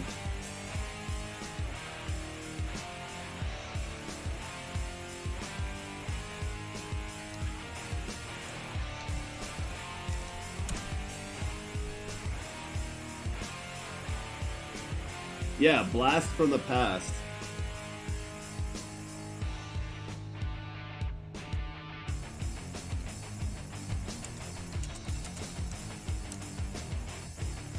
Because there's so many people that still, like, especially people my age who grew up in the 90s, who still hold him in low esteem because he did Encino Man. And it's like, come on, he was like a child when he made that movie. He was barely, I don't remember how old he was, but he was like, what, 18, 20? Oh. Yeah, it'd probably make you log in. I'll tell you what I'm gonna do. I'll put it on the screen real quick so you can take a screenshot. That's probably the easiest way to do this. Firefox protection alert? Go fuck yourself. I have internet security. I'm not worried about Firefox being my last line of defense.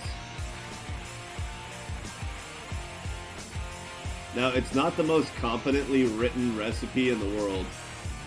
I'll tell you that right now. Oh gosh. You know what? We're gonna do a clip.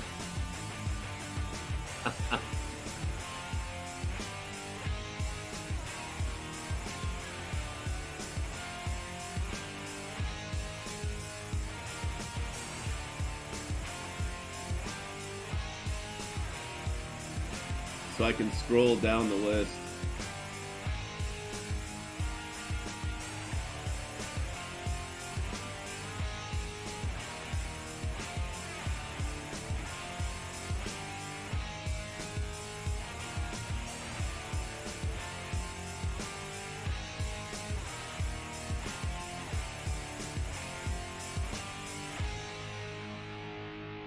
Okay.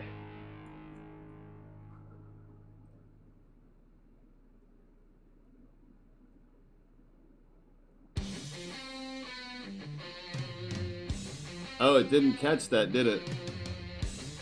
I don't know what the hell just happened.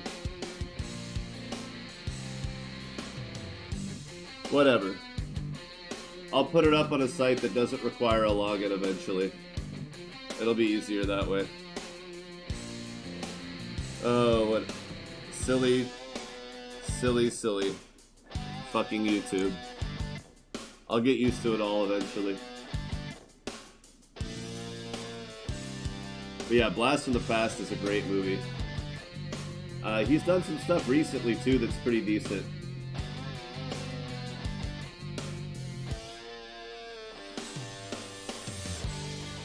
Let's just say that I was born in the 80s, but most of my childhood of memory was in the 90s.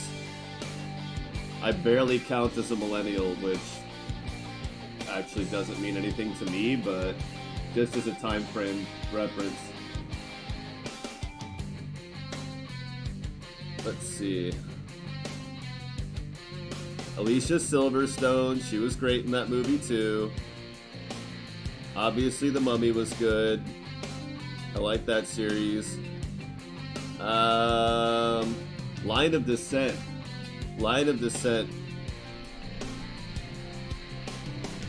What is it? India? I think it's an Indian movie. Yeah, 3 brothers in a Delhi crime family. Brendan Fraser does not play an Indian person, by the way. He plays an American in India. So don't worry about that. But, yeah, pretty funny movie. But also a very serious movie. Just his character is hilarious. Most of the movie is a serious drama type. So yes, I'm older than you. If ever so slightly.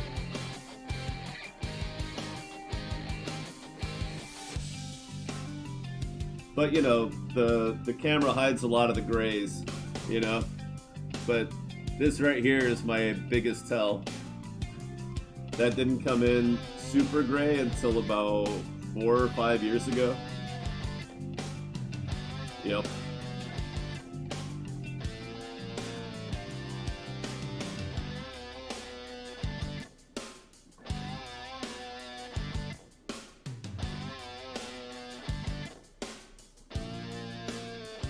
Go. Awesome. Yeah, I don't hate this boat, man. I have a feeling I'm going to use it a lot. Uh-oh, another relic.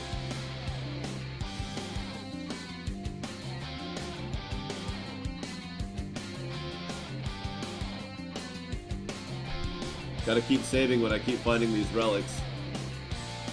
I'm up to 11 now.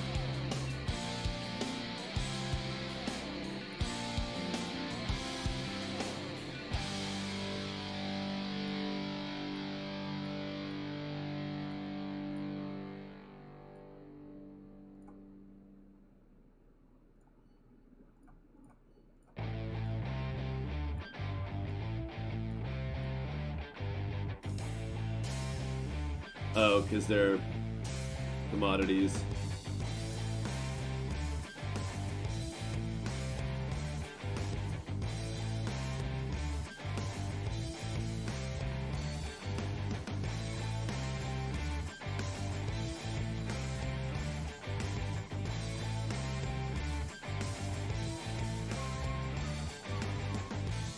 I'm not going to upgrade those because I won't have them very long. What else? I guess I'll save those for when I do make more of the Bang-E blasters. So I'm going to cover it in blasters first just to have some fun. Or maybe I'll just start making custom weapons next time. We'll see what happens.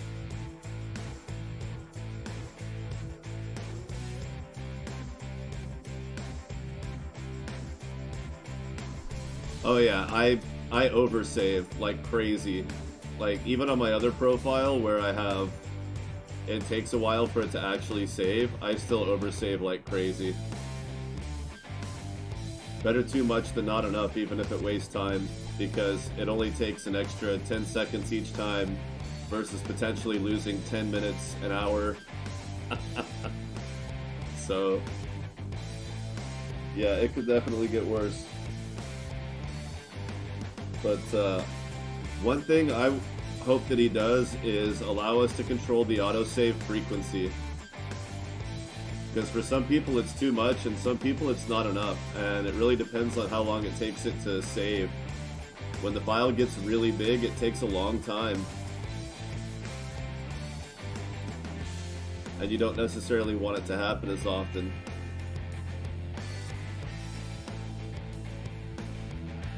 But if you're fighting the big hunter fleets, you pretty much want it to happen every time.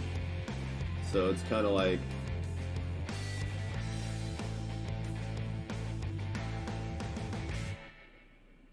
Nice.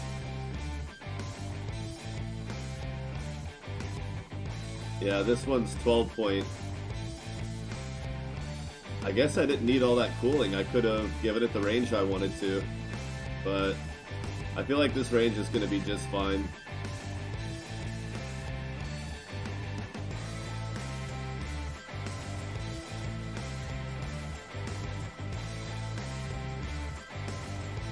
Plus I can go way down.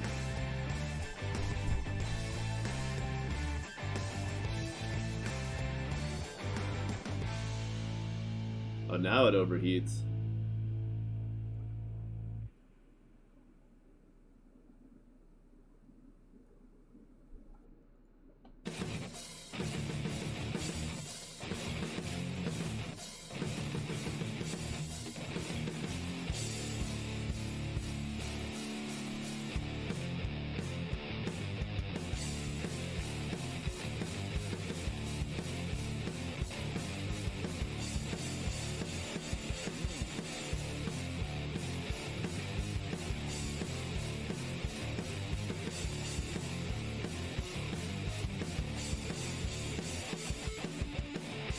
Probably good enough.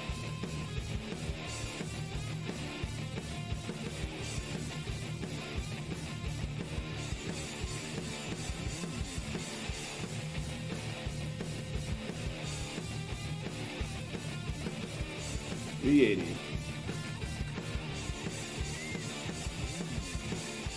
What, that one? No.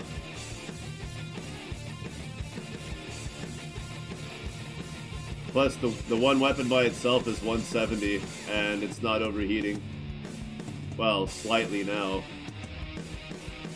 But when I had it at 120, it wasn't overheating at all.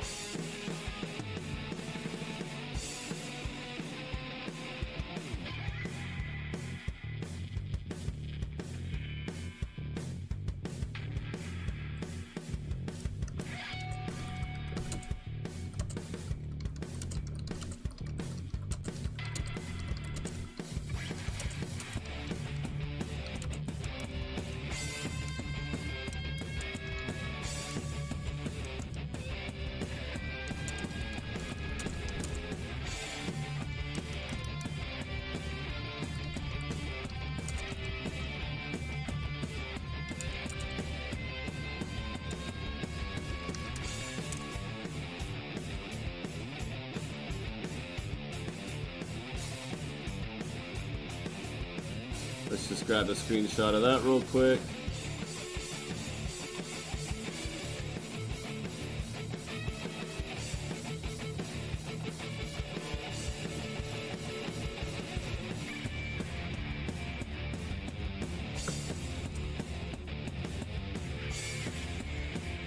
Damn it. That delay is killing me on the screenshot thing too.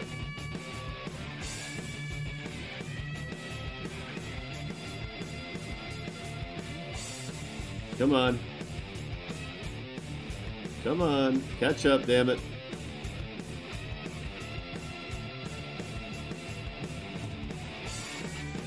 Typing.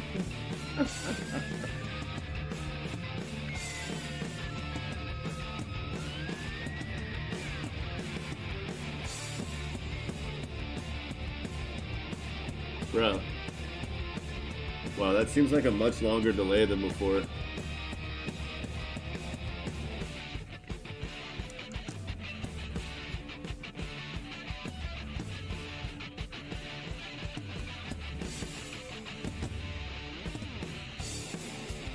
Oh well. I'll do it later. Alright.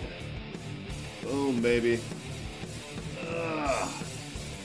Woo-wee. Yeah, we're just over 8 hours. I'm going to call it a night there. But thanks to everyone for hanging out. Definitely going to get some of my links migrated over. May just start only streaming on YouTube now. We'll see what happens, but I like it. I'm having a good time with it, so maybe I'm leaving Twitch. I get more live views on Twitch, but that'll change. That'll update eventually as I get exposure, but I get more overall total views on YouTube, which to me says that there's more people learning about the game. Didn't get a lot of new people who'd never heard of the game on Twitch, so we'll see if we get some better exposure, get some more people into the game, into the community, so we'll see what happens. But until next time, which could maybe be tomorrow, until then, we'll see you later. Take it easy.